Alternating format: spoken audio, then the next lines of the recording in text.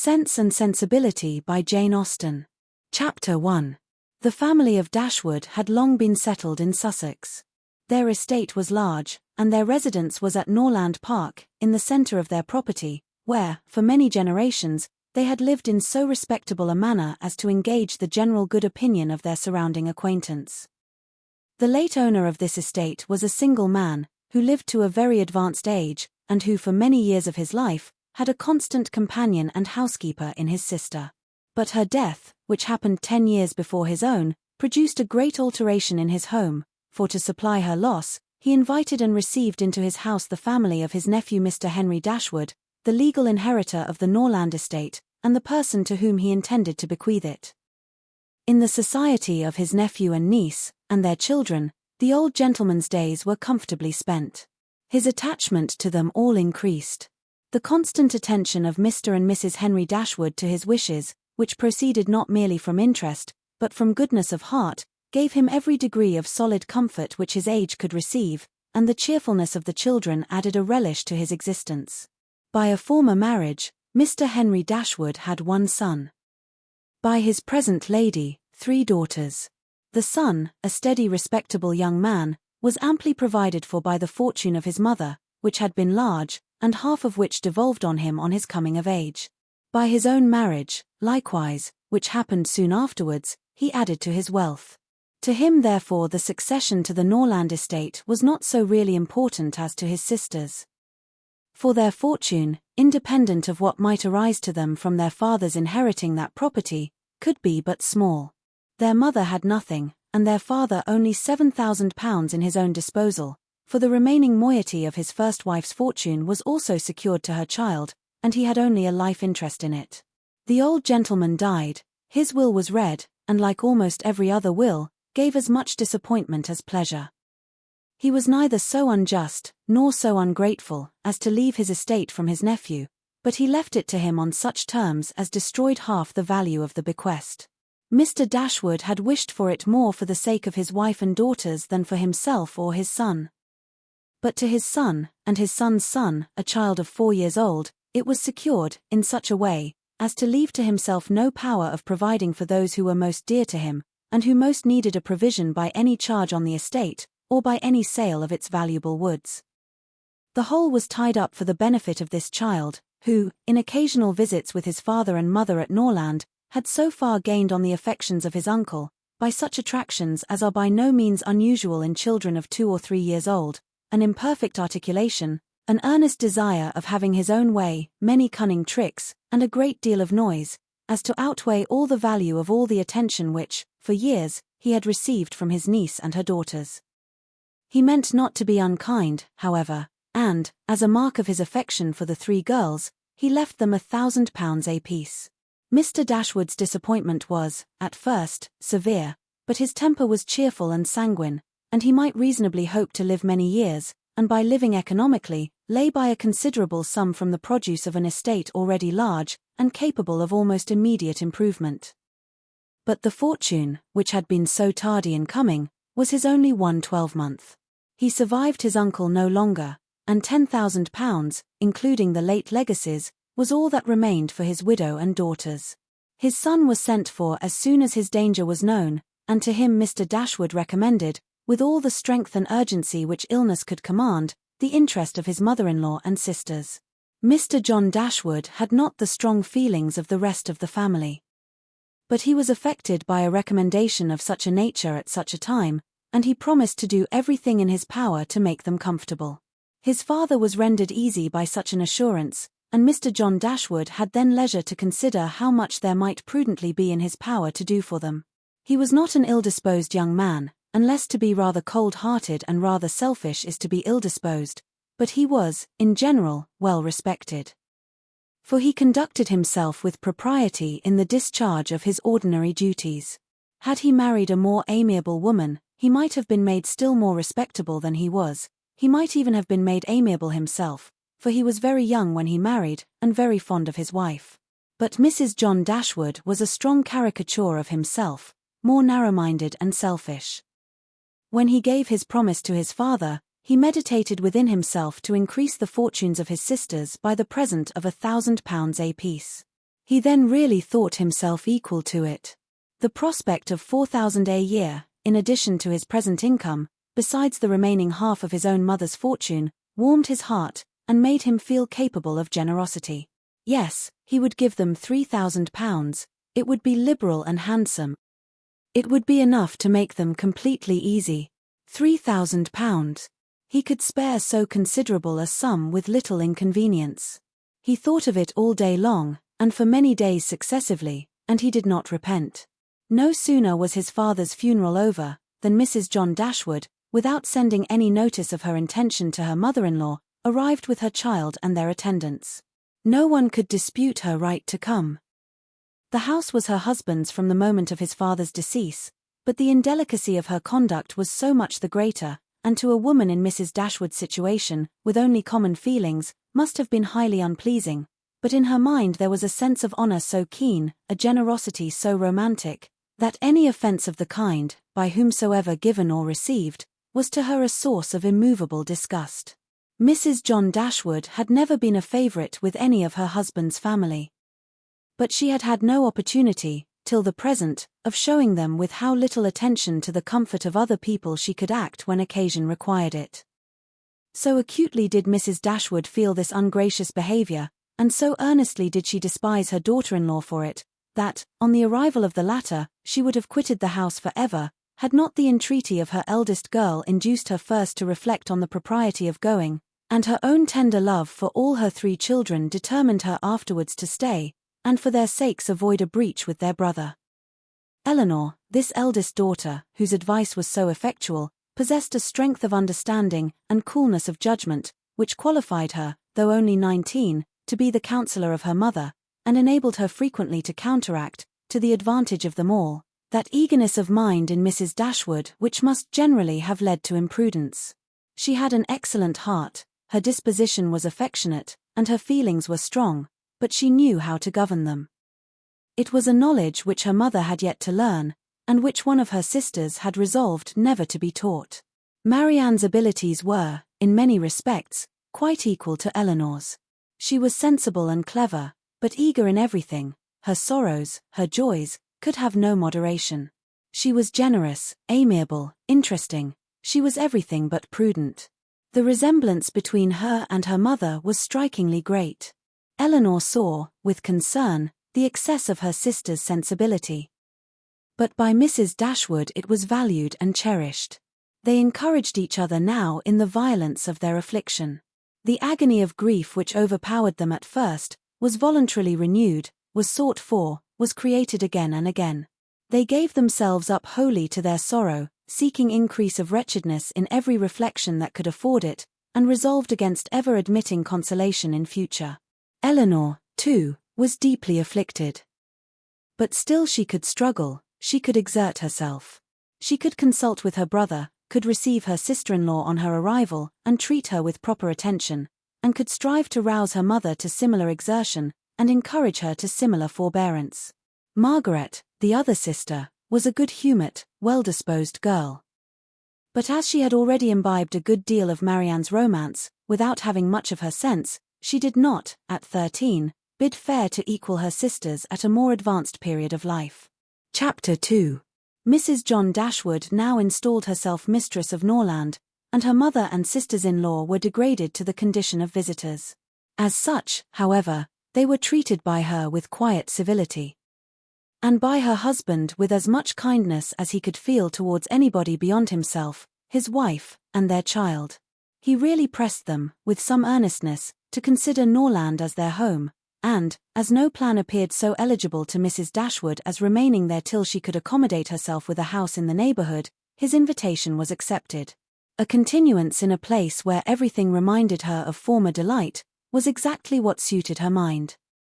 In seasons of cheerfulness, no temper could be more cheerful than hers, or possess, in a greater degree, that sanguine expectation of happiness which is happiness itself. But in sorrow she must be equally carried away by her fancy, and as far beyond consolation as in pleasure she was beyond alloy. Mrs. John Dashwood did not at all approve of what her husband intended to do for his sisters. To take £3,000 from the fortune of their dear little boy would be impoverishing him to the most dreadful degree. She begged him to think again on the subject. How could he answer it to himself to rob his child, and his only child too, of so large a sum? And what possible claim could the Miss Dashwoods, who were related to him only by half-blood, which she considered as no relationship at all, have on his generosity to so large an amount?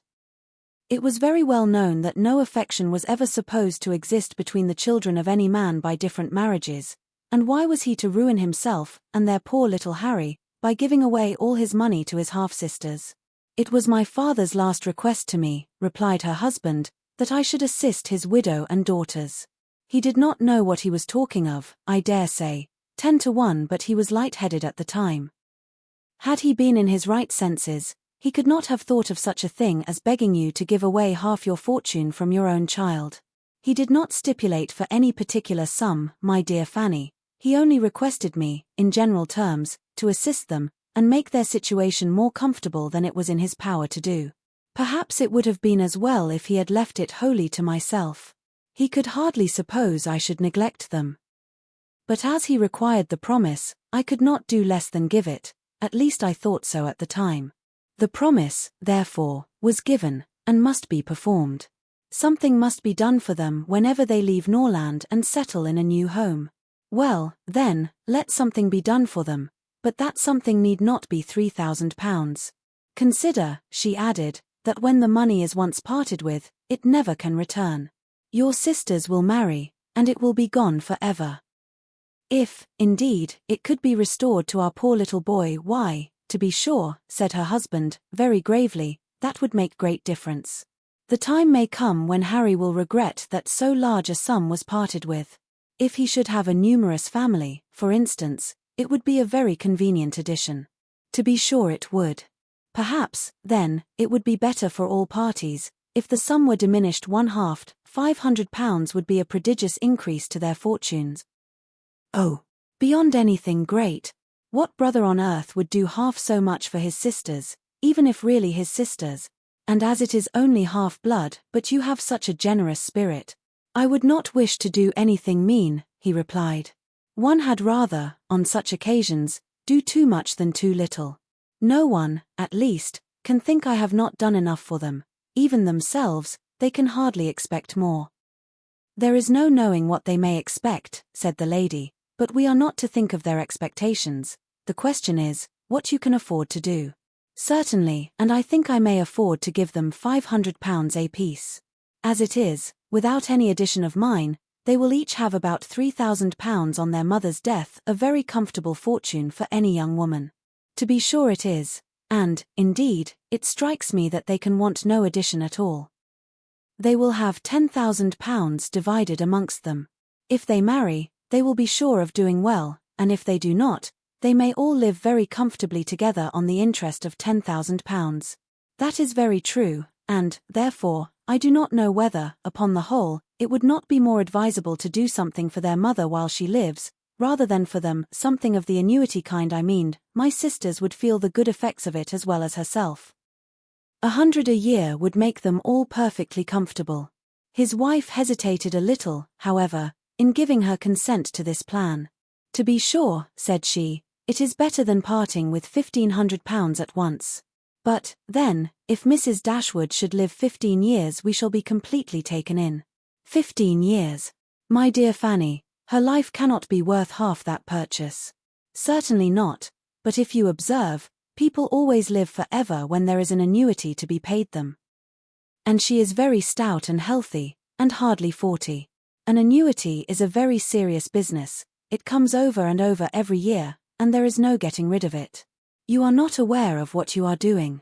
I have known a great deal of the trouble of annuities, for my mother was clogged with the payment of 3 to old superannuated servants by my father's will, and it is amazing how disagreeable she found it. Twice every year these annuities were to be paid. And then there was the trouble of getting it to them, and then one of them was said to have died, and afterwards it turned out to be no such thing. My mother was quite sick of it.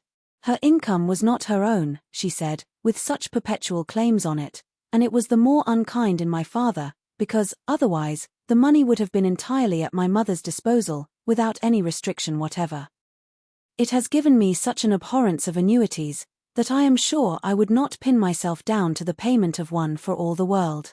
It is certainly an unpleasant thing, replied Mr. Dashwood, to have those kind of yearly drains on one's income. One's fortune, as your mother justly says, is not one's own.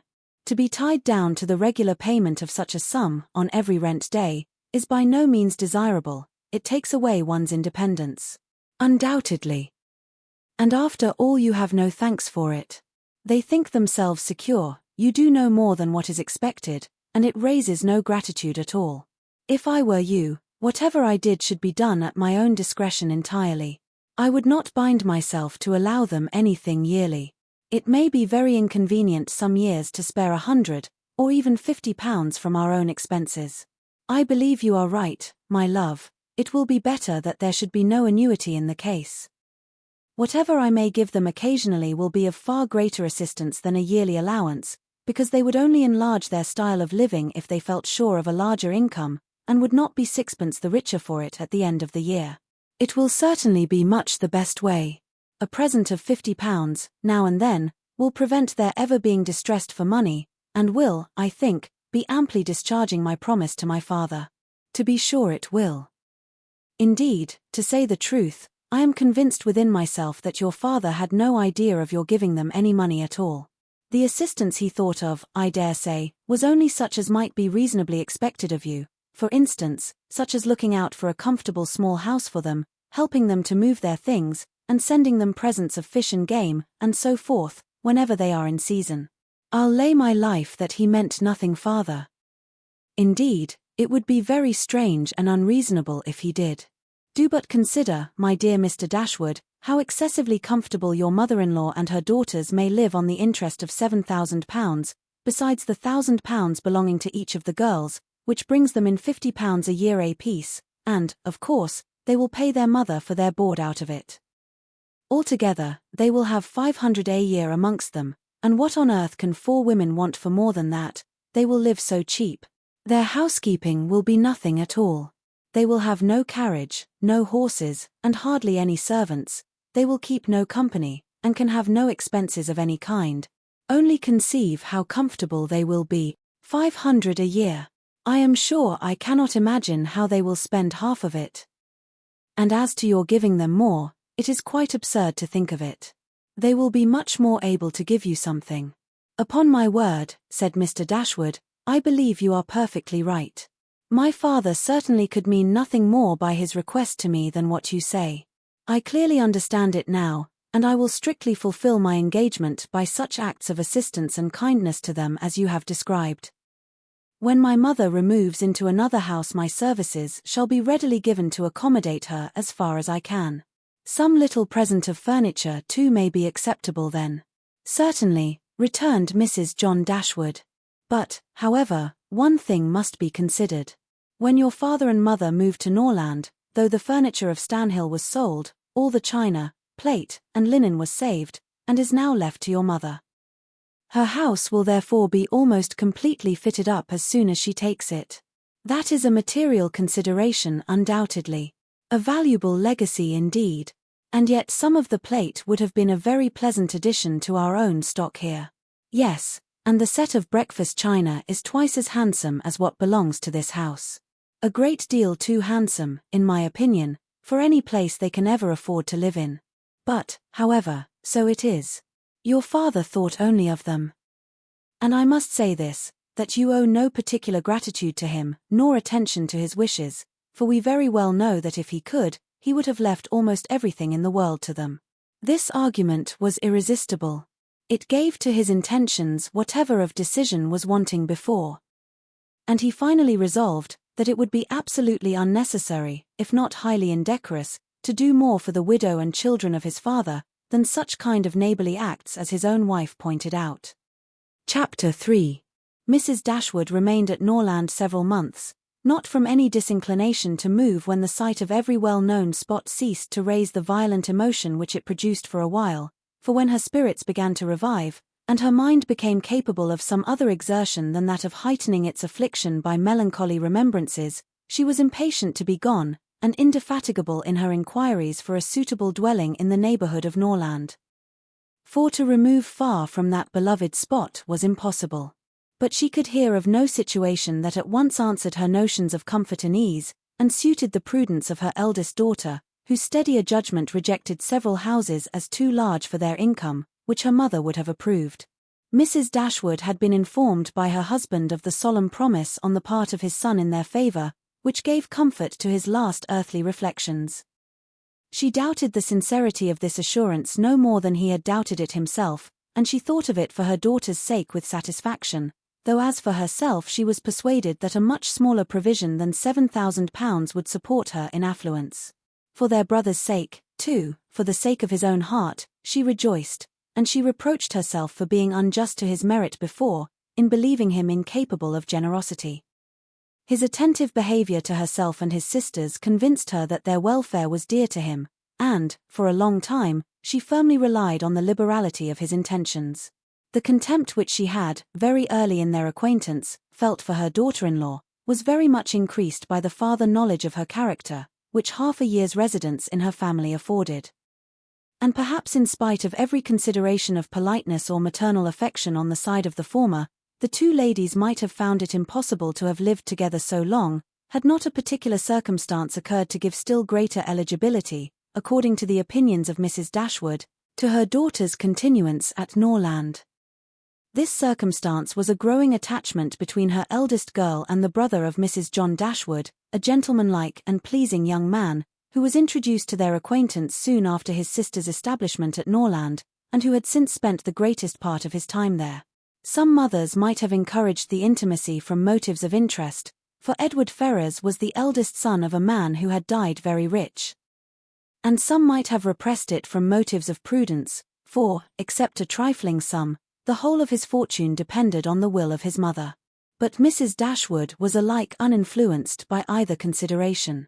It was enough for her that he appeared to be amiable, that he loved her daughter, and that Eleanor returned the partiality. It was contrary to every doctrine of hers that difference of fortune should keep any couple asunder who were attracted by resemblance of disposition. And that Eleanor's merit should not be acknowledged by every one who knew her, was to her comprehension impossible. Edward Ferrars was not recommended to their good opinion by any peculiar graces of person or address. He was not handsome, and his manners required intimacy to make them pleasing. He was too diffident to do justice to himself, but when his natural shyness was overcome, his behaviour gave every indication of an open, affectionate heart. His understanding was good, and his education had given it solid improvement. But he was neither fitted by abilities nor disposition to answer the wishes of his mother and sister, who longed to see him distinguished as they hardly knew what. They wanted him to make a fine figure in the world in some manner or other. His mother wished to interest him in political concerns, to get him into Parliament, or to see him connected with some of the great men of the day. Mrs. John Dashwood wished it likewise, but in the meanwhile, till one of these superior blessings could be attained, it would have quieted her ambition to see him driving a barouche. But Edward had no turn for great men or barouches. All his wishes centred in domestic comfort and the quiet of private life. Fortunately, he had a younger brother who was more promising. Edward had been staying several weeks in the house before he engaged much of Mrs. Dashwood's attention. For she was, at that time, in such affliction as rendered her careless of surrounding objects. She saw only that he was quiet and unobtrusive, and she liked him for it. He did not disturb the wretchedness of her mind by ill-timed conversation.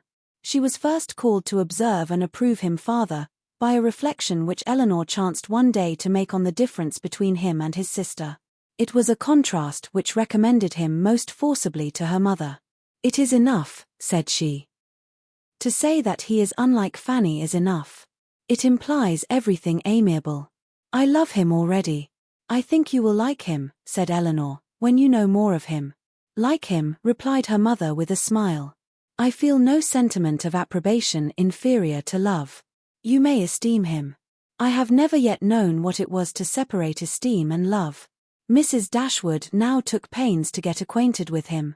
Her manners were attaching, and soon banished his reserve.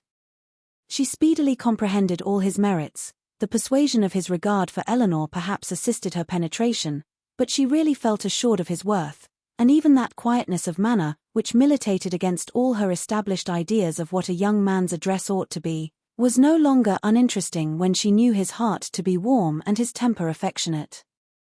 No sooner did she perceive any symptom of love in his behavior to Eleanor than she considered their serious attachment as certain, and looked forward to their marriage as rapidly approaching. "In a few months, my dear Marianne," said she, "Eleanor will, in all probability, be settled for life. We shall miss her, but she will be happy." "Oh, mamma, how shall we do without her?" "My love, it will be scarcely a separation. We shall live within a few miles of each other, and shall meet every day of our lives. You will gain a brother, a real, affectionate brother. I have the highest opinion in the world of Edward's heart. But you look grave, Marianne. Do you disapprove your sister's choice?" "Perhaps," said Marianne, "I may consider it with some surprise. Edward is very amiable, and I love him tenderly. But yet, he is not the kind of young man, there is something wanting, his figure is not striking. It has none of that grace which I should expect in the man who could seriously attach my sister. His eyes want all that spirit, that fire, which at once announce virtue and intelligence. And besides all this, I am afraid, mamma, he has no real taste. Music seems scarcely to attract him, and though he admires Eleanor's drawings very much, it is not the admiration of a person who can understand their worth. It is evident, in spite of his frequent attention to her while she draws, that in fact he knows nothing of the matter. He admires as a lover, not as a connoisseur. To satisfy me, those characters must be united.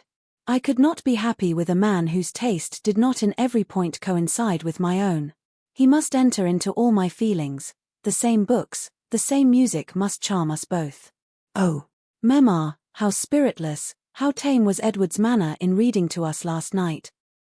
I felt for my sister most severely, yet she bore it with so much composure, she seemed scarcely to notice it. I could hardly keep my seat. To hear those beautiful lines which have frequently almost driven me wild, pronounced with such impenetrable calmness, such dreadful indifference, he would certainly have done more justice to simple and elegant prose.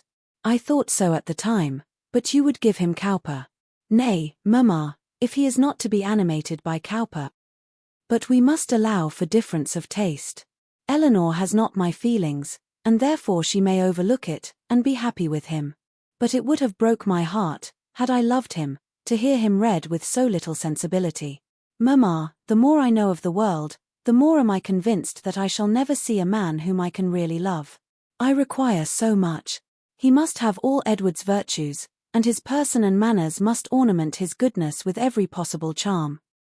Remember, my love, that you are not 17. It is yet too early in life to despair of such a happiness. Why should you be less fortunate than your mother? In one circumstance only, my Marianne, may your destiny be different from hers. Chapter 4. What a pity it is, Eleanor, said Marianne, that Edward should have no taste for drawing. No taste for drawing, replied Eleanor. Why should you think so? He does not draw himself, indeed, but he has great pleasure in seeing the performances of other people, and I assure you he is by no means deficient in natural taste, though he has not had opportunities of improving it.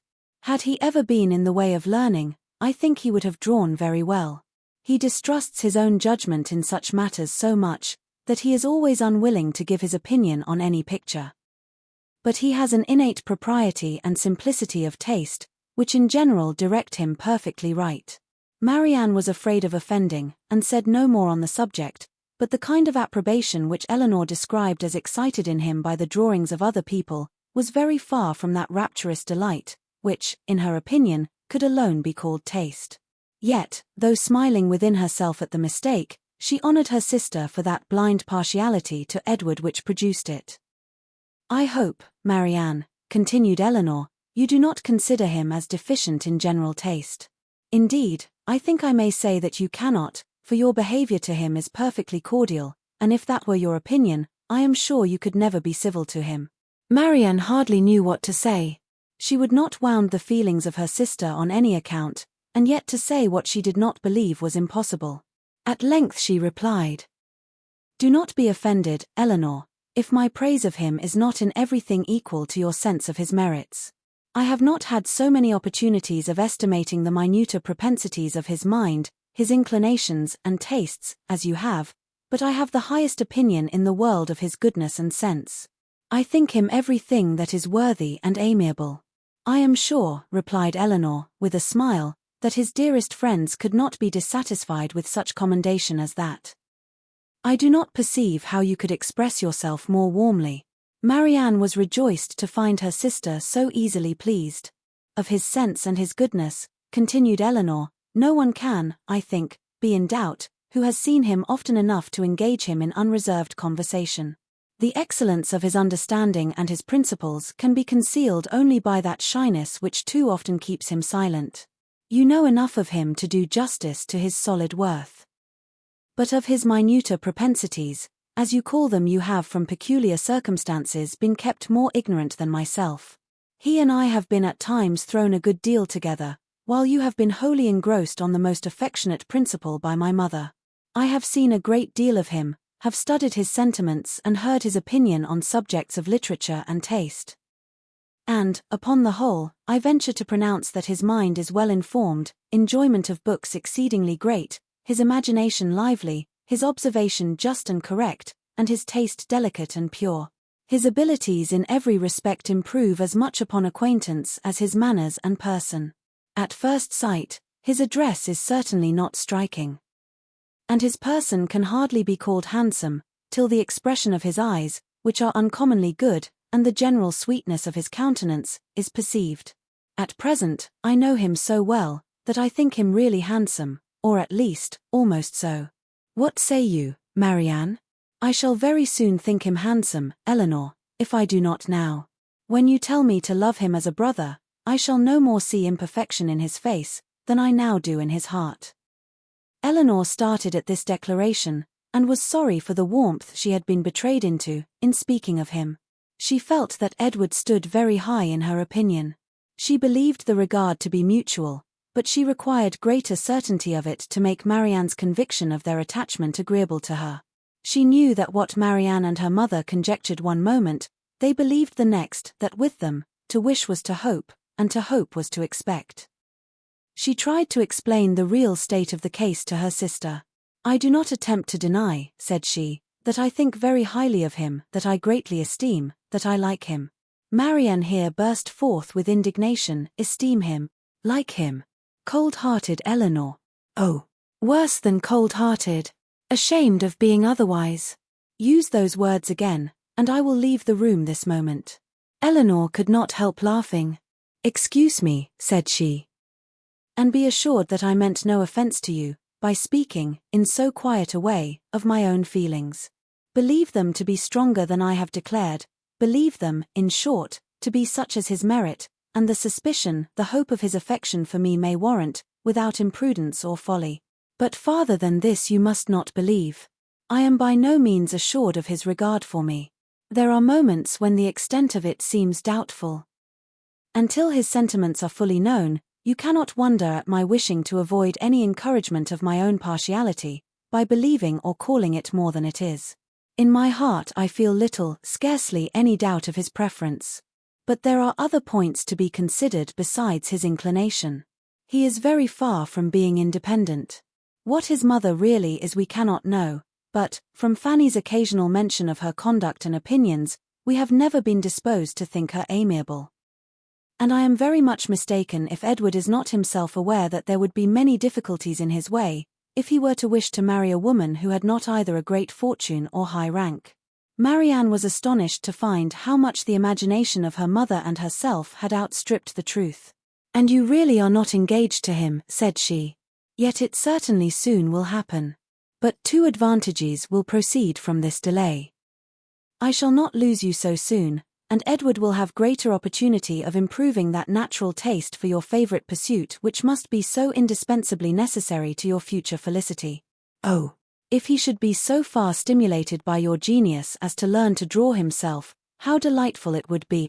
Eleanor had given her real opinion to her sister.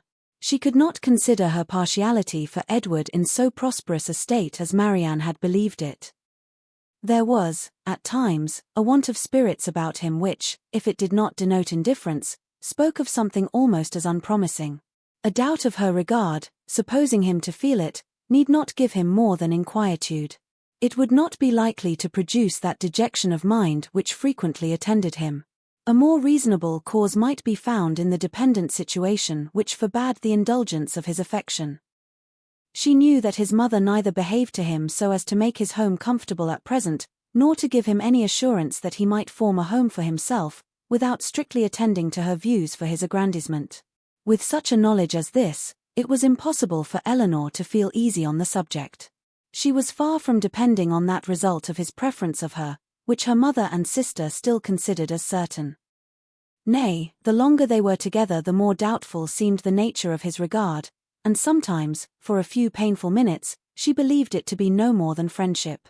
But, whatever might really be its limits, it was enough, when perceived by his sister, to make her uneasy, and at the same time, which was still more common, to make her uncivil. She took the first opportunity of affronting her mother-in-law on the occasion, talking to her so expressively of her brother's great expectations, of Mrs. Ferrars's resolution that both her sons should marry well, and of the danger attending any young woman who attempted to draw him in, that Mrs. Dashwood could neither pretend to be unconscious, nor endeavour to be calm. She gave her an answer which marked her contempt, and instantly left the room, resolving that, whatever might be the inconvenience or expense of so sudden a removal, her beloved Eleanor should not be exposed another week to such insinuations. In this state of her spirits, a letter was delivered to her from the post, which contained a proposal particularly well timed. It was the offer of a small house, on very easy terms, belonging to a relation of her own, a gentleman of consequence and property in Devonshire. The letter was from this gentleman himself, and written in the true spirit of friendly accommodation. He understood that she was in need of a dwelling, and though the house he now offered her was merely a cottage, he assured her that everything should be done to it which she might think necessary, if the situation pleased her. He earnestly pressed her, after giving the particulars of the house and garden, to come with her daughters to Barton Park, the place of his own residence, from whence she might judge, herself, whether Barton Cottage, for the houses were in the same parish, could, by any alteration, be made comfortable to her. He seemed really anxious to accommodate them, and the whole of his letter was written in so friendly a style as could not fail of giving pleasure to his cousin. More especially at a moment when she was suffering under the cold and unfeeling behaviour of her nearer connections. She needed no time for deliberation or inquiry. Her resolution was formed as she read. The situation of Barton, in a county so far distant from Sussex as Devonshire, which, but a few hours before, would have been a sufficient objection to outweigh every possible advantage belonging to the place, was now its first recommendation. To quit the neighbourhood of Norland was no longer an evil, it was an object of desire, it was a blessing, in comparison of the misery of continuing her daughter-in-law's guest, and to remove for ever from that beloved place would be less painful than to inhabit or visit it while such a woman was its mistress. She instantly wrote Sir John Middleton her acknowledgment of his kindness, and her acceptance of his proposal. And then hastened to show both letters to her daughters, that she might be secure of their approbation before her answer were sent. Eleanor had always thought it would be more prudent for them to settle at some distance from Norland, than immediately amongst their present acquaintance. On that head, therefore, it was not for her to oppose her mother's intention of removing into Devonshire. The house, too, as described by Sir John, was on so simple a scale, and the rent so uncommonly moderate, as to leave her no right of objection on either point, and, therefore, though it was not a plan which brought any charm to her fancy, though it was a removal from the vicinity of Norland beyond her wishes, she made no attempt to dissuade her mother from sending a letter of acquiescence. Chapter 5. No sooner was her answer dispatched, than Mrs. Dashwood indulged herself in the pleasure of announcing to her son-in-law and his wife that she was provided with a house, and should incommode them no longer than till everything were ready for her inhabiting it. They heard her with surprise. Mrs. John Dashwood said nothing, but her husband civilly hoped that she would not be settled far from Norland. She had great satisfaction in replying that she was going into Devonshire.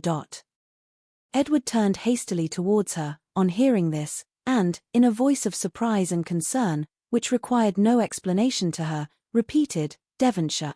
Are you, indeed, going there? So far from hence? And to what part of it?" She explained the situation. It was within 4 miles northward of Exeter. It is but a cottage, she continued, but I hope to see many of my friends in it. A room or two can easily be added. And if my friends find no difficulty in travelling so far to see me, I am sure I will find none in accommodating them. She concluded with a very kind invitation to Mr. and Mrs. John Dashwood to visit her at Barton, and to Edward she gave one with still greater affection. Though her late conversation with her daughter-in-law had made her resolve on remaining at Norland no longer than was unavoidable, it had not produced the smallest effect on her in that point to which it principally tended. To separate Edward and Eleanor was as far from being her object as ever, and she wished to show Mrs. John Dashwood, by this pointed invitation to her brother, how totally she disregarded her disapprobation of the match. Mr. John Dashwood told his mother again and again how exceedingly sorry he was that she had taken a house at such a distance from Norland as to prevent his being of any service to her in removing her furniture. He really felt conscientiously vexed on the occasion. For the very exertion to which he had limited the performance of his promise to his father was by this arrangement rendered impracticable. The furniture was all sent around by water. It chiefly consisted of household linen, plate, china, and books, with a handsome pianoforte of Marianne's. Mrs. John Dashwood saw the packages depart with a sigh. She could not help feeling it hard that as Mrs. Dashwood's income would be so trifling in comparison with their own, she should have any handsome article of furniture. Mrs. Dashwood took the house for a 12-month, it was ready furnished, and she might have immediate possession. No difficulty arose on either side in the agreement, and she waited only for the disposal of her effects at Norland, and to determine her future household, before she set off for the West. And this, as she was exceedingly rapid in the performance of everything that interested her, was soon done. The horses which were left her by her husband had been sold soon after his death, and an opportunity now offering of disposing of her carriage, she agreed to sell that likewise at the earnest advice of her eldest daughter. For the comfort of her children, had she consulted only her own wishes, she would have kept it, but the discretion of Eleanor prevailed. Her wisdom too limited the number of their servants to 3, 2 maids and a man, with whom they were speedily provided from amongst those who had formed their establishment at Norland. The man and one of the maids were sent off immediately into Devonshire, to prepare the house for their mistress's arrival, for as Lady Middleton was entirely unknown to Mrs. Dashwood, she preferred going directly to the cottage to being a visitor at Barton Park. And she relied so undoubtingly on Sir John's description of the house, as to feel no curiosity to examine it herself till she entered it as her own. Her eagerness to be gone from Norland was preserved from diminution by the evident satisfaction of her daughter-in-law in the prospect of her removal, a satisfaction which was but feebly attempted to be concealed under a cold invitation to her to defer her departure.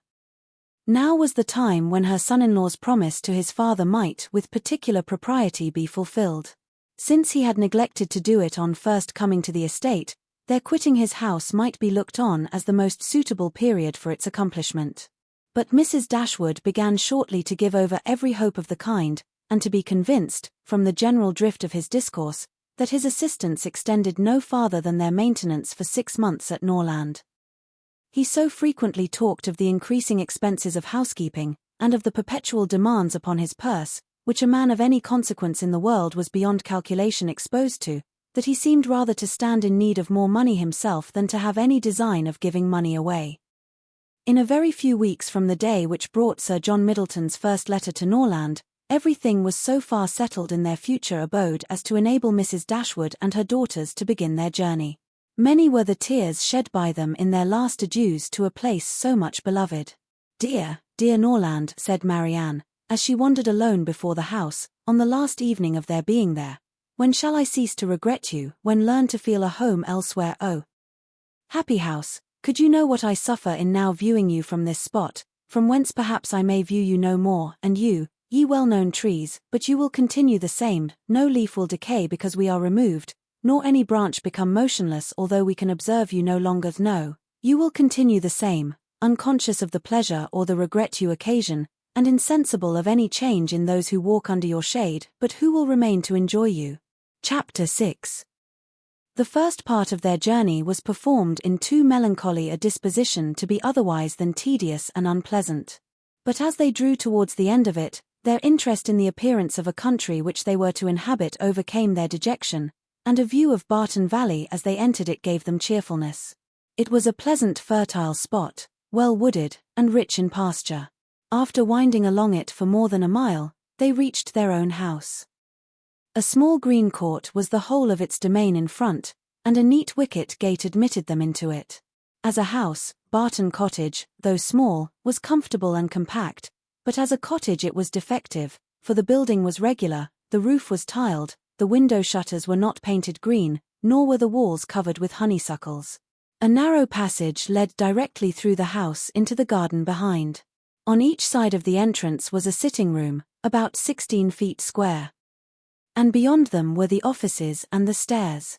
4 bedrooms and 2 garrets formed the rest of the house. It had not been built many years and was in good repair. In comparison of Norland, it was poor and small indeed, but the tears which recollection called forth as they entered the house were soon dried away. They were cheered by the joy of the servants on their arrival, and each for the sake of the others resolved to appear happy. It was very early in September. The season was fine, and from first seeing the place under the advantage of good weather, they received an impression in its favour which was of material service in recommending it to their lasting approbation. The situation of the house was good. High hills rose immediately behind, and at no great distance on each side, some of which were open downs, the others cultivated and woody.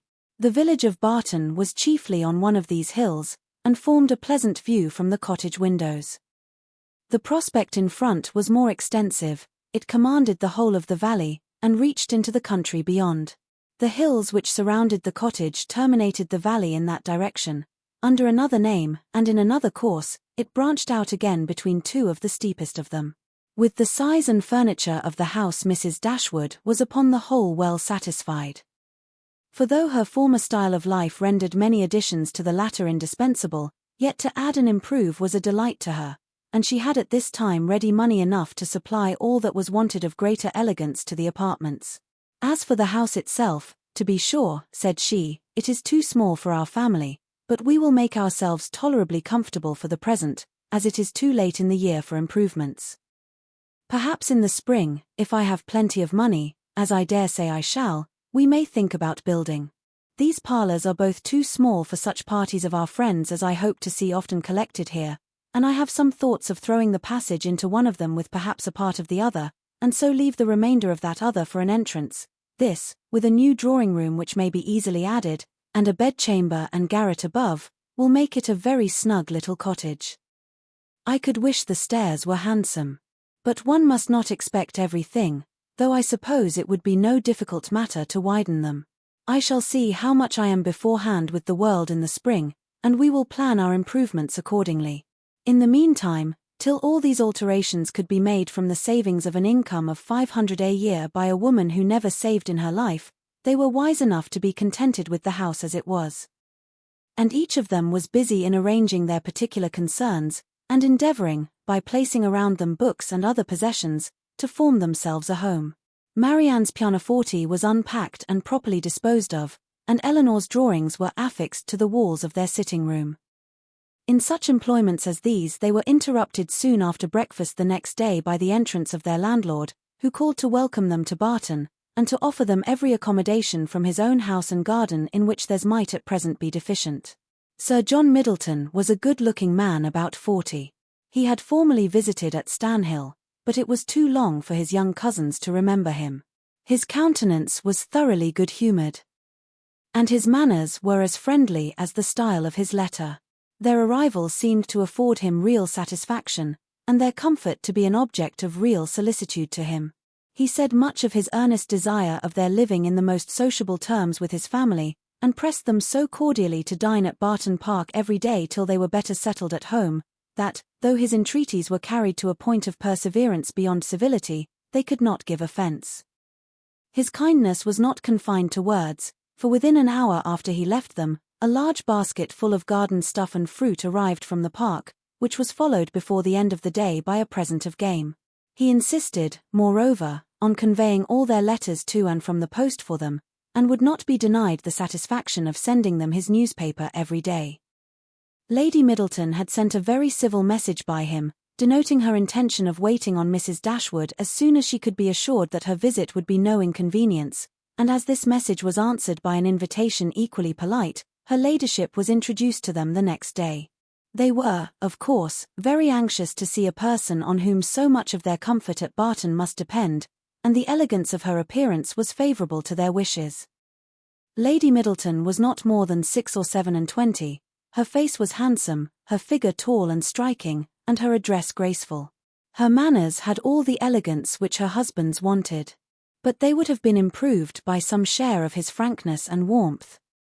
And her visit was long enough to detract something from their first admiration, by showing that, though perfectly well-bred, she was reserved, cold, and had nothing to say for herself beyond the most commonplace inquiry or remark.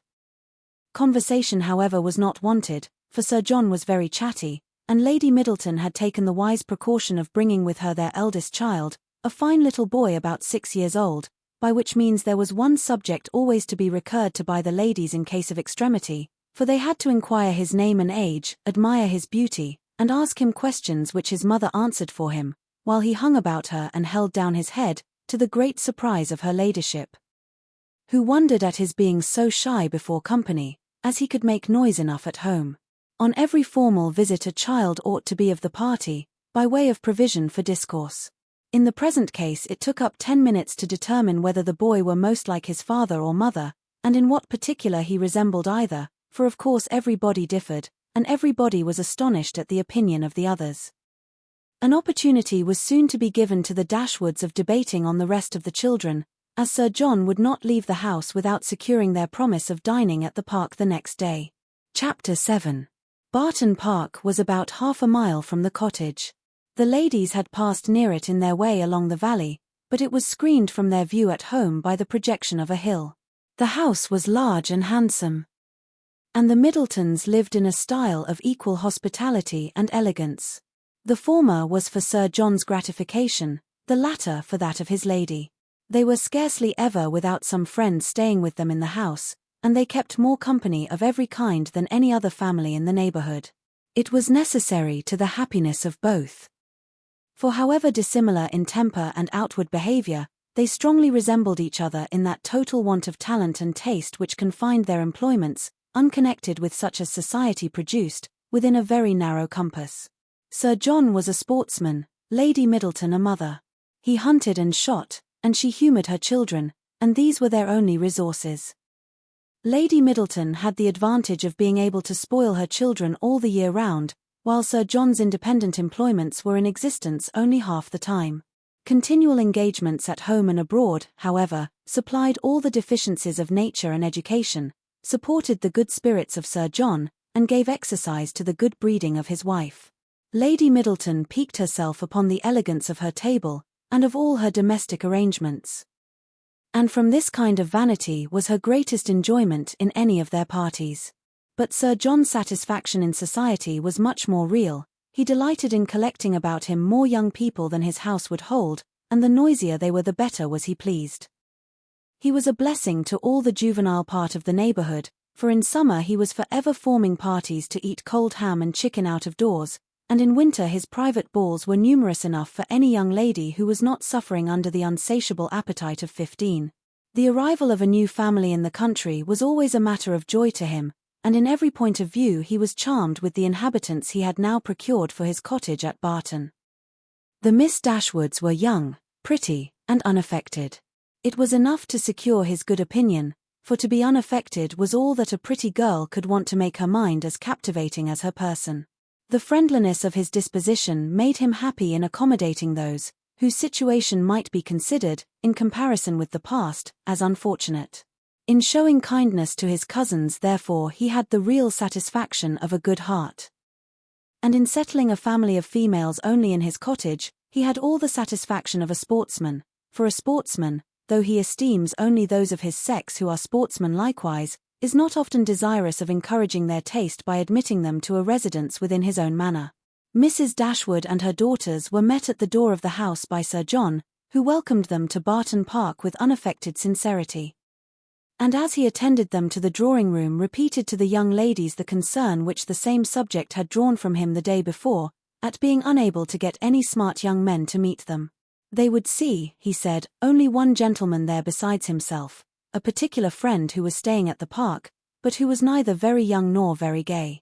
He hoped they would all excuse the smallness of the party, and could assure them it should never happen so again. He had been to several families that morning in hopes of procuring some addition to their number, but it was moonlight and everybody was full of engagements. Luckily Lady Middleton's mother had arrived at Barton within the last hour, and as she was a very cheerful, agreeable woman, he hoped the young ladies would not find it so very dull as they might imagine. The young ladies, as well as their mother, were perfectly satisfied with having two entire strangers of the party, and wished for no more. Mrs. Jennings, Lady Middleton's mother, was a good-humoured, merry, fat, elderly woman, who talked a great deal, seemed very happy, and rather vulgar. She was full of jokes and laughter, and before dinner was over had said many witty things on the subject of lovers and husbands. Hoped they had not left their hearts behind them in Sussex, and pretended to see them blush whether they did or not. Marianne was vexed at it for her sister's sake, and turned her eyes towards Eleanor to see how she bore these attacks, with an earnestness which gave Eleanor far more pain than could arise from such commonplace raillery as Mrs. Jennings's. Colonel Brandon, the friend of Sir John, seemed no more adapted by resemblance of manner to be his friend, than Lady Middleton was to be his wife, or Mrs. Jennings to be Lady Middleton's mother. He was silent and grave. His appearance, however, was not unpleasing, in spite of his being in the opinion of Marianne and Margaret an absolute old bachelor, for he was on the wrong side of 35. But though his face was not handsome, his countenance was sensible, and his address was particularly gentlemanlike. There was nothing in any of the party which could recommend them as companions to the Dashwoods, but the cold insipidity of Lady Middleton was so particularly repulsive, that in comparison of it the gravity of Colonel Brandon, and even the boisterous mirth of Sir John and his mother-in-law was interesting. Lady Middleton seemed to be roused to enjoyment only by the entrance of her 4 noisy children after dinner, who pulled her about, tore her clothes, and put an end to every kind of discourse except what related to themselves. In the evening, as Marianne was discovered to be musical, she was invited to play. The instrument was unlocked, everybody prepared to be charmed, and Marianne, who sang very well, at their request went through the chief of the songs which Lady Middleton had brought into the family on her marriage, and which perhaps had lain ever since in the same position on the pianoforte, for her ladyship had celebrated that event by giving up music, although by her mother's account, she had played extremely well, and by her own was very fond of it. Marianne's performance was highly applauded. Sir John was loud in his admiration at the end of every song, and as loud in his conversation with the others while every song lasted. Lady Middleton frequently called him to order, wondered how anyone's attention could be diverted from music for a moment, and asked Marianne to sing a particular song which Marianne had just finished. Colonel Brandon alone, of all the party, heard her without being in raptures. He paid her only the compliment of attention, and she felt a respect for him on the occasion, which the others had reasonably forfeited by their shameless want of taste. His pleasure in music, though it amounted not to that ecstatic delight which alone could sympathize with her own, was estimable when contrasted against the horrible insensibility of the others. And she was reasonable enough to allow that a man of 35 might well have outlived all acuteness of feeling and every exquisite power of enjoyment. She was perfectly disposed to make every allowance for the Colonel's advanced state of life which humanity required. Chapter 8. Mrs. Jennings was a widow with an ample jointure. She had only 2 daughters, both of whom she had lived to see respectably married, and she had now therefore nothing to do but to marry all the rest of the world. In the promotion of this object she was zealously active, as far as her ability reached, and missed no opportunity of projecting weddings among all the young people of her acquaintance. She was remarkably quick in the discovery of attachments, and had enjoyed the advantage of raising the blushes and the vanity of many a young lady by insinuations of her power over such a young man, and this kind of discernment enabled her soon after her arrival at Barton decisively to pronounce that Colonel Brandon was very much in love with Marianne Dashwood. She rather suspected it to be so, on the very first evening of their being together, from his listening so attentively while she sang to them, and when the visit was returned by the Middletons dining at the cottage, the fact was ascertained by his listening to her again. It must be so. She was perfectly convinced of it. It would be an excellent match, for he was rich, and she was handsome. Mrs. Jennings had been anxious to see Colonel Brandon well married, ever since her connection with Sir John first brought him to her knowledge, and she was always anxious to get a good husband for every pretty girl. The immediate advantage to herself was by no means inconsiderable, for it supplied her with endless jokes against them both. At the park she laughed at the Colonel, and in the cottage at Marianne. To the former her raillery was probably, as far as it regarded only himself, perfectly indifferent, but to the latter it was at first incomprehensible, and when its object was understood, she hardly knew whether most to laugh at its absurdity, or censure its impertinence, for she considered it as an unfeeling reflection on the Colonel's advanced years, and on his forlorn condition as an old bachelor. Mrs. Dashwood, who could not think a man 5 years younger than herself, so exceedingly ancient as he appeared to the youthful fancy of her daughter, ventured to clear Mrs. Jennings from the probability of wishing to throw ridicule on his age. But at least, mamma, you cannot deny the absurdity of the accusation, though you may not think it intentionally ill-natured. Colonel Brandon is certainly younger than Mrs. Jennings, but he is old enough to be my father. And if he were ever animated enough to be in love, must have long outlived every sensation of the kind. It is too ridiculous. When is a man to be safe from such wit, if age and infirmity will not protect him? Infirmity, said Eleanor. Do you call Colonel Brandon infirm? I can easily suppose that his age may appear much greater to you than to my mother, but you can hardly deceive yourself as to his having the use of his limbs. Did not you hear him complain of the rheumatism? And is not that the commonest infirmity of declining life? My dearest child, said her mother, laughing, at this rate you must be in continual terror of my decay, and it must seem to you a miracle that my life has been extended to the advanced age of 40. Mamma, you are not doing me justice. I know very well that Colonel Brandon is not old enough to make his friends yet apprehensive of losing him in the course of nature. He may live 20 years longer. But 35 has nothing to do with matrimony. Perhaps, said Eleanor, 35 and 17 had better not have anything to do with matrimony together. But if there should by any chance happen to be a woman who is single at 27, I should not think Colonel Brandon's being 35 any objection to his marrying her. A woman of 27, said Marianne, after pausing a moment, can never hope to feel or inspire affection again, and if her home be uncomfortable, or her fortune small, I can suppose that she might bring herself to submit to the offices of a nurse, for the sake of the provision and security of a wife.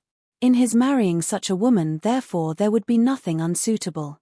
It would be a compact of convenience, and the world would be satisfied. In my eyes it would be no marriage at all, but that would be nothing. To me it would seem only a commercial exchange, in which each wished to be benefited at the expense of the other. It would be impossible, I know, replied Eleanor, to convince you that a woman of 27 could feel for a man of 35 anything near enough to love, to make him a desirable companion to her.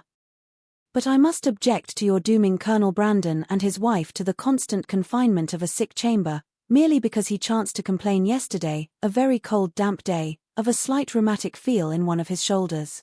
But he talked of flannel waistcoats, said Marianne, and with me a flannel waistcoat is invariably connected with aches, cramps, rheumatisms, and every species of ailment that can afflict the old and the feeble. Had he been only in a violent fever, you would not have despised him half so much. Confess, Marianne, is not there something interesting to you in the flushed cheek, hollow eye, and quick pulse of a fever? Soon after this, upon Eleanor's leaving the room, Mamma, said Marianne, I have an alarm on the subject of illness which I cannot conceal from you. I am sure Edward Ferrars is not well. We have now been here almost a fortnight, and yet he does not come. Nothing but real indisposition could occasion this extraordinary delay. What else can detain him at Norland?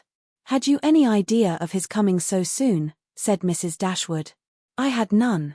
On the contrary, if I have felt any anxiety at all on the subject, it has been in recollecting that he sometimes showed a want of pleasure and readiness in accepting my invitation, when I talked of his coming to Barton. Does Eleanor expect him already?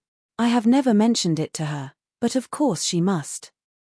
I rather think you are mistaken, for when I was talking to her yesterday of getting a new grate for the spare bedchamber, she observed that there was no immediate hurry for it, as it was not likely that the room would be wanted for some time. How strange this is. What can be the meaning of it? But the whole of their behavior to each other has been unaccountable. How cold, how composed were their last adieus. How languid their conversation the last evening of their being together. In Edward's farewell there was no distinction between Eleanor and me, it was the good wishes of an affectionate brother to both. Twice did I leave them purposely together in the course of the last morning, and each time did he most unaccountably follow me out of the room. And Eleanor, in quitting Norland and Edward, cried not as I did. Even now her self-command is invariable. When is she dejected or melancholy? When does she try to avoid society, or appear restless and dissatisfied in it? Chapter 9. The Dashwoods were now settled at Barton with tolerable comfort to themselves. The house and the garden, with all the objects surrounding them, were now become familiar, and the ordinary pursuits which had given to Norland half its charms were engaged in again with far greater enjoyment than Norland had been able to afford, since the loss of their father. Sir John Middleton, who called on them every day for the first fortnight, and who was not in the habit of seeing much occupation at home, could not conceal his amazement on finding them always employed. Their visitors, except those from Barton Park, were not many.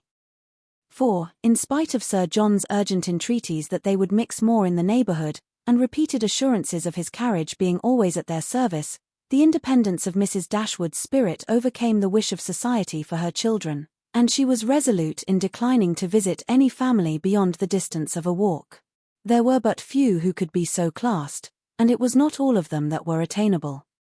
About 1.5 miles from the cottage, along the narrow winding valley of Allenham, which issued from that of Barton, as formerly described, the girls had, in one of their earliest walks, discovered an ancient respectable-looking mansion which, by reminding them a little of Norland, interested their imagination and made them wish to be better acquainted with it.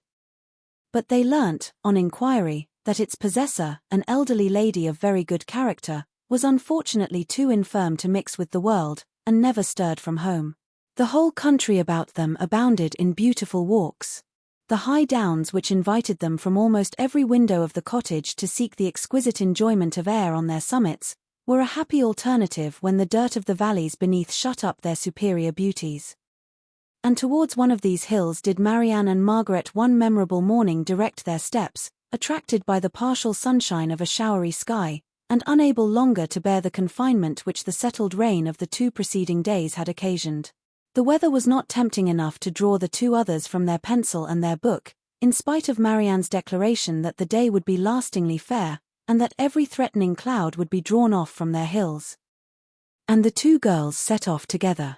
They gaily ascended the downs, rejoicing in their own penetration at every glimpse of blue sky, and when they caught in their faces the animating gales of a high southwesterly wind, they pitied the fears which had prevented their mother and Eleanor from sharing such delightful sensations. "Is there a felicity in the world," said Marianne, "superior to this? Margaret, we will walk here at least 2 hours." Margaret agreed, and they pursued their way against the wind, resisting it with laughing delight for about 20 minutes longer, when suddenly the clouds united over their heads, and a driving rain set full in their face. Chagrined and surprised, they were obliged, though unwillingly, to turn back, for no shelter was nearer than their own house. One consolation however remained for them, to which the exigence of the moment gave more than usual propriety. It was that of running with all possible speed down the steep side of the hill which led immediately to their garden gate. They set off. Marianne had at first the advantage, but a false step brought her suddenly to the ground, and Margaret, unable to stop herself to assist her, was involuntarily hurried along, and reached the bottom in safety. A gentleman carrying a gun, with 2 pointers playing round him, was passing up the hill and within a few yards of Marianne, when her accident happened. He put down his gun and ran to her assistance. She had raised herself from the ground, but her foot had been twisted in her fall, and she was scarcely able to stand. The gentleman offered his services, and perceiving that her modesty declined what her situation rendered necessary, took her up in his arms without farther delay, and carried her down the hill. Then passing through the garden, the gate of which had been left open by Margaret, he bore her directly into the house, whither Margaret was just arrived, and quitted not his hold till he had seated her in a chair in the parlour. Eleanor and her mother rose up in amazement at their entrance, and while the eyes of both were fixed on him with an evident wonder and a secret admiration which equally sprung from his appearance, he apologized for his intrusion by relating its cause, in a manner so frank and so graceful that his person, which was uncommonly handsome, received additional charms from his voice and expression.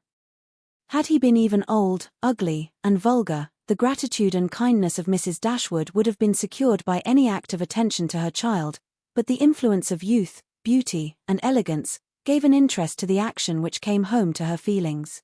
She thanked him again and again, and, with a sweetness of address which always attended her, invited him to be seated. But this he declined, as he was dirty and wet. Mrs. Dashwood then begged to know to whom she was obliged. His name, he replied, was Willoughby, and his present home was at Allenham, from whence he hoped she would allow him the honour of calling tomorrow to inquire after Miss Dashwood. The honour was readily granted, and he then departed, to make himself still more interesting, in the midst of a heavy rain. His manly beauty and more than common gracefulness were instantly the theme of general admiration, and the laugh which his gallantry raised against Marianne received particular spirit from his exterior attractions. Marianne herself had seen less of his person than the rest, for the confusion which crimsoned over her face, on his lifting her up, had robbed her of the power of regarding him after their entering the house. But she had seen enough of him to join in all the admiration of the others, and with an energy which always adorned her praise. His person and air were equal to what her fancy had ever drawn for the hero of a favourite story, and in his carrying her into the house with so little previous formality, there was a rapidity of thought which particularly recommended the action to her. Every circumstance belonging to him was interesting.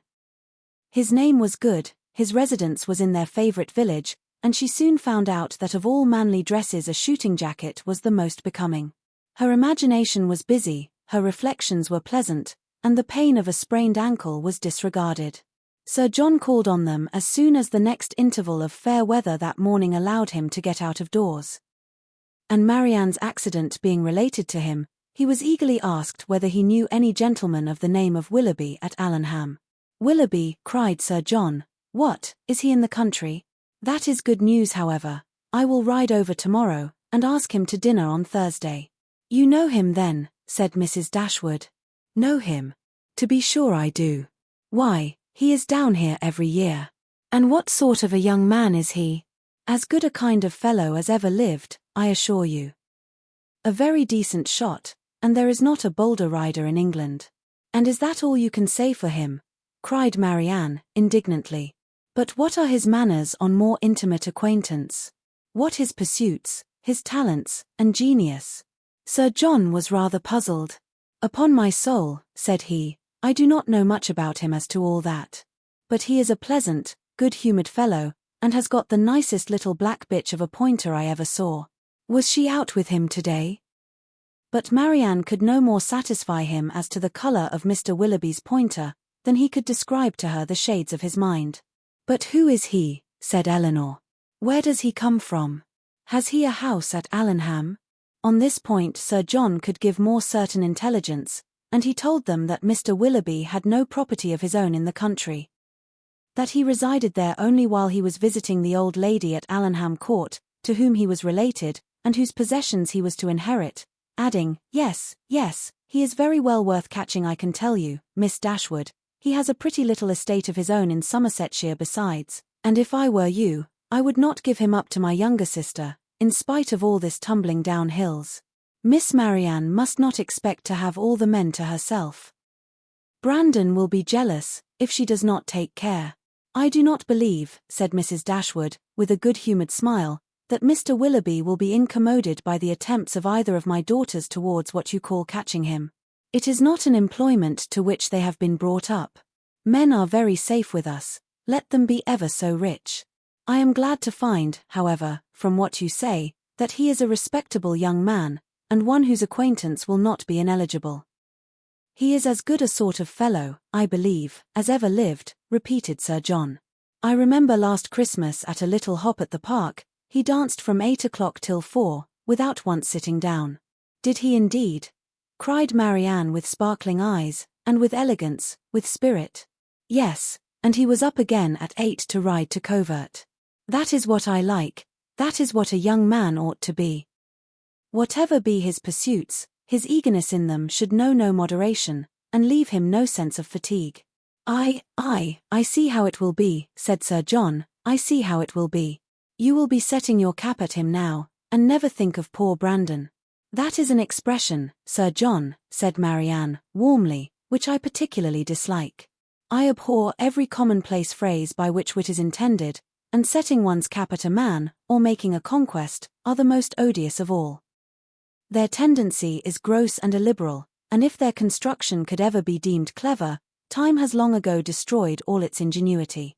Sir John did not much understand this reproof, but he laughed as heartily as if he did, and then replied, "You will make conquests enough, I dare say, one way or other. Poor Brandon! He is quite smitten already, and he is very well worth setting your cap at, I can tell you, in spite of all this tumbling about and spraining of ankles." Chapter 10. Marianne's preserver, as Margaret, with more elegance than precision, styled Willoughby, called at the cottage early the next morning to make his personal inquiries. He was received by Mrs. Dashwood with more than politeness, with a kindness which Sir John's account of him and her own gratitude prompted, and everything that passed during the visit tended to assure him of the sense, elegance, mutual affection, and domestic comfort of the family to whom accident had now introduced him. Of their personal charms he had not required a second interview to be convinced. Miss Dashwood had a delicate complexion, regular features, and a remarkably pretty figure. Marianne was still handsomer. Her form, though not so correct as her sister's, in having the advantage of height, was more striking, and her face was so lovely, that when in the common cant of praise, she was called a beautiful girl, truth was less violently outraged than usually happens. Her skin was very brown, but, from its transparency, her complexion was uncommonly brilliant, her features were all good, her smile was sweet and attractive, and in her eyes, which were very dark, there was a life, a spirit, an eagerness, which could hardly be seen without delight. From Willoughby their expression was at first held back, by the embarrassment which the remembrance of his assistance created. But when this passed away, when her spirits became collected, when she saw that to the perfect good breeding of the gentleman, he united frankness and vivacity, and above all, when she heard him declare, that of music and dancing he was passionately fond, she gave him such a look of approbation as secured the largest share of his discourse to herself for the rest of his stay. It was only necessary to mention any favourite amusement to engage her to talk. She could not be silent when such points were introduced, and she had neither shyness nor reserve in their discussion. They speedily discovered that their enjoyment of dancing and music was mutual, and that it arose from a general conformity of judgment in all that related to either. Encouraged by this to a further examination of his opinions, she proceeded to question him on the subject of books. Her favourite authors were brought forward and dwelt upon with so rapturous a delight, that any young man of 25 must have been insensible indeed, not to become an immediate convert to the excellence of such works, however disregarded before. Their taste was strikingly alike. The same books, the same passages were idolized by each. Or if any difference appeared, any objection arose, it lasted no longer than till the force of her arguments and the brightness of her eyes could be displayed. He acquiesced in all her decisions, caught all her enthusiasm, and long before his visit concluded, they conversed with the familiarity of a long-established acquaintance. "Well, Marianne," said Eleanor, as soon as he had left them, "for one morning I think you have done pretty well. You have already ascertained Mr. Willoughby's opinion in almost every matter of importance. You know what he thinks of Cowper and Scott, you are certain of his estimating their beauties as he ought, and you have received every assurance of his admiring Pope no more than is proper. But how is your acquaintance to be long supported, under such extraordinary despatch of every subject for discourse? You will soon have exhausted each favourite topic. Another meeting will suffice to explain his sentiments on picturesque beauty, and second marriages, and then you can have nothing farther to ask." "Eleanor," cried Marianne, "is this fair? Is this just? Are my ideas so scanty? But I see what you mean. I have been too much at my ease, too happy, too frank. I have erred against every commonplace notion of decorum, I have been open and sincere where I ought to have been reserved, spiritless, dull, and deceitful. Had I talked only of the weather and the roads, and had I spoken only once in 10 minutes, this reproach would have been spared. "My love," said her mother, "you must not be offended with Eleanor, she was only in jest. I should scold her myself, if she were capable of wishing to check the delight of your conversation with our new friend." Marianne was softened in a moment. Willoughby, on his side, gave every proof of his pleasure in their acquaintance, which an evident wish of improving it could offer. He came to them every day. To inquire after Marianne was at first his excuse, but the encouragement of his reception, to which every day gave greater kindness, made such an excuse unnecessary before it had ceased to be possible, by Marianne's perfect recovery. She was confined for some days to the house, but never had any confinement been less irksome. Willoughby was a young man of good abilities, quick imagination, lively spirits, and open, affectionate manners. He was exactly formed to engage Marianne's heart, for with all this, he joined not only a captivating person, but a natural ardour of mind which was now roused and increased by the example of her own, and which recommended him to her affection beyond everything else. His society became gradually her most exquisite enjoyment. They read, they talked, they sang together. His musical talents were considerable, and he read with all the sensibility and spirit which Edward had unfortunately wanted. In Mrs. Dashwood's estimation he was as faultless as in Marianne's, and Eleanor saw nothing to censure in him but a propensity, in which he strongly resembled and peculiarly delighted her sister, of saying too much what he thought on every occasion, without attention to persons or circumstances. In hastily forming and giving his opinion of other people, in sacrificing general politeness to the enjoyment of undivided attention where his heart was engaged, and in slighting too easily the forms of worldly propriety, he displayed a want of caution which Eleanor could not approve, in spite of all that he and Marianne could say in its support. Marianne began now to perceive that the desperation which had seized her at 16½ of ever seeing a man who could satisfy her ideas of perfection, had been rash and unjustifiable. Willoughby was all that her fancy had delineated in that unhappy hour and in every brighter period, as capable of attaching her, and his behaviour declared his wishes to be in that respect as earnest, as his abilities were strong.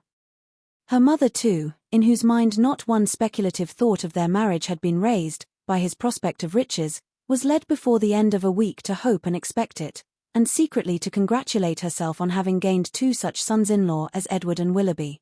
Colonel Brandon's partiality for Marianne, which had so early been discovered by his friends, now first became perceptible to Eleanor, when it ceased to be noticed by them. Their attention and wit were drawn off to his more fortunate rival, and the raillery which the other had incurred before any partiality arose, was removed when his feelings began really to call for the ridicule so justly annexed to sensibility. Eleanor was obliged, though unwillingly, to believe that the sentiments which Mrs. Jennings had assigned him for her own satisfaction, were now actually excited by her sister. And that however a general resemblance of disposition between the parties might forward the affection of Mr. Willoughby, an equally striking opposition of character was no hindrance to the regard of Colonel Brandon. She saw it with concern, for what could a silent man of 35 hope, when opposed to a very lively one of 25? And as she could not even wish him successful, she heartily wished him indifferent. She liked him. In spite of his gravity and reserve, she beheld in him an object of interest.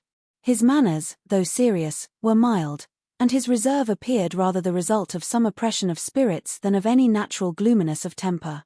Sir John had dropped hints of past injuries and disappointments, which justified her belief of his being an unfortunate man, and she regarded him with respect and compassion. Perhaps she pitied and esteemed him the more because he was slighted by Willoughby and Marianne, who, prejudiced against him for being neither lively nor young, seemed resolved to undervalue his merits. "Brandon is just the kind of man," said Willoughby one day, when they were talking of him together, "whom everybody speaks well of, and nobody cares about, whom all are delighted to see, and nobody remembers to talk to."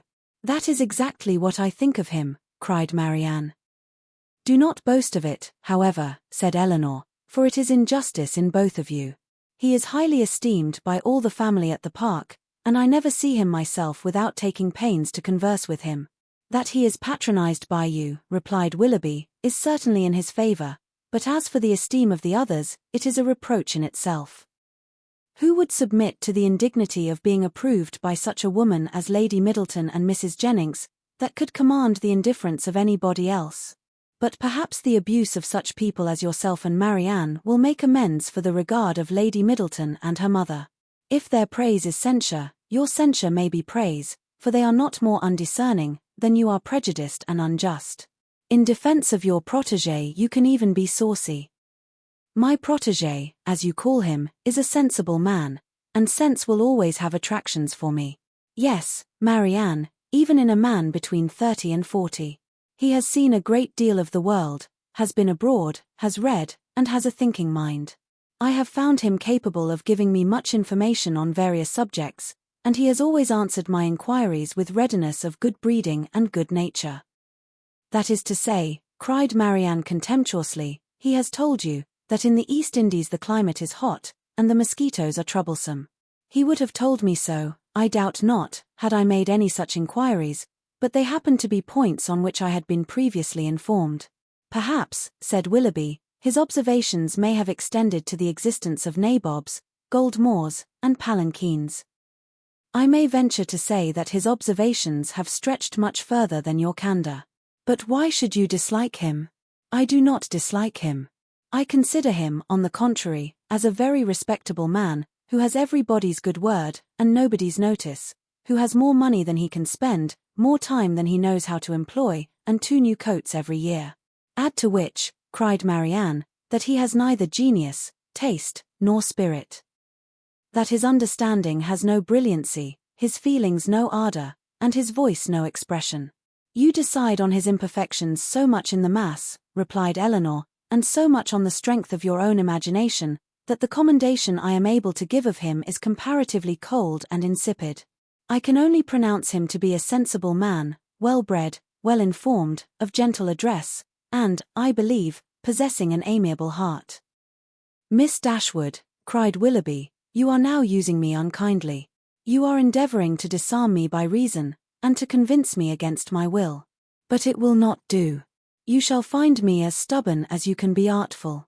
I have 3 unanswerable reasons for disliking Colonel Brandon. He threatened me with rain when I wanted it to be fine, he has found fault with the hanging of my curricle, and I cannot persuade him to buy my brown mare.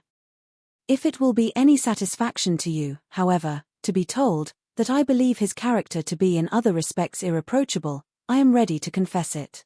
And in return for an acknowledgment, which must give me some pain, you cannot deny me the privilege of disliking him as much as ever. Chapter 11. Little had Mrs. Dashwood or her daughters imagined when they first came into Devonshire, that so many engagements would arise to occupy their time as shortly presented themselves, or that they should have such frequent invitations and such constant visitors as to leave them little leisure for serious employment. Yet such was the case.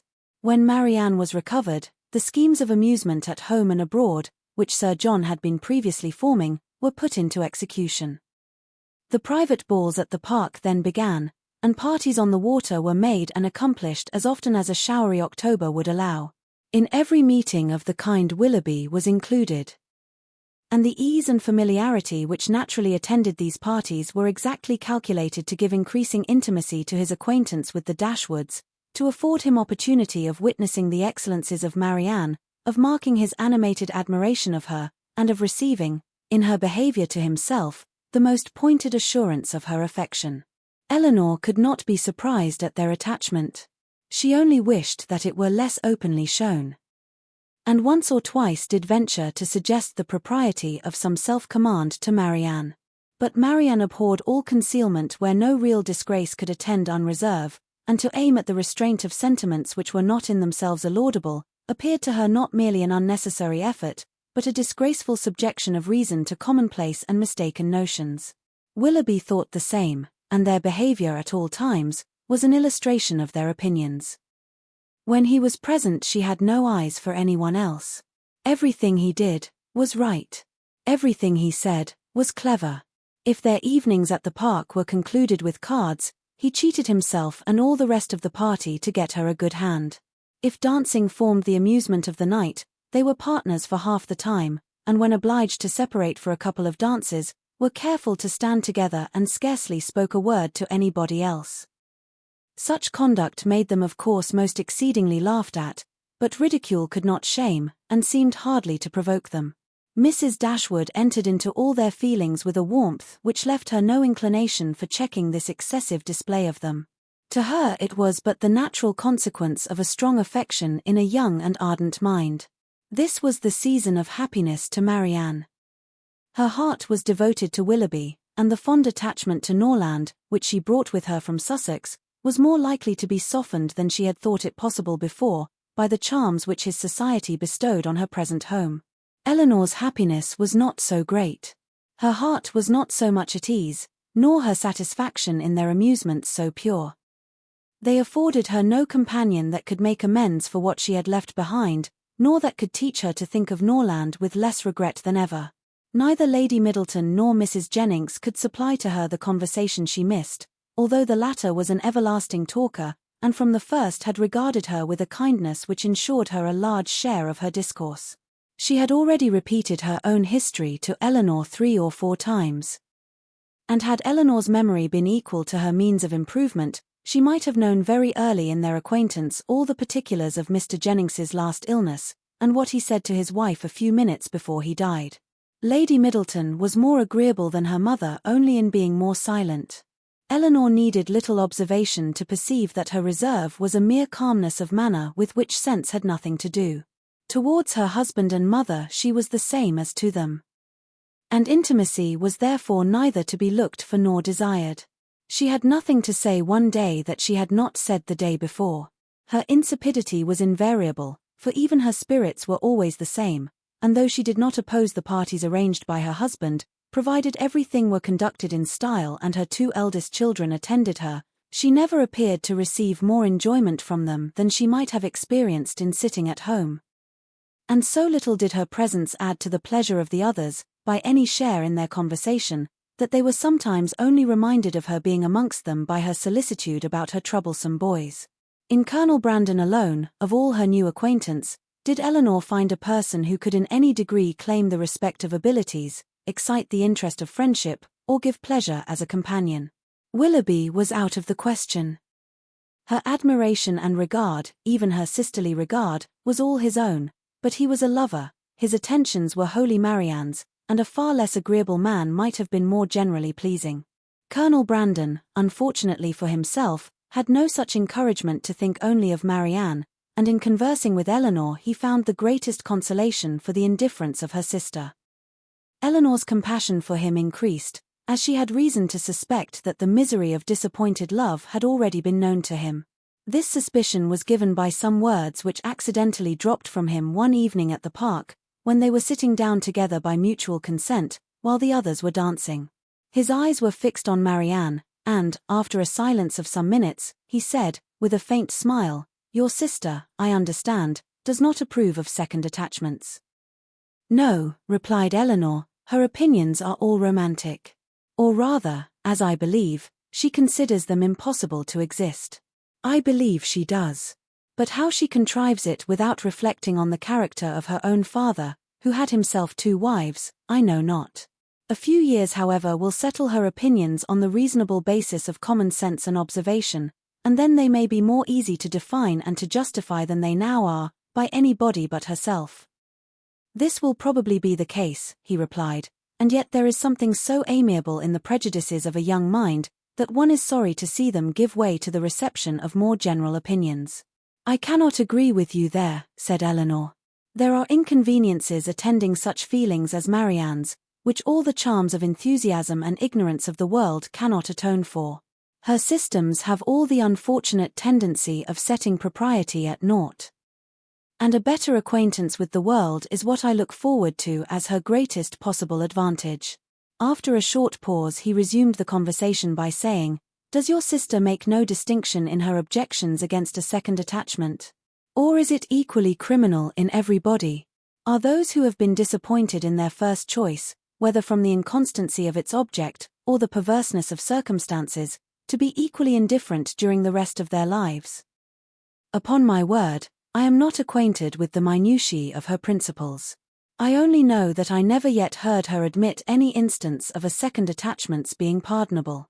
This," said he, "cannot hold, but a total change of sentiments, no, no, do not desire it, For when the romantic refinements of a young mind are obliged to give way, how frequently are they succeeded by such opinions as are but too common, and too dangerous.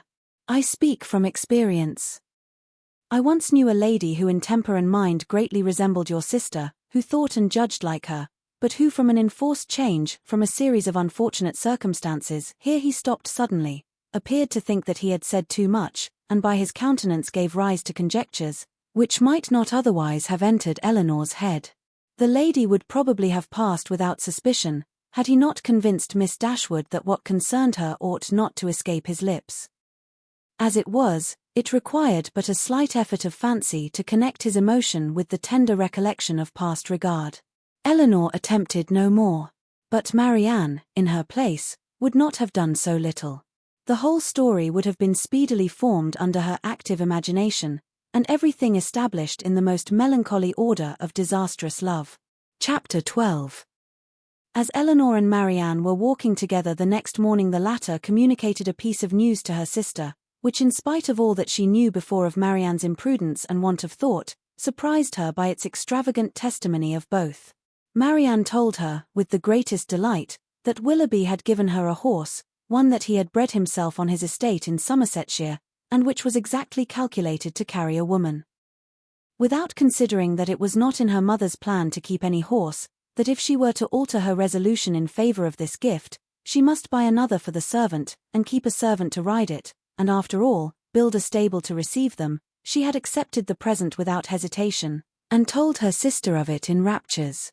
He intends to send his groom into Somersetshire immediately for it, she added, and when it arrives we will ride every day. You shall share its use with me. Imagine to yourself, my dear Eleanor, the delight of a gallop on some of these downs. Most unwilling was she to awaken from such a dream of felicity to comprehend all the unhappy truths which attended the affair, and for some time she refused to submit to them. As to an additional servant, the expense would be a trifle. Mamma, she was sure, would never object to it, and any horse would do for him, he might always get one at the park. As to a stable, the merest shed would be sufficient. Eleanor then ventured to doubt the propriety of her receiving such a present from a man so little, or at least so lately known to her. This was too much. You are mistaken, Eleanor, said she warmly, in supposing I know very little of Willoughby. I have not known him long indeed, but I am much better acquainted with him than I am with any other creature in the world, except yourself and Mamma. It is not time or opportunity that is to determine intimacy, it is disposition alone.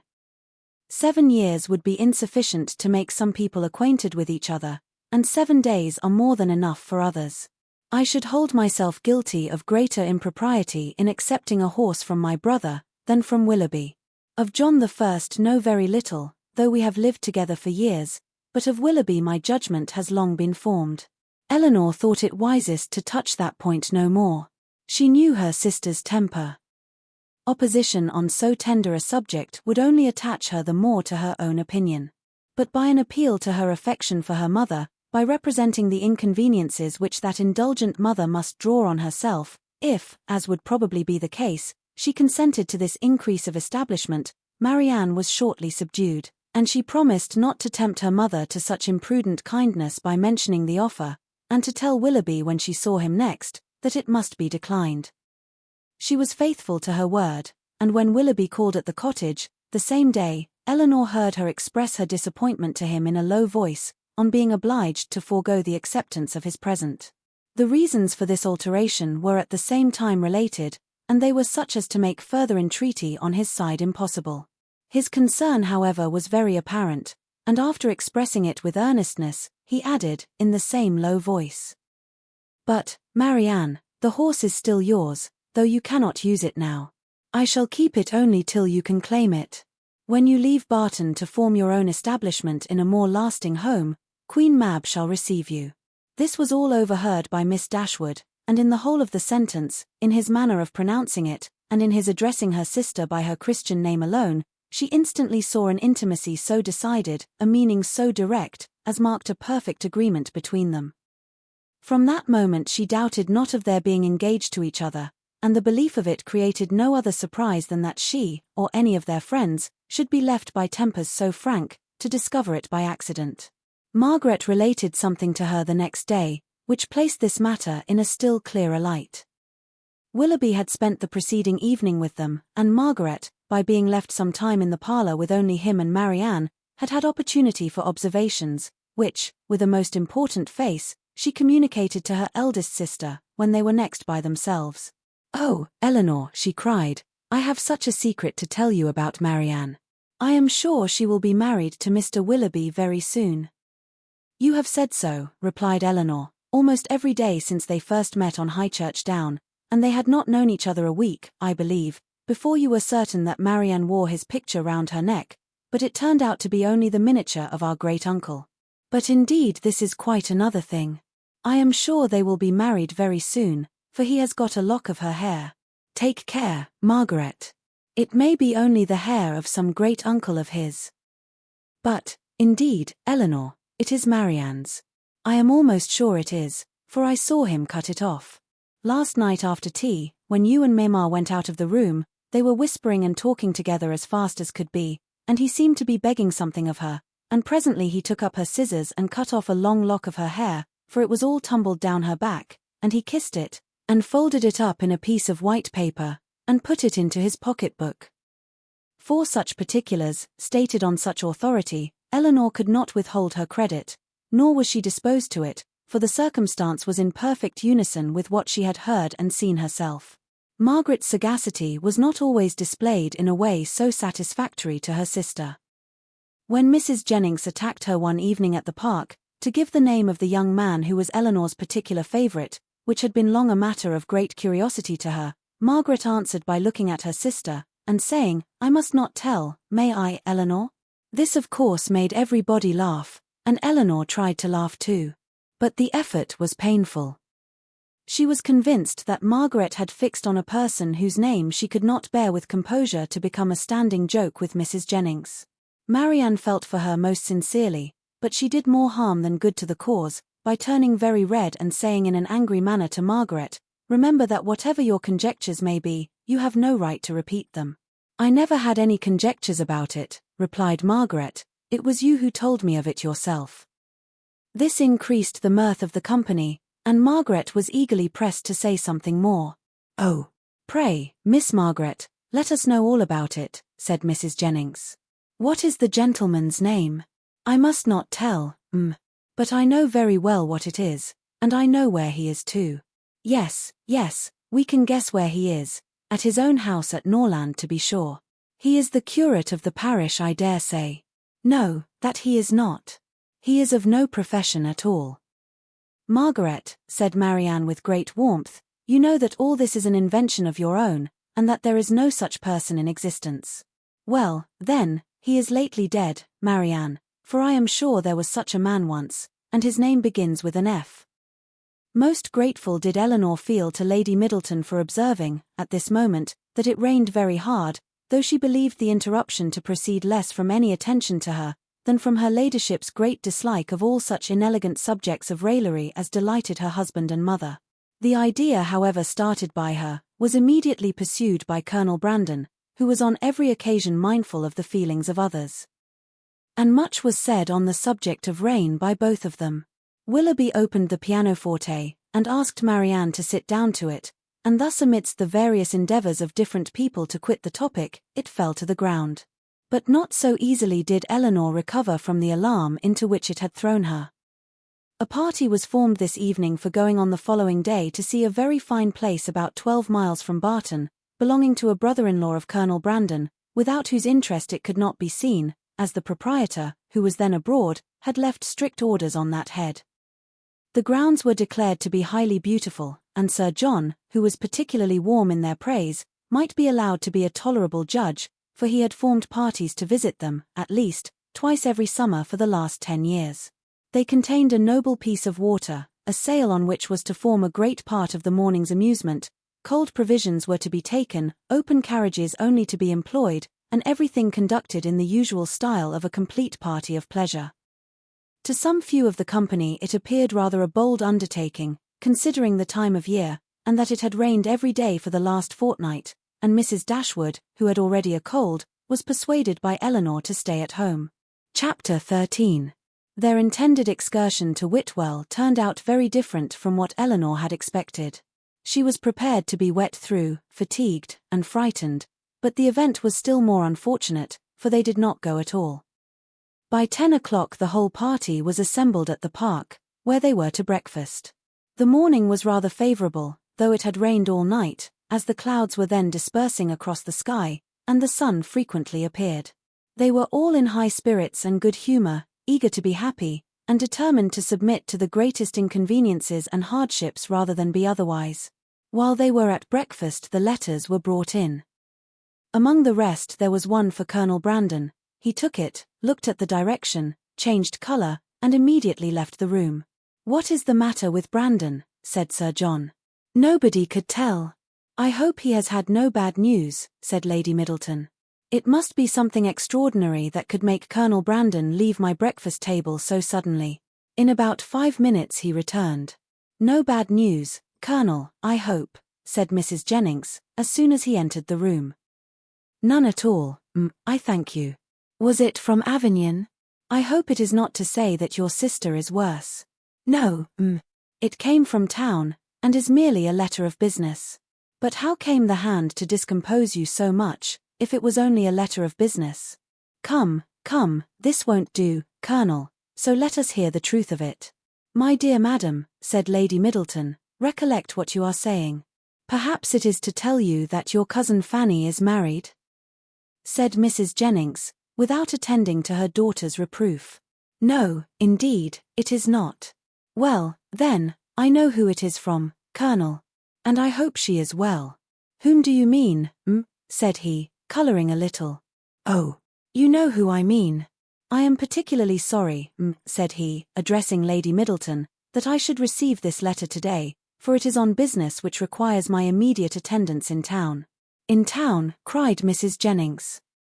"What can you have to do in town at this time of year?" "My own loss is great," he continued, "in being obliged to leave so agreeable a party, but I am the more concerned, as I fear my presence is necessary to gain your admittance at Whitwell." What a blow upon them all was this! "But if you write a note to the housekeeper, Mr. Brandon," said Marianne, eagerly, "will it not be sufficient?" He shook his head. "We must go," said Sir John, "it shall not be put off when we are so near it." "You cannot go to town till tomorrow, Brandon, that is all. I wish it could be so easily settled.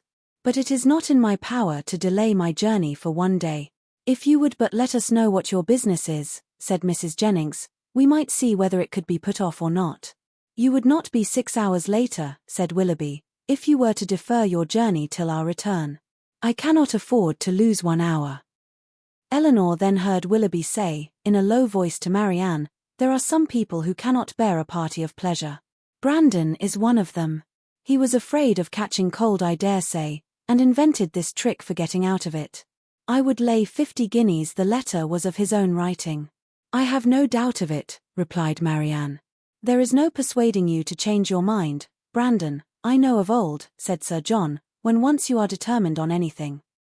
But, however, I hope you will think better of it.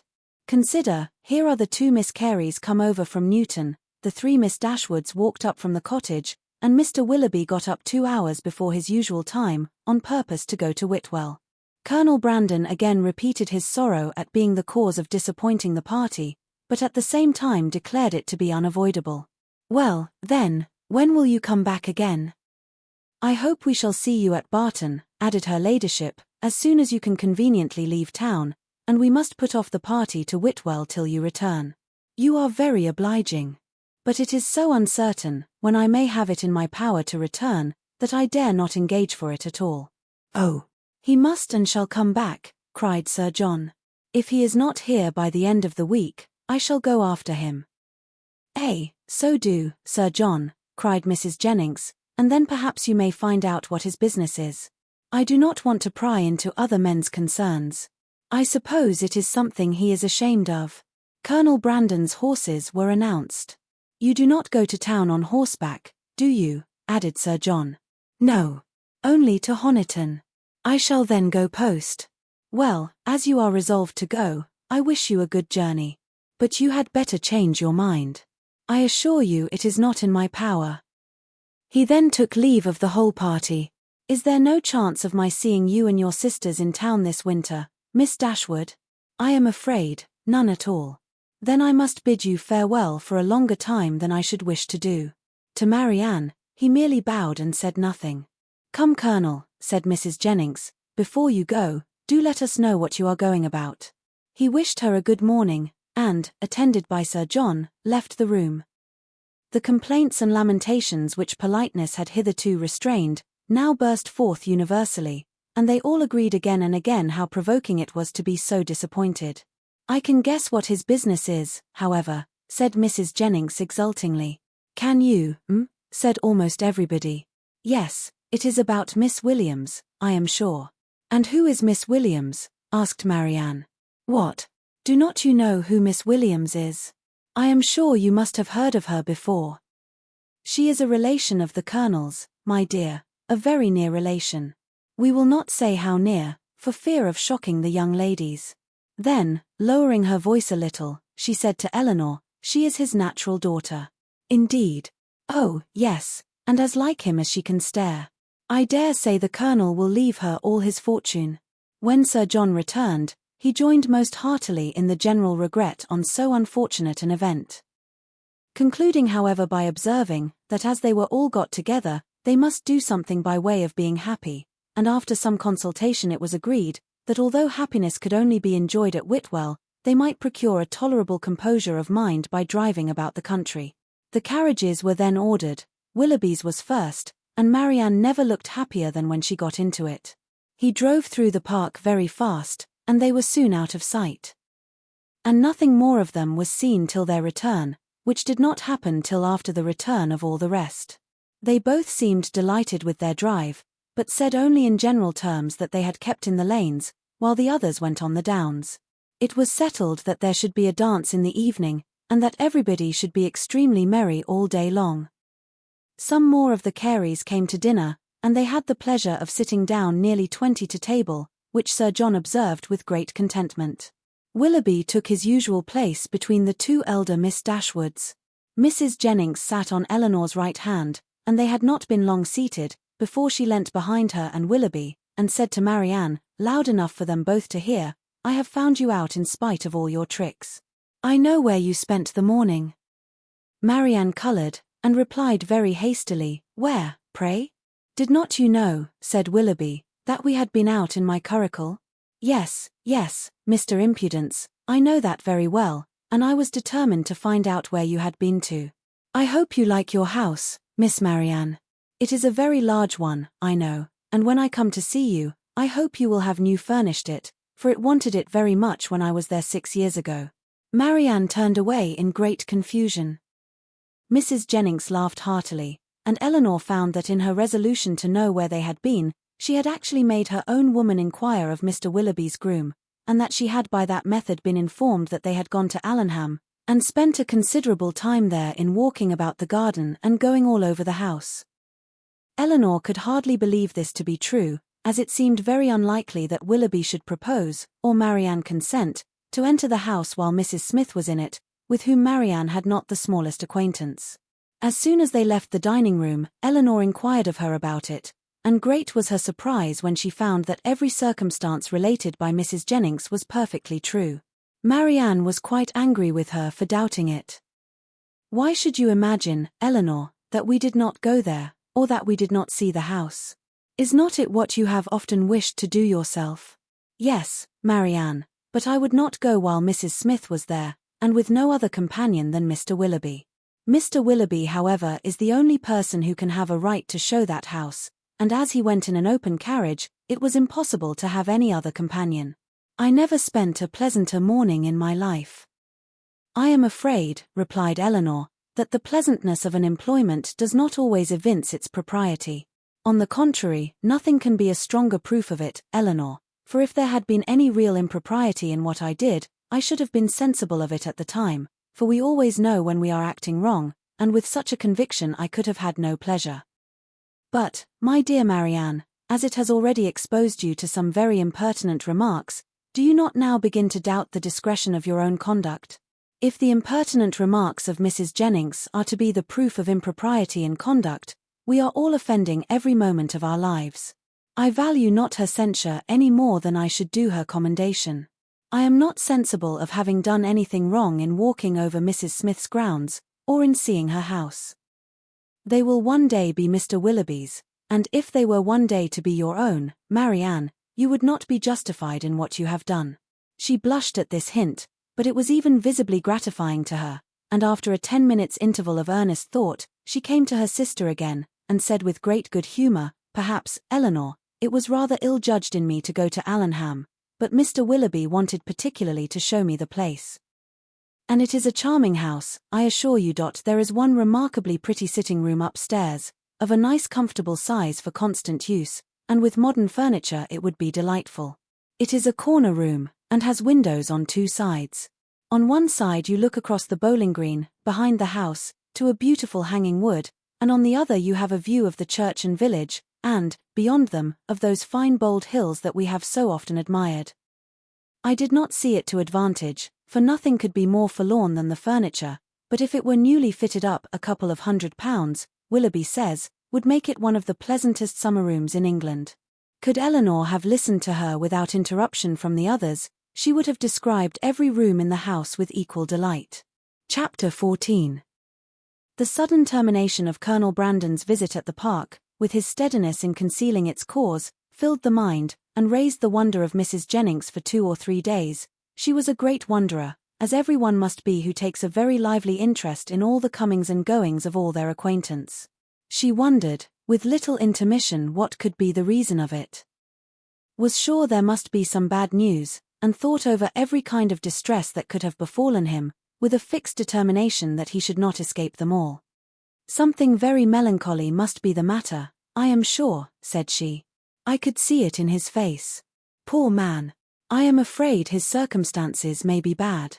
The estate at Delaford was never reckoned more than 2,000 a year, and his brother left everything sadly involved. I do think he must have been sent for about money matters, for what else can it be? I wonder whether it is so. I would give anything to know the truth of it. Perhaps it is about Miss Williams and, by the by, I dare say it is, because he looked so conscious when I mentioned her. Maybe she is ill in town, nothing in the world more likely, for I have a notion she is always rather sickly. I would lay any wager it is about Miss Williams. It is not so very likely he should be distressed in his circumstances now, for he is a very prudent man, and to be sure must have cleared the estate by this time. I wonder what it can be. Maybe his sister is worse at Avignon, and has sent for him over. His setting off in such a hurry seems very like it. Well, I wish him out of all his trouble with all my heart, and a good wife into the bargain. So wondered, so talked Mrs. Jennings. Her opinion varying with every fresh conjecture, and all seeming equally probable as they arose. Eleanor, though she felt really interested in the welfare of Colonel Brandon, could not bestow all the wonder on his going so suddenly away, which Mrs. Jennings was desirous of her feeling, for besides that the circumstance did not in her opinion justify such lasting amazement or variety of speculation, her wonder was otherwise disposed of. It was engrossed by the extraordinary silence of her sister and Willoughby on the subject, which they must know to be peculiarly interesting to them all. As this silence continued, every day made it appear more strange and more incompatible with the disposition of both. Why they should not openly acknowledge to her mother and herself what their constant behaviour to each other declared to have taken place, Eleanor could not imagine. She could easily conceive that marriage might not be immediately in their power, for though Willoughby was independent, there was no reason to believe him rich.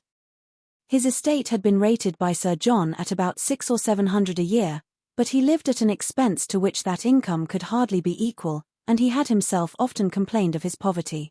But for this strange kind of secrecy maintained by them relative to their engagement, which in fact concealed nothing at all, she could not account. And it was so wholly contradictory to their general opinions and practice, that a doubt sometimes entered her mind of their being really engaged, and this doubt was enough to prevent her making any inquiry of Marianne. Nothing could be more expressive of attachment to them all than Willoughby's behaviour. To Marianne it had all the distinguishing tenderness which a lover's heart could give, and to the rest of the family it was the affectionate attention of a son and a brother. The cottage seemed to be considered and loved by him as his home, Many more of his hours were spent there than at Allenham, and if no general engagement collected them at the park, the exercise which called him out in the morning was almost certain of ending there, where the rest of the day was spent by himself at the side of Marianne, and by his favourite pointer at her feet. One evening in particular, about a week after Colonel Brandon left the country, his heart seemed more than usually open to every feeling of attachment to the objects around him, and on Mrs. Dashwood's happening to mention her design of improving the cottage in the spring, he warmly opposed every alteration of a place which affection had established as perfect with him. "What," he exclaimed, "improve this dear cottage? No. That I will never consent to. Not a stone must be added to its walls, not an inch to its size, if my feelings are regarded." "Do not be alarmed," said Miss Dashwood, "nothing of the kind will be done, for my mother will never have money enough to attempt it." "I am heartily glad of it," he cried. "May she always be poor, if she can employ her riches no better." "Thank you, Willoughby. But you may be assured that I would not sacrifice one sentiment of local attachment of yours, or of any one whom I loved, for all the improvements in the world. Depend upon it that whatever unemployed sum may remain, when I make up my accounts in the spring, I would even rather lay it uselessly by than dispose of it in a manner so painful to you. But are you really so attached to this place as to see no defect in it?" "I am," said he. "To me it is faultless. Nay, more, I consider it as the only form of building in which happiness is attainable, and were I rich enough I would instantly pull Combe down, and build it up again in the exact plan of this cottage. With dark narrow stairs and a kitchen that smokes, I suppose," said Eleanor. "Yes," cried he in the same eager tone, "with all and everything belonging to it, in no one convenience or inconvenience about it, should the least variation be perceptible. Then, and then only, under such a roof, I might perhaps be as happy at Combe as I have been at Barton." "I flatter myself," replied Eleanor, "that even under the disadvantage of better rooms and a broader staircase, you will hereafter find your own house as faultless as you now do this." "There certainly are circumstances," said Willoughby, "which might greatly endear it to me, but this place will always have one claim of my affection, which no other can possibly share." Mrs. Dashwood looked with pleasure at Marianne, whose fine eyes were fixed so expressively on Willoughby, as plainly denoted how well she understood him. "How often did I wish," added he, "when I was at Allenham this time 12-month, that Barton Cottage were inhabited. I never passed within view of it without admiring its situation, and grieving that no one should live in it. How little did I then think that the very first news I should hear from Mrs. Smith, when I next came into the country, would be that Barton Cottage was taken, and I felt an immediate satisfaction and interest in the event, which nothing but a kind of prescience of what happiness I should experience from it can account for. Must it not have been so, Marianne?" speaking to her in a lowered voice. Then continuing his former tone, he said, "And yet this house you would spoil, Mrs. Dashwood. You would rob it of its simplicity by imaginary improvement, and this dear parlour in which our acquaintance first began, and in which so many happy hours have been since spent by us together, you would degrade to the condition of a common entrance, and everybody would be eager to pass through the room which has hitherto contained within itself more real accommodation and comfort than any other apartment of the handsomest dimensions in the world could possibly afford." Mrs. Dashwood again assured him that no alteration of the kind should be attempted. "You are a good woman," he warmly replied. "Your promise makes me easy. Extend it a little farther, and it will make me happy. Tell me that not only your house will remain the same, but that I shall ever find you and yours as unchanged as your dwelling, and that you will always consider me with the kindness which has made everything belonging to you so dear to me." The promise was readily given, and Willoughby's behaviour during the whole of the evening declared at once his affection and happiness. "Shall we see you tomorrow to dinner?" said Mrs. Dashwood, when he was leaving them. "I do not ask you to come in the morning, for we must walk to the park, to call on Lady Middleton." He engaged to be with them by 4 o'clock. Chapter 15. Mrs. Dashwood's visit to Lady Middleton took place the next day, and 2 of her daughters went with her. But Marianne excused herself from being of the party, under some trifling pretext of employment, and her mother, who concluded that a promise had been made by Willoughby the night before of calling on her while they were absent, was perfectly satisfied with her remaining at home. On their return from the park they found Willoughby's curricle and servant in waiting at the cottage, and Mrs. Dashwood was convinced that her conjecture had been just. So far it was all as she had foreseen. But on entering the house she beheld what no foresight had taught her to expect. They were no sooner in the passage than Marianne came hastily out of the parlour apparently in violent affliction, with her handkerchief at her eyes, and without noticing them ran upstairs. Surprised and alarmed they proceeded directly into the room she had just quitted, where they found only Willoughby, who was leaning against the mantelpiece with his back towards them.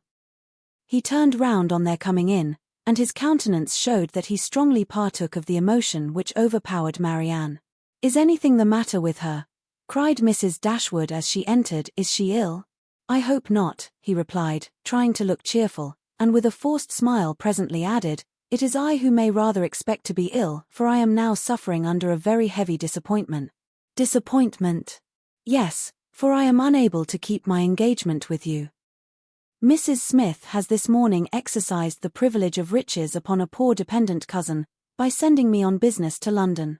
I have just received my dispatches, and taken my farewell of Allenham, and by way of exhilaration I am now come to take my farewell of you. To London, and are you going this morning?" "Almost this moment." "This is very unfortunate. But Mrs. Smith must be obliged, and her business will not detain you from us long, I hope." He coloured as he replied, "You are very kind, but I have no idea of returning into Devonshire immediately. My visits to Mrs. Smith are never repeated within the 12-month. "And is Mrs. Smith your only friend? Is Allenham the only house in the neighbourhood to which you will be welcome? For shame, Willoughby, can you wait for an invitation here?" His colour increased, and with his eyes fixed on the ground he only replied, "You are too good." Mrs. Dashwood looked at Elinor with surprise. Elinor felt equal amazement. For a few moments everyone was silent. Mrs. Dashwood first spoke. "I have only to add, my dear Willoughby, that at Barton Cottage you will always be welcome, for I will not press you to return here immediately, because you only can judge how far that might be pleasing to Mrs. Smith, and on this head I shall be no more disposed to question your judgment than to doubt your inclination."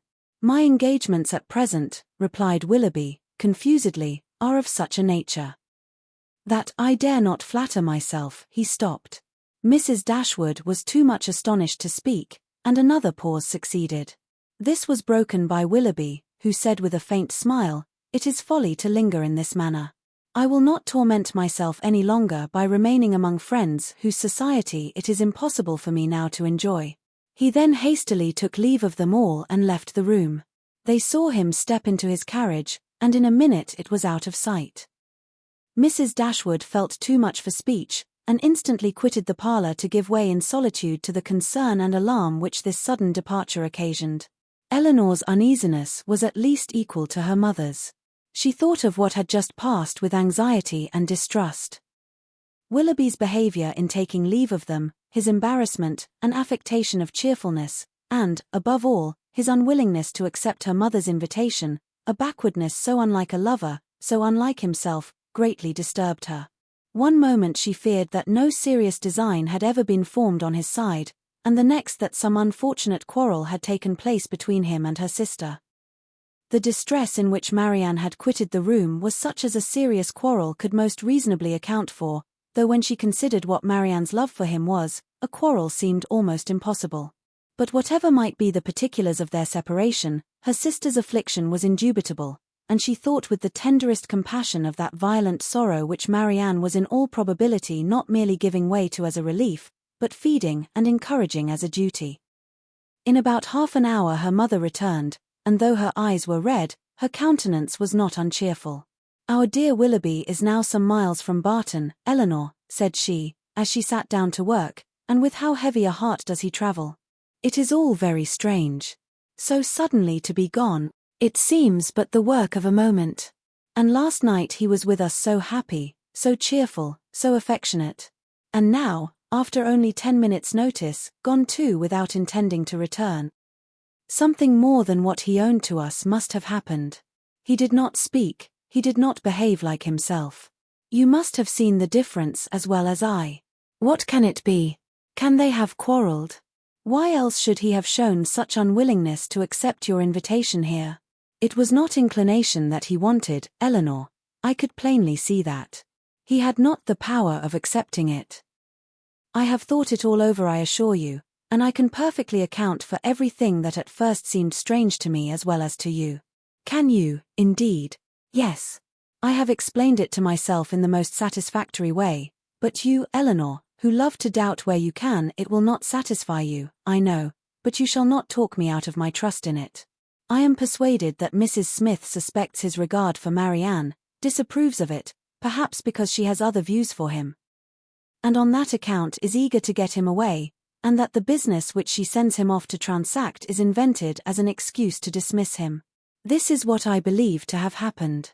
He is, moreover, aware that she does disapprove the connection. He dares not therefore at present confess to her his engagement with Marianne, and he feels himself obliged, from his dependent situation, to give in to her schemes, and absent himself from Devonshire for a while.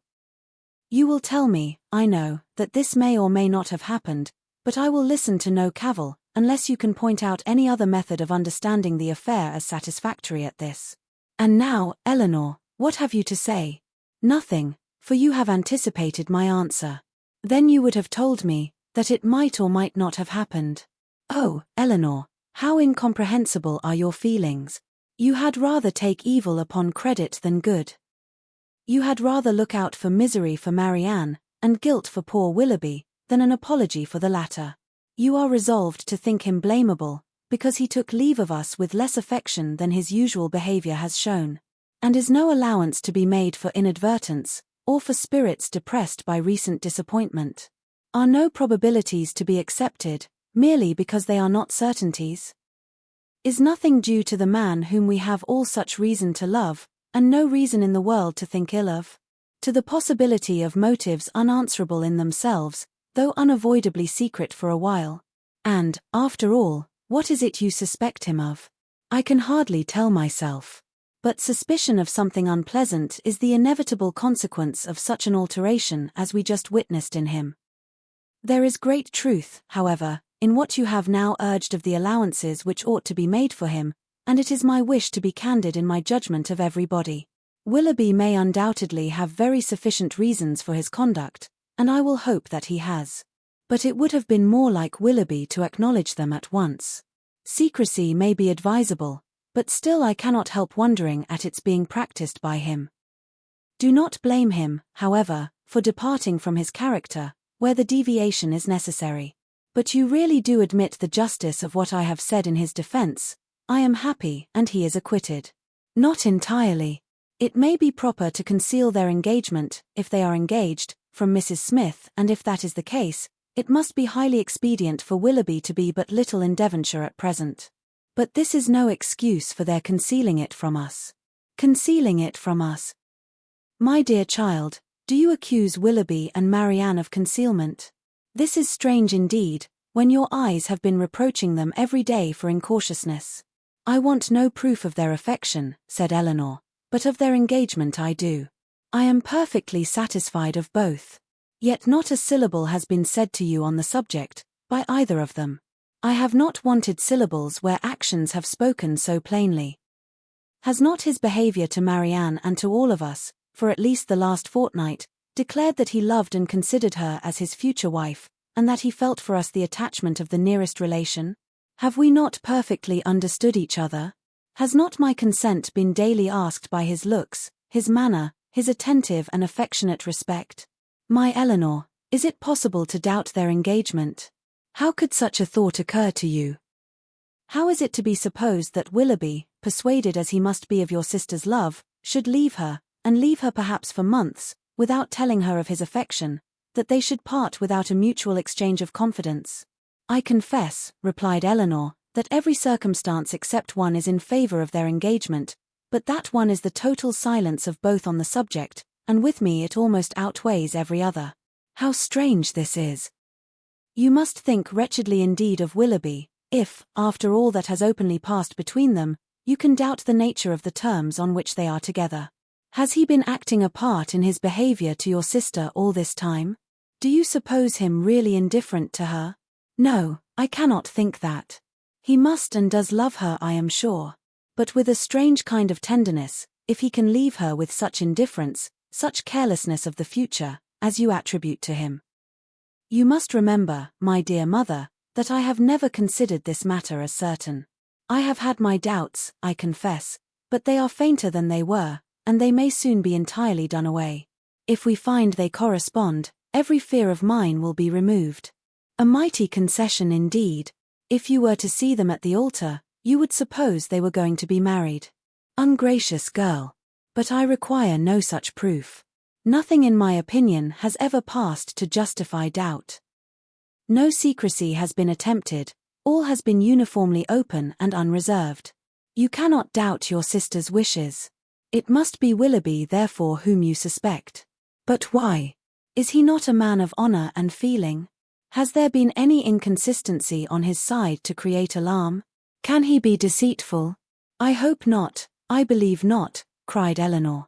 I love Willoughby, sincerely love him, and suspicion of his integrity cannot be more painful to yourself than to me. It has been involuntary, and I will not encourage it. I was startled, I confess, by the alteration in his manners this morning. He did not speak like himself, and did not return your kindness with any cordiality. But all this may be explained by such a situation of his affairs as you have supposed. He had just parted from my sister, had seen her leave him in the greatest affliction. And if he felt obliged, from a fear of offending Mrs. Smith, to resist the temptation of returning here soon, and yet aware that by declining your invitation, by saying that he was going away for some time, he should seem to act an ungenerous, a suspicious part by our family, he might well be embarrassed and disturbed. In such a case, a plain and open avowal of his difficulties would have been more to his honor, I think, as well as more consistent with his general character, but I will not raise objections against anyone's conduct on so illiberal a foundation, as a difference in judgment from myself, or a deviation from what I may think right and consistent. You speak very properly. Willoughby certainly does not deserve to be suspected. Though we have not known him long, he is no stranger in this part of the world, and who has ever spoken to his disadvantage? Had he been in a situation to act independently and marry immediately, it might have been odd that he should leave us without acknowledging everything to me at once, but this is not the case. It is an engagement in some respects not prosperously begun, for their marriage must be at a very uncertain distance.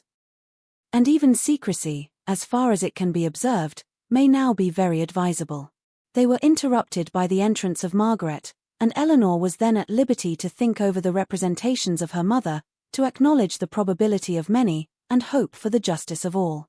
They saw nothing of Marianne till dinner time, when she entered the room and took her place at the table without saying a word. Her eyes were red and swollen, and it seemed as if her tears were even then restrained with difficulty. She avoided the looks of them all, could neither eat nor speak, and after some time, on her mother's silently pressing her hand with tender compassion, her small degree of fortitude was quite overcome, she burst into tears and left the room. This violent oppression of spirits continued the whole evening. She was without any power, because she was without any desire of command over herself. The slightest mention of anything relative to Willoughby overpowered her in an instant, and though her family were most anxiously attentive to her comfort, it was impossible for them, if they spoke at all, to keep clear of every subject which her feelings connected with him. Chapter 16. Marianne would have thought herself very inexcusable had she been able to sleep at all the first night after parting from Willoughby. She would have been ashamed to look her family in the face the next morning, had she not risen from her bed in more need of repose than when she lay down in it. But the feelings which made such composure a disgrace, left her in no danger of incurring it. She was awake the whole night, and she wept the greatest part of it. She got up with a headache, was unable to talk, and unwilling to take any nourishment. Giving pain every moment to her mother and sisters, and forbidding all attempt at consolation from either. Her sensibility was potent enough. When breakfast was over she walked out by herself, and wandered about the village of Allenham, indulging the recollection of past enjoyment and crying over the present reverse for the chief of the morning. The evening passed off in the equal indulgence of feeling. She played over every favourite song that she had been used to play to Willoughby, every air in which their voices had been oftenest joined, and sat at the instrument gazing on every line of music that he had written out for her, till her heart was so heavy that no farther sadness could be gained, And this nourishment of grief was every day applied. She spent whole hours at the pianoforte alternately singing and crying, her voice often totally suspended by her tears. In books too, as well as in music, she courted the misery which a contrast between the past and present was certain of giving. She read nothing but what they had been used to read together. Such violence of affliction indeed could not be supported forever, it sunk within a few days into a calmer melancholy, but these employments, to which she daily recurred, her solitary walks and silent meditations, still produced occasional effusions of sorrow as lively as ever.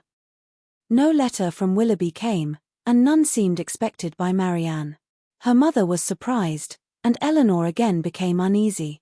But Mrs. Dashwood could find explanations whenever she wanted them, which at least satisfied herself.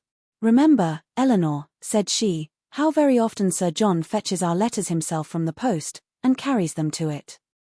We have already agreed that secrecy may be necessary, and we must acknowledge that it could not be maintained if their correspondence were to pass through Sir John's hands."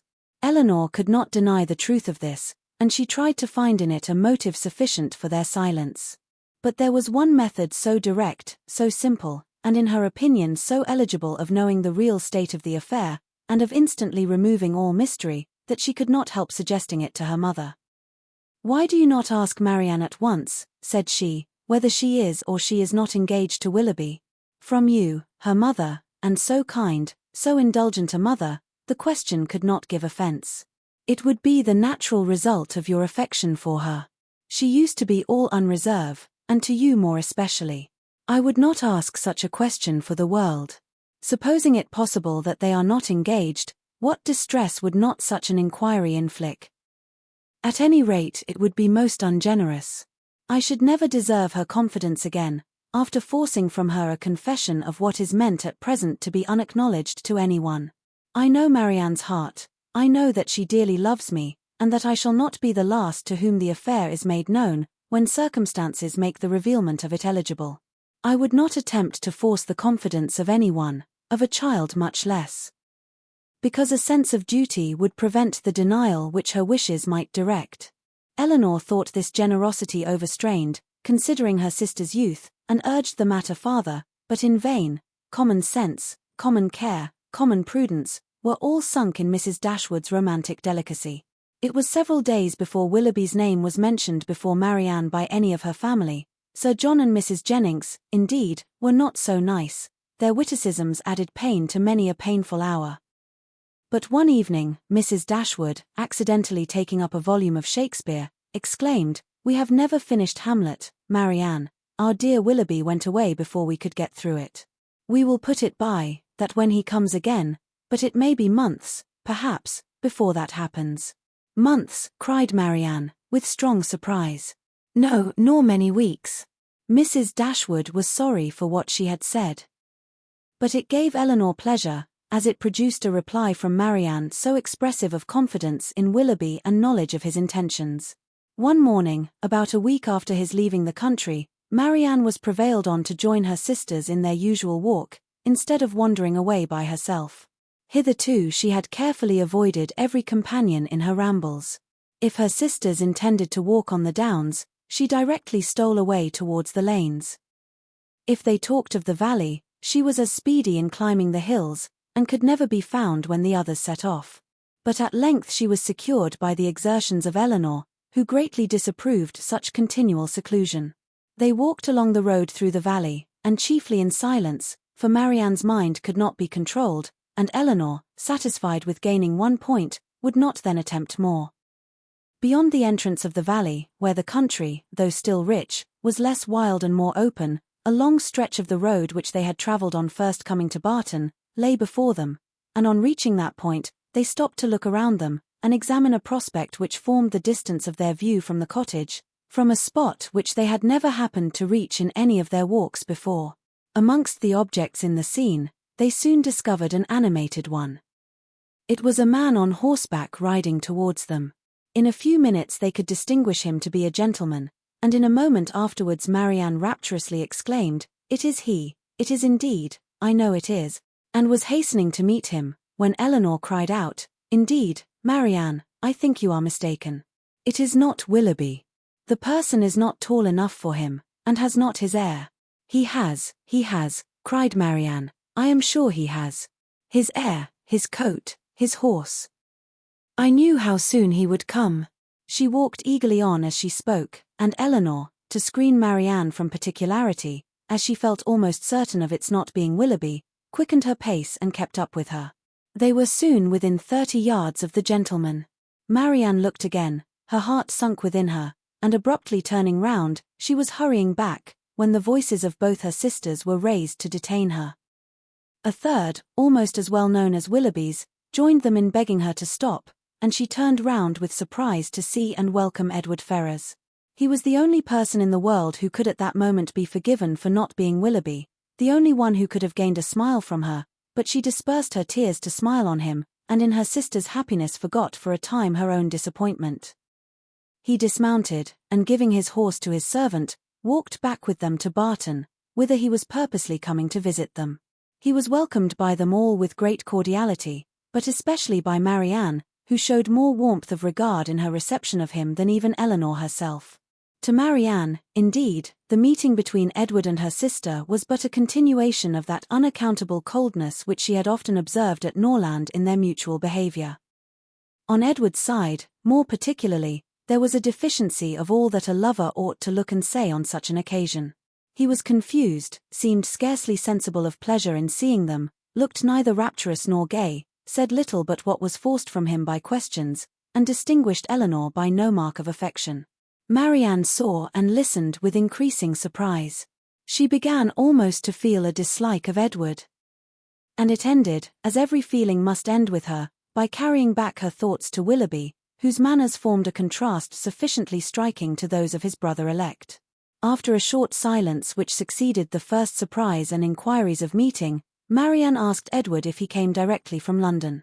No, he had been in Devonshire a fortnight. A fortnight, she repeated, surprised at his being so long in the same county with Eleanor without seeing her before. He looked rather distressed as he added, that he had been staying with some friends near Plymouth. Have you been lately in Sussex? Said Eleanor. I was at Norland about a month ago. And how does dear Norland look? Cried Marianne. Dear Norland, said Eleanor, probably looks much as it always does at this time of the year. The woods and walks thickly covered with dead leaves. Oh, cried Marianne, with what transporting sensation have I formerly seen them fall. How have I delighted, as I walked, to see them driven in showers about me by the wind. What feelings have they, the season, the air altogether inspired. Now there is no one to regard them. They are seen only as a nuisance, swept hastily off, and driven as much as possible from the sight. It is not every one, said Eleanor, who has your passion for dead leaves. No, my feelings are not often shared, not often understood. But sometimes they are. As she said this, she sunk into a reverie for a few moments, but rousing herself again, now, Edward, said she, calling his attention to the prospect, here is Barton Valley. Look up to it, and be tranquil if you can. Look at those hills. Did you ever see their equals? To the left is Barton Park, amongst those woods and plantations. You may see the end of the house. And there, beneath that farthest hill, which rises with such grandeur, is our cottage. It is a beautiful country, he replied. But these bottoms must be dirty in winter. How can you think of dirt, with such objects before you? Because, replied he, smiling, among the rest of the objects before me, I see a very dirty lane. How strange, said Marianne to herself as she walked on. Have you an agreeable neighbourhood here? Are the Middletons pleasant people? No, not all, answered Marianne. We could not be more unfortunately situated. Marianne, cried her sister, how can you say so? How can you be so unjust? They are a very respectable family, Mr. Ferrars, and towards us have behaved in the friendliest manner. Have you forgot, Marianne, how many pleasant days we have owed to them? No, said Marianne, in a low voice, nor how many painful moments. Eleanor took no notice of this, and directing her attention to their visitor, endeavoured to support something like discourse with him, by talking of their present residence, its conveniences, and extorting from him occasional questions and remarks. His coldness and reserve mortified her severely, she was vexed and half angry, but resolving to regulate her behavior to him by the past rather than the present, she avoided every appearance of resentment or displeasure, and treated him as she thought he ought to be treated from the family connection. Chapter 17. Mrs. Dashwood was surprised only for a moment at seeing him, for his coming to Barton was, in her opinion, of all things the most natural. Her joy and expression of regard long outlived her wonder. He received the kindest welcome from her, and shyness, coldness, reserve could not stand against such a reception. They had begun to fail him before he entered the house, and they were quite overcome by the captivating manners of Mrs. Dashwood. Indeed, a man could not very well be in love with either of her daughters, without extending the passion to her, and Eleanor had the satisfaction of seeing him soon become more like himself. His affections seemed to reanimate towards them all, and his interest in their welfare again became perceptible. He was not in spirits, however. He praised their house, admired its prospect, was attentive and kind, but still he was not in spirits. The whole family perceived it, and Mrs. Dashwood, attributing it to some want of liberality in his mother, sat down to table indignant against all selfish parents. "What are Mrs. Ferrars's views for you at present, Edward?" said she, when dinner was over and they had drawn round the fire. "Are you still to be a great orator in spite of yourself?" "No. I hope my mother is now convinced that I have no more talents than inclination for a public life. But how is your fame to be established? For famous you must be to satisfy all your family, and with no inclination for expense, no affection for strangers, no profession, and no assurance, you may find it a difficult matter. I shall not attempt it. I have no wish to be distinguished, and have every reason to hope I never shall. Thank heaven! I cannot be forced into genius and eloquence. You have no ambition, I well know. Your wishes are all moderate. As moderate as those of the rest of the world, I believe. I wish as well as everybody else to be perfectly happy, but, like everybody else, it must be in my own way. Greatness will not make me so.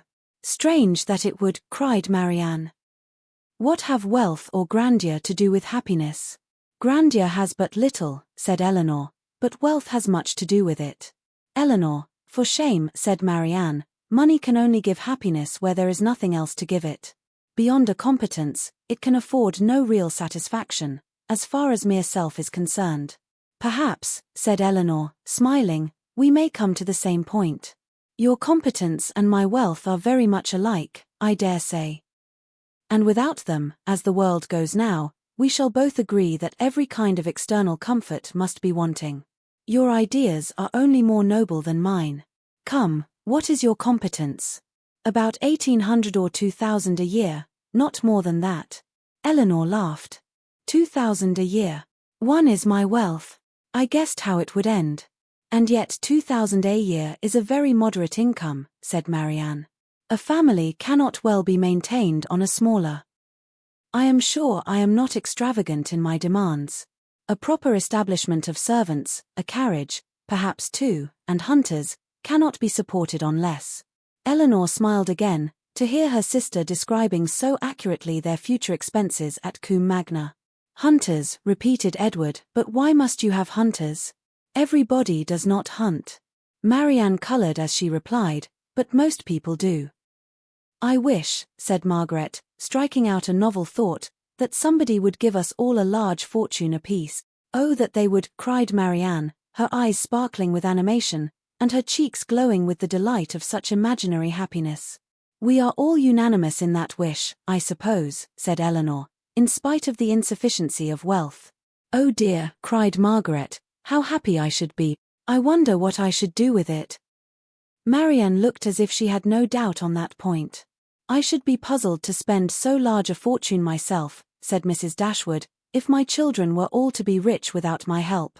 "You must begin your improvements on this house," observed Eleanor, "and your difficulties will soon vanish."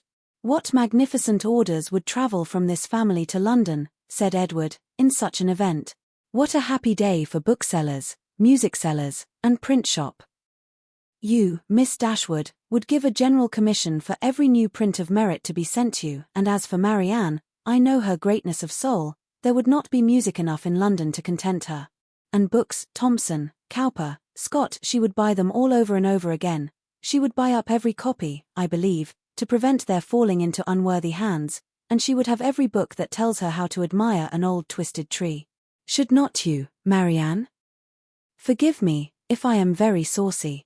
But I was willing to show you that I had not forgot our old disputes. I love to be reminded of the past, Edward, whether it be melancholy or gay. I love to recall it, and you will never offend me by talking of former times. You are very right in supposing how my money would be spent, some of it. At least, my loose cash would certainly be employed in improving my collection of music and books. And the bulk of your fortune would be laid out in annuities on the authors or their heirs. No, Edward, I should have something else to do with it. Perhaps, then, you would bestow it as a reward on that person who wrote the ablest defense of your favorite maxim, that no one can ever be in love more than once in their life. Your opinion on that point is unchanged, I presume? Undoubtedly. At my time of life opinions are tolerably fixed. It is not likely that I should now see or hear anything to change them. Marianne is as steadfast as ever, you see, said Eleanor. She is not at all altered. She is only grown a little more grave than she was. Nay, Edward, said Marianne, you need not reproach me. You are not very gay yourself. Why should you think so, replied he, with a sigh. But gaiety never was a part of my character. Nor do I think it a part of Marianne's, said Eleanor. I should hardly call her a lively girl. She is very earnest, very eager in all she does, sometimes talks a great deal and always with animation, but she is not often really merry. I believe you are right, he replied, and yet I have always set her down as a lively girl. I have frequently detected myself in such kind of mistakes, said Eleanor, in a total misapprehension of character in some point or other, fancying people so much more gay or grave, or ingenious or stupid than they really are, and I can hardly tell why or in what the deception originated. Sometimes one is guided by what they say of themselves, and very frequently by what other people say of them, without giving oneself time to deliberate and judge. But I thought it was right, Eleanor, said Marianne, to be guided wholly by the opinion of other people. I thought our judgments were given us merely to be subservient to those of neighbors. This has always been your doctrine, I am sure. No, Marianne, never. My doctrine has never aimed at the subjection of the understanding. All I have ever attempted to influence has been the behavior. You must not confound my meaning. I am guilty, I confess, of having often wished you to treat our acquaintance in general with greater attention, but when have I advised you to adopt their sentiments or to conform to their judgment in serious matters? You have not been able to bring your sister over to your plan of general civility, said Edward to Eleanor. Do you gain no ground? Quite the contrary, replied Eleanor, looking expressively at Marianne. My judgment, he returned, is all on your side of the question. But I am afraid my practice is much more on your sister's. I never wish to offend, but I am so foolishly shy, that I often seem negligent, when I am only kept back by my natural awkwardness. I have frequently thought that I must have been intended by nature to be fond of low company. I am so little at my ease among strangers of gentility. Marianne has not shyness to excuse any inattention of hers, said Eleanor. She knows her own worth too well for false shame, replied Edward. Shyness is only the effect of a sense of inferiority in some way or other.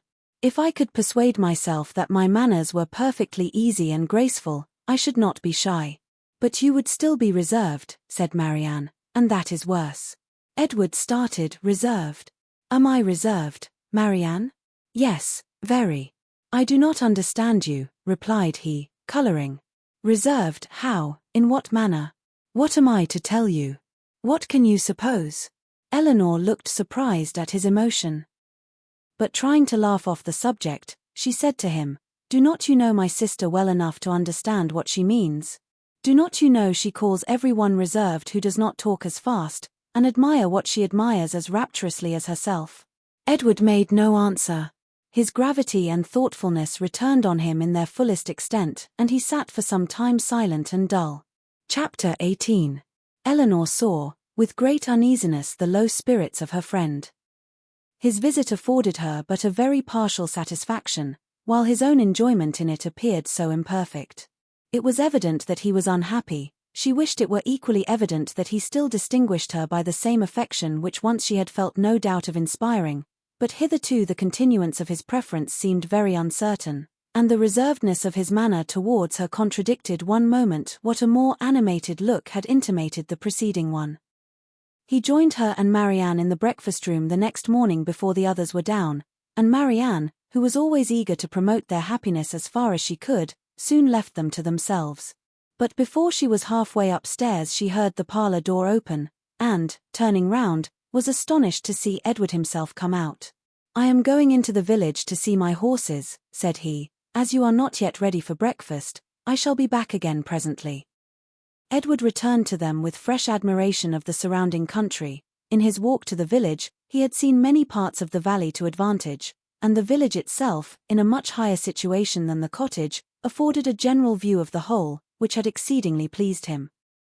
This was a subject which ensured Marianne's attention, and she was beginning to describe her own admiration of these scenes, and to question him more minutely on the objects that had particularly struck him, when Edward interrupted her by saying, "You must not inquire too far, Marianne. Remember I have no knowledge in the picturesque, and I shall offend you by my ignorance and want of taste if we come to particulars.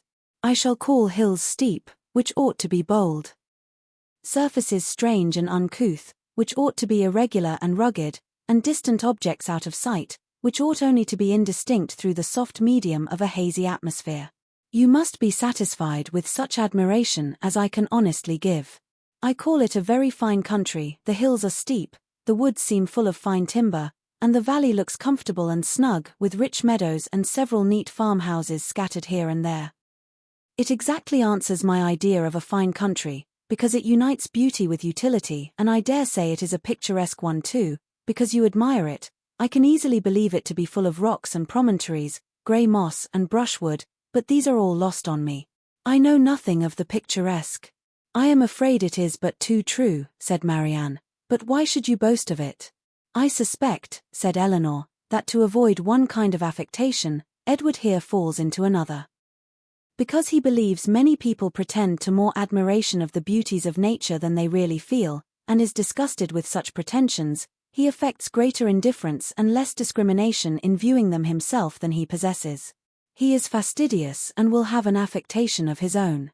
"It is very true," said Marianne, "that admiration of landscape scenery is become a mere jargon. Everybody pretends to feel and tries to describe with the taste and elegance of him who first defined what picturesque beauty was. I detest jargon of every kind, and sometimes I have kept my feelings to myself, because I could find no language to describe them in but what was worn and hackneyed out of all sense and meaning." "I am convinced," said Edward, "that you really feel all the delight in a fine prospect which you profess to feel. But, in return, your sister must allow me to feel no more than I profess. I like a fine prospect, but not on picturesque principles. I do not like crooked, twisted, blasted trees.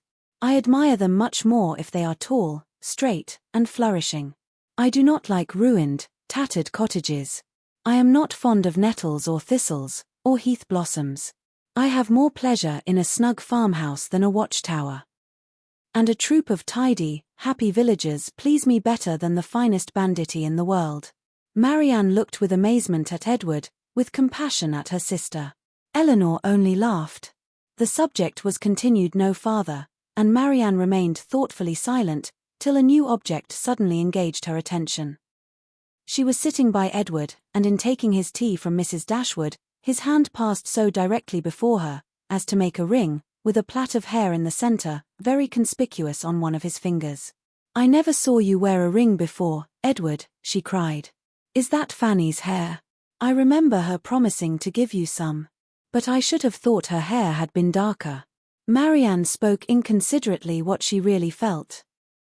But when she saw how much she had pained Edward, her own vexation at her want of thought could not be surpassed by his. He coloured very deeply, and giving a momentary glance at Eleanor, replied, "Yes, it is my sister's hair. The setting always casts a different shade on it, you know." Eleanor had met his eye, and looked conscious likewise. That the hair was her own, she instantaneously felt as well satisfied as Marianne. The only difference in their conclusions was, that what Marianne considered as a free gift from her sister, Eleanor was conscious must have been procured by some theft or contrivance unknown to herself.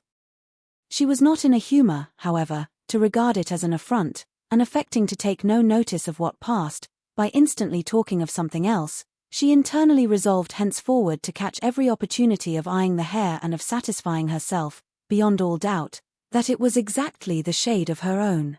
Edward's embarrassment lasted some time, and it ended in an absence of mind still more settled. He was particularly grave the whole morning. Marianne severely censured herself for what she had said, but her own forgiveness might have been more speedy, had she known how little offence it had given her sister.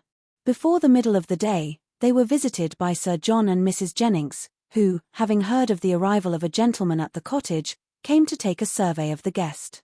With the assistance of his mother-in-law, Sir John was not long in discovering that the name of Ferrers began with an F. And this prepared a future mine of raillery against the devoted Eleanor, which nothing but the newness of their acquaintance with Edward could have prevented from being immediately sprung. But, as it was, she only learned, from some very significant looks, how far their penetration, founded on Margaret's instructions, extended. Sir John never came to the Dashwoods without either inviting them to dine at the park the next day, or to drink tea with them that evening. On the present occasion, for the better entertainment of their visitor, towards whose amusement he felt himself bound to contribute, he wished to engage them for both. "You must drink tea with us tonight," said he, "for we shall be quite alone, and tomorrow you must absolutely dine with us, for we shall be a large party." Mrs. Jennings enforced the necessity. "And who knows but you may raise a dance," said she. "And that will tempt you, Miss Marianne." "A dance," cried Marianne. "Impossible." "Who is to dance?" "Who?" "Why, yourselves, and the Careys, and Whitakers to be sure. What? You thought nobody could dance because a certain person that shall be nameless is gone. I wish with all my soul," cried Sir John, "that Willoughby were among us again." This, and Marianne's blushing, gave new suspicions to Edward. "And who is Willoughby?" said he, in a low voice, to Miss Dashwood, by whom he was sitting. She gave him a brief reply. Marianne's countenance was more communicative. Edward saw enough to comprehend, not only the meaning of others, but such of Marianne's expressions as had puzzled him before, and when their visitors left them, he went immediately round her, and said, in a whisper, "I have been guessing." "Shall I tell you my guess?" "What do you mean?" "Shall I tell you?" "Certainly." "Well then, I guess that Mr. Willoughby hunts."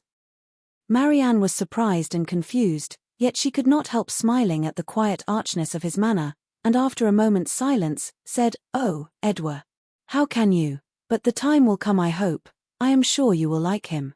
"I do not doubt it," replied he, rather astonished at her earnestness and warmth.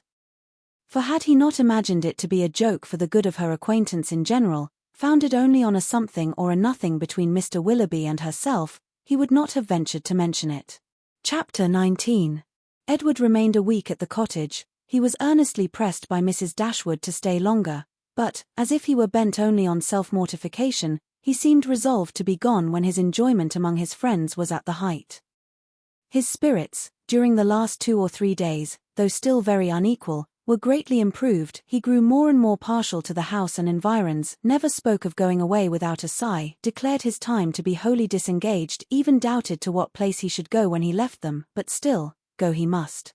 Never had any week passed so quickly, he could hardly believe it to be gone. He said so repeatedly.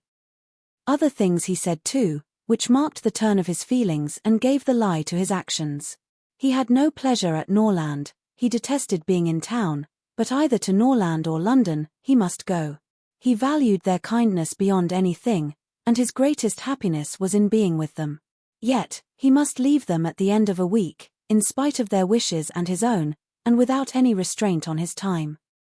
Eleanor placed all that was astonishing in this way of acting to his mother's account, and it was happy for her that he had a mother whose character was so imperfectly known to her, as to be the general excuse for everything strange on the part of her son.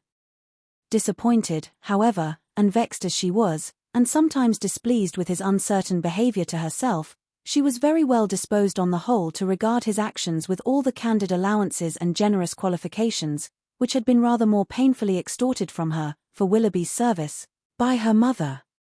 His want of spirits, of openness, and of consistency, were most usually attributed to his want of independence, and his better knowledge of Mrs. Ferrars's disposition and designs.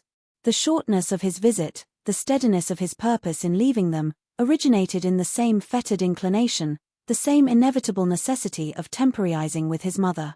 The old well-established grievance of duty against will, parent against child, was the cause of all.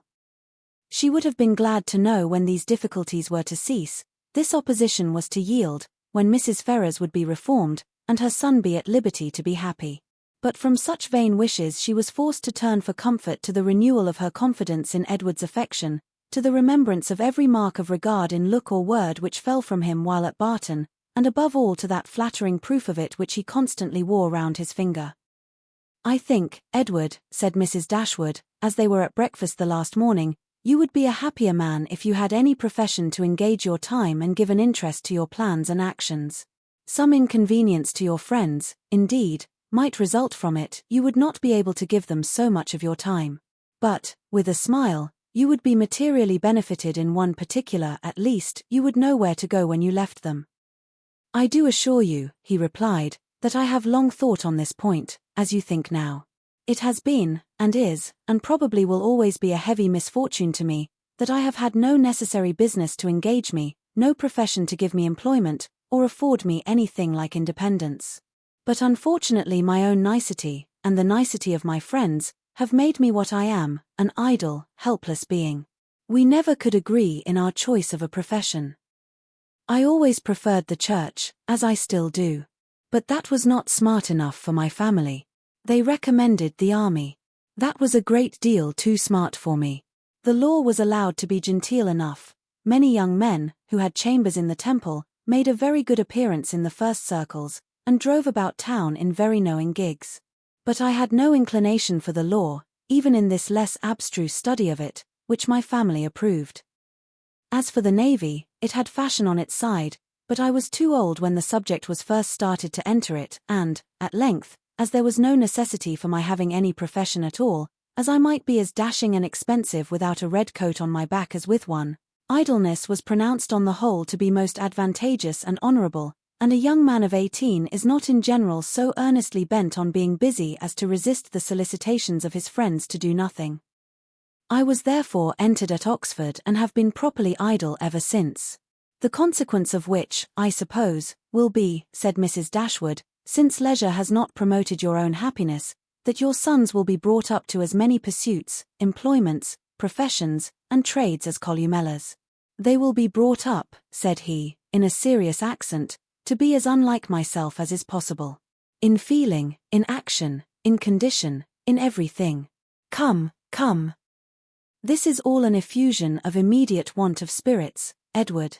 You are in a melancholy humour, and fancy that anyone unlike yourself must be happy. But remember that the pain of parting from friends will be felt by everybody at times, whatever be their education or state. Know your own happiness. You want nothing but patience, or give it a more fascinating name, call it hope. Your mother will secure to you, in time, that independence you are so anxious for. It is her duty, and it must ere long become her happiness to prevent your whole youth from being wasted in discontent. How much may not a few months do? I think, replied Edward, that I may defy many months to produce any good to me. This desponding turn of mind, though it could not be communicated to Mrs. Dashwood, gave additional pain to them all in the parting, which shortly took place, and left an uncomfortable impression on Eleanor's feelings especially, which required some trouble and time to subdue.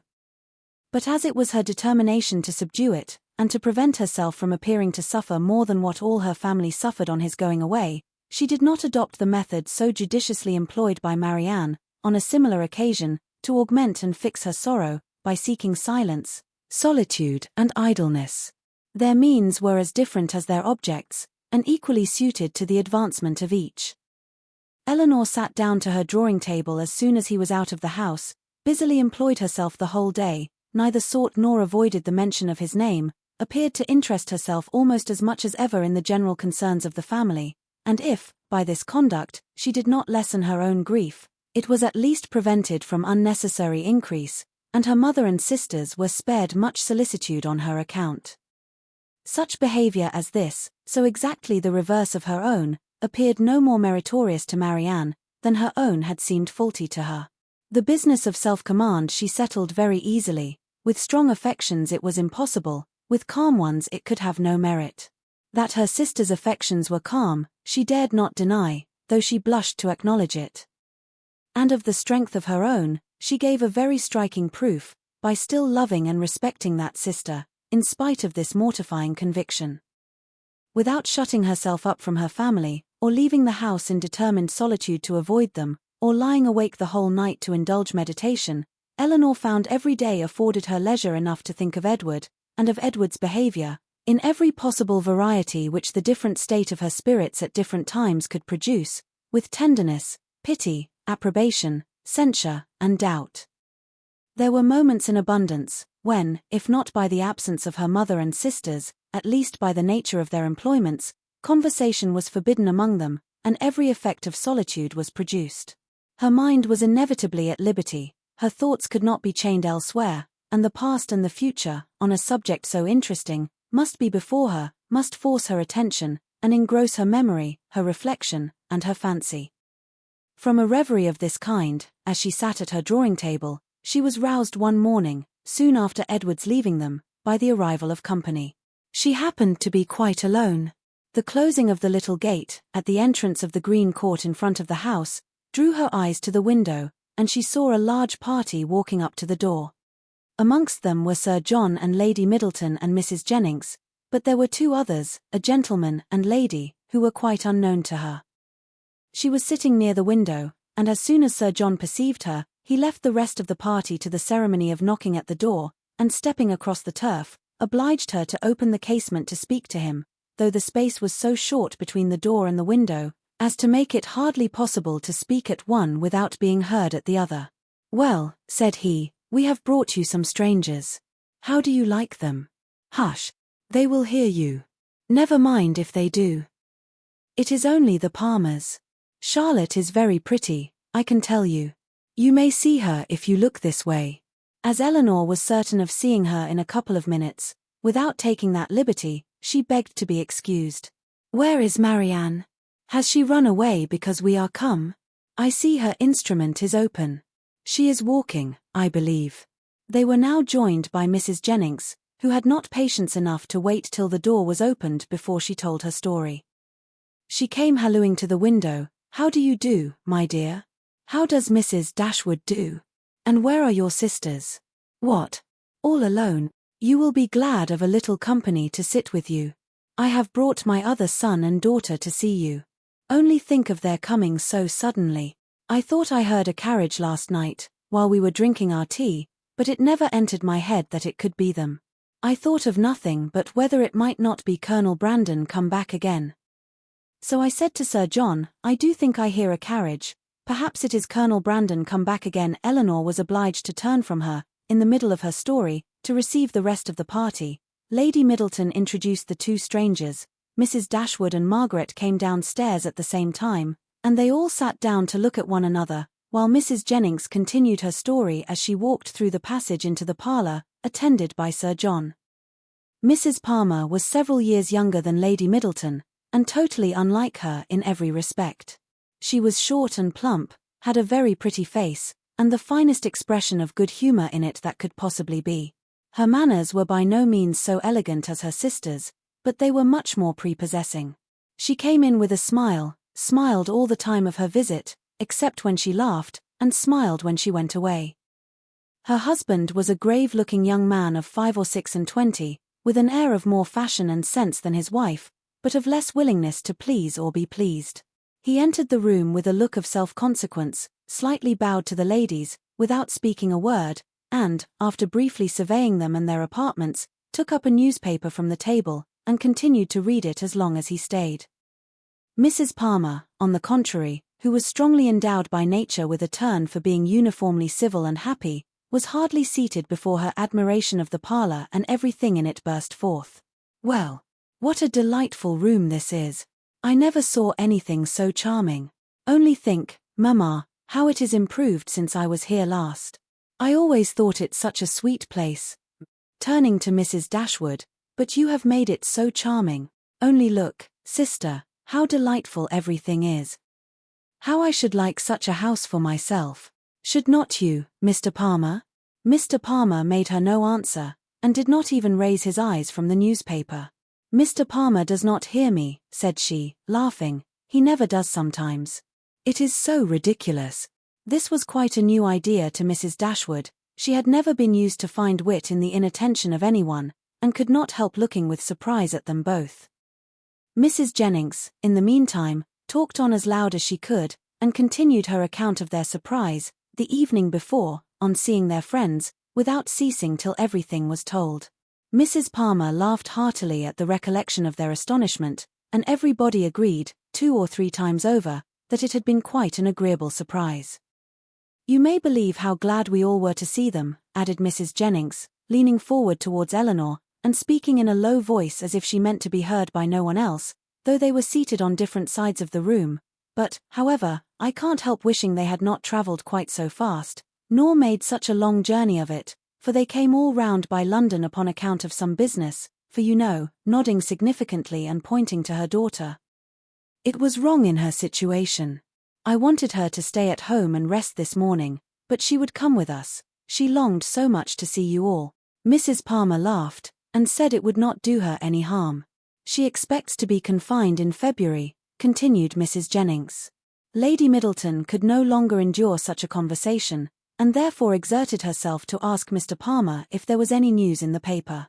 "No, none at all," he replied, and read on. "Here comes Marianne," cried Sir John. "Now, Palmer, you shall see a monstrous pretty girl." He immediately went into the passage, opened the front door, and ushered her in himself.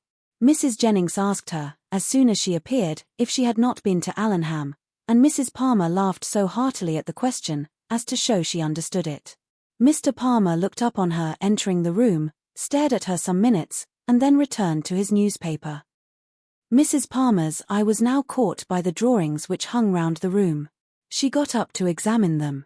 "Oh, dear, how beautiful these are! Well, how delightful! Do but look, mamma, how sweet! I declare they are quite charming. I could look at them for ever." And then sitting down again, she very soon forgot that there were any such things in the room. When Lady Middleton rose to go away, Mr. Palmer rose also, laid down the newspaper, stretched himself and looked at them all around. "My love, have you been asleep?" said his wife, laughing. He made her no answer, and only observed, after again examining the room, that it was very low-pitched, and that the ceiling was crooked. He then made his bow, and departed with the rest. Sir John had been very urgent with them all to spend the next day at the park. Mrs. Dashwood, who did not choose to dine with them oftener than they dined at the cottage, absolutely refused on her own account. Her daughters might do as they pleased.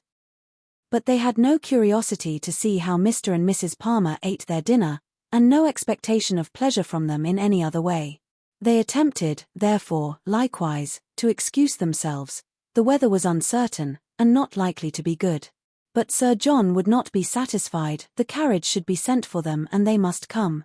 Lady Middleton too, though she did not press their mother, pressed them. Mrs. Jennings and Mrs. Palmer joined their entreaties. All seemed equally anxious to avoid a family party, and the young ladies were obliged to yield. "Why should they ask us?" said Marianne, as soon as they were gone. "The rent of this cottage is said to be low, but we have it on very hard terms, if we are to dine at the park whenever anyone is staying either with them, or with us." "They mean no less to be civil and kind to us now," said Eleanor, "by these frequent invitations, than by those which we received from them a few weeks ago. The alteration is not in them, if their parties are grown tedious and dull. We must look for the change elsewhere." Chapter 20. As the Miss Dashwoods entered the drawing-room of the park the next day, at one door, Mrs. Palmer came running in at the other, looking as good-humoured and merry as before. She took them all most affectionately by the hand, and expressed great delight in seeing them again. "I am so glad to see you," said she, seating herself between Eleanor and Marianne, "for it is so bad a day I was afraid you might not come, which would be a shocking thing, as we go away again tomorrow. We must go, for the Westons come to us next week, you know. It was quite a sudden thing our coming at all, and I knew nothing of it till the carriage was coming to the door, and then Mr. Palmer asked me if I would go with him to Barton. He is so droll. He never tells me anything. I am so sorry we cannot stay longer, however we shall meet again in town very soon, I hope." They were obliged to put an end to such an expectation. "Not go to town," cried Mrs. Palmer, with a laugh. "I shall be quite disappointed if you do not. I could get the nicest house in the world for you, next door to ours, in Hanover Square. You must come, indeed. I am sure I shall be very happy to chaperone you at any time till I am confined, if Mrs. Dashwood should not like to go into public." They thanked her, but were obliged to resist all her entreaties. "Oh, my love," cried Mrs. Palmer to her husband, who just then entered the room, "you must help me to persuade the Miss Dashwoods to go to town this winter." Her love made no answer, and after slightly bowing to the ladies, began complaining of the weather. "How horrid all this is," said he. "Such weather makes everything and everybody disgusting. Dullness is as much produced within doors as without, by rain. It makes one detest all one's acquaintance. What the devil does Sir John mean by not having a billiard room in his house? How few people know what comfort is. Sir John is as stupid as the weather." The rest of the company soon dropped in. "I am afraid, Miss Marianne," said Sir John, "you have not been able to take your usual walk to Allenham today." Marianne looked very grave and said nothing. "Oh, don't be so sly before us," said Mrs. Palmer, "for we know all about it, I assure you, and I admire your taste very much, for I think he is extremely handsome. We do not live a great way from him in the country, you know. Not above 10 miles, I dare say." "Much nearer 30, said her husband. "Ah, well, there is not much difference. I never was at his house, but they say it is a sweet pretty place. As vile a spot as I ever saw in my life," said Mr. Palmer. Marianne remained perfectly silent, though her countenance betrayed her interest in what was said. "Is it very ugly?" continued Mrs. Palmer. "Then it must be some other place that is so pretty, I suppose." When they were seated in the dining room, Sir John observed with regret that they were only 8 altogether. "My dear," said he to his lady, "it is very provoking that we should be so few. Why did not you ask the Gilberts to come to us today? Did not I tell you, Sir John, when you spoke to me about it before, that it could not be done? They dined with us last. You and I, Sir John," said Mrs. Jennings, "should not stand upon such ceremony." "Then you would be very ill-bred," cried Mr. Palmer. "My love, you contradict everybody," said his wife with her usual laugh. "Do you know that you are quite rude? I did not know I contradicted anybody in calling your mother ill-bred." You may abuse me as you please," said the good-natured old lady. "You have taken Charlotte off my hands, and cannot give her back again. So there I have the whip hand of you." Charlotte laughed heartily to think that her husband could not get rid of her, and exultingly said, she did not care how cross he was to her, as they must live together. It was impossible for anyone to be more thoroughly good-natured, or more determined to be happy than Mrs. Palmer. The studied indifference, insolence, and discontent of her husband gave her no pain, and when he scolded or abused her, she was highly diverted. "Mr. Palmer is so droll," said she, in a whisper, to Eleanor. "He is always out of humour." Eleanor was not inclined, after a little observation, to give him credit for being so genuinely and unaffectedly ill-natured or ill-bred as he wished to appear. His temper might perhaps be a little soured by finding, like many others of his sex, that through some unaccountable bias in favor of beauty, he was the husband of a very silly woman, but she knew that this kind of blunder was too common for any sensible man to be lastingly hurt by it. It was rather a wish of distinction, she believed, which produced his contemptuous treatment of everybody, and his general abuse of everything before him. It was the desire of appearing superior to other people. The motive was too common to be wondered at, but the means, however they might succeed by establishing his superiority in ill-breeding, were not likely to attach any one to him except his wife. "Oh, my dear Miss Dashwood," said Mrs. Palmer soon afterwards, "I have got such a favour to ask of you and your sister. Will you come and spend some time at Cleveland this Christmas? Now, pray do, and come while the Westons are with us. You cannot think how happy I shall be. It will be quite delightful, my love," applying to her husband. "Don't you long to have the Miss Dashwoods come to Cleveland?" "Certainly," he replied, with a sneer. "I came into Devonshire with no other view." "There now. said his lady. "You see, Mr. Palmer expects you, so you cannot refuse to come." They both eagerly and resolutely declined her invitation. "But indeed you must and shall come. I am sure you will like it of all things. The Westons will be with us, and it will be quite delightful. You cannot think what a sweet place Cleveland is, and we are so gay now, for Mr. Palmer is always going about the country canvassing against the election. And so many people came to dine with us that I never saw before. It is quite charming. But, poor fellow, it is very fatiguing to him, for he is forced to make everybody like him." Eleanor could hardly keep her countenance as she assented to the hardship of such an obligation. "How charming it will be," said Charlotte, "when he is in Parliament, won't it? How I shall laugh. It will be so ridiculous to see all his letters directed to him with an MP. But do you know, he says, he will never frank for me. He declares he won't. Don't you, Mr. Palmer?" Mr. Palmer took no notice of her. "He cannot bear writing, you know," she continued. "He says it is quite shocking." "No," said he, "I never said anything so irrational. Don't palm all your abuses of language upon me. There now, you see how droll he is. This is always the way with him. Sometimes he won't speak to me for half a day together, and then he comes out with something so droll. All about anything in the world." She surprised Eleanor very much as they returned into the drawing-room, by asking her whether she did not like Mr. Palmer excessively. "Certainly," said Eleanor, "he seems very agreeable." "Well, I am so glad you do. I thought you would. He is so pleasant, and Mr. Palmer is excessively pleased with you and your sisters, I can tell you, and you can't think how disappointed he will be if you don't come to Cleveland. I can't imagine why you should object to it." Eleanor was again obliged to decline her invitation, and by changing the subject, put a stop to her entreaties. She thought it probable that as they lived in the same county, Mrs. Palmer might be able to give some more particular account of Willoughby's general character than could be gathered from the Middletons' partial acquaintance with him, and she was eager to gain from any one such a confirmation of his merits as might remove the possibility of fear from Marianne. She began by inquiring if they saw much of Mr. Willoughby at Cleveland, and whether they were intimately acquainted with him. "Oh dear, yes, I know him extremely well," replied Mrs. Palmer. "Not that I ever spoke to him, indeed, but I have seen him forever in town. Somehow or other I never happened to be staying at Barton while he was at Allenham. Mamma saw him here once before, but I was with my uncle at Weymouth.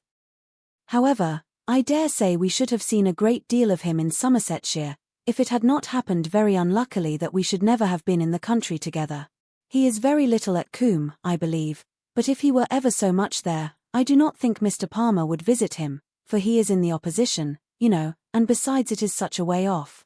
I know why you inquire about him, very well. Your sister is to marry him. I am monstrous glad of it, for then I shall have her for a neighbour, you know." "Upon my word," replied Eleanor, "you know much more of the matter than I do, if you have any reason to expect such a match. Don't pretend to deny it, because you know it is what everybody talks of. I assure you I heard of it in my way through town." "My dear Mrs. Palmer, upon my honour I did. I met Colonel Brandon Monday morning in Bond Street, just before we left town, and he told me of it directly." "You surprise me very much. Colonel Brandon tell you of it? Surely you must be mistaken. To give such intelligence to a person who could not be interested in it, even if it were true, is not what I should expect Colonel Brandon to do. But I do assure you it was so, for all that, and I will tell you how it happened. When we met him, he turned back and walked with us. And so we began talking of my brother and sister, and one thing and another, and I said to him, 'So, Colonel, there is a new family come to Barton Cottage, I hear, and Mamma sends me word they are very pretty, and that one of them is going to be married to Mr. Willoughby of Combe Magna. Is it true, pray? For of course you must know, as you have been in Devonshire so lately.' And what did the Colonel say? Oh, he did not say much. But he looked as if he knew it to be true, so from that moment I set it down as certain. It will be quite delightful, I declare. When is it to take place? Mr. Brandon was very well, I hope? Oh, yes, quite well, and so full of your praises, he did nothing but say fine things of you. I am flattered by his commendation. He seems an excellent man, and I think him uncommonly pleasing. So do I. He is such a charming man, that it is quite a pity he should be so grave and so dull. Mamma says he was in love with your sister too.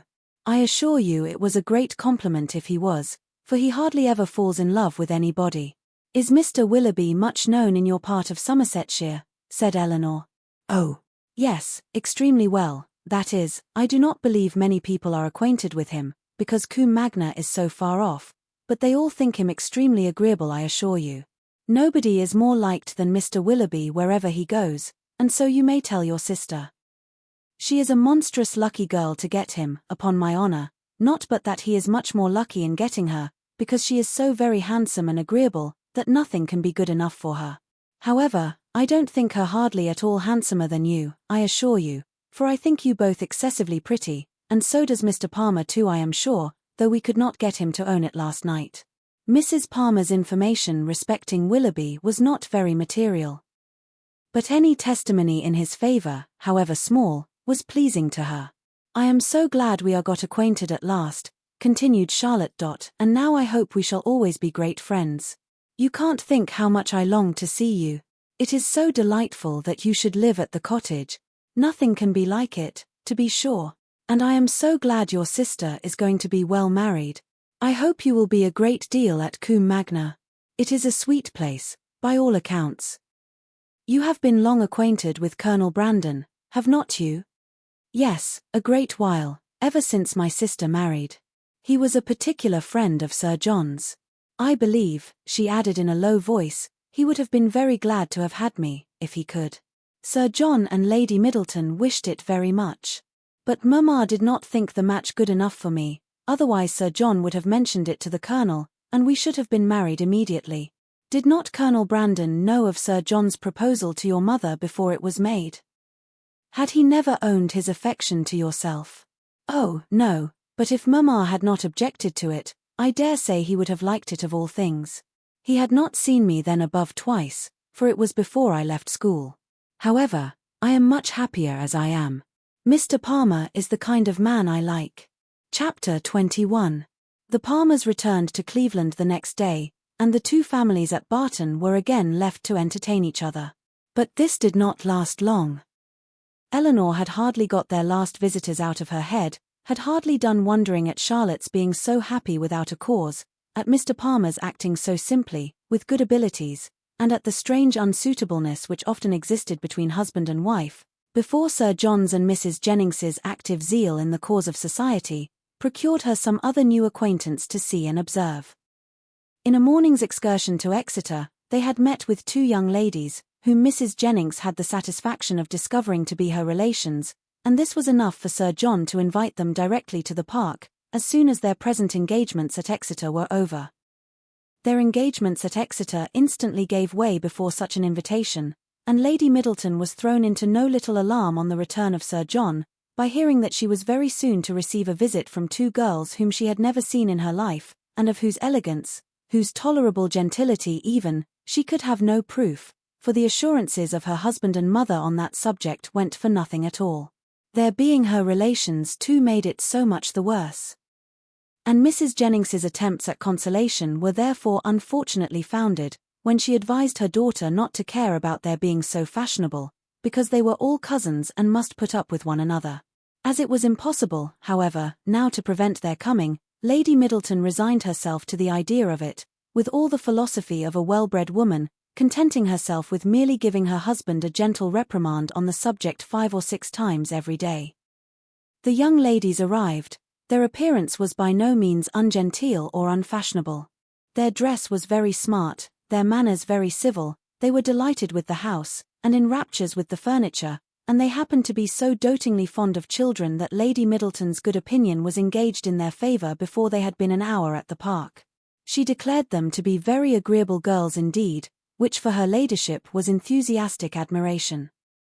Sir John's confidence in his own judgment rose with this animated praise, and he set off directly for the cottage to tell the Miss Dashwoods of the Miss Steele's arrival, and to assure them of their being the sweetest girls in the world.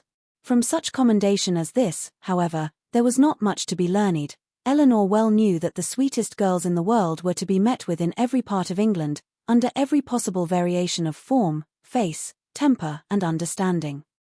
Sir John wanted the whole family to walk to the park directly and look at his guests. Benevolent, philanthropic man, it was painful to him even to keep a third cousin to himself. "Do come now," said he, "pray come, you must come, I declare you shall come, you can't think how you will like them. Lucy is monstrous pretty, and so good-humoured and agreeable. The children are all hanging about her already, as if she was an old acquaintance.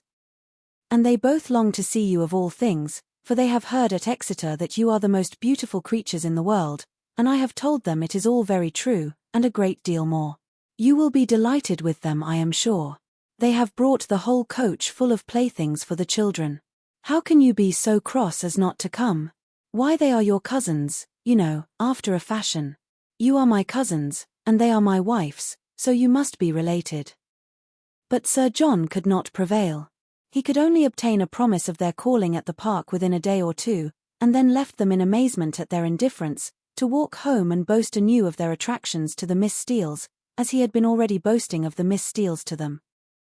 When their promised visit to the park and consequent introduction to these young ladies took place, they found in the appearance of the eldest, who was nearly 30, with a very plain and not a sensible face, nothing to admire, but in the other, who was not more than 2 or 23, they acknowledged considerable beauty.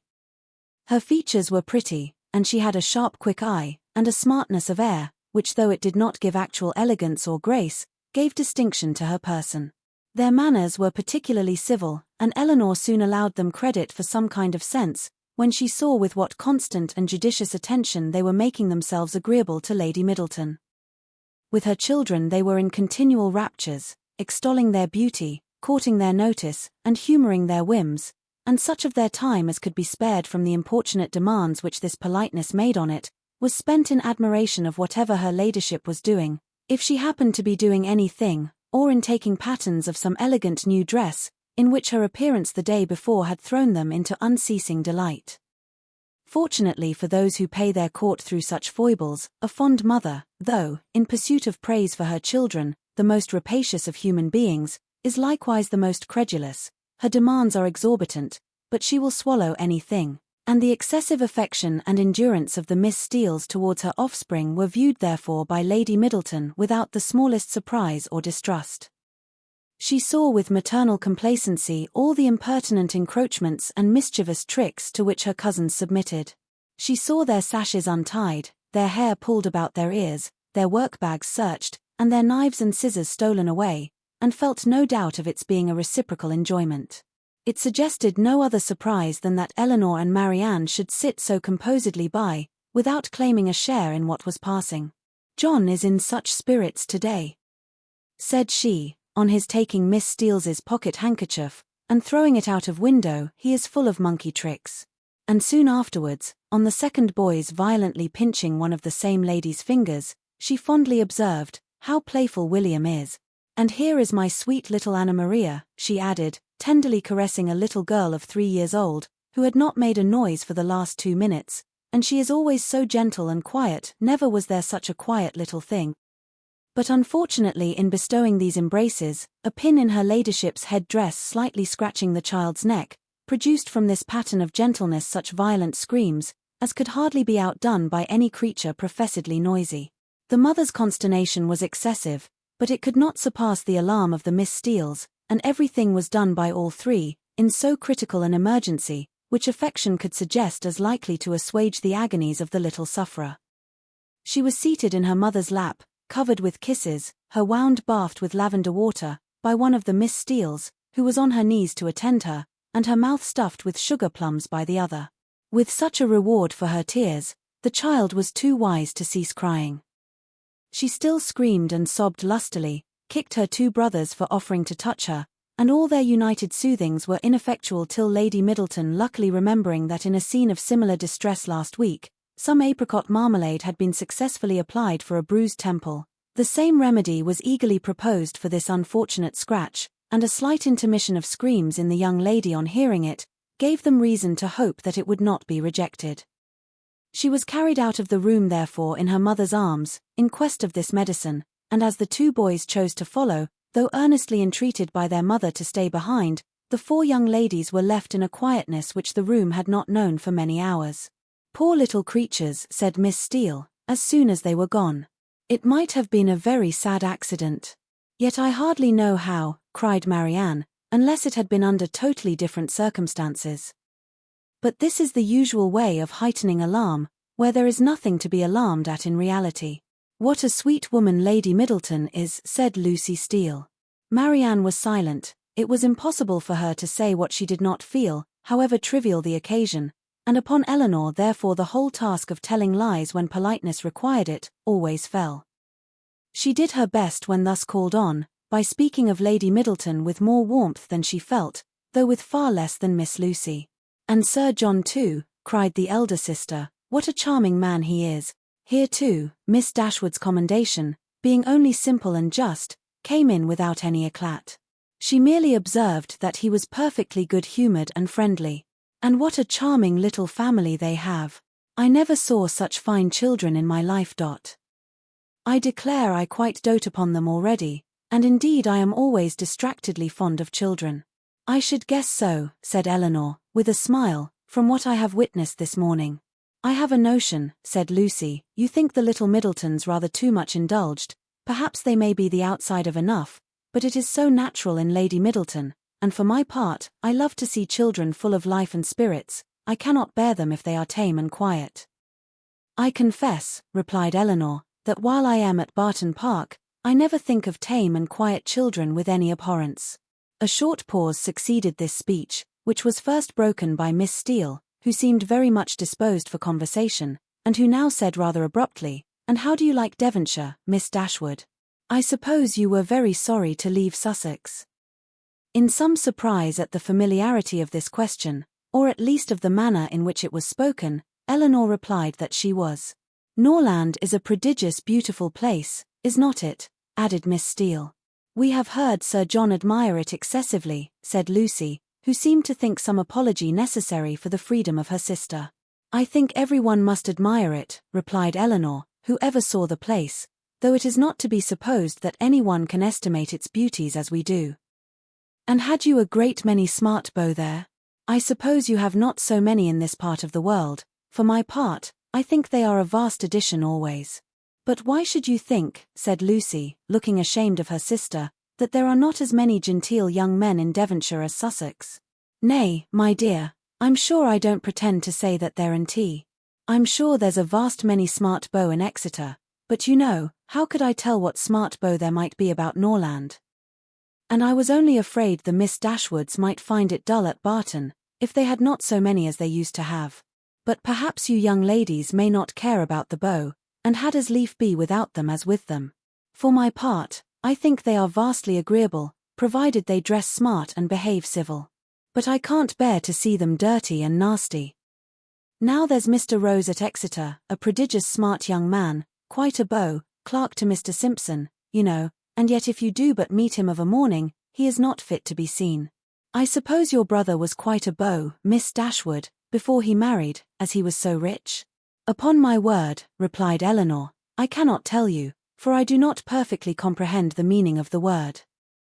But this I can say, that if he ever was a beau before he married, he is one still, for there is not the smallest alteration in him." "Oh, dear. One never thinks of married men's being beaux, they have something else to do." "Lord!" "And," cried her sister, "you can talk of nothing but beaux, you will make Miss Dashwood believe you think of nothing else." And then to turn the discourse, she began admiring the house and the furniture. This specimen of the Miss Steeles was enough. The vulgar freedom and folly of the eldest left her no recommendation, and as Eleanor was not blinded by the beauty, or the shrewd look of the youngest, to her want of real elegance and artlessness, she left the house without any wish of knowing them better. Not so the Miss Steeles. They came from Exeter, well provided with admiration for the use of Sir John Middleton, his family, and all his relations, and no niggardly proportion was now dealt out to his fair cousins, whom they declared to be the most beautiful, elegant, accomplished, and agreeable girls they had ever beheld, and with whom they were particularly anxious to be better acquainted. And to be better acquainted therefore, Eleanor soon found was their inevitable lot, for as Sir John was entirely on the side of the Miss Steeles, their party would be too strong for opposition, and that kind of intimacy must be submitted to, which consists of sitting an hour or two together in the same room almost every day. Sir John could do no more, but he did not know that any more was required. To be together was, in his opinion, to be intimate, and while his continual schemes for their meeting were effectual, he had not a doubt of their being established friends. To do him justice, he did everything in his power to promote their unreserve, by making the Miss Steeles acquainted with whatever he knew or supposed of his cousin's situations in the most delicate particulars. And Eleanor had not seen them more than twice, before the eldest of them wished her joy on her sisters, having been so lucky as to make a conquest of a very smart beau since she came to Barton. "'Twill be a fine thing to have her married so young, to be sure," said she, "and I hear he is quite a beau, and prodigious handsome. And I hope you may have as good luck yourself soon, but perhaps you may have a friend in the corner already." Eleanor could not suppose that Sir John would be more nice in proclaiming his suspicions of her regard for Edward than he had been with respect to Marianne. Indeed, it was rather his favourite joke of the two, as being somewhat newer and more conjectural, and since Edward's visit, they had never dined together without his drinking to her best affections with so much significancy and so many nods and winks, as to excite general attention. The letter F had been likewise invariably brought forward, and found productive of such countless jokes, that its character as the wittiest letter in the alphabet had been long established with Eleanor. The Miss Steeles, as she expected, had now all the benefit of these jokes, and in the eldest of them they raised a curiosity to know the name of the gentleman alluded to, which, though often impertinently expressed, was perfectly of a piece with her general inquisitiveness into the concerns of their family. But Sir John did not sport long with the curiosity which he delighted to raise, for he had at least as much pleasure in telling the name, as Miss Steele had in hearing it. "His name is Ferrers," said he, in a very audible whisper, "but pray do not tell it, for it's a great secret." "Ferrers," repeated Miss Steele. "Mr. Ferrers is the happy man, is he?" "What? Your sister-in-law's brother, Miss Dashwood? A very agreeable young man, to be sure. I know him very well." "How can you say so, Anne?" cried Lucy, who generally made an amendment to all her sister's assertions. "Though we have seen him once or twice at my uncle's, it is rather too much to pretend to know him very well." Eleanor heard all this with attention and surprise. And who was this uncle? Where did he live? How came they acquainted? She wished very much to have the subject continued, though she did not choose to join in it herself. But nothing more of it was said, and for the first time in her life, she thought Mrs. Jennings deficient either in curiosity after petty information, or in a disposition to communicate it. The manner in which Miss Steele had spoken of Edward increased her curiosity, for it struck her as being rather ill-natured, and suggested the suspicion of that lady's knowing, or fancying herself to know something to his disadvantage. But her curiosity was unavailing, for no farther notice was taken of Mr. Ferrers's name by Miss Steele when alluded to, or even openly mentioned by Sir John. Chapter 22. Marianne, who had never much toleration for anything like impertinence, vulgarity, inferiority of parts, or even difference of taste from herself, was at this time particularly ill-disposed, from the state of her spirits, to be pleased with the Miss Steeles, or to encourage their advances. And to the invariable coldness of her behaviour towards them, which checked every endeavour at intimacy on their side, Eleanor principally attributed that preference of herself which soon became evident in the manners of both, but especially of Lucy, who missed no opportunity of engaging her in conversation, or of striving to improve their acquaintance by an easy and frank communication of her sentiments. Lucy was naturally clever, her remarks were often just and amusing. And as a companion for half an hour Eleanor frequently found her agreeable, but her powers had received no aid from education, she was ignorant and illiterate, and her deficiency of all mental improvement, her want of information in the most common particulars, could not be concealed from Miss Dashwood, in spite of her constant endeavour to appear to advantage. Eleanor saw, and pitied her for, the neglect of abilities which education might have rendered so respectable. But she saw, with less tenderness of feeling, the thorough want of delicacy, of rectitude, and integrity of mind, which her attentions, her assiduities, her flatteries at the park betrayed, and she could have no lasting satisfaction in the company of a person who joined insincerity with ignorance, whose want of instruction prevented their meeting in conversation on terms of equality, and whose conduct toward others made every show of attention and deference towards herself perfectly valueless. "You will think my question an odd one, I dare say," said Lucy to her one day, as they were walking together from the park to the cottage, "but pray, are you personally acquainted with your sister-in-law's mother, Mrs. Ferrars?" Eleanor did think the question a very odd one, and her countenance expressed it, as she answered that she had never seen Mrs. Ferrars. "Indeed," replied Lucy, "I wonder at that, for I thought you must have seen her at Norland sometimes." "Then, perhaps, you cannot tell me what sort of a woman she is?" "No," returned Eleanor, cautious of giving her real opinion of Edward's mother, and not very desirous of satisfying what seemed impertinent curiosity, "I know nothing of her." "I am sure you think me very strange, for inquiring about her in such a way," said Lucy, eyeing Eleanor attentively as she spoke, "but perhaps there may be reasons I wish I might venture, but however I hope you will do me the justice of believing that I do not mean to be impertinent." Eleanor made her a civil reply, and they walked on for a few minutes in silence. It was broken by Lucy, who renewed the subject again by saying, with some hesitation, "I cannot bear to have you think me impertinently curious. I am sure I would rather do anything in the world than be thought so by a person whose good opinion is so well worth having as yours. And I am sure I should not have the smallest fear of trusting you. Indeed, I should be very glad of your advice how to manage in such an uncomfortable situation as I am. But, however, there is no occasion to trouble you. I am sorry you do not happen to know Mrs. Ferrars." "I am sorry I do not," said Eleanor, in great astonishment, "if it could be of any use to you to know my opinion of her. But really I never understood that you were at all connected with that family, and therefore I am a little surprised, I confess, at so serious an inquiry into her character." "I dare say you are, and I am sure I do not at all wonder at it. But if I dared tell you all, you would not be so much surprised. Mrs. Ferrars is certainly nothing to me at present, but the time may come, how soon it will come must depend upon herself, when we may be very intimately connected." She looked down as she said this, amiably bashful, with only one side glance at her companion to observe its effect on her. "Good heavens," cried Eleanor, "what do you mean? Are you acquainted with Mr. Robert Ferrars? Can you be?" And she did not feel much delighted with the idea of such a sister-in-law. "No," replied Lucy, "not to Mr. Robert Ferrars, I never saw him in my life, but," fixing her eyes upon Eleanor, "to his eldest brother." What felt Eleanor at that moment? Astonishment, that would have been as painful as it was strong, had not an immediate disbelief of the assertion attended it. She turned towards Lucy in silent amazement, unable to divine the reason or object of such a declaration. And though her complexion varied, she stood firm in incredulity, and felt in no danger of an hysterical fit, or a swoon.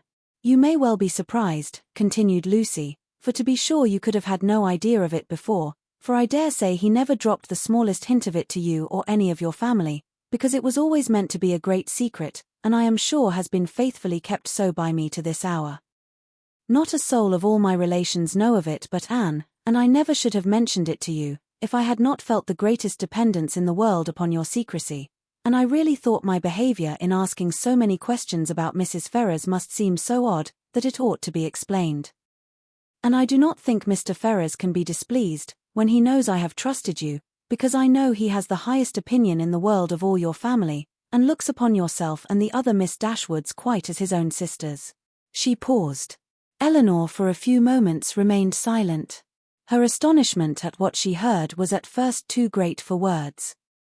But at length forcing herself to speak, and to speak cautiously, she said, with calmness of manner, which tolerably well concealed her surprise and solicitude, "May I ask if your engagement is of long standing?" "We have been engaged these 4 years. 4 years? Yes."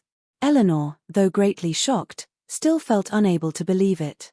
"I did not know," said she, "that you were even acquainted till the other day. Our acquaintance, however, is of many years' date. He was under my uncle's care, you know, a considerable while." "Your uncle?" "Yes, Mr. Pratt. Did you never hear him talk of Mr. Pratt?" "I think I have," replied Eleanor, with an exertion of spirits, which increased with her increase of emotion. "He was 4 years with my uncle, who lives at Longstaple, near Plymouth. It was there our acquaintance begun, for my sister and me was often staying with my uncle, and it was there our engagement was formed, though not till a year after he had quitted as a pupil, but he was almost always with us afterwards. I was very unwilling to enter into it, as you may imagine, without the knowledge and approbation of his mother, but I was too young, and loved him too well, to be so prudent as I ought to have been. Though you do not know him so well as me, Miss Dashwood, you must have seen enough of him to be sensible he is very capable of making a woman sincerely attached to him. Certainly, answered Elinor, without knowing what she said, but after a moment's reflection, she added, with revived security of Edward's honour and love, and her companion's falsehood engaged to Mr. Edward Ferrars, I confess myself so totally surprised at what you tell me, that really I beg your pardon. But surely there must be some mistake of person or name. We cannot mean the same Mr. Ferrars. We can mean no other, cried Lucy, smiling. Mr. Edward Ferrars, the eldest son of Mrs. Ferrars, of Park Street, and brother of your sister-in-law, Mrs. John Dashwood, is the person I mean. You must allow that I am not likely to be deceived as to the name of the man on whom all my happiness depends. It is strange, replied Elinor, in a most painful perplexity, that I should never have heard him even mention your name. No, considering our situation, it was not strange. Our first care has been to keep the matter secret.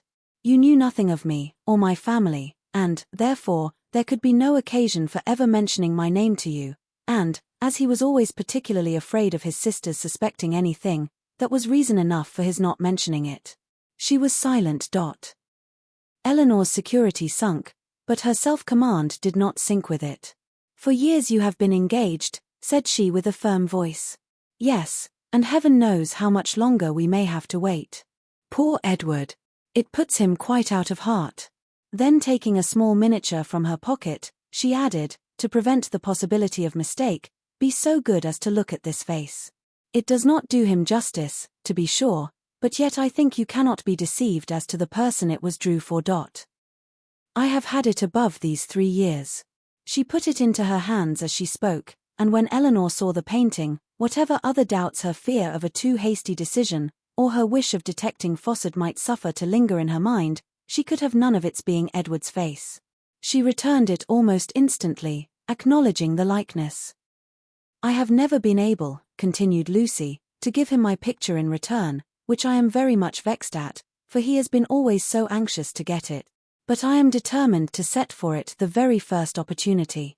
You are quite in the right, replied Elinor calmly. They then proceeded a few paces in silence. Lucy spoke first. I am sure, said she, I have no doubt in the world of your faithfully keeping this secret, because you must know of what importance it is to us, not to have it reach his mother, for she would never approve of it, I dare say. I shall have no fortune, and I fancy she is an exceeding proud woman. I certainly did not seek your confidence, said Elinor, but you do me no more than justice in imagining that I may be depended on. Your secret is safe with me. But pardon me if I express some surprise at so unnecessary a communication. You must at least have felt that my being acquainted with it could not add to its safety. As she said this, she looked earnestly at Lucy, hoping to discover something in her countenance, perhaps the falsehood of the greatest part of what she had been saying, but Lucy's countenance suffered no change. I was afraid you would think I was taking a great liberty with you, said she, in telling you all this. I have not known you long to be sure, personally at least, but I have known you and all your family by description a great while, and as soon as I saw you, I felt almost as if you was an old acquaintance. Besides, in the present case, I really thought some explanation was due to you after my making such particular inquiries about Edward's mother, and I am so unfortunate that I have not a creature whose advice I can ask, and is the only person that knows of it, and she has no judgment at all. Indeed, she does me a great deal more harm than good, for I am in constant fear of her betraying me. She does not know how to hold her tongue, as you must perceive, and I am sure I was in the greatest fright in the world t'other day, when Edward's name was mentioned by Sir John, lest she should out with it all. You can't think how much I go through in my mind from it altogether. I only wonder that I am alive after what I have suffered for Edward's sake these last 4 years. Everything in such suspense and uncertainty, and seeing him so seldom we can hardly meet above twice a year. I am sure I wonder my heart is not quite broke. Here she took out her handkerchief, but Elinor did not feel very compassionate. Sometimes, continued Lucy, after wiping her eyes, I think whether it would not be better for us both to break off the matter entirely. As she said this, she looked directly at her companion. But then at other times I have not resolution enough for it. I cannot bear the thoughts of making him so miserable, as I know the very mention of such a thing would do. And on my own account too, so dear as he is to me, I don't think I could be equal to it. What would you advise me to do in such a case, Miss Dashwood? What would you do yourself? Pardon me, replied Elinor, startled by the question, but I can give you no advice under such circumstances.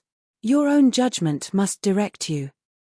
To be sure, continued Lucy, after a few minutes' silence on both sides, his mother must provide for him some time or other, but poor Edward is so cast down by it. Did you not think him dreadful low-spirited when he was at Barton? He was so miserable when he left us at Longstaple, to go to you, that I was afraid you would think him quite ill. Did he come from your uncle's, then, when he visited us? Oh, yes, he had been staying a fortnight with us. Did you think he came directly from town? No, replied Elinor, most feelingly sensible of every fresh circumstance in favour of Lucy's veracity. I remember he told us that he had been staying a fortnight with some friends near Plymouth. She remembered, too, her own surprise at the time, at his mentioning nothing farther of those friends, at his total silence with respect even to their names. Did not you think him sadly out of spirits? Repeated Lucy. We did, indeed, particularly so when he first arrived. I begged him to exert himself for fear you should suspect what was the matter, but it made him so melancholy, not being able to stay more than a fortnight with us, and seeing me so much affected. Poor fellow! I am afraid it is just the same with him now, for he writes in wretched spirits. I heard from him just before I left Exeter, taking a letter from her pocket and carelessly showing the direction to Elinor. You know his hand, I dare say, a charming one it is. But that is not written so well as usual. He was tired, I dare say, for he had just filled the sheet to me as full as possible. Elinor saw that it was his hand, and she could doubt no longer. This picture, she had allowed herself to believe, might have been accidentally obtained, it might not have been Edward's gift, but a correspondence between them by letter could subsist only under a positive engagement, could be authorized by nothing else. For a few moments, she was almost overcome. Her heart sunk within her, and she could hardly stand, but exertion was indispensably necessary, and she struggled so resolutely against the oppression of her feelings, that her success was speedy, and for the time complete. Writing to each other, said Lucy, returning the letter into her pocket, is the only comfort we have in such long separations. Yes, I have one other comfort in his picture, but poor Edward has not even that. If he had but my picture, he says he should be easy. I gave him a lock of my hair set in a ring when he was at Longstaple last, and that was some comfort to him, he said, but not equal to a picture. Perhaps you might notice the ring when you saw him? I did, said Elinor, with a composure of voice, under which was concealed an emotion and distress beyond anything she had ever felt before. She was mortified, shocked, confounded. Fortunately for her, they had now reached the cottage, and the conversation could be continued no farther. After sitting with them a few minutes, the Miss Steeles returned to the park, and Elinor was then at liberty to think and be wretched. End of the first volume, Chapter 23. However small Elinor's general dependence on Lucy's veracity might be, it was impossible for her on serious reflection to suspect it in the present case, where no temptation could be answerable to the folly of inventing a falsehood of such a description. What Lucy had asserted to be true, therefore, Elinor could not, dared not longer doubt, supported as it was too on every side by such probabilities and proofs, and contradicted by nothing but her own wishes. Their opportunity of acquaintance in the house of Mr. Pratt was a foundation for the rest, at once indisputable and alarming. And Edward's visit near Plymouth, his melancholy state of mind, his dissatisfaction at his own prospects, his uncertain behaviour towards herself, the intimate knowledge of the Miss Steeles as to Norland and their family connections, which had often surprised her, the picture, the letter, the ring, formed altogether such a body of evidence as overcame every fear of condemning him unfairly, and established as a fact, which no partiality could set aside, his ill-treatment of herself. Her resentment of such behaviour, her indignation at having been its dupe, for a short time made her feel only for herself, but other ideas, other considerations, soon arose. Had Edward been intentionally deceiving her? Had he feigned a regard for her which he did not feel? Was his engagement to Lucy an engagement of the heart? No, whatever it might once have been, she could not believe it such at present. His affection was all her own. She could not be deceived in that. Her mother, sisters, Fanny, all had been conscious of his regard for her at Norland. It was not an illusion of her own vanity. He certainly loved her. What a softener of the heart was this persuasion! How much could it not tempt her to forgive? He had been blamable, highly blamable, in remaining at Norland after he first felt her influence over him to be more than it ought to be. In that, he could not be defended, but if he had injured her, how much more had he injured himself? If her case were pitiable, his was hopeless. His imprudence had made her miserable for a while, but it seemed to have deprived himself of all chance of ever being otherwise. She might in time regain tranquility, but he, what had he to look forward to? Could he ever be tolerably happy with Lucy Steele? Could he, were his affection for herself out of the question, with his integrity, his delicacy, and well-informed mind, be satisfied with a wife like her, illiterate, artful, and selfish? The youthful infatuation of 19 would naturally blind him to everything but her beauty and good nature, but the 4 succeeding years, which if rationally spent, give such improvement to the understanding, must have opened his eyes to her defects of education, while the same period of time, spent on her side in inferior society and more frivolous pursuits, had perhaps robbed her of that simplicity which might once have given an interesting character to her beauty.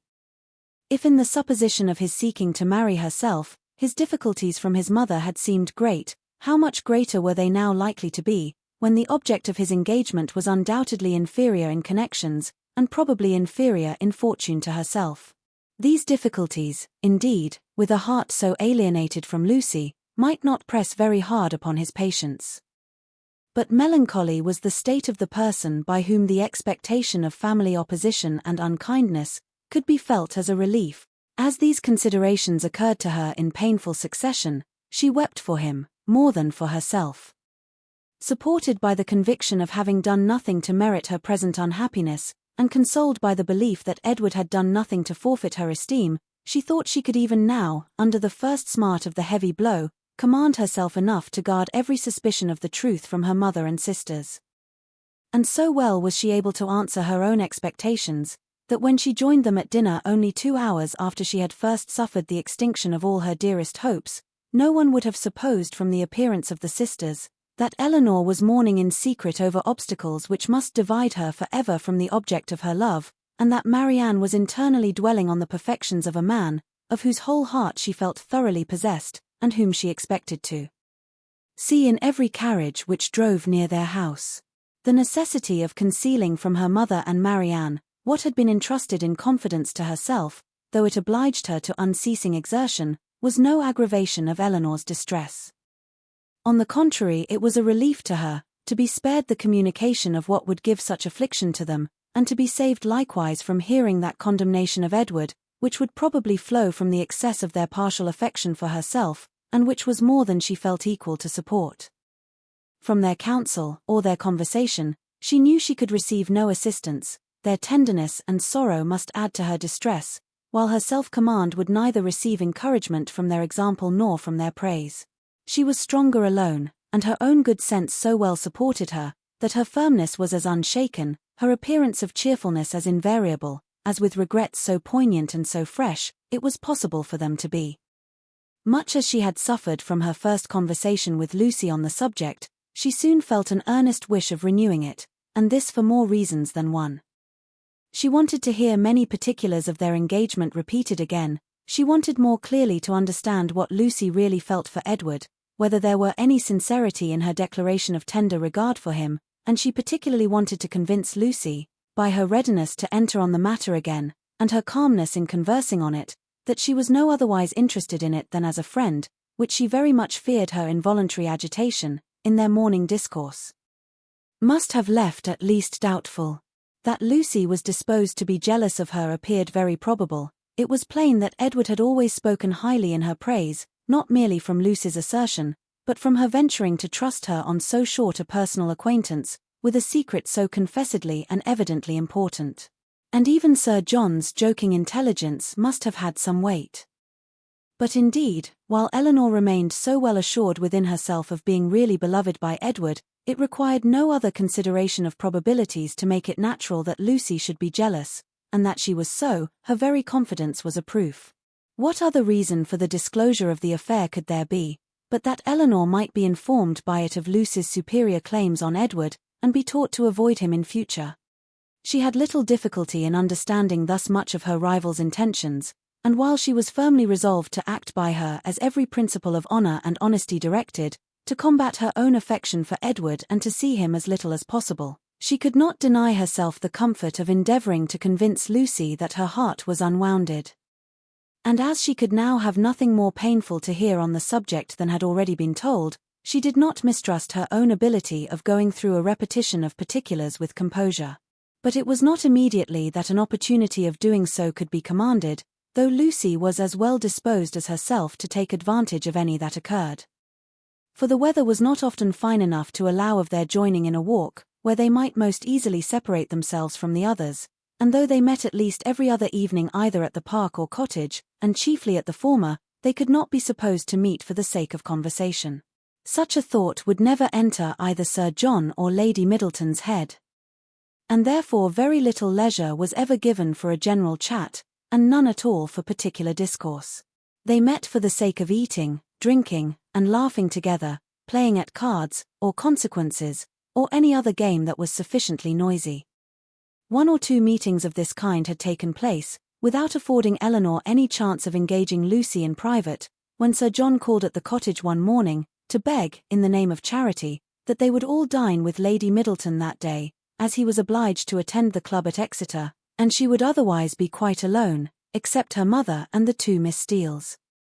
Eleanor, who foresaw a fairer opening for the point she had in view, in such a party as this was likely to be, more at liberty among themselves under the tranquil and well-bred direction of Lady Middleton than when her husband united them together in one noisy purpose, immediately accepted the invitation. Margaret, with her mother's permission, was equally compliant, and Marianne, though always unwilling to join any of their parties, was persuaded by her mother, who could not bear to have her seclude herself from any chance of amusement, to go likewise. The young ladies went, and Lady Middleton was happily preserved from the frightful solitude which had threatened her. The insipidity of the meeting was exactly such as Eleanor had expected. It produced not one novelty of thought or expression, and nothing could be less interesting than the whole of their discourse both in the dining parlour and drawing-room. To the latter, the children accompanied them, and while they remained there, she was too well convinced of the impossibility of engaging Lucy's attention to attempt it. They quitted it only with the removal of the tea-things. The card-table was then placed, and Eleanor began to wonder at herself for having ever entertained a hope of finding time for conversation at the park. They all rose up in preparation for a round game. "I am glad," said Lady Middleton to Lucy, "you are not going to finish poor little Anna Maria's basket this evening, for I am sure it must hurt your eyes to work filigree by candlelight. And we will make the dear little love some amends for her disappointment tomorrow, and then I hope she will not much mind it." This hint was enough. Lucy recollected herself instantly and replied, "Indeed you are very much mistaken, Lady Middleton. I am only waiting to know whether you can make your party without me, or I should have been at my filigree already. I would not disappoint the little angel for all the world. And if you want me at the card table now, I am resolved to finish the basket after supper. You are very good. I hope it won't hurt your eyes. Will you ring the bell for some working candles? My poor little girl would be sadly disappointed, I know, if the basket was not finished tomorrow, for though I told her it certainly would not, I am sure she depends upon having it done." Lucy directly drew her work-table near her and reseated herself with an alacrity and cheerfulness which seemed to infer that she could taste no greater delight than in making a filigree basket for a spoilt child. Lady Middleton proposed a rubber of casino to the others. No one made any objection but Marianne, who with her usual inattention to the forms of general civility, exclaimed, "Your ladyship will have the goodness to excuse me, you know I detest cards. I shall go to the pianoforte. I have not touched it since it was tuned." And without farther ceremony, She turned away and walked to the instrument. Lady Middleton looked as if she thanked heaven that she had never made so rude a speech. "Marianne can never keep long from that instrument, you know," said Eleanor, endeavouring to smooth away the offence, "and I do not much wonder at it, for it is the very best toned pianoforte I ever heard." The remaining 5 were now to draw their cards. "Perhaps," continued Eleanor, "if I should happen to cut out, I may be of some use to Miss Lucy Steele, in rolling her papers for her, and there is so much still to be done to the basket, that it must be impossible, I think, for her labour singly, to finish it this evening. I should like the work exceedingly, if she would allow me a share in it." "Indeed, I shall be very much obliged to you for your help," cried Lucy, "for I find there is more to be done to it than I thought there was. And it would be a shocking thing to disappoint dear Anna Maria after all." "Oh, that would be terrible, indeed," said Miss Steele. "Dear little soul, how I do love her." "You are very kind," said Lady Middleton to Eleanor, "and as you really like the work, perhaps you will be as well pleased not to cut until another rubber, or will you take your chance now?" Eleanor joyfully profited by the first of these proposals, and thus by a little of that address which Marianne could never condescend to practice, gained her own end, and pleased Lady Middleton at the same time. Lucy made room for her with ready attention, and the 2 fair rivals were thus seated side by side at the same table, and, with the utmost harmony, engaged in forwarding the same work. The pianoforte at which Marianne, wrapped up in her own music and her own thoughts, had by this time forgotten that anybody was in the room besides herself, was luckily so near them that Miss Dashwood now judged she might safely, under the shelter of its noise, introduce the interesting subject, without any risk of being heard at the card table. Chapter 24. In a firm, though cautious tone, Eleanor thus began. "I should be undeserving of the confidence you have honoured me with, if I felt no desire for its continuance, or no farther curiosity on its subject. I will not apologize, therefore, for bringing it forward again." "Thank you," cried Lucy warmly, "for breaking the ice. You have set my heart at ease by it, for I was somehow or other afraid I had offended you by what I told you that Monday." "Offended me? How could you suppose so?"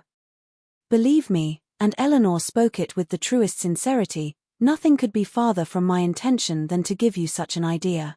Could you have a motive for the trust that was not honourable and flattering to me? And yet I do assure you," replied Lucy, her little sharp eyes full of meaning, "there seemed to me to be a coldness and displeasure in your manner that made me quite uncomfortable.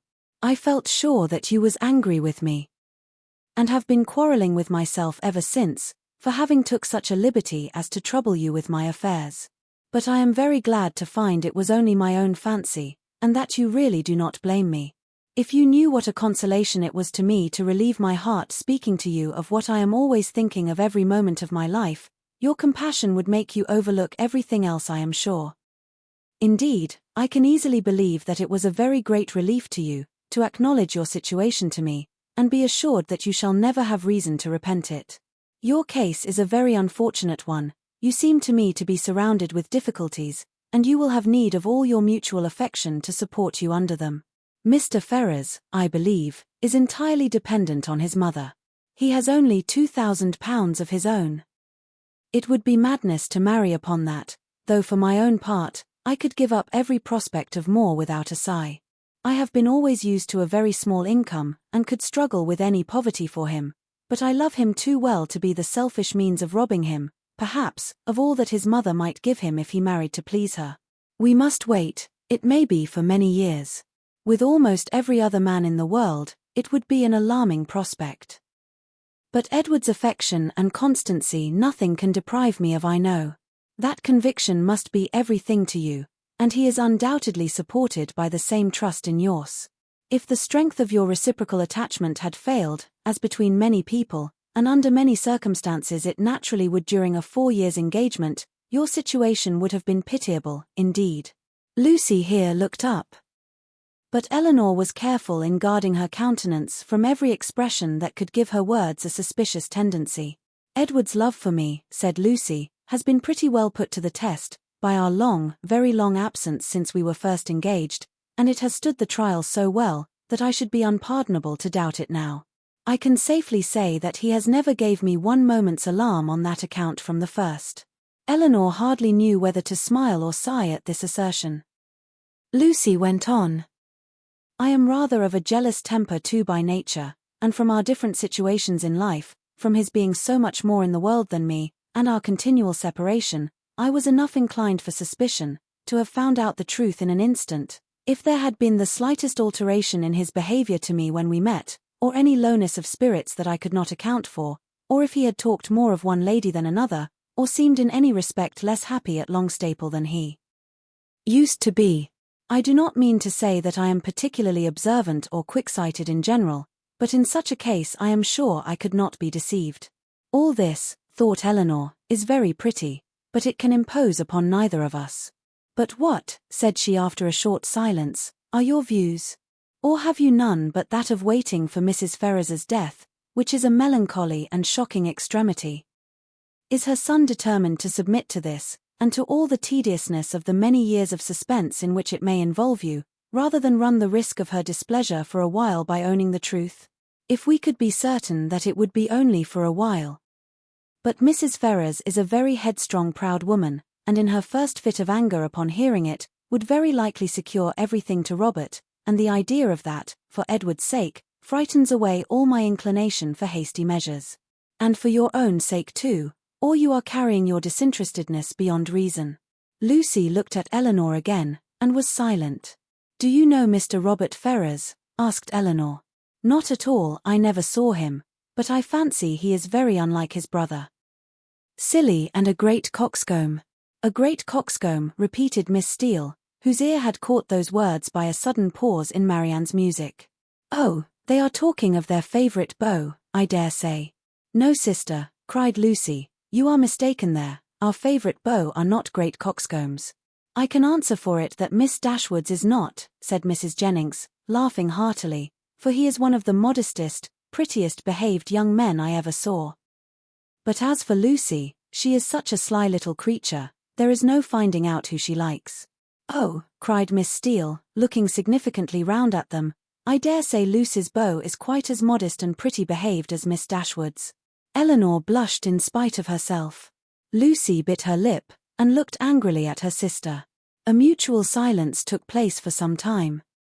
Lucy first put an end to it by saying in a lower tone, though Marianne was then giving them the powerful protection of a very magnificent concerto, I will honestly tell you of one scheme which has lately come into my head, for bringing matters to bear. Indeed I am bound to let you into the secret, for you are a party concerned. I dare say you have seen enough of Edward to know that he would prefer the church to every other profession. Now my plan is that he should take orders as soon as he can, and then through your interest, which I am sure you would be kind enough to use out of friendship for him, and I hope out of some regard to me, your brother might be persuaded to give him Norland living, which I understand is a very good one, and the present incumbent not likely to live a great while. That would be enough for us to marry upon, and we might trust to time and chance for the rest. I should always be happy, replied Eleanor, to show any mark of my esteem and friendship for Mr. Ferrars, but do you not perceive that my interest on such an occasion would be perfectly unnecessary? He is brother to Mrs. John Dashwood, that must be recommendation enough to her husband. But Mrs. John Dashwood would not much approve of Edward's going into orders. Then I rather suspect that my interest would do very little. They were again silent for many minutes. At length Lucy exclaimed with a deep sigh, I believe it would be the wisest way to put an end to the business at once by dissolving the engagement. We seem so beset with difficulties on every side, that though it would make us miserable for a time, we should be happier perhaps in the end. But you will not give me your advice, Miss Dashwood? No, answered Eleanor, with a smile, which concealed very agitated feelings, on such a subject I certainly will not. You know very well that my opinion would have no weight with you, unless it were on the side of your wishes.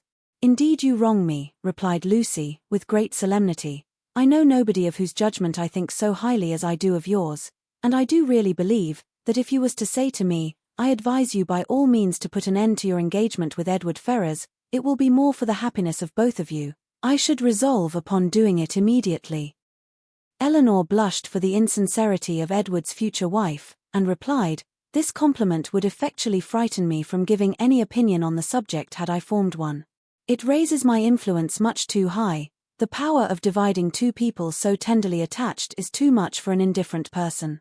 "'Tis because you are an indifferent person," said Lucy, with some pique, and laying a particular stress on those words, "that your judgment might justly have such weight with me. If you could be supposed to be biased in any respect by your own feelings, your opinion would not be worth having." Eleanor thought it wisest to make no answer to this, lest they might provoke each other to an unsuitable increase of ease and unreserve, and was even partly determined never to mention the subject again. Another pause, therefore, of many minutes' duration, succeeded this speech, and Lucy was still the first to end it. "Shall you be in town this winter, Miss Dashwood?" said she with all her customary complacency. "Certainly not." "I am sorry for that," returned the other, while her eyes brightened at the information. "It would have gave me such pleasure to meet you there. But I dare say you will go for all that. To be sure, your brother and sister will ask you to come to them. It will not be in my power to accept their invitation if they do." "How unlucky that is. I had quite depended upon meeting you there. And me are to go the latter end of January to some relations who have been wanting us to visit them these several years. But I only go for the sake of seeing Edward. He will be there in February, otherwise London would have no charms for me. I have not spirits for it." Eleanor was soon called to the card table by the conclusion of the first rubber, and the confidential discourse of the two ladies was therefore at an end, to which both of them submitted without any reluctance, for nothing had been said on either side to make them dislike each other less than they had done before, and Eleanor sat down to the card table with the melancholy persuasion that Edward was not only without affection for the person who was to be his wife, but that he had not even the chance of being tolerably happy in marriage, which sincere affection on her side would have given, for self-interest alone could induce a woman to keep a man to an engagement, of which she seemed so thoroughly aware that he was weary.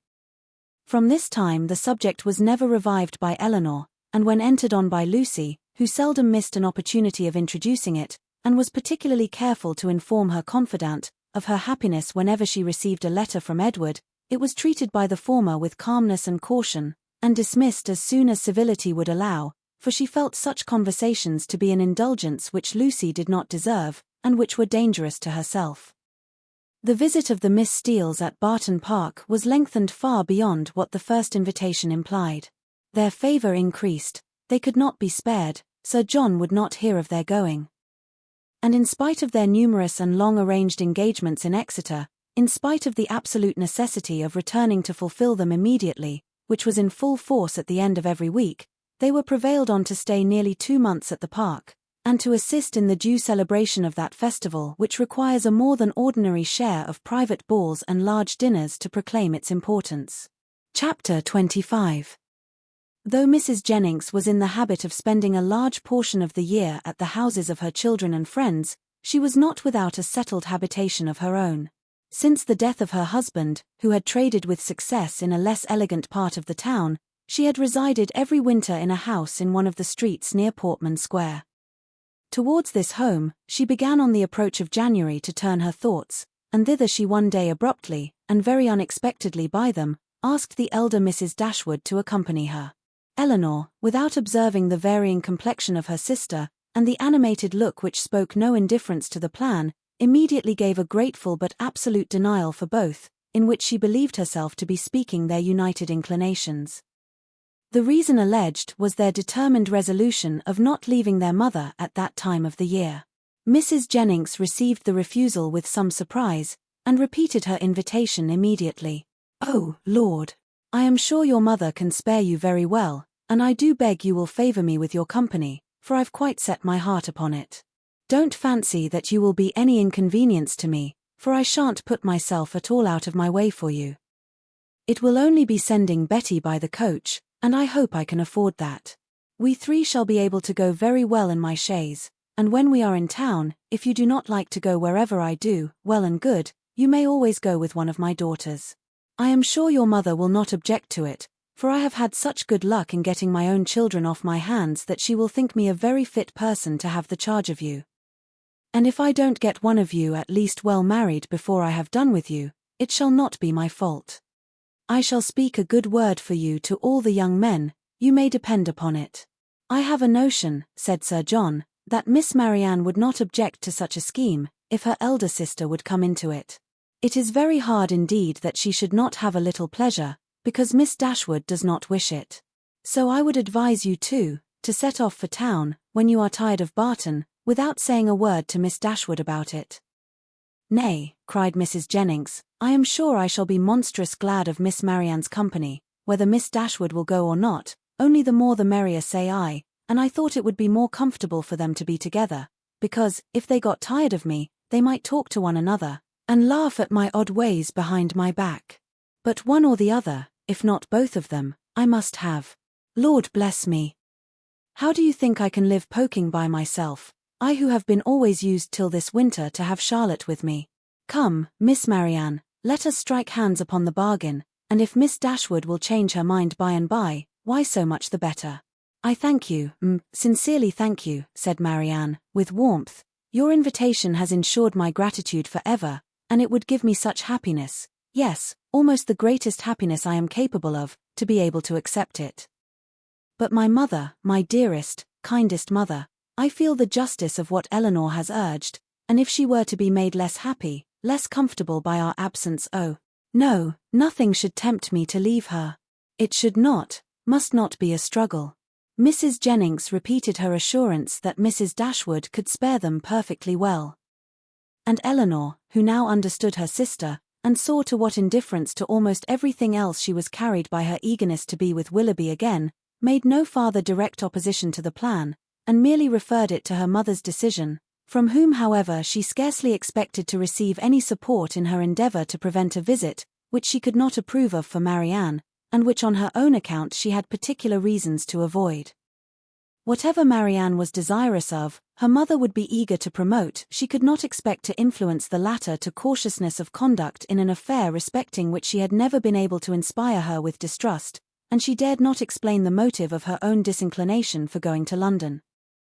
That Marianne, fastidious as she was, thoroughly acquainted with Mrs. Jennings' manners, and invariably disgusted by them, should overlook every inconvenience of that kind, should disregard whatever must be most wounding to her irritable feelings, in her pursuit of one object, was such a proof, so strong, so full, of the importance of that object to her, as Eleanor, in spite of all that had passed, was not prepared to witness.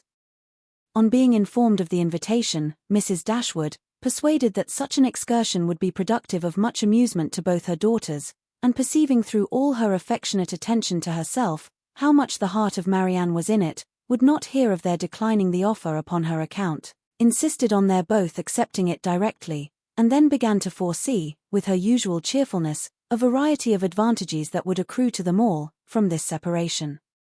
"I am delighted with the plan," she cried, "it is exactly what I could wish.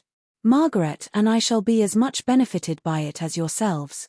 When you and the Middletons are gone, we shall go on so quietly and happily together with our books and our music. You will find Margaret so improved when you come back again. I have a little plan of alteration for your bedrooms too, which may now be performed without any inconvenience to anyone. It is very right that you should go to town. I would have every young woman of your condition in life acquainted with the manners and amusements of London. You will be under the care of a motherly good sort of woman, of whose kindness to you I can have no doubt. And in all probability you will see your brother, and whatever may be his faults, or the faults of his wife, when I consider whose son he is, I cannot bear to have you so wholly estranged from each other. Though with your usual anxiety for our happiness," said Eleanor, "you have been obviating every impediment to the present scheme which occurred to you, there is still one objection which, in my opinion, cannot be so easily removed." Marianne's countenance sunk. "And what," said Mrs. Dashwood, "is my dear prudent Eleanor going to suggest? What formidable obstacle is she now to bring forward? Do not let me hear a word about the expense of it. My objection is this. Though I think very well of Mrs. Jennings's heart, she is not a woman whose society can afford us pleasure, or whose protection will give us consequence." "That is very true," replied her mother, "but of her society, separately from that of other people, you will scarcely have anything at all, and you will almost always appear in public with Lady Middleton." "If Eleanor is frightened away by her dislike of Mrs. Jennings," said Marianne, "at least it need not prevent my accepting her invitation. I have no such scruples, and I am sure I could put up with every unpleasantness of that kind with very little effort." Eleanor could not help smiling at this display of indifference towards the manners of a person to whom she had often had difficulty in persuading Marianne to behave with tolerable politeness. And resolved within herself that if her sister persisted in going, she would go likewise, as she did not think it proper that Marianne should be left to the sole guidance of her own judgment, or that Mrs. Jennings should be abandoned to the mercy of Marianne for all the comfort of her domestic hours. To this determination she was the more easily reconciled, by recollecting that Edward Ferrars, by Lucy's account, was not to be in town before February. And that their visit, without any unreasonable abridgment, might be previously finished. "I will have you both go," said Mrs. Dashwood. "These objections are nonsensical.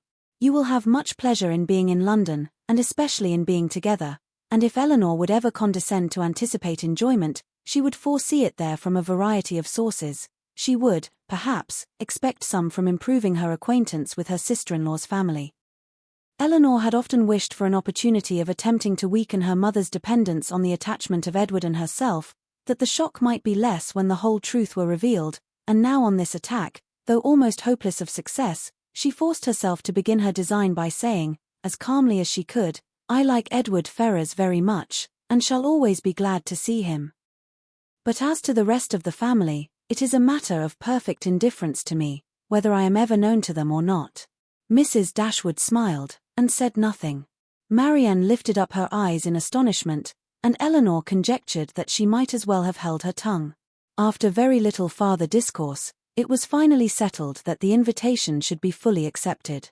Mrs. Jennings received the information with a great deal of joy, and many assurances of kindness and care. Nor was it a matter of pleasure merely to her.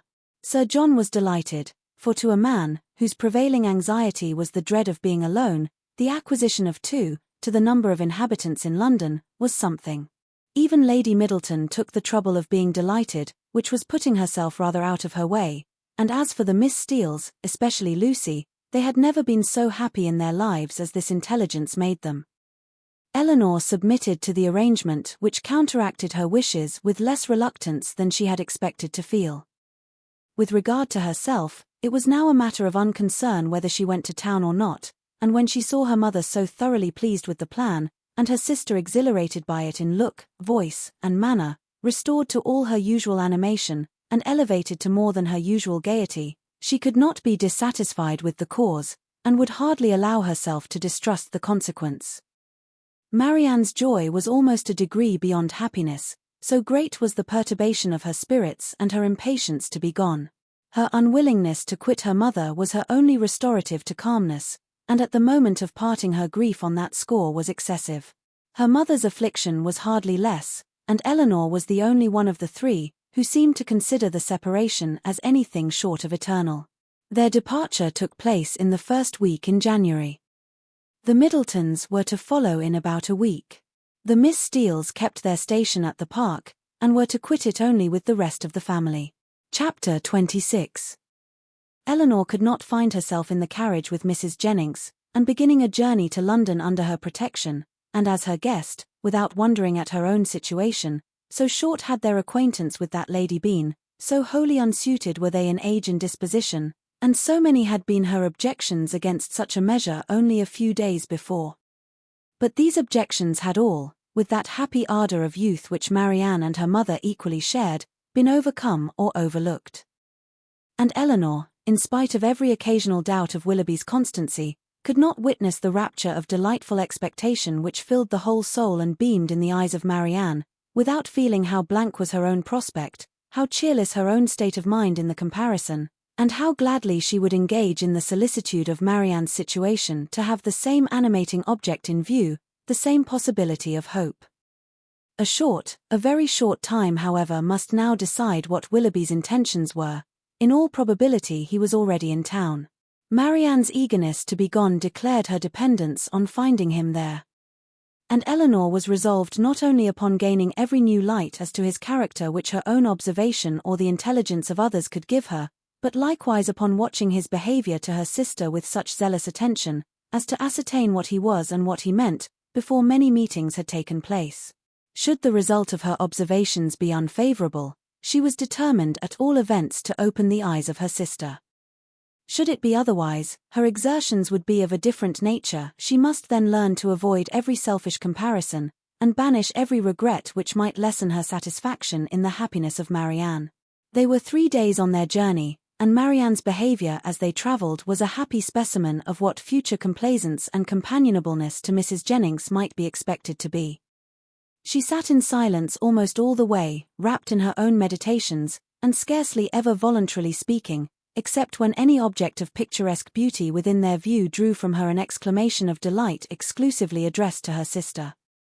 To atone for this conduct, therefore, Eleanor took immediate possession of the post of civility which she had assigned herself, behaved with the greatest attention to Mrs. Jennings, talked with her, laughed with her, and listened to her whenever she could. And Mrs. Jennings on her side treated them both with all possible kindness, was solicitous on every occasion for their ease and enjoyment, and only disturbed that she could not make them choose their own dinners at the inn, nor extort a confession of their preferring salmon to cod, or boiled fowls to veal cutlets. They reached town by 3 o'clock the 3rd day, glad to be released, after such a journey, from the confinement of a carriage, and ready to enjoy all the luxury of a good fire. The house was handsome, and handsomely fitted up, and the young ladies were immediately put in possession of a very comfortable apartment. It had formerly been Charlotte's, and over the mantelpiece still hung a landscape in coloured silks of her performance, in proof of her having spent 7 years at a great school in town to some effect. As dinner was not to be ready in less than 2 hours from their arrival, Eleanor determined to employ the interval in writing to her mother, and sat down for that purpose. In a few moments Marianne did the same. "I am writing home, Marianne," said Eleanor. "Had not you better defer your letter for a day or two?" "I am not going to write to my mother," replied Marianne, hastily, and as if wishing to avoid any farther inquiry. Eleanor said no more. It immediately struck her that she must then be writing to Willoughby, and the conclusion which has instantly followed was, that, however mysteriously they might wish to conduct the affair, they must be engaged.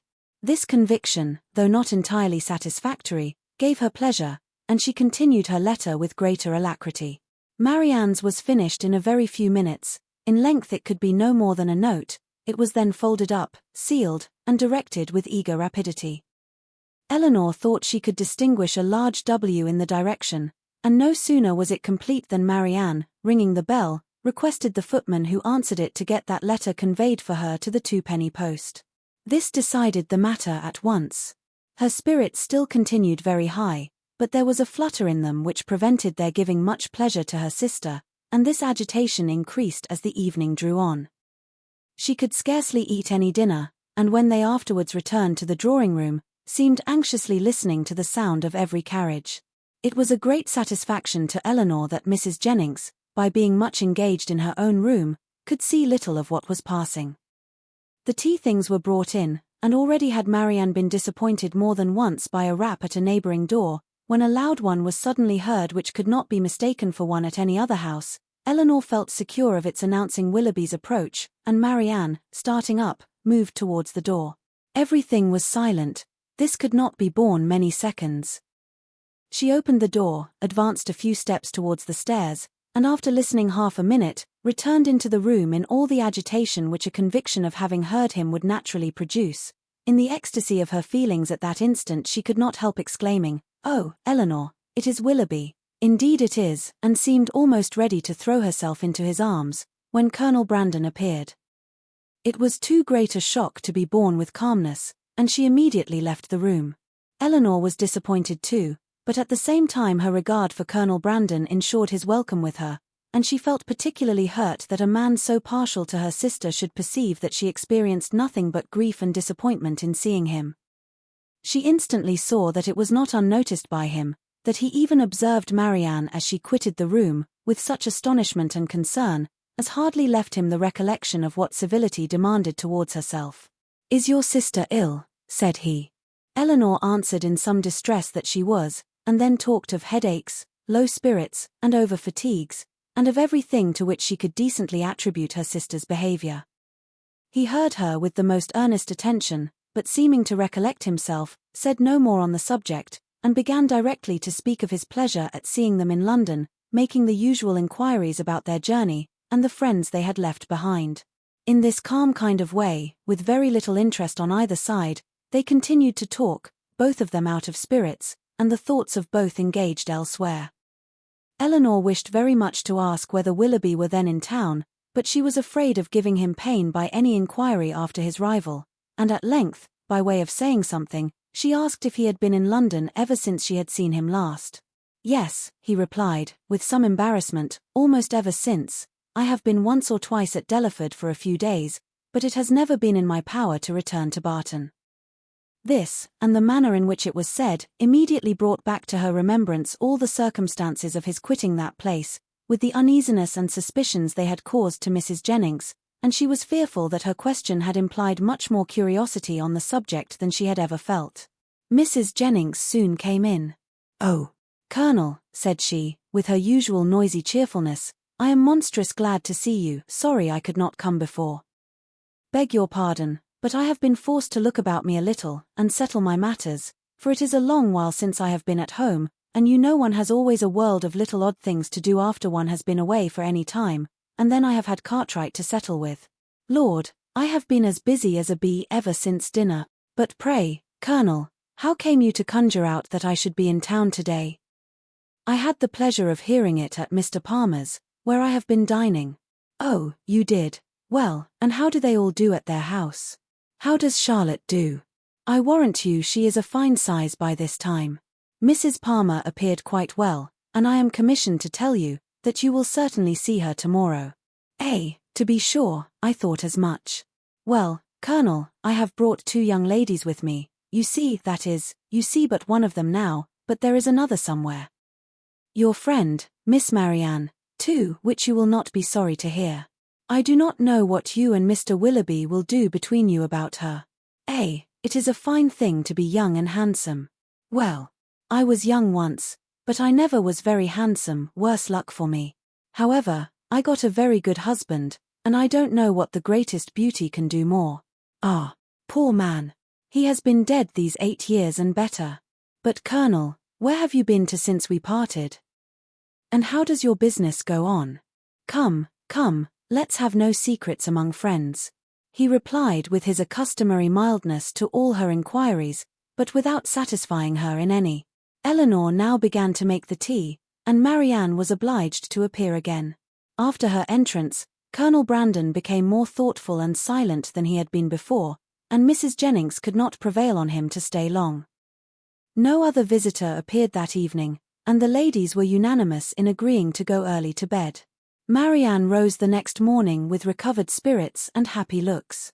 The disappointment of the evening before seemed forgotten in the expectation of what was to happen that day. They had not long finished their breakfast before Mrs. Palmer's barouche stopped at the door, and in a few minutes she came laughing into the room. So delighted to see them all, that it was hard to say whether she received most pleasure from meeting her mother or the Miss Dashwoods again. So surprised at their coming to town, though it was what she had rather expected all along, so angry at their accepting her mother's invitation after having declined her own, though at the same time she would never have forgiven them if they had not come. "Mr. Palmer will be so happy to see you," said she. "What do you think he said when he heard of your coming with Mamma?" I forget what it was now, but it was something so droll. After an hour or 2 spent in what her mother called comfortable chat, or in other words, in every variety of inquiry concerning all their acquaintance on Mrs. Jennings's side, and in laughter without cause on Mrs. Palmer's, it was proposed by the latter that they should all accompany her to some shops where she had business that morning, to which Mrs. Jennings and Eleanor readily consented, as having likewise some purchases to make themselves. And Marianne, though declining it at first, was induced to go likewise. Wherever they went, she was evidently always on the watch. In Bond Street especially, where much of their business lay, her eyes were in constant inquiry, and in whatever shop the party were engaged, her mind was equally abstracted from everything actually before them, from all that interested and occupied the others. Restless and dissatisfied everywhere, her sister could never obtain her opinion of any article of purchase, however it might equally concern them both. She received no pleasure from anything, was only impatient to be at home again, and could with difficulty govern her vexation at the tediousness of Mrs. Palmer, whose eye was caught by everything pretty, expensive, or new, who was wild to buy all, could determine on none, and dawdled away her time in rapture and indecision. It was late in the morning before they returned home, and no sooner had they entered the house than Marianne flew eagerly upstairs, and when Eleanor followed, she found her turning from the table with a sorrowful countenance, which declared that no Willoughby had been there.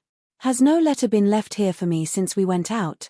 said she to the footman, who then entered with the parcels. She was answered in the negative. "Are you quite sure of it?" she replied. "Are you certain that no servant, no porter has left any letter or note?" The man replied that none had. "How very odd," said she, in a low and disappointed voice, as she turned away to the window. "How odd, indeed," repeated Eleanor within herself, regarding her sister with uneasiness. If she had not known him to be in town, she would not have written to him, as she did. She would have written to Combe Magna, and if he is in town, how odd that he should neither come nor write. "Oh, my dear mother, you must be wrong in permitting an engagement between a daughter so young, a man so little known, to be carried on in so doubtful, so mysterious a manner. I long to inquire, and how will my interference be borne?" She determined, after some consideration, that if appearances continued many days longer as unpleasant as they now were, she would represent in the strongest manner to her mother the necessity of some serious inquiry into the affair. Mrs. Palmer and two elderly ladies of Mrs. Jennings's intimate acquaintance, whom she had met and invited in the morning, dined with them. The former left them soon after tea to fulfill her evening engagements, and Eleanor was obliged to assist in making a whist table for the others. Marianne was of no use on these occasions, as she would never learn the game. But though her time was therefore at her own disposal, the evening was by no means more productive of pleasure to her than to Eleanor, for it was spent in all the anxiety of expectation and the pain of disappointment. She sometimes endeavored for a few minutes to read. But the book was soon thrown aside, and she returned to the more interesting employment of walking backwards and forwards across the room, pausing for a moment whenever she came to the window, in hopes of distinguishing the long-expected rap. Chapter 27. "If this open weather holds much longer," said Mrs. Jennings, when they met at breakfast the following morning, "Sir John will not like leaving Barton next week. 'Tis a sad thing for sportsmen to lose a day's pleasure. Poor souls! I always pity them when they do, they seem to take it so much to heart." "That is true," cried Marianne, in a cheerful voice, and walking to the window as she spoke, to examine the day. "I had not thought of that. This weather will keep many sportsmen in the country."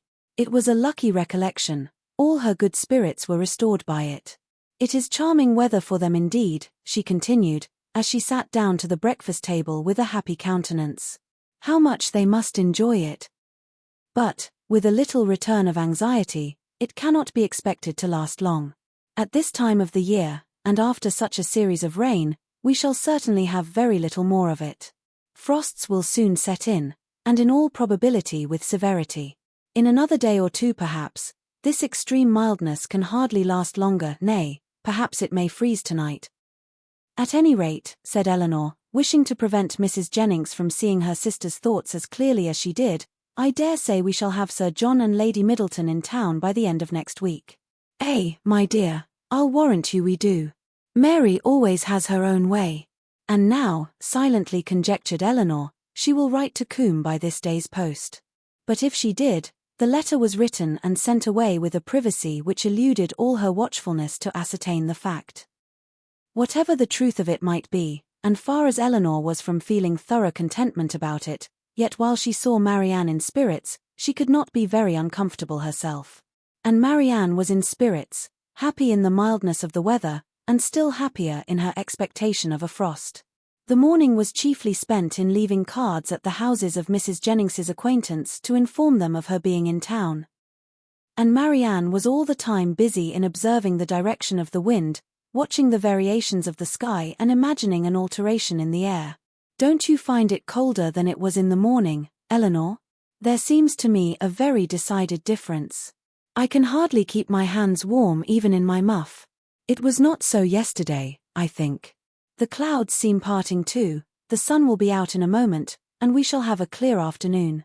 Eleanor was alternately diverted and pained. But Marianne persevered, and saw every night in the brightness of the fire, and every morning in the appearance of the atmosphere, the certain symptoms of approaching frost. The Miss Dashwoods had no greater reason to be dissatisfied with Mrs. Jennings's style of living and set of acquaintance than with her behavior to themselves, which was invariably kind. Everything in her household arrangements was conducted on the most liberal plan, and excepting a few old city friends, whom, to Lady Middleton's regret, she had never dropped, she visited no one to whom an introduction could at all discompose the feelings of her young companions. Pleased to find herself more comfortably situated in that particular than she had expected, Eleanor was very willing to compound for the want of much real enjoyment from any of their evening parties, which, whether at home or abroad, formed only for cards, could have little to amuse her. Colonel Brandon, who had a general invitation to the house, was with them almost every day. He came to look at Marianne and talk to Eleanor, who often derived more satisfaction from conversing with him than from any other daily occurrence, but who saw at the same time with much concern his continued regard for her sister. She feared it was a strengthening regard. It grieved her to see the earnestness with which he often watched Marianne, and his spirits were certainly worse than when at Barton. About a week after their arrival, it became certain that Willoughby was also arrived. His card was on the table when they came in from the morning's drive. "Good God," cried Marianne, "he has been here while we were out." Eleanor, rejoiced to be assured of his being in London, now ventured to say, "Depend upon it, he will call again tomorrow." But Marianne seemed hardly to hear her, and on Mrs. Jennings's entrance, escaped with the precious card. This event, while it raised the spirits of Eleanor, restored to those of her sister all, and more than all, their former agitation. From this moment her mind was never quiet. The expectation of seeing him every hour of the day made her unfit for anything. She insisted on being left behind, the next morning, when the others went out. Eleanor's thoughts were full of what might be passing in Berkeley Street during their absence, but a moment's glance at her sister when they returned was enough to inform her that Willoughby had paid no second visit there. A note was just then brought in, and laid on the table. "For me," cried Marianne, stepping hastily forward. "No, for my mistress." But Marianne, not convinced, took it instantly up. "It is indeed for Mrs. Jennings. How provoking." "You are expecting a letter, then," said Eleanor, unable to be longer silent. "Yes, a little, not much." After a short pause. "You have no confidence in me, Marianne." "Nay, Eleanor, this reproach from you, you who have confidence in no one." "Me," returned Eleanor in some confusion. "Indeed, Marianne, I have nothing to tell." "Nor I," answered Marianne with energy. "Our situations then are alike. We have neither of us anything to tell, you, because you do not communicate, and I, because I conceal nothing." Eleanor, distressed by this charge of reserve in herself, which she was not at liberty to do away, knew not how, under such circumstances, to press for greater openness in Marianne. Mrs. Jennings soon appeared, and the note being given her, she read it aloud. It was from Lady Middleton, announcing their arrival in Conduit Street the night before, and requesting the company of her mother and cousins the following evening. Business on Sir John's part, and a violent cold on her own, prevented their calling in Berkeley Street. The invitation was accepted. But when the hour of appointment drew near, necessary as it was in common civility to Mrs. Jennings, that they should both attend her on such a visit, Eleanor had some difficulty in persuading her sister to go, for still she had seen nothing of Willoughby, and therefore was not more indisposed for amusement abroad, than unwilling to run the risk of his calling again in her absence. Eleanor found, when the evening was over, that disposition is not materially altered by a change of abode, for although scarcely settled in town, Sir John had contrived to collect around him nearly 20 young people, and to amuse them with a ball. This was an affair, however, of which Lady Middleton did not approve. In the country, an unpremeditated dance was very allowable. But in London, where the reputation of elegance was more important and less easily attained, it was risking too much for the gratification of a few girls, to have it known that Lady Middleton had given a small dance of 8 or 9 couple, with 2 violins, and a mere sideboard collation. Mr. and Mrs. Palmer were of the party. From the former, whom they had not seen before since their arrival in town, as he was careful to avoid the appearance of any attention to his mother-in-law, and therefore never came near her, they received no mark of recognition on their entrance. He looked at them slightly, without seeming to know who they were, and merely nodded to Mrs. Jennings from the other side of the room. Marianne gave one glance round the apartment as she entered. It was enough, he was not there. And she sat down, equally ill-disposed to receive or communicate pleasure. After they had been assembled about an hour, Mr. Palmer sauntered towards the Miss Dashwoods to express his surprise on seeing them in town, though Colonel Brandon had been first informed of their arrival at his house, and he had himself said something very droll on hearing that they were to come. "I thought you were both in Devonshire," said he. "Did you?" replied Eleanor. "When do you go back again?" "I do not know." And thus ended their discourse. Never had Marianne been so unwilling to dance in her life, as she was that evening, and never so much fatigued by the exercise. She complained of it as they returned to Berkeley Street. "Aye," said Mrs. Jennings, "we know the reason of all that very well. If a certain person who shall be nameless had been there, you would not have been a bit tired, and to say the truth it was not very pretty of him not to give you the meeting when he was invited." "Invited?" cried Marianne. "So my daughter Middleton told me, for it seems Sir John met him somewhere in the street this morning." Marianne said no more, but looked exceedingly hurt. Impatient in this situation to be doing something that might lead to her sister's relief, Eleanor resolved to write the next morning to her mother, and hoped by awakening her fears for the health of Marianne, to procure those inquiries which had been so long delayed. And she was still more eagerly bent on this measure by perceiving after breakfast on the morrow that Marianne was again writing to Willoughby, for she could not suppose it to be to any other person. About the middle of the day, Mrs. Jennings went out by herself on business, and Eleanor began her letter directly, while Marianne, too restless for employment, too anxious for conversation, walked from one window to the other, or sat down by the fire in melancholy meditation. Eleanor was very earnest in her application to her mother, relating all that had passed, her suspicions of Willoughby's inconstancy, urging her by every plea of duty and affection to demand from Marianne an account of her real situation with respect to him. Her letter was scarcely finished, when a rap foretold a visitor, and Colonel Brandon was announced. Marianne, who had seen him from the window, and who hated company of any kind, left the room before he entered it. He looked more than usually grave, and though expressing satisfaction at finding Miss Dashwood alone, as if he had somewhat in particular to tell her, sat for some time without saying a word. Eleanor, persuaded that he had some communication to make in which her sister was concerned, impatiently expected its opening. It was not the first time of her feeling the same kind of conviction. For, more than once before, beginning with the observation of "your sister looks unwell today," or "your sister seems out of spirits," he had appeared on the point, either of disclosing, or of inquiring, something particular about her. After a pause of several minutes, their silence was broken, by his asking her in a voice of some agitation, when he was to congratulate her on the acquisition of a brother. Eleanor was not prepared for such a question, and having no answer ready, was obliged to adopt the simple and common expedient of asking what he meant. He tried to smile as he replied, "Your sister's engagement to Mr. Willoughby is very generally known." "It cannot be generally known," returned Eleanor, "for her own family do not know it." He looked surprised and said, "I beg your pardon, I am afraid my inquiry has been impertinent. But I had not supposed any secrecy intended, as they openly correspond, and their marriage is universally talked of." "How can that be? By whom can you have heard it mentioned?" "By many, by some of whom you know nothing, by others with whom you are most intimate, Mrs. Jennings, Mrs. Palmer, and the Middletons. But still I might not have believed it, for where the mind is perhaps rather unwilling to be convinced, it will always find something to support its doubts. If I had not, when the servant let me in today, accidentally seen a letter in his hand, directed to Mr. Willoughby in your sister's writing.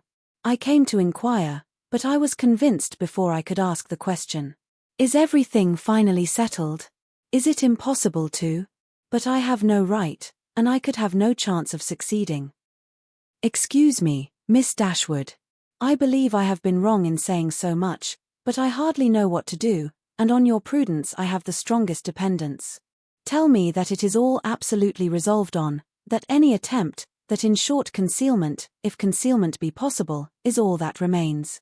These words, which conveyed to Eleanor a direct avowal of his love for her sister, affected her very much. She was not immediately able to say anything, and even when her spirits were recovered, she debated for a short time on the answer it would be most proper to give. The real state of things between Willoughby and her sister was so little known to herself, that in endeavouring to explain it, she might be as liable to say too much as too little. Yet as she was convinced that Marianne's affection for Willoughby could leave no hope of Colonel Brandon's success, whatever the event of that affection might be, and at the same time wished to shield her conduct from censure, she thought it most prudent and kind, after some consideration, to say more than she really knew or believed. She acknowledged, therefore, that though she had never been informed by themselves of the terms on which they stood with each other, of their mutual affection she had no doubt, and of their correspondence she was not astonished to hear. He listened to her with silent attention, and on her ceasing to speak, rose directly from his seat, and after saying in a voice of emotion, "To your sister I wish all imaginable happiness, to Willoughby that he may endeavour to deserve her," took leave, and went away. Eleanor derived no comfortable feelings from this conversation. To lessen the uneasiness of her mind on other points, she was left, on the contrary, with a melancholy impression of Colonel Brandon's unhappiness, and was prevented even from wishing it removed, by her anxiety for the very event that must confirm it. Chapter 28. Nothing occurred during the next 3 or 4 days, to make Eleanor regret what she had done, in applying to her mother. For Willoughby neither came nor wrote.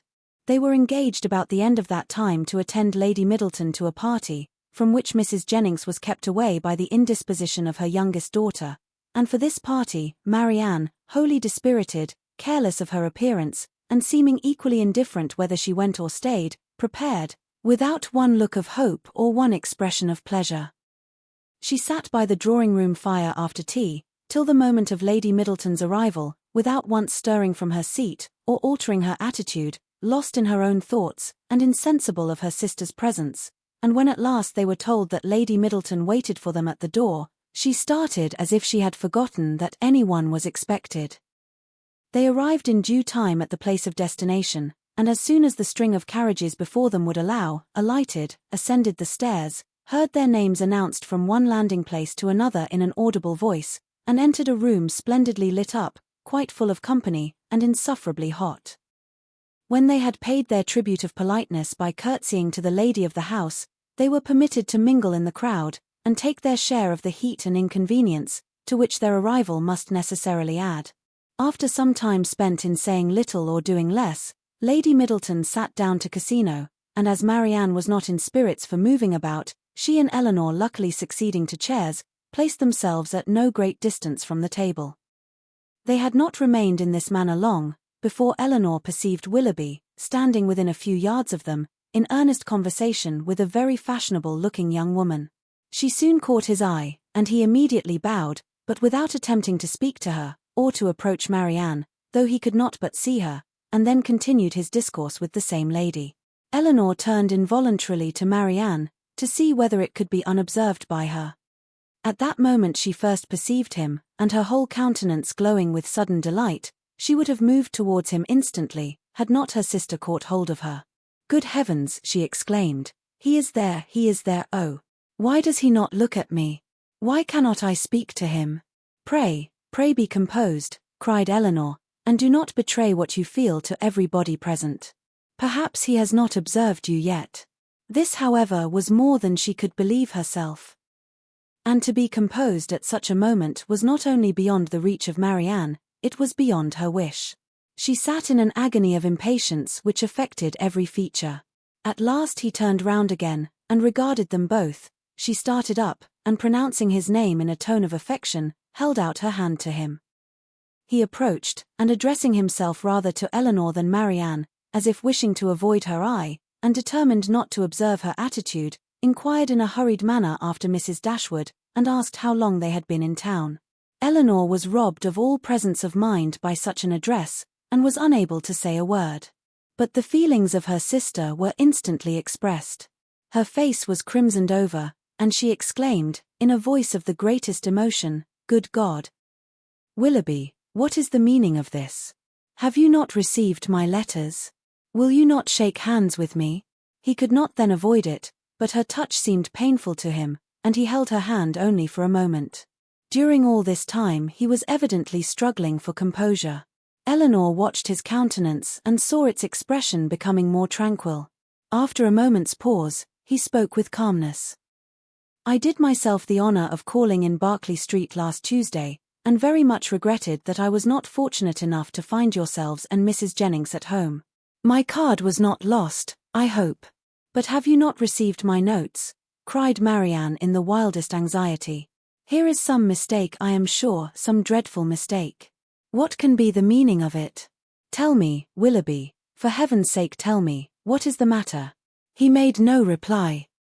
His complexion changed and all his embarrassment returned, but as if, on catching the eye of the young lady with whom he had been previously talking, he felt the necessity of instant exertion, he recovered himself again, and after saying, "Yes, I had the pleasure of receiving the information of your arrival in town, which you were so good as to send me," turned hastily away with a slight bow and joined his friend. Marianne, now looking dreadfully white, and unable to stand, sunk into her chair, and Eleanor, expecting every moment to see her faint, tried to screen her from the observation of others, while reviving her with lavender water. "Go to him, Eleanor," she cried, as soon as she could speak, "and force him to come to me. Tell him I must see him again, must speak to him instantly. I cannot rest, I shall not have a moment's peace till this is explained, some dreadful misapprehension or other." "Oh, go to him this moment.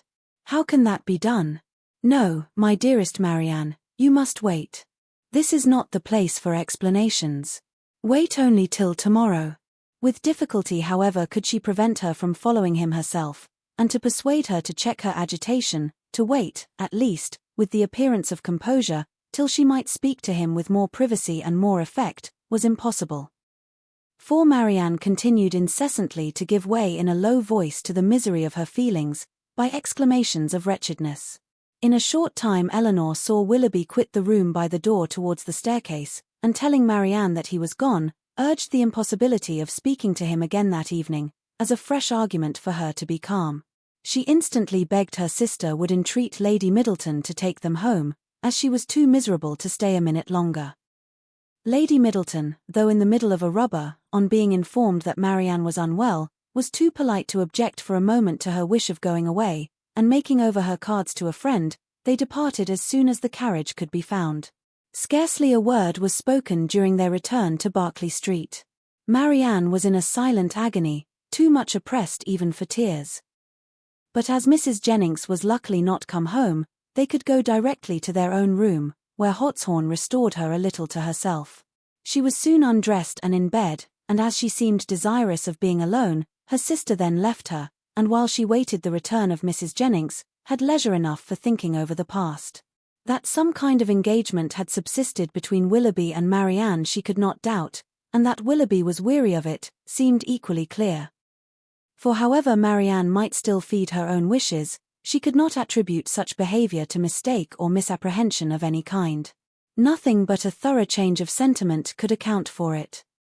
Her indignation would have been still stronger than it was, had she not witnessed that embarrassment which seemed to speak a consciousness of his own misconduct, and prevented her from believing him so unprincipled as to have been sporting with the affections of her sister from the first, without any design that would bear investigation. Absence might have weakened his regard, and convenience might have determined him to overcome it, but that such a regard had formerly existed she could not bring herself to doubt. As for Marianne, on the pangs which so unhappy a meeting must already have given her, and on those still more severe which might await her in its probable consequence, she could not reflect without the deepest concern. Her own situation gained in the comparison. For while she could esteem Edward as much as ever, however they might be divided in future, her mind might be always supported. But every circumstance that could embitter such an evil seemed uniting to heighten the misery of Marianne in a final separation from Willoughby, in an immediate and irreconcilable rupture with him. Chapter 29.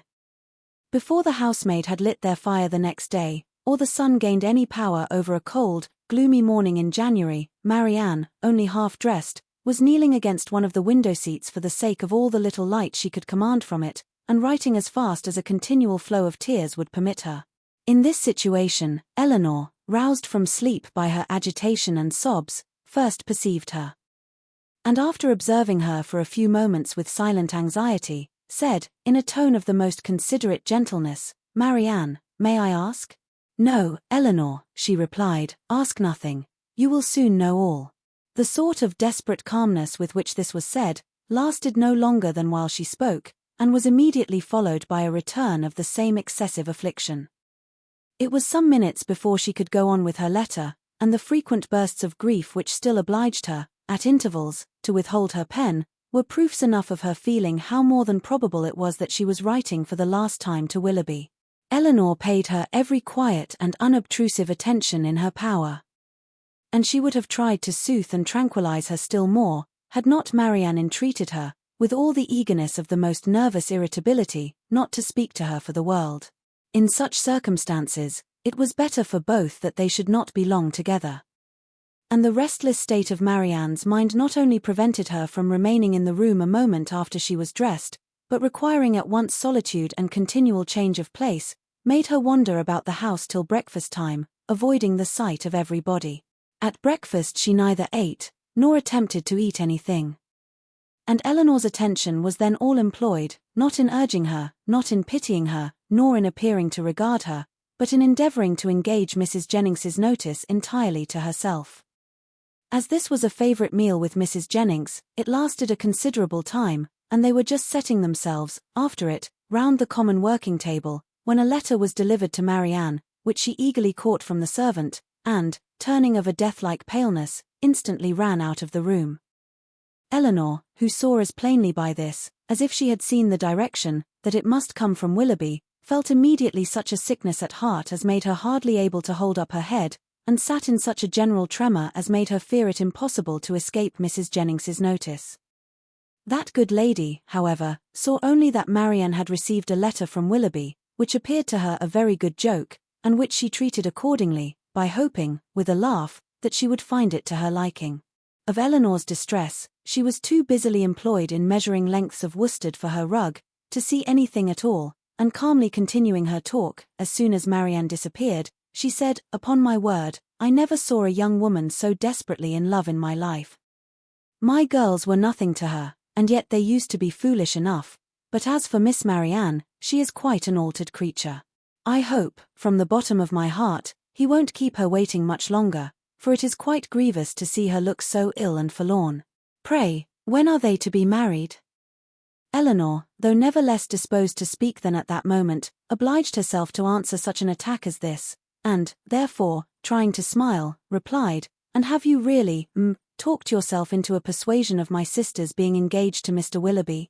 I thought it had been only a joke, but so serious a question seems to imply more, and I must beg, therefore, that you will not deceive yourself any longer. I do assure you that nothing would surprise me more than to hear of their being going to be married. For shame, Miss Dashwood. How can you talk so? Don't we all know that it must be a match, that they were over head and ears in love with each other from the first moment they met? Did not I see them together in Devonshire every day, and all day long, and did not I know that your sister came to town with me on purpose to buy wedding clothes? Come, this won't do. Because you are so sly about it yourself, you think nobody else has any senses, but it is no such thing, I can tell you, for it has been known all over town this ever so long. I tell everybody of it, and so does Charlotte." "Indeed, said Elinor, very seriously, "you are mistaken. Indeed, you are doing a very unkind thing in spreading the report, and you will find that you have, though you will not believe me now." Mrs. Jennings laughed again, but Elinor had not spirits to say more, and eager at all events to know what Willoughby had written, hurried away to their room, where, on opening the door, she saw Marianne stretched on the bed, almost choked by grief, one letter in her hand, and 2 or 3 others lying by her. Elinor drew near, but without saying a word. And seating herself on the bed, took her hand, kissed her affectionately several times, and then gave way to a burst of tears, which at first was scarcely less violent than Marianne's. The latter, though unable to speak, seemed to feel all the tenderness of this behaviour, and after some time thus spent in joint affliction, she put all the letters into Elinor's hands, and then covering her face with her handkerchief, almost screamed with agony. Elinor, who knew that such grief, shocking as it was to witness it, must have its course, watched by her till this excess of suffering had somewhat spent itself, and then turning eagerly to Willoughby's letter, read as follows: Bond Street, January. My dear Madam, I have just had the honour of receiving your letter, for which I beg to return my sincere acknowledgements. I am much concerned to find there was anything in my behavior last night that did not meet your approbation. And though I am quite at a loss to discover in what point I could be so unfortunate as to offend you, I entreat your forgiveness of what I can assure you to have been perfectly unintentional. I shall never reflect on my former acquaintance with your family in Devonshire without the most grateful pleasure, and flatter myself it will not be broken by any mistake or misapprehension of my actions. My esteem for your whole family is very sincere. But if I have been so unfortunate as to give rise to a belief of more than I felt, or meant to express, I shall reproach myself for not having been more guarded in my professions of that esteem. That I should ever have meant more you will allow to be impossible, when you understand that my affections have been long engaged elsewhere, and it will not be many weeks, I believe, before this engagement is fulfilled. It is with great regret that I obey your commands in returning the letters with which I have been honored from you, and the lock of hair, which you so obligingly bestowed on me. I am, dear madam, your most obedient humble servant, John Willoughby. With what indignation such a letter as this must be read by Miss Dashwood, may be imagined. Though aware, before she began it, that it must bring a confession of his inconstancy, and confirm their separation for ever, she was not aware that such language could be suffered to announce it, nor could she have supposed Willoughby capable of departing so far from the appearance of every honourable and delicate feeling, so far from the common decorum of a gentleman, as to send a letter so impudently cruel. A letter which, instead of bringing with his desire of a release any professions of regret, acknowledged no breach of faith, denied all peculiar affection whatever, a letter of which every line was an insult, and which proclaimed its writer to be deep in hardened villainy. She paused over it for some time with indignant astonishment, then read it again and again. But every perusal only served to increase her abhorrence of the man, and so bitter were her feelings against him, that she dared not trust herself to speak, lest she might wound Marianne still deeper by treating their disengagement, not as a loss to her of any possible good but as an escape from the worst and most irremediable of all evils, a connection, for life, with an unprincipled man, as a deliverance the most real, a blessing the most important. In her earnest meditations on the contents of the letter, on the depravity of that mind which could dictate it, and probably, on the very different mind of a very different person, who had no other connection whatever with the affair than what her heart gave him with everything that passed, Elinor forgot the immediate distress of her sister, forgot that she had 3 letters on her lap yet unread, and so entirely forgot how long she had been in the room, that when on hearing a carriage drive up to the door, she went to the window to see who could be coming so unreasonably early. She was all astonishment to perceive Mrs. Jennings's chariot, which she knew had not been ordered till 1.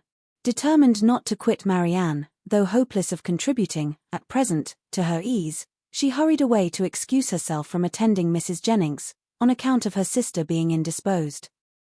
Mrs. Jennings, with a thoroughly good-humoured concern for its cause, admitted the excuse most readily, and Elinor, after seeing her safe off, returned to Marianne, whom she found attempting to rise from the bed, and whom she reached just in time to prevent her from falling on the floor, faint and giddy from a long want of proper rest and food, for it was many days since she had any appetite, and many nights since she had really slept. And now, when her mind was no longer supported by the fever of suspense, the consequence of all this was felt in an aching head, a weakened stomach, and a general nervous faintness. A glass of wine, which Elinor procured for her directly, made her more comfortable, and she was at last able to express some sense of her kindness, by saying, "Poor Elinor, how unhappy I make you." "I only wish," replied her sister, "there were anything I could do, which might be of comfort to you." This, as everything else would have been, was too much for Marianne, who could only exclaim, in the anguish of her heart, "Oh, Elinor, I am miserable, indeed," before her voice was entirely lost in sobs. Elinor could no longer witness this torrent of unresisted grief in silence. "Exert yourself, dear Marianne," she cried, "if you would not kill yourself and all who love you. Think of your mother, think of her misery while you suffer, for her sake you must exert yourself." I cannot," cried Marianne. Leave me, if I distress you. Leave me, hate me, forget me, but do not torture me so. Oh, how easy for those who have no sorrow of their own to talk of exertion. Happy Elinor, you cannot have an idea of what I suffer. Do you call me happy, Marianne? Ah, If you knew, and can you believe me to be so, while I see you so wretched? Forgive me, throwing her arms round her sister's neck. I know you feel for me. I know what a heart you have, but yet you must be happy. Edward loves you. What can do away such happiness as that? Many circumstances, said Eleanor, solemnly. No, cried Marian wildly, he loves you, and only you. You can have no grief. I can have no pleasure while I see you in this state. And you will never see me otherwise. Mine is a misery which nothing can do away. You must not talk so, Marianne. Have you no comforts? No friends? Is your loss such as leaves no opening for consolation? Much as you suffer now, think of what you would have suffered if the discovery of his character had been delayed to a later period, if your engagement had been carried on for months and months, as it might have been, before he chose to put an end to it. Every additional day of unhappy confidence, on your side, would have made the blow more dreadful. Engagement, cried Marianne. There has been no engagement. No engagement. No, he is not so unworthy as you believe him. He has broken no faith with me. But he told you that he loved you. Yes, no, never absolutely. It was every day implied, but never professedly declared. Sometimes I thought it had been, but it never was. Yet you wrote to him? Yes. Could that be wrong after all that had passed? But I cannot talk. Eleanor said no more, and turning again to the 3 letters which now raised a much stronger curiosity than before, directly ran over the contents of all. The first, which was what her sister had sent him on their arrival in town, was to this effect. Berkeley Street, January. How surprised you will be, Willoughby, on receiving this, and I think you will feel something more than surprise, when you know that I am in town. An opportunity of coming hither, though with Mrs. Jennings, was a temptation we could not resist. I wish you may receive this in time to come here tonight, but I will not depend on it. At any rate I shall expect you tomorrow. For the present, adieu. M.D. Her second note, which had been written on the morning after the dance at the Middletons, was in these words. I cannot express my disappointment in having missed you the day before yesterday, nor my astonishment at not having received any answer to a note which I sent you above a week ago. I have been expecting to hear from you, and still more to see you, every hour of the day. Pray call again as soon as possible, and explain the reason of my having expected this in vain. You had better come earlier another time, because we are generally out by 1. We were last night at Lady Middleton's, where there was a dance. I have been told that you were asked to be of the party. But could it be so? You must be very much altered indeed since we parted, if that could be the case, and you not there. But I will not suppose this possible, and I hope very soon to receive your personal assurance of its being otherwise. M.D. The contents of her last note to him were these. What am I to imagine, Willoughby, by your behaviour last night? Again I demand an explanation of it. I was prepared to meet you with the pleasure which our separation naturally produced, with the familiarity which our intimacy at Barton appeared to me to justify. I was repulsed indeed. I have passed a wretched night in endeavouring to excuse a conduct which can scarcely be called less than insulting, but though I have not yet been able to form any reasonable apology for your behaviour, I am perfectly ready to hear your justification of it. You have perhaps been misinformed, or purposely deceived, in something concerning me, which may have lowered me in your opinion. Tell me what it is, explain the grounds on which you acted, and I shall be satisfied, in being able to satisfy you. It would grieve me indeed to be obliged to think ill of you. But if I am to do it, if I am to learn that you are not what we have hitherto believed you, that your regard for us all was insincere, that your behaviour to me was intended only to deceive, let it be told as soon as possible. My feelings are at present in a state of dreadful indecision. I wish to acquit you, but certainty on either side will be ease to what I now suffer. If your sentiments are no longer what they were, you will return my notes, and the lock of my hair which is in your possession. M.D. That such letters, so full of affection and confidence, could have been so answered, Eleanor, for Willoughby's sake, would have been unwilling to believe. But her condemnation of him did not blind her to the impropriety of their having been written at all. And she was silently grieving over the imprudence which had hazarded such unsolicited proofs of tenderness, not warranted by anything preceding, and most severely condemned by the event, when Marianne, perceiving that she had finished the letters, observed to her that they contained nothing but what anyone would have written in the same situation. I felt myself, she added, to be as solemnly engaged to him, as if the strictest legal covenant had bound us to each other. I can believe it, said Eleanor, but unfortunately he did not feel the same. He did feel the same, Eleanor, for weeks and weeks he felt it. I know he did.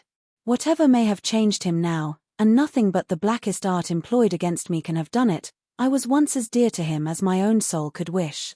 This lock of hair, which now he can so readily give up, was begged of me with the most earnest supplication. Had you seen his look, his manner, had you heard his voice at that moment? Have you forgot the last evening of our being together at Barton? The morning that we parted too, when he told me that it might be many weeks before we met again, his distress, can I ever forget his distress? For a moment or two she could say no more, but when this emotion had passed away, she added, in a firmer tone, Eleanor, I have been cruelly used, but not by Willoughby. Dearest Marianne, who but himself? By whom can he have been instigated? By all the world, rather than by his own heart. I could rather believe every creature of my acquaintance leagued together to ruin me in his opinion, than believe his nature capable of such cruelty. This woman of whom he writes, whoever she be, or anyone, in short, but your own dear self, Mamma, and Edward, may have been so barbarous to bully me. Beyond you three, is there a creature in the world whom I would not rather suspect of evil than Willoughby, whose heart I know so well? Eleanor would not contend, and only replied, whoever may have been so detestably your enemy, let them be cheated of their malignant triumph, my dear sister, by seeing how nobly the consciousness of your own innocence and good intentions supports your spirits. It is a reasonable and laudable pride which resists such malevolence. No, no, cried Marianne, misery such as mine has no pride. I care not who knows that I am wretched. The triumph of seeing me so may be open to all the world. Eleanor, Eleanor, they who suffer little may be proud and independent as they like, may resist insult, or return mortification, but I cannot. I must feel, I must be wretched, and they are welcome to enjoy the consciousness of it that can. But for my mother's sake and mine, I would do more than for my own. But to appear happy when I am so miserable, oh, who can require it? Again they were both silent. Eleanor was employed in walking thoughtfully from the fire to the window, from the window to the fire, without knowing that she received warmth from one, or discerning objects through the other, and Marianne, seated at the foot of the bed, with her head leaning against one of its posts, again took up Willoughby's letter, and, after shuddering over every sentence, exclaimed, "It is too much. Oh, Willoughby, Willoughby, could this be yours? Cruel, cruel, nothing can acquit you. Eleanor, nothing can. Whatever he might have heard against me, ought he not to have suspended his belief? Ought he not to have told me of it, to have given me the power of clearing myself? The lock of hair, repeating it from the letter, which you so obligingly bestowed on me, that is unpardonable. Willoughby, where was your heart when you wrote those words? Oh, barbarously insolent. Eleanor, can he be justified? No, Marianne, in no possible way. And yet this woman, who knows what her art may have been, how long it may have been premeditated, and how deeply contrived by her, who is she? Who can she be? Whom did I ever hear him talk of as young and attractive among his female acquaintance? Oh, no one, no one, he talked to me only of myself. Another pause ensued. Marianne was greatly agitated, and it ended thus. Eleanor, I must go home.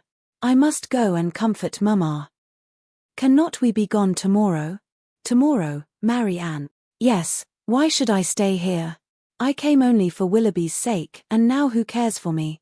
Who regards me? It would be impossible to go tomorrow.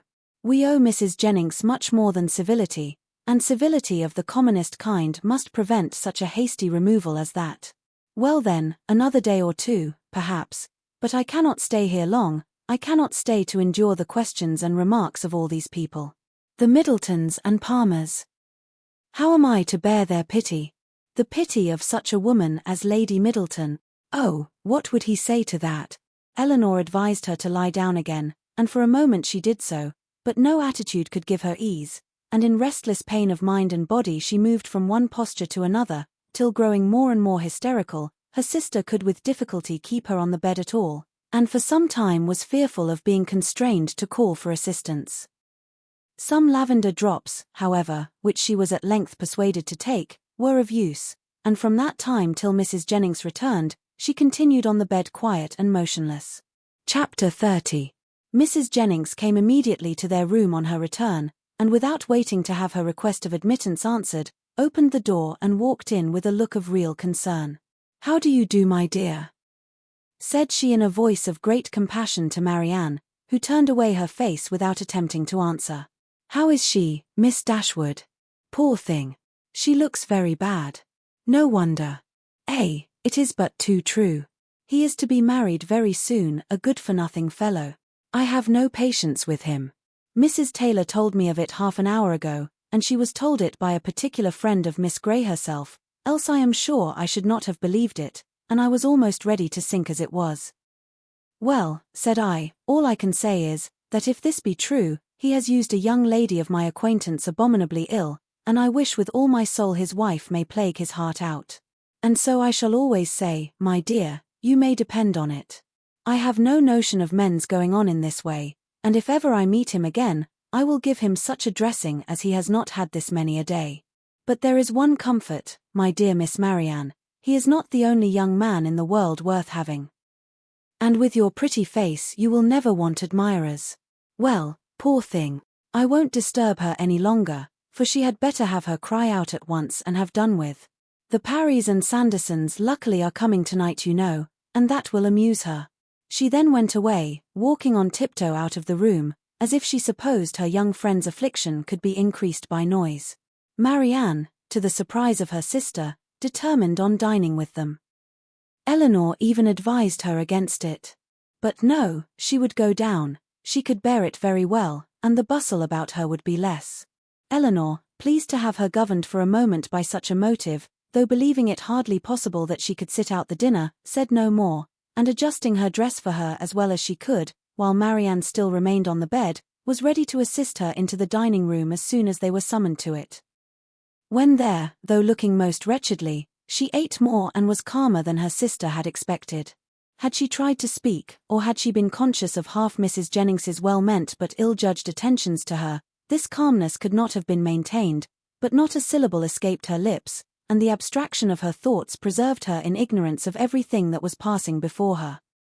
Eleanor, who did justice to Mrs. Jennings's kindness, though its effusions were often distressing, and sometimes almost ridiculous, made her those acknowledgments, and returned her those civilities, which her sister could not make or return for herself. Their good friend saw that Marianne was unhappy, and felt that everything was due to her which might make her at all less so. She treated her therefore, with all the indulgent fondness of a parent towards a favourite child on the last day of its holidays. Marianne was to have the best place by the fire, was to be tempted to eat by every delicacy in the house, and to be amused by the relation of all the news of the day. Had not Eleanor, in the sad countenance of her sister, seen a check to all mirth, she could have been entertained by Mrs. Jennings's endeavours to cure a disappointment in love, by a variety of sweetmeats and olives, and a good fire. As soon, however, as the consciousness of all this was forced by continual repetition on Marianne, she could stay no longer.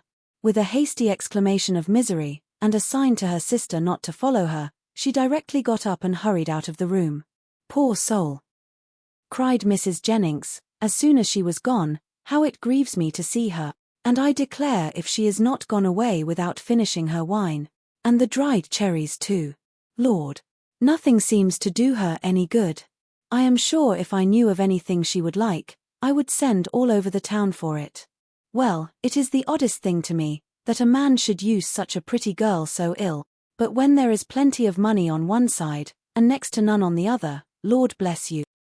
They care no more about such things. The lady then, Miss Grey I think you called her, is very rich?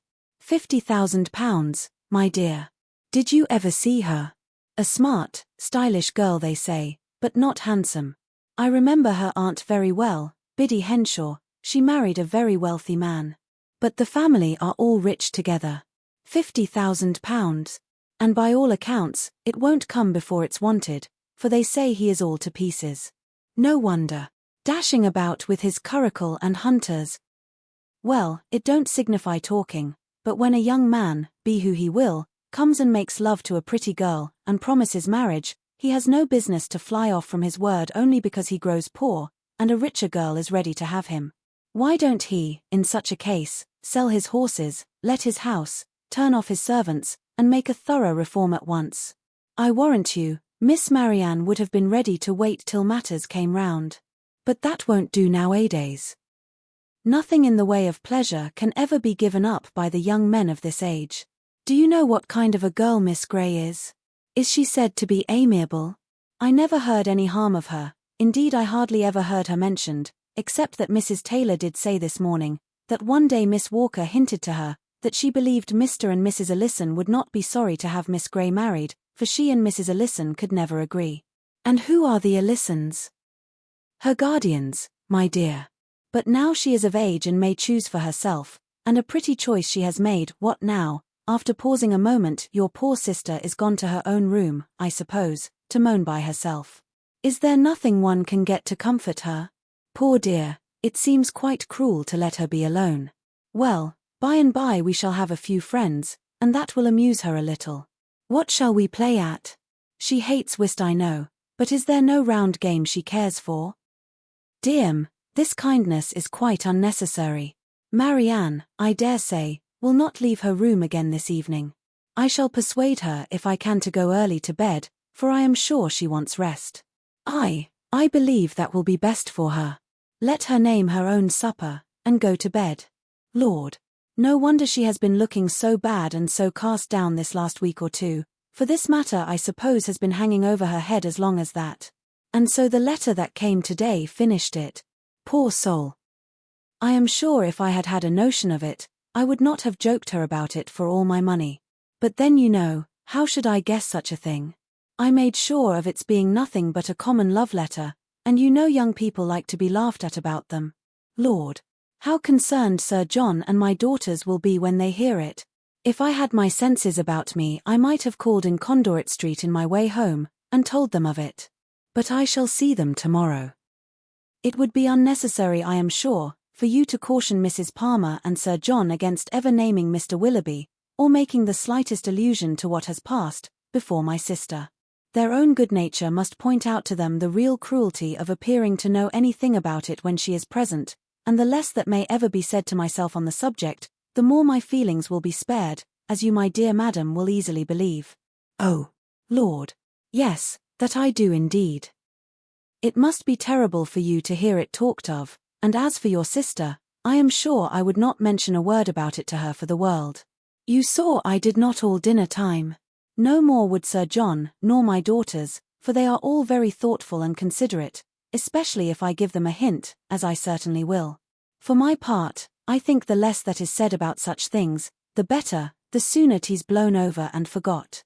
And what good does talking ever do, you know?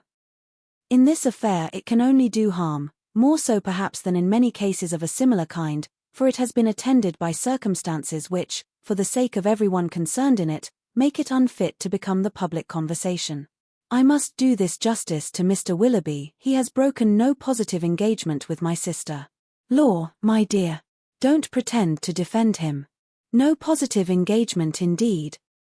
After taking her all over Allenham House, and fixing on the very rooms they were to live in hereafter, Eleanor, for her sister's sake, could not press the subject farther, and she hoped it was not required of her for Willoughby's, since, though Marianne might lose much, he could gain very little by the enforcement of the real truth. After a short silence on both sides, Mrs. Jennings, with all her natural hilarity, burst forth again. Well, my dear, 'tis a true saying about an ill wind, for it will be all the better for Colonel Brandon. He will have her at last, aye, that he will. Mind me, now, if they and he married by midsummer. Lord! How he'll chuckle over this news. I hope he will come tonight. It will be all to one a better match for your sister. 2,000 a year without debt or drawback except the little love-child, indeed, I had forgot her. But she may be prenticed out at a small cost, and then what does it signify? Delaford is a nice place, I can tell you, exactly what I call a nice old-fashioned place, full of comforts and conveniences, quite shut in with great garden walls that are covered with the best fruit trees in the country, and such a mulberry tree in one corner. Lord, how Charlotte and I did stuff the only time we were there. Then, there is a dovecot, some delightful stewponds, and a very pretty canal. And everything, in short, that one could wish for, and, moreover, it is close to the church, and only 1/4 of a mile from the turnpike road, so 'tis never dull, for if you only go and sit up in an old yew arbor behind the house, you may see all the carriages that pass along. Oh, 'tis a nice place. A butcher hard by in the village, and the parsonage house within a stone's throw. To my fancy, 1,000 times prettier than Barton Park, where they are forced to send 3 miles for their meat, and have not a neighbor nearer than your mother. Well, I shall spirit up the Colonel as soon as I can. One shoulder of mutton, you know, drives another down. If we can but put Willoughby out of her head. If we can do that, said Eleanor, we shall do very well with or without Colonel Brandon. And then rising, she went away to join Marianne, whom she found, as she expected, in her own room, leaning, in silent misery, over the small remains of a fire, which, till Eleanor's entrance, had been her only light. You had better leave me, was all the notice that her sister received from her. I will leave you, said Eleanor, if you will go to bed. But this, from the momentary perverseness of impatient suffering, she at first refused to do.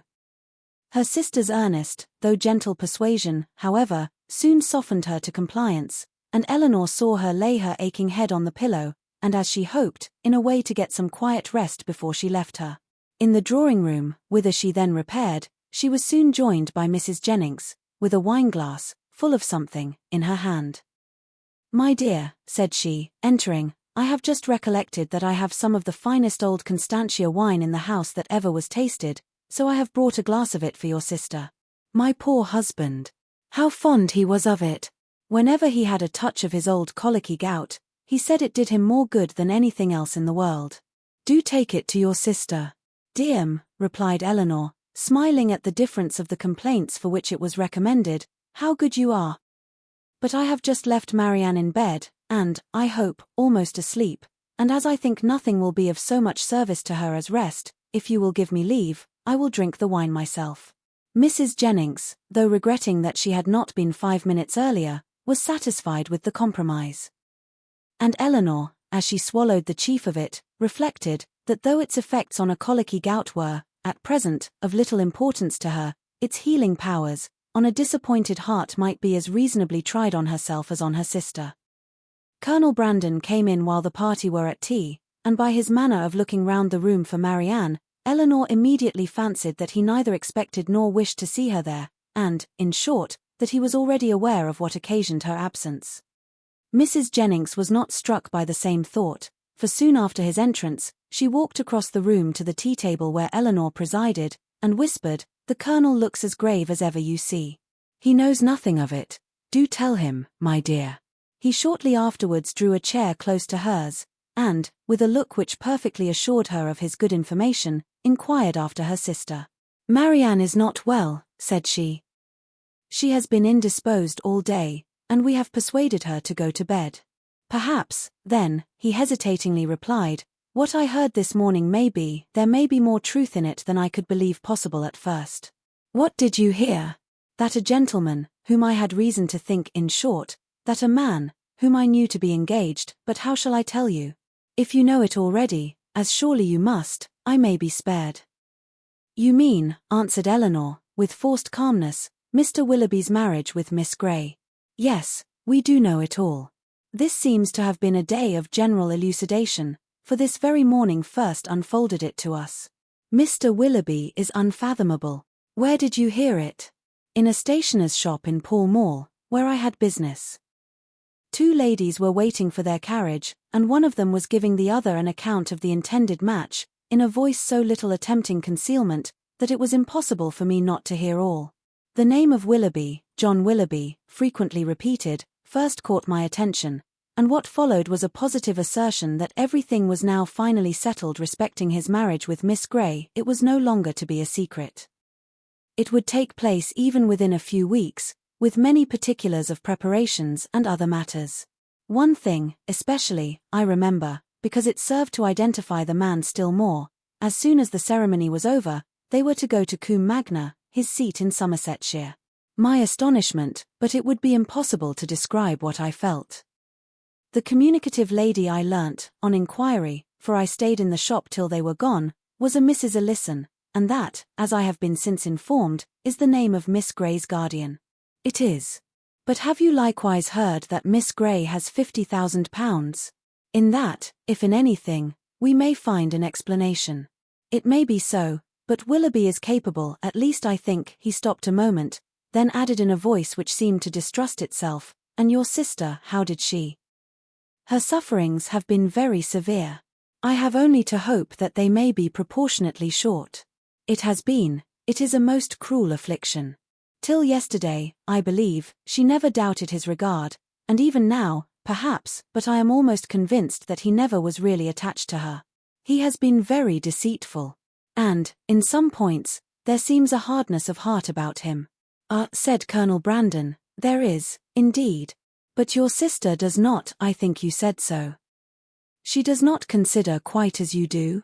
You know her disposition, and may believe how eagerly she would still justify him if she could. He made no answer, and soon afterwards, by the removal of the tea things, and the arrangement of the card parties, the subject was necessarily dropped.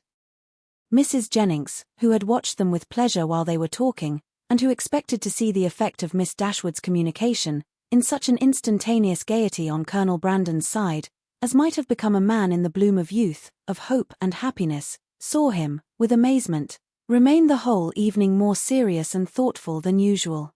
Chapter 31. From a night of more sleep than she had expected, Marianne awoke the next morning to the same consciousness of misery in which she had closed her eyes. Elinor encouraged her as much as possible to talk of what she felt, and before breakfast was ready, they had gone through the subject again and again, and with the same steady conviction and affectionate counsel on Elinor's side, the same impetuous feelings and varying opinions on Marianne's, as before. Sometimes she could believe Willoughby to be as unfortunate and as innocent as herself, and at others, lost every consolation in the impossibility of acquitting him. At one moment she was absolutely indifferent to the observation of all the world, at another she would seclude herself from it forever, and at a third could resist it with energy. In one thing, however, she was uniform, when it came to the point, in avoiding, where it was possible, the presence of Mrs. Jennings, and in a determined silence when obliged to endure it. Her heart was hardened against the belief of Mrs. Jennings's entering into her sorrows with any compassion. No, no, no, it cannot be, she cried, she cannot feel. Her kindness is not sympathy, her good nature is not tenderness. All that she wants is gossip, and she only likes me now because I supply it. Elinor had not needed this to be assured of the injustice to which her sister was often led in her opinion of others, by the irritable refinement of her own mind, and the too great importance placed by her on the delicacies of a strong sensibility, and the graces of a polished manner. Like half the rest of the world, if more than half there be that are clever and good, Marianne, with excellent abilities and an excellent disposition, was neither reasonable nor candid. She expected from other people the same opinions and feelings as her own, and she judged of their motives by the immediate effect of their actions on herself. Thus a circumstance occurred, while the sisters were together in their own room after breakfast, which sunk the heart of Mrs. Jennings still lower in her estimation, because, through her own weakness, it chanced to prove a source of fresh pain to herself, though Mrs. Jennings was governed in it by an impulse of the utmost goodwill. With a letter in her outstretched hand, and countenance gaily smiling, from the persuasion of bringing comfort, she entered their room, saying, "Now, my dear, I bring you something that I am sure will do you good." Marianne heard enough. In one moment her imagination placed before her a letter from Willoughby, full of tenderness and contrition, explanatory of all that had passed, satisfactory, convincing. And instantly followed by Willoughby himself, rushing eagerly into the room to enforce, at her feet, by the eloquence of his eyes, the assurances of his letter. The work of one moment was destroyed by the next. The handwriting of her mother, never till then unwelcome, was before her, and, in the acuteness of the disappointment which followed such an ecstasy of more than hope, she felt as if, till that instant, she had never suffered. The cruelty of Mrs. Jennings no language, within her reach in her moments of happiest eloquence, could have expressed, and now she could reproach her only by the tears which streamed from her eyes with passionate violence, a reproach, however, so entirely lost on its object, that after many expressions of pity, she withdrew, still referring her to the letter of comfort. But the letter, when she was calm enough to read it, brought little comfort. Willoughby filled every page. Her mother, still confident of their engagement, and relying as warmly as ever on his constancy, had only been roused by Eleanor's application, to entreat from Marianne greater openness towards them both, and this, with such tenderness towards her, such affection for Willoughby, and such a conviction of their future happiness in each other, that she wept with agony through the whole of it. All her impatience to be at home again now returned. Her mother was dearer to her than ever. Dearer through the very excess of her mistaken confidence in Willoughby, and she was wildly urgent to be gone. Eleanor, unable herself to determine whether it were better for Marianne to be in London or at Barton, offered no counsel of her own except of patience till their mother's wishes could be known, and at length she obtained her sister's consent to wait for that knowledge. Mrs. Jennings left them earlier than usual. For she could not be easy till the Middletons and Palmers were able to grieve as much as herself, and positively refusing Eleanor's offered attendance, went out alone for the rest of the morning. Eleanor, with a very heavy heart, aware of the pain she was going to communicate, and perceiving, by Marianne's letter, how ill she had succeeded in laying any foundation for it, then sat down to write her mother an account of what had passed, and entreat her directions for the future. While Marianne, who came into the drawing-room on Mrs. Jennings's going away, remained fixed at the table where Eleanor wrote, watching the advancement of her pen, grieving over her for the hardship of such a task, and grieving still more fondly over its effect on her mother. In this manner they had continued about a quarter of an hour, when Marianne, whose nerves could not then bear any sudden noise, was startled by a rap at the door. "Who can this be?" cried Eleanor. "So early too. I thought we had been safe." Marianne moved to the window. "It is Colonel Brandon," said she, with vexation. "We are never safe from him. He will not come in, as Mrs. Jennings is from home. I will not trust to that," retreating to her own room. "A man who has nothing to do with his own time has no conscience in his intrusion on that of others." The event proved her conjecture right, though it was founded on injustice and error, for Colonel Brandon did come in. And Eleanor, who was convinced that solicitude for Marianne brought him thither, and who saw that solicitude in his disturbed and melancholy look, and in his anxious though brief inquiry after her, could not forgive her sister for esteeming him so lightly. "I met Mrs. Jennings in Bond Street," said he, after the first salutation, "and she encouraged me to come on, and I was the more easily encouraged, because I thought it probable that I might find you alone, which I was very desirous of doing. My object, my wish, my sole wish in desiring it, I hope, I believe it is to be a means of giving comfort. No, I must not say comfort, not present comfort, but conviction, lasting conviction to your sister's mind. My regard for her, for yourself, for your mother, will you allow me to prove it, by relating some circumstances which nothing but a very sincere regard, nothing but an earnest desire of being useful, I think I am justified. Though where so many hours have been spent in convincing myself that I am right, is there not some reason to fear I may be wrong?" He stopped. "I understand you," said Eleanor. "You have something to tell me of Mr. Willoughby, that will open his character, father. Your telling it will be the greatest act of friendship that can be shown Marianne. My gratitude will be ensured immediately by any information tending to that end, and hers must be gained by it in time. Pray let me hear it." "You shall, and, to be brief, when I quitted Barton last October, but this will give you no idea, I must go farther back. You will find me a very awkward narrator, Miss Dashwood, I hardly know where to begin. A short account of myself, I believe, will be necessary, and it shall be a short one. On such a subject, sighing heavily, can I have little temptation to be diffuse." He stopped a moment for recollection, and then, with another sigh, went on. "You have probably entirely forgotten a conversation, it is not to be supposed that it could make any impression on you, a conversation between us one evening at Barton Park. It was the evening of a dance in which I alluded to a lady I had once known, as resembling, in some measure, your sister Marianne." "Indeed," answered Eleanor, "I have not forgotten it." He looked pleased by this remembrance, and added, if I am not deceived by the uncertainty, the partiality of tender recollection, there is a very strong resemblance between them, as well in mind as person. The same warmth of heart, the same eagerness of fancy and spirits. This lady was one of my nearest relations, an orphan from her infancy, and under the guardianship of my father. Our ages were nearly the same, and from our earliest years we were playfellows and friends. I cannot remember the time when I did not love Eliza, and my affection for her, as we grew up, was such, as perhaps, judging from my present forlorn and cheerless gravity, you might think me incapable of having ever felt. Hers, for me, was, I believe, fervent as the attachment of your sister to Mr. Willoughby, and it was, though from a different cause, no less unfortunate. At 17 she was lost to me for ever. She was married against her inclination to my brother. Her fortune was large, and our family estate much encumbered. And this, I fear, is all that can be said for the conduct of one, who was at once her uncle and guardian. My brother did not deserve her, he did not even love her. I had hoped that her regard for me would support her under any difficulty, and for some time it did, but at last the misery of her situation, for she experienced great unkindness, overcame all her resolution, and though she had promised me that nothing. But how blindly I relate. I have never told you how this was brought on. We were within a few hours of eloping together for Scotland. The treachery, or the folly, of my cousin's maid betrayed us. I was banished to the house of a relation far distant, and she was allowed no liberty, no society, no amusement, till my father's point was gained. I had depended on her fortitude too far, and the blow was a severe one.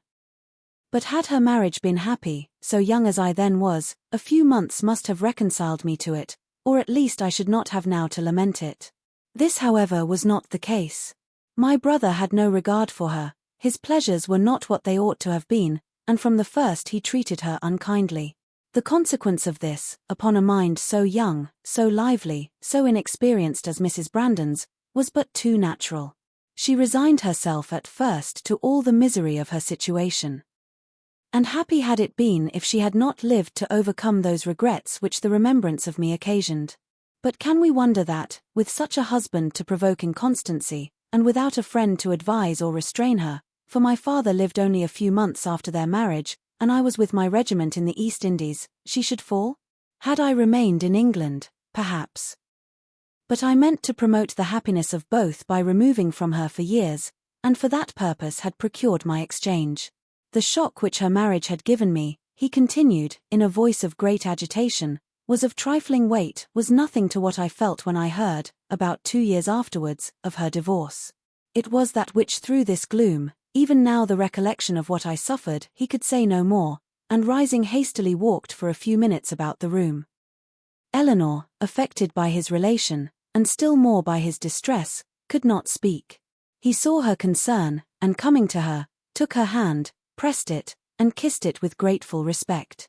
A few minutes more of silent exertion enabled him to proceed with composure.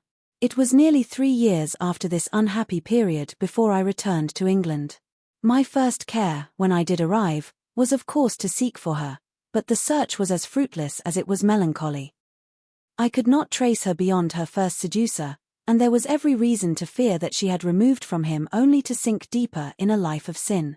Her legal allowance was not adequate to her fortune, nor sufficient for her comfortable maintenance, and I learnt from my brother that the power of receiving it had been made over some months before to another person. He imagined, and calmly could he imagine it, that her extravagance, and consequent distress, had obliged her to dispose of it for some immediate relief. At last, however, and after I had been 6 months in England, I did find her. Regard for a former servant of my own, who had since fallen into misfortune, carried me to visit him in a sponging house, where he was confined for debt, and there, in the same house, under a similar confinement, was my unfortunate sister. So altered, so faded. Worn down by acute suffering of every kind, hardly could I believe the melancholy and sickly figure before me to be the remains of the lovely, blooming, healthful girl on whom I had once doted. What I endured in so beholding her, but I have no right to wound your feelings by attempting to describe it, I have pained you too much already.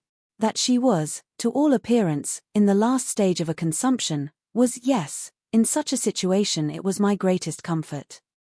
Life could do nothing for her, beyond giving time for a better preparation for death, and that was given. I saw her placed in comfortable lodgings, and under proper attendance. I visited her every day during the rest of her short life. I was with her in her last moments. Again he stopped to recover himself, and Eleanor spoke her feelings in an exclamation of tender concern at the fate of his unfortunate friend. "Your sister, I hope, cannot be offended," said he, "by the resemblance I have fancied between her and my poor disgraced relation. Their fates, their fortunes, cannot be the same, and had the natural sweet disposition of the one been guarded by a firmer mind, or a happier marriage, she might have been all that you will live to see the other be. But to what does all this lead? I seem to have been distressing you for nothing. Ah, Miss Dashwood, a subject such as this untouched for 14 years. It is dangerous to handle it at all. I will be more collected, more concise. She left to my care her only child, a little girl, the offspring of her first guilty connection, who was then about 3 years old. She loved the child, and had always kept it with her. It was a valued, a precious trust to me, and gladly would I have discharged it in the strictest sense, by watching over her education myself, had the nature of our situations allowed it, but I had no family, no home. And my little Eliza was therefore placed at school. I saw her there whenever I could, and after the death of my brother, which happened about 5 years ago, and which left to me the possession of the family property, she visited me at Delaford. I called her a distant relation, but I am well aware that I have in general been suspected of a much nearer connection with her. It is now 3 years ago, she had just reached her 14th year, that I removed her from school, to place her under the care of a very respectable woman, residing in Dorsetshire, who had the charge of 4 or 5 other girls of about the same time of life, and for 2 years I had every reason to be pleased with her situation. But last February, almost a 12-month back, she suddenly disappeared. I had allowed her, imprudently, as it has since turned out, at her earnest desire, to go to Bath with one of her young friends, who was attending her father there for his health. I knew him to be a very good sort of man, and I thought well of his daughter better than she deserved, for, with a most obstinate and ill-judged secrecy, she would tell nothing, would give no clue, though she certainly knew all.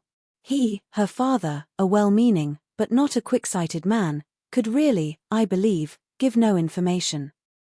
For he had been generally confined to the house, while the girls were ranging over the town and making what acquaintance they chose, and he tried to convince me, as thoroughly as he was convinced himself, of his daughter's being entirely unconcerned in the business. In short, I could learn nothing but that she was gone. All the rest, for 8 long months, was left to conjecture. What I thought, what I feared, may be imagined, and what I suffered too. Good heavens, cried Eleanor, could it be, could Willoughby? The first news that reached me of her, he continued, came in a letter from herself, last October. It was forwarded to me from Delaford, and I received it on the very morning of our intended party to Whitwell, and this was the reason of my leaving Barton so suddenly, which I am sure must at the time have appeared strange to everybody, and which I believe gave offence to some. Little did Mr. Willoughby imagine, I suppose, when his looks censured me for incivility in breaking up the party, that I was called away to the relief of one whom he had made poor and miserable. But had he known it, what would it have availed? Would he have been less gay or less happy in the smiles of your sister? No, he had already done that, which no man who can feel for another would do. He had left the girl whose youth and innocence he had seduced, in a situation of the utmost distress, with no creditable home, no help, no friends, ignorant of his address. He had left her, promising to return. He neither returned, nor wrote, nor relieved her. This is beyond everything, exclaimed Eleanor. His character is now before you, expensive, dissipated, and worse than both. Knowing all this, as I have now known it many weeks, guess what I must have felt on seeing your sister as fond of him as ever, and on being assured that she was to marry him. Guess what I must have felt for all your sakes. When I came to you last week and found you alone, I came determined to know the truth, though irresolute what to do when it was known. My behavior must have seemed strange to you then, but now you will comprehend it. To suffer you all to be so deceived, to see your sister. But what could I do? I had no hope of interfering with success, and sometimes I thought your sister's influence might yet reclaim him. But now, after such dishonorable usage, who can tell what were his designs on her? Whatever they may have been, however, she may now, and hereafter doubtless will turn with gratitude towards her own condition, when she compares it with that of my poor Eliza, when she considers the wretched and hopeless situation of this poor girl, and pictures her to herself, with an affection for him so strong, still as strong as her own, and with a mind tormented by self-reproach, which must attend her through life. Surely this comparison must have its use with her. She will feel her own sufferings to be nothing. They proceed from no misconduct, and can bring no disgrace. On the contrary, every friend must be made still more her friend by them. Concern for her unhappiness, and respect for her fortitude under it, must strengthen every attachment. Use your own discretion, however, in communicating to her what I have told you. You must know best what will be its effect. But had I not seriously, and from my heart believed it might be of service, might lessen her regrets, I would not have suffered myself to trouble you with this account of my family afflictions, with a recital which may seem to have been intended to raise myself at the expense of others. Eleanor's thanks followed this speech with grateful earnestness, attended too with the assurance of her expecting material advantage to Marianne, from the communication of what had passed. I have been more pained, said she, by her endeavours to acquit him than by all the rest, for it irritates her mind more than the most perfect conviction of his unworthiness can do. Now, though at first she will suffer much, I am sure she will soon become easier. Have you, she continued, after a short silence, ever seen Mr. Willoughby since you left him at Barton? Yes, he replied gravely, once I have. One meeting was unavoidable. Eleanor, startled by his manner, looked at him anxiously, saying, What? Have you met him too? I could meet him no other way. Eliza had confessed to me, though most reluctantly, the name of her lover, and when he returned to town, which was within a fortnight after myself, we met by appointment, he to defend, I to punish his conduct. We returned unwounded, and the meeting, therefore, never got abroad. Eleanor sighed over the fancied necessity of this. But to a man and a soldier she presumed not to censure it. Such, said Colonel Brandon, after a pause, has been the unhappy resemblance between the fate of mother and daughter, and so imperfectly have I discharged my trust. Is she still in town? No, as soon as she recovered from her lying in, for I found her near her delivery, I removed her and her child into the country, and there she remains. Recollecting, soon afterwards, that he was probably dividing Eleanor from her sister, he put an end to his visit, receiving from her again the same grateful acknowledgments, and leaving her full of compassion and esteem for him. Chapter 32.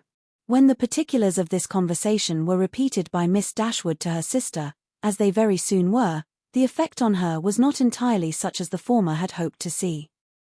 Not that Marianne appeared to distrust the truth of any part of it, for she listened to it all with the most steady and submissive attention, made neither objection nor remark, attempted no vindication of Willoughby, and seemed to show by her tears that she felt it to be impossible. But though this behaviour assured Eleanor that the conviction of this guilt was carried home to her mind, though she saw with satisfaction the effect of it, in her no longer avoiding Colonel Brandon when he called, in her speaking to him, even voluntarily speaking, with a kind of compassionate respect, and though she saw her spirits less violently irritated than before, she did not see her less wretched. Her mind did become settled, but it was settled in a gloomy dejection. She felt the loss of Willoughby's character yet more heavily than she had felt the loss of his heart, his seduction and desertion of Miss Williams, the misery of that poor girl, and the doubt of what his designs might once have been on herself, preyed altogether so much on her spirits, that she could not bring herself to speak of what she felt even to Eleanor. And, brooding over her sorrows in silence, gave more pain to her sister than could have been communicated by the most open and most frequent confession of them. To give the feelings or the language of Mrs. Dashwood on receiving and answering Eleanor's letter would be only to give a repetition of what her daughters had already felt and said, of a disappointment hardly less painful than Marianne's, and an indignation even greater than Eleanor's. Long letters from her, quickly succeeding each other, arrived to tell all that she suffered and thought, to express her anxious solicitude for Marianne, and entreat she would bear up with fortitude under this misfortune. Bad indeed must the nature of Marianne's affliction be, when her mother could talk of fortitude. Mortifying and humiliating must be the origin of those regrets, which she could wish her not to indulge.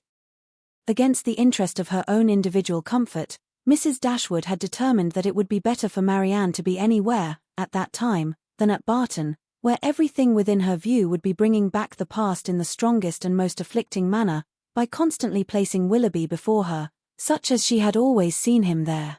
She recommended it to her daughters, therefore, by all means not to shorten their visit to Mrs. Jennings, the length of which, though never exactly fixed, had been expected by all to comprise at least 5 or 6 weeks. A variety of occupations, of objects, and of company, which could not be procured at Barton, would be inevitable there, and might yet, she hoped, cheat Marianne, at times, into some interest beyond herself, and even into some amusement, much as the ideas of both might now be spurned by her. From all danger of seeing Willoughby again, her mother considered her to be at least equally safe in town as in the country, since his acquaintance must now be dropped by all who called themselves her friends. Design could never bring them in each other's way, negligence could never leave them exposed to a surprise. And chance had less in its favour in the crowd of London than even in the retirement of Barton, where it might force him before her while paying that visit at Allenham on his marriage, which Mrs. Dashwood, from foreseeing at first as a probable event, had brought herself to expect as a certain one. She had yet another reason for wishing her children to remain where they were. A letter from her son-in-law had told her that he and his wife were to be in town before the middle of February, and she judged it right that they should sometimes see their brother. Marianne had promised to be guided by her mother's opinion, and she submitted to it therefore without opposition, though it proved perfectly different from what she wished and expected, though she felt it to be entirely wrong, formed on mistaken grounds, and that by requiring her longer continuance in London it deprived her of the only possible alleviation of her wretchedness, the personal sympathy of her mother, and doomed her to such society and such scenes as must prevent her ever knowing a moment's rest. But it was a matter of great consolation to her, that what brought evil to herself would bring good to her sister, and Eleanor, on the other hand, suspecting that it would not be in her power to avoid Edward entirely, comforted herself by thinking, that though their longer stay would therefore militate against her own happiness, it would be better for Marianne than an immediate return into Devonshire. Her carefulness in guarding her sister from ever hearing Willoughby's name mentioned, was not thrown away. Marianne, though without knowing it herself, reaped all its advantage, for neither Mrs. Jennings, nor Sir John, nor even Mrs. Palmer herself, ever spoke of him before her. Eleanor wished that the same forbearance could have extended towards herself, but that was impossible, and she was obliged to listen day after day to the indignation of them all. Sir John could not have thought it possible. A man of whom he had always had such reason to think well, such a good-natured fellow. He did not believe there was a bolder rider in England. It was an unaccountable business. He wished him at the devil with all his heart. He would not speak another word to him, meet him where he might, for all the world. No, not if it were to be by the side of Barton Covert, and they were kept watching for 2 hours together. Such a scoundrel of a fellow. Such a deceitful dog. It was only the last time they met that he had offered him one of Folly's puppies, and this was the end of it. Mrs. Palmer, in her way, was equally angry. She was determined to drop his acquaintance immediately, and she was very thankful that she had never been acquainted with him at all. She wished with all her heart Combe Magna was not so near Cleveland, but it did not signify, for it was a great deal too far off to visit. She hated him so much that she was resolved never to mention his name again, and she should tell everybody she saw, how good-for-nothing he was. The rest of Mrs. Palmer's sympathy was shown in procuring all the particulars in her power of the approaching marriage, and communicating them to Eleanor. She could soon tell at what coachmakers the new carriage was building, by what painter Mr. Willoughby's portrait was drawn, and at what warehouse Miss Grey's clothes might be seen. The calm and polite unconcern of Lady Middleton on the occasion was a happy relief to Eleanor's spirits, oppressed as they often were by the clamorous kindness of the others. It was a great comfort to her to be sure of exciting no interest in one person at least among their circle of friends, a great comfort to know that there was one who would meet her without feeling any curiosity after particulars, or any anxiety for her sister's health.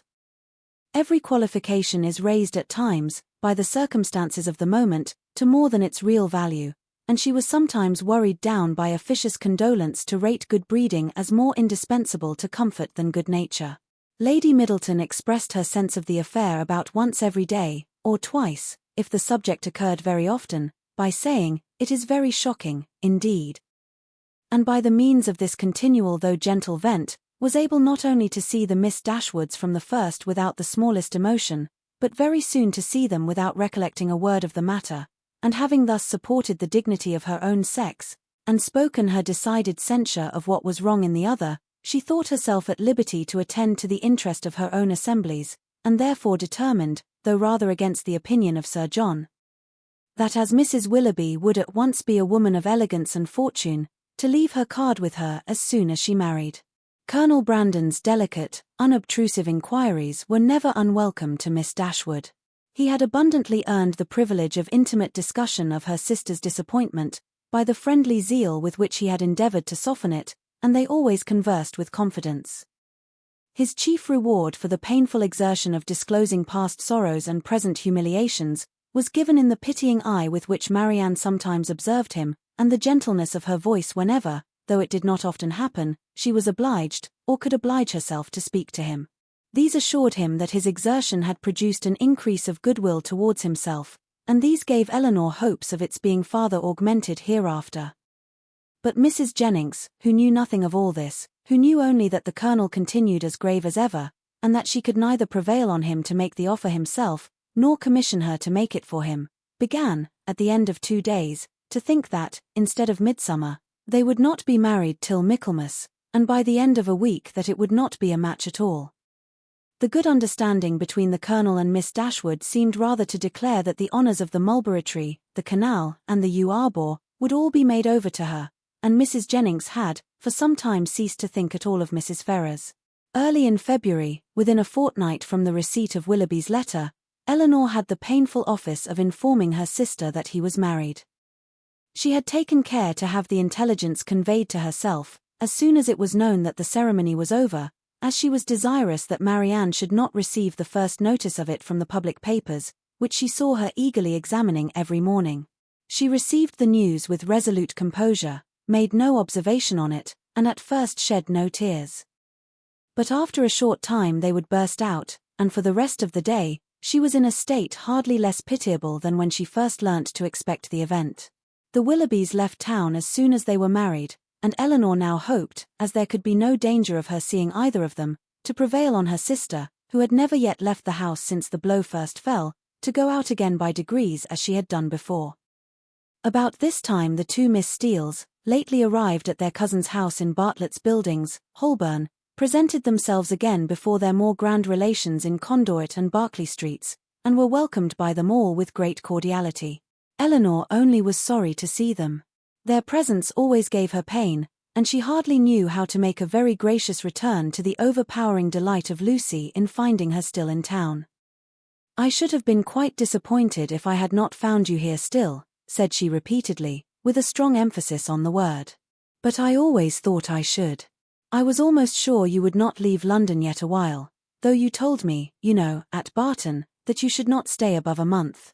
But I thought, at the time, that you would most likely change your mind when it came to the point.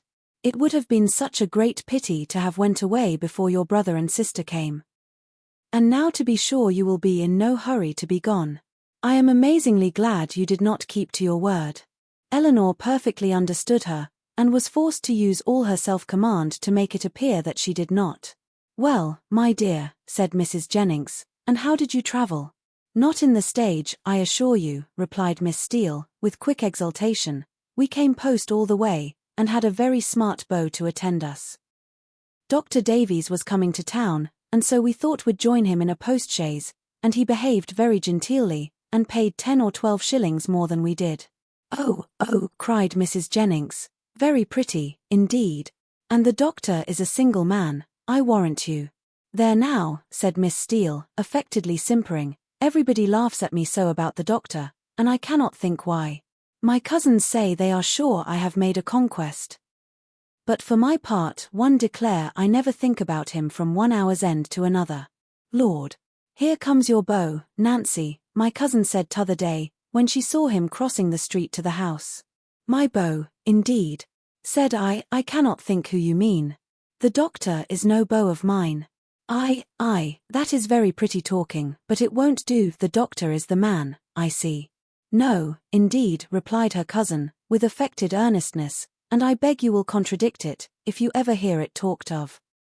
Mrs. Jennings directly gave her the gratifying assurance that she certainly would not, and Miss Steele was made completely happy. I suppose you will go and stay with your brother and sister, Miss Dashwood, when they come to town, said Lucy, returning, after a cessation of hostile hints, to the charge. No, I do not think we shall. Oh, yes, I dare say you will. Eleanor would not humour her by farther opposition. What a charming thing it is that Mrs. Dashwood can spare you both for so long a time together. Long a time, indeed, interposed Mrs. Jennings. Why, their visit is but just begun. Lucy was silenced. I am sorry we cannot see your sister, Miss Dashwood, said Miss Steele. I am sorry she is not well, for Marianne had left the room on their arrival. You are very good. My sister will be equally sorry to miss the pleasure of seeing you. But she has been very much plagued lately with nervous headaches, which make her unfit for company or conversation. Oh, dear, that is a great pity, but such old friends as Lucy and me, I think she might see us, and I am sure we would not speak a word. Eleanor, with great civility, declined the proposal. Her sister was perhaps laid down upon the bed, or in her dressing gown, and therefore not able to come to them.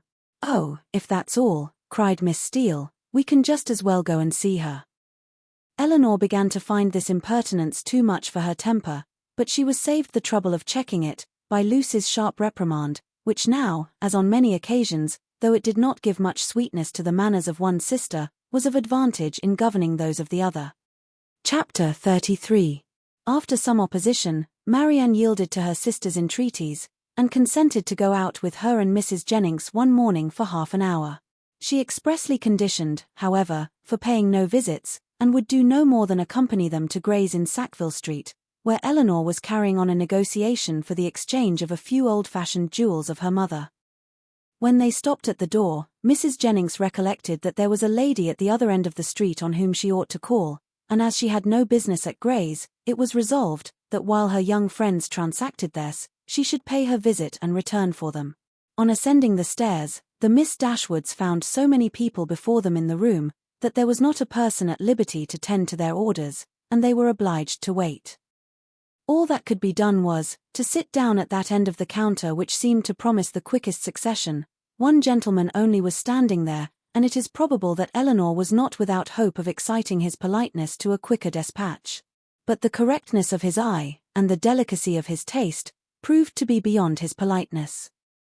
He was giving orders for a toothpick case for himself, until its size, shape, and ornaments were determined, all of which, after examining and debating for a quarter of an hour over every toothpick case in the shop, were finally arranged by his own inventive fancy. He had no leisure to bestow any other attention on the two ladies, than what was comprised in 3 or 4 very broad stares. A kind of notice which served to imprint on Eleanor the remembrance of a person and face, of strong, natural, sterling insignificance, though adorned in the first style of fashion. Marianne was spared from the troublesome feelings of contempt and resentment, on this impertinent examination of their features, and on the puppyism of his manner in deciding on all the different horrors of the different toothpick cases presented to his inspection, by remaining unconscious of it all. For she was as well able to collect her thoughts within herself, and be as ignorant of what was passing around her, in Mr. Gray's shop, as in her own bedroom. At last the affair was decided. The ivory, the gold, and the pearls, all received their appointment, and the gentleman having named the last day on which his existence could be continued without the possession of the toothpick case, drew on his gloves with leisurely care, and bestowing another glance on the Miss Dashwoods, but such a one as seemed rather to demand than express admiration, walked off with a happy air of real conceit and affected indifference. Eleanor lost no time in bringing her business forward, was on the point of concluding it, when another gentleman presented himself at her side. She turned her eyes towards his face, and found him with some surprise to be her brother.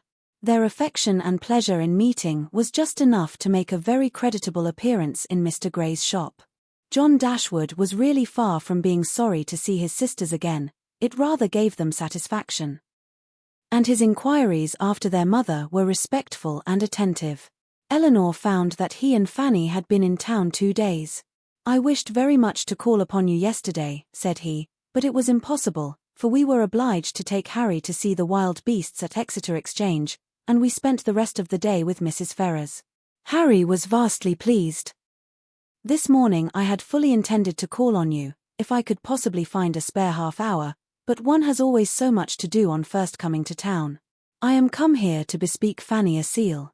But tomorrow I think I shall certainly be able to call in Berkeley Street, and be introduced to your friend Mrs. Jennings. I understand she is a woman of very good fortune. And the Middletons too, you must introduce me to them. As my mother-in-law's relations, I shall be happy to show them every respect. They are excellent neighbors to you in the country, I understand. Excellent indeed. Their attention to our comfort, their friendliness in every particular, is more than I can express. I am extremely glad to hear it, upon my word, extremely glad indeed. But so it ought to be, they are people of large fortune, they are related to you, and every civility and accommodation that can serve to make your situation pleasant might be reasonably expected. And so you are most comfortably settled in your little cottage and want for nothing. Edward brought us a most charming account of the place, the most complete thing of its kind, he said, that ever was, and you all seem to enjoy it beyond anything. It was a great satisfaction to us to hear it, I assure you." Eleanor did feel a little ashamed of her brother, and was not sorry to be spared the necessity of answering him, by the arrival of Mrs. Jennings's servant, who came to tell her that his mistress waited for them at the door. Mr. Dashwood attended them downstairs, was introduced to Mrs. Jennings at the door of her carriage, and repeating his hope of being able to call on them the next day, took leave. His visit was duly paid. He came with a pretence at an apology from their sister-in-law, for not coming too. But she was so much engaged with her mother, that really she had no leisure for going anywhere. Mrs. Jennings, however, assured him directly, that she should not stand upon ceremony, for they were all cousins, or something like it, and she should certainly wait on Mrs. John Dashwood very soon, and bring her sisters to see her. His manners to them, though calm, were perfectly kind, to Mrs. Jennings, most attentively civil. And on Colonel Brandon's coming in soon after himself, he eyed him with a curiosity which seemed to say, that he only wanted to know him to be rich, to be equally civil to him. After staying with them half an hour, he asked Eleanor to walk with him to Conduit Street, and introduce him to Sir John and Lady Middleton. The weather was remarkably fine, and she readily consented. As soon as they were out of the house, his inquiries began. "Who is Colonel Brandon? Is he a man of fortune?" "Yes. He has very good property in Dorsetshire." "I am glad of it. He seems a most gentlemanlike man, and I think, Eleanor, I may congratulate you on the prospect of a very respectable establishment in life." "Me, brother? What do you mean?" "He likes you. I observed him narrowly, and am convinced of it." "What is the amount of his fortune?" "I believe about 2,000 a year." 2,000 a year. And then working himself up to a pitch of enthusiastic generosity, he added, "Eleanor, I wish with all my heart it were twice as much, for your sake." "Indeed I believe you," replied Eleanor, "but I am very sure that Colonel Brandon has not the smallest wish of marrying me." "You are mistaken, Eleanor, you are very much mistaken. A very little trouble on your side secures him. Perhaps just at present he may be undecided, the smallness of your fortune may make him hang back. His friends may all advise him against it. But some of those little attentions and encouragements which ladies can so easily give will fix him, in spite of himself. And there can be no reason why you should not try for him. It is not to be supposed that any prior attachment on your side, in short, you know, as to an attachment of that kind, it is quite out of the question, the objections are insurmountable, you have too much sense not to see all that. Colonel Brandon must be the man. And no civility shall be wanting on my part to make him pleased with you and your family. It is a match that must give universal satisfaction. In short, it is a kind of thing that, lowering his voice to an important whisper, will be exceedingly welcome to all parties." Recollecting himself, however, he added, "That is, I mean to say, your friends are all truly anxious to see you well settled, Fanny particularly, for she has your interest very much at heart, I assure you. And her mother too, Mrs. Ferrars, a very good-natured woman. I am sure it would give her great pleasure. She said as much the other day. Eleanor would not vouchsafe any answer. It would be something remarkable, now, he continued, something droll, if Fanny should have a brother and I a sister settling at the same time. And yet it is not very unlikely. Is Mr. Edward Ferrars, said Eleanor, with resolution, going to be married? It is not actually settled, but there is such a thing in agitation. He has a most excellent mother. Mrs. Ferrars, with the utmost liberality, will come forward, and settle on him 1,000 a year, if the match takes place. The lady is the Honourable Miss Morton, only daughter of the late Lord Morton, with £30,000. A very desirable connection on both sides, and I have not a doubt of its taking place in time. 1,000 a year is a great deal for a mother to give away, to make over for ever, but Mrs. Ferrars has a noble spirit. To give you another instance of her liberality, the other day, as soon as we came to town, aware that money could not be very plenty with us just now, she put banknotes into Fanny's hands to the amount of £200. And extremely acceptable it is, for we must live at a great expense while we are here. He paused for her assent and compassion. And she forced herself to say, your expenses both in town and country must certainly be considerable, but your income is a large one. Not so large, I dare say, as many people suppose. I do not mean to complain, however, it is undoubtedly a comfortable one, and I hope will in time be better. The enclosure of Norland Common, now carrying on, is a most serious drain. And then I have made a little purchase within this half-year. East Kingham Farm, you must remember the place, where old Gibson used to live. The land was so very desirable for me in every respect, so immediately adjoining my own property, that I felt it my duty to buy it. I could not have answered it to my conscience to let it fall into any other hands. A man must pay for his convenience, and it has cost me a vast deal of money. More than you think it really and intrinsically worth. Why, I hope not that.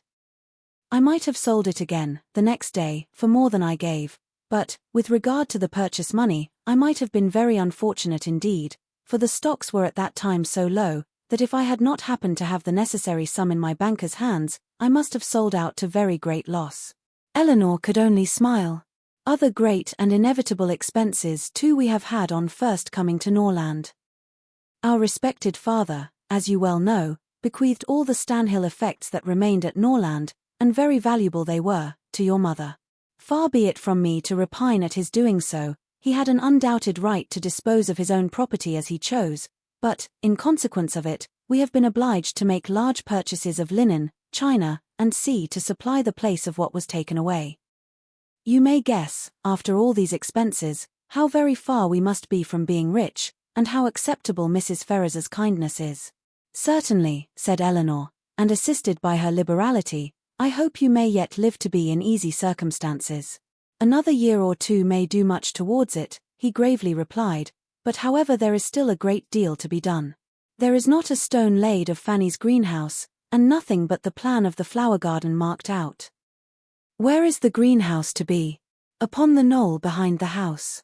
The old walnut trees are all come down to make room for it.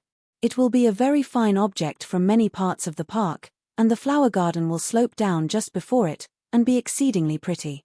We have cleared away all the old thorns that grew in patches over the brow. Eleanor kept her concern and her censure to herself, and was very thankful that Marianne was not present, to share the provocation. Having now said enough to make his poverty clear, and to do away the necessity of buying a pair of earrings for each of his sisters, in his next visit at Gray's, his thoughts took a cheerfuller turn, and he began to congratulate Eleanor on having such a friend as Mrs. Jennings. She seems a most valuable woman indeed. Her house, her style of living, all bespeak an exceeding good income. And it is an acquaintance that has not only been of great use to you hitherto, but in the end may prove materially advantageous. Her inviting you to town is certainly a vast thing in your favour, and indeed, it speaks altogether so great a regard for you, that in all probability when she dies you will not be forgotten. She must have a great deal to leave. Nothing at all, I should rather suppose, for she has only her jointure, which will descend to her children. But it is not to be imagined that she lives up to her income. Few people of common prudence will do that, and whatever she saves, she will be able to dispose of. And do you not think it more likely that she should leave it to her daughters, than to us? Her daughters are both exceedingly well married, and therefore I cannot perceive the necessity of her remembering them farther. Whereas, in my opinion, by her taking so much notice of you, and treating you in this kind of way, she has given you a sort of claim on her future consideration, which a conscientious woman would not disregard. Nothing can be kinder than her behavior, and she can hardly do all this, without being aware of the expectation it raises.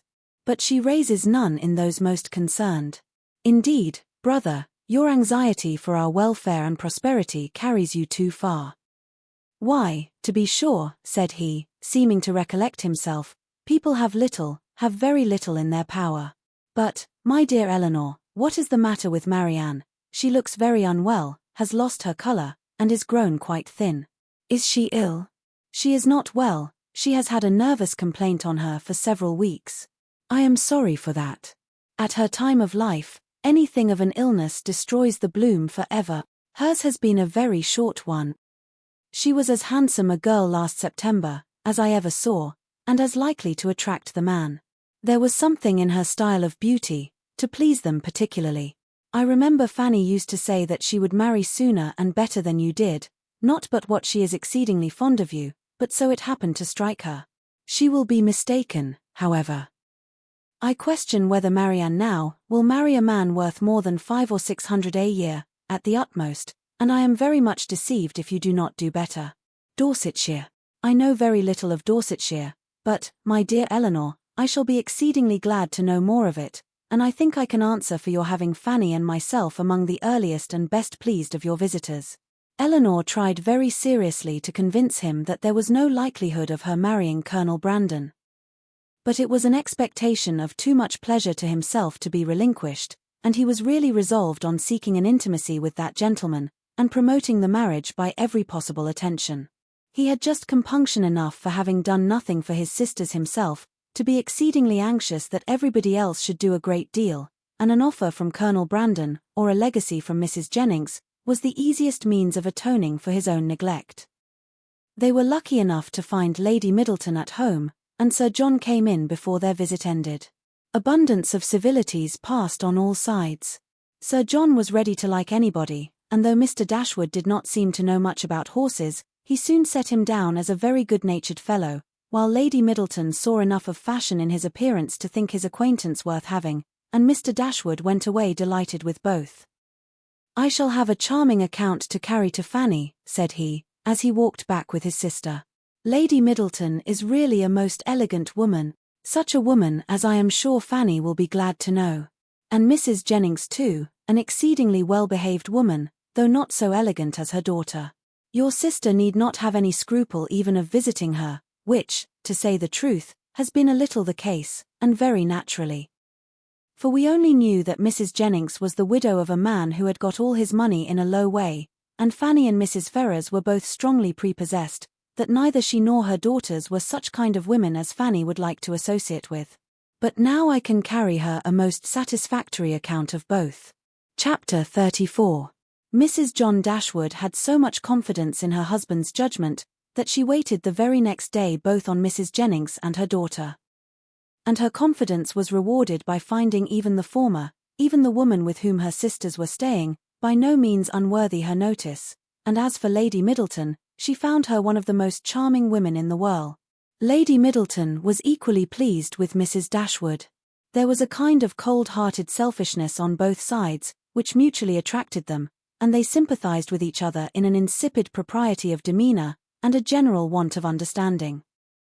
The same manners, however, which recommended Mrs. John Dashwood to the good opinion of Lady Middleton did not suit the fancy of Mrs. Jennings, and to her she appeared nothing more than a little proud-looking woman of uncordial address, who met her husband's sisters without any affection, and almost without having anything to say to them, for of the quarter of an hour bestowed on Berkeley Street, she sat at least 7 minutes and a half in silence. Eleanor wanted very much to know, though she did not choose to ask, whether Edward was then in town, but nothing would have induced Fanny voluntarily to mention his name before her, till able to tell her that his marriage with Miss Morton was resolved on, or till her husband's expectations on Colonel Brandon were answered, because she believed them still so very much attached to each other, that they could not be too sedulously divided in word and deed on every occasion. The intelligence, however, which she would not give, soon flowed from another quarter. Lucy came very shortly to claim Eleanor's compassion on being unable to see Edward, though he had arrived in town with Mr. and Mrs. Dashwood. He dared not come to Bartlett's Buildings for fear of detection, and though their mutual impatience to meet was not to be told, they could do nothing at present but write. Edward assured them himself of his being in town, within a very short time, by twice calling in Berkeley Street. Twice was his card found on the table, when they returned from their morning's engagements. Eleanor was pleased that he had called, and still more pleased that she had missed him. The Dashwoods were so prodigiously delighted with the Middletons, that, though not much in the habit of giving anything, they determined to give them a dinner. And soon after their acquaintance began, invited them to dine in Harley Street, where they had taken a very good house for 3 months. Their sisters and Mrs. Jennings were invited likewise, and John Dashwood was careful to secure Colonel Brandon, who, always glad to be where the Miss Dashwoods were, received his eager civilities with some surprise, but much more pleasure. They were to meet Mrs. Ferrars, but Eleanor could not learn whether her sons were to be of the party. The expectation of seeing her, however, was enough to make her interested in the engagement, for though she could now meet Edward's mother without that strong anxiety which had once promised to attend such an introduction, though she could now see her with perfect indifference as to her opinion of herself, her desire of being in company with Mrs. Ferrars, her curiosity to know what she was like, was as lively as ever. The interest with which she thus anticipated the party was soon afterwards increased, more powerfully than pleasantly, by her hearing that the Miss Steeles were also to be at it. So well had they recommended themselves to Lady Middleton, so agreeable had their assiduities made them to her, that though Lucy was certainly not so elegant, and her sister not even genteel, she was as ready as Sir John to ask them to spend a week or 2 in Conduit Street. And it happened to be particularly convenient to the Miss Steeles, as soon as the Dashwoods' invitation was known, that their visit should begin a few days before the party took place. Their claims to the notice of Mrs. John Dashwood, as the nieces of the gentleman who for many years had had the care of her brother, might not have done much, however, towards procuring them seats at her table, but as Lady Middleton's guests they must be welcome. And Lucy, who had long wanted to be personally known to the family, to have a nearer view of their characters and her own difficulties, and to have an opportunity of endeavouring to please them, had seldom been happier in her life than she was on receiving Mrs. John Dashwood's card. On Eleanor its effect was very different. She began immediately to determine that Edward, who lived with his mother, must be asked as his mother was, to a party given by his sister. And to see him for the first time, after all that passed, in the company of Lucy, she hardly knew how she could bear it. These apprehensions, perhaps, were not founded entirely on reason, and certainly not at all on truth. They were relieved, however, not by her own recollection, but by the goodwill of Lucy, who believed herself to be inflicting a severe disappointment when she told her that Edward certainly would not be in Harley Street on Tuesday, and even hoped to be carrying the pain still farther by persuading her that he was kept away by the extreme affection for herself, which he could not conceal when they were together. The important Tuesday came that was to introduce the 2 young ladies to this formidable mother-in-law. "Pity me, dear Miss Dashwood," said Lucy, as they walked up the stairs together, for the Middletons arrived so directly after Mrs. Jennings, that they all followed the servant at the same time. "There is nobody here but you, that can feel for me. I declare I can hardly stand. Good gracious! In a moment I shall see the person that all my happiness depends on, that is to be my mother." Eleanor could have given her immediate relief by suggesting the possibility of its being Miss Morton's mother, rather than her own, whom they were about to behold, but instead of doing that, she assured her, and with great sincerity, that she did pity her, to the utter amazement of Lucy, who, though really uncomfortable herself, hoped at least to be an object of irrepressible envy to Eleanor. Mrs. Ferrars was a little, thin woman, upright, even to formality, in her figure, and serious, even to sourness, in her aspect. Her complexion was sallow, and her features small, without beauty, and naturally without expression, but a lucky contraction of the brow had rescued her countenance from the disgrace of insipidity, by giving it the strong characters of pride and ill nature. She was not a woman of many words. For, unlike people in general, she proportioned them to the number of her ideas, and of the few syllables that did escape her, not one fell to the share of Miss Dashwood, whom she eyed with the spirited determination of disliking her at all events. Elinor could not now be made unhappy by this behaviour. A few months ago it would have hurt her exceedingly, but it was not in Mrs. Ferrars's power to distress her by it now. And the difference of her manners to the Miss Steeles, a difference which seemed purposely made to humble her more, only amused her. She could not but smile to see the graciousness of both mother and daughter towards the very person, for Lucy was particularly distinguished, whom of all others, had they known as much as she did, they would have been most anxious to mortify, while she herself, who had comparatively no power to wound them, sat pointedly slighted by both. But while she smiled at a graciousness so misapplied, she could not reflect on the mean-spirited folly from which it sprung, nor observe the studied attentions with which the Miss Steeles courted its continuance, without thoroughly despising them all for. Lucy was all exultation on being so honourably distinguished, and Miss Steele wanted only to be teased about Dr. Davies to be perfectly happy. The dinner was a grand one, the servants were numerous, and everything bespoke the mistress's inclination for show, and the master's ability to support it. In spite of the improvements and additions which were making to the Norland estate, and in spite of its owner having once been within some £1,000 of being obliged to sell out at a loss, nothing gave any symptom of that indigence which he had tried to infer from it, no poverty of any kind, except of conversation, appeared. But there, the deficiency was considerable. John Dashwood had not much to say for himself that was worth hearing, and his wife had still less. But there was no peculiar disgrace in this, for it was very much the case with the chief of their visitors, who almost all laboured under one or other of these disqualifications for being agreeable, want of sense, either natural or improved, want of elegance, want of spirits, or want of temper. When the ladies withdrew to the drawing-room after dinner, this poverty was particularly evident, for the gentlemen had supplied the discourse with some variety, the variety of politics, including land, and breaking horses, but then it was all over, and one subject only engaged the ladies till coffee came in, which was the comparative heights of Harry Dashwood, and Lady Middleton's second son William, who were nearly of the same age.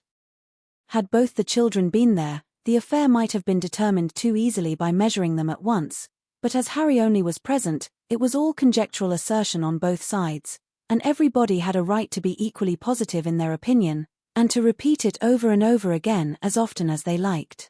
The parties stood thus. The two mothers, though each really convinced that her own son was the tallest, politely decided in favour of the other. The two grandmothers, with not less partiality, but more sincerity, were equally earnest in support of their own descendant. Lucy, who was hardly less anxious to please one parent than the other, thought the boys were both remarkably tall for their age, and could not conceive that there could be the smallest difference in the world between them, and Miss Steele, with yet greater address gave it, as fast as she could, in favour of each. Elinor, having once delivered her opinion on William's side, by which she offended Mrs. Ferrars and Fanny still more, did not see the necessity of enforcing it by any farther assertion, and Marianne, when called on for hers, offended them all, by declaring that she had no opinion to give, as she had never thought about it. Before her removing from Norland, Elinor had painted a very pretty pair of screens for her sister-in-law, which being now just mounted and brought home, ornamented her present drawing-room, and these screens, catching the eye of John Dashwood on his following the other gentleman into the room, were officiously handed by him to Colonel Brandon for his admiration. "These are done by my eldest sister," said he, "and you, as a man of taste, will, I dare say, be pleased with them. I do not know whether you have ever happened to see any of her performances before, but she is in general reckoned to draw extremely well." The Colonel, though disclaiming all pretensions to connoisseurship, warmly admired the screens, as he would have done anything painted by Miss Dashwood, and on the curiosity of the others being of course excited, they were handed round for general inspection. Mrs. Ferrars, not aware of their being Elinor's work, particularly requested to look at them. And after they had received gratifying testimony of Lady Middleton's approbation, Fanny presented them to her mother, considerately informing her, at the same time, that they were done by Miss Dashwood. Said Mrs. Ferrars, very pretty, and without regarding them at all, returned them to her daughter. Perhaps Fanny thought for a moment that her mother had been quite rude enough, for, colouring a little, she immediately said, "They are very pretty, aren't they?" But then again, the dread of having been too civil, too encouraging herself, probably came over her, for she presently added, "Do you not think they are something in Miss Morton's style of painting? She does paint most delightfully. How beautifully her last landscape is done." "Beautifully indeed. But she does everything well." Marianne could not bear this. She was already greatly displeased with Mrs. Ferrars. And such ill-timed praise of another, at Eleanor's expense, though she had not any notion of what was principally meant by it, provoked her immediately to say with warmth, "This is admiration of a very particular kind. What is Miss Morton to us? Who knows, or who cares, for her? It is Eleanor of whom we think and speak." And so saying, she took the screens out of her sister-in-law's hands, to admire them herself as they ought to be admired. Mrs. Ferrars looked exceedingly angry, and drawing herself up more stiffly than ever, pronounced in retort this bitter philippic, "Miss Morton is Lord Morton's daughter." Fanny looked very angry too, and her husband was all in a fright at his sister's audacity. Eleanor was much more hurt by Marianne's warmth than she had been by what produced it. But Colonel Brandon's eyes, as they were fixed on Marianne, declared that he noticed only what was amiable in it, the affectionate heart which could not bear to see a sister slighted in the smallest point. Marianne's feelings did not stop here. The cold insolence of Mrs. Ferrars's general behaviour to her sister seemed, to her, to foretell such difficulties and distresses to Eleanor, as her own wounded heart taught her to think of with horror. And urged by a strong impulse of affectionate sensibility, she moved after a moment, to her sister's chair, and putting one arm round her neck, and one cheek close to hers, said in a low, but eager, voice, "Dear, dear Eleanor, don't mind them. Don't let them make you unhappy." She could say no more, her spirits were quite overcome, and hiding her face on Eleanor's shoulder, she burst into tears. Everybody's attention was called, and almost everybody was concerned. Colonel Brandon rose up and went to them without knowing what he did. Mrs. Jennings, with a very intelligent "Poor dear," immediately gave her salts, and Sir John felt so desperately enraged against the author of this nervous distress, that he instantly changed his seat to one close by Lucy Steele, and gave her, in a whisper, a brief account of the whole shocking affair. In a few minutes, however, Marianne was recovered enough to put an end to the bustle, and sit down among the rest. Though her spirits retained the impression of what had passed, the whole evening. "Poor Marianne," said her brother to Colonel Brandon, in a low voice, as soon as he could secure his attention. "She has not such good health as her sister, she is very nervous, she has not Eleanor's constitution. And one must allow that there is something very trying to a young woman who has been a beauty in the loss of her personal attractions. You would not think it perhaps, but Marianne was remarkably handsome a few months ago, quite as handsome as Eleanor. Now you see it is all gone." Chapter 35. Eleanor's curiosity to see Mrs. Ferrars was satisfied. She had found in her everything that could tend to make a farther connection between the families undesirable.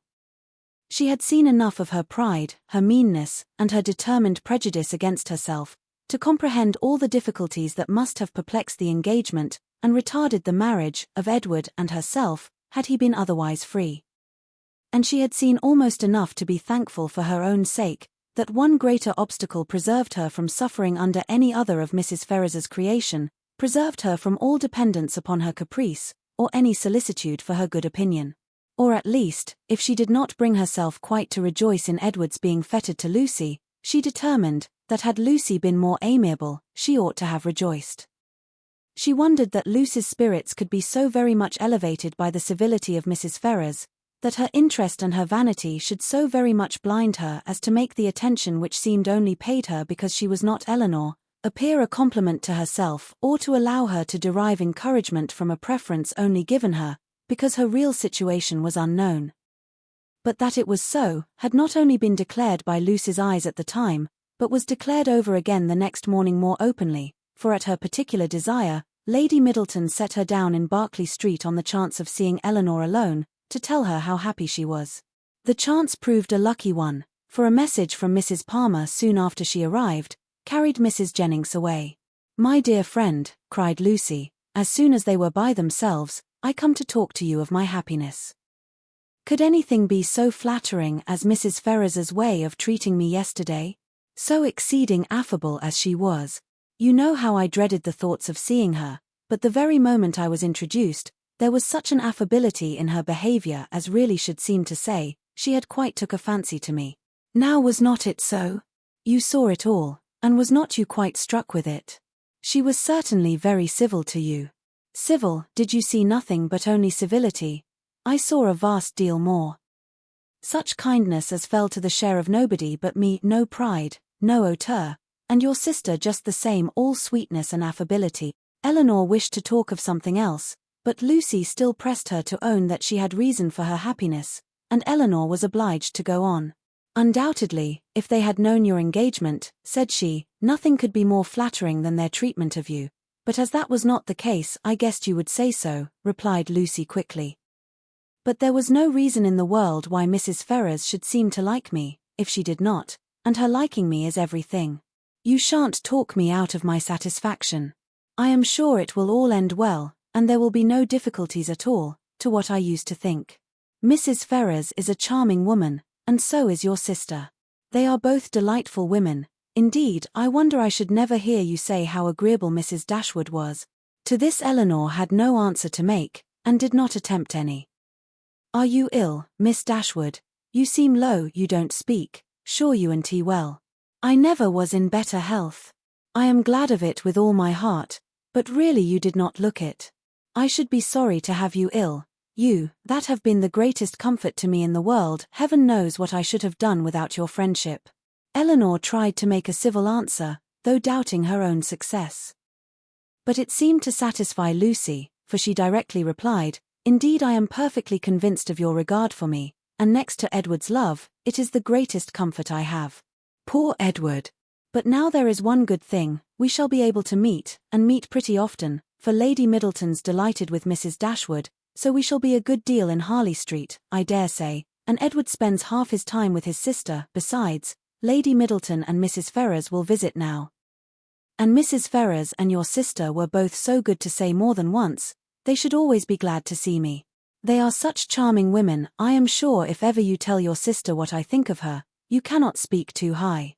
But Eleanor would not give her any encouragement to hope that she should tell her sister. Lucy continued, I am sure I should have seen it in a moment, if Mrs. Ferrars had took a dislike to me. If she had only made me a formal courtesy, for instance, without saying a word, and never after had took any notice of me, and never looked at me in a pleasant way, you know what I mean. If I had been treated in that forbidding sort of way, I should have gave it all up in despair. I could not have stood it. For where she does dislike, I know it is most violent. Eleanor was prevented from making any reply to this civil triumph, by the doors being thrown open, the servants announcing Mr. Ferrars, and Edward's immediately walking in. It was a very awkward moment, and the countenance of each showed that it was so. They all looked exceedingly foolish, and Edward seemed to have as great an inclination to walk out of the room again, as to advance farther into it. The very circumstance, in its unpleasantest form, which they would each have been most anxious to avoid, had fallen on them. They were not only all three together, but were together without the relief of any other person. The ladies recovered themselves first. It was not Lucy's business to put herself forward, and the appearance of secrecy must still be kept up. She could therefore only look her tenderness, and after slightly addressing him, said no more. But Eleanor had more to do.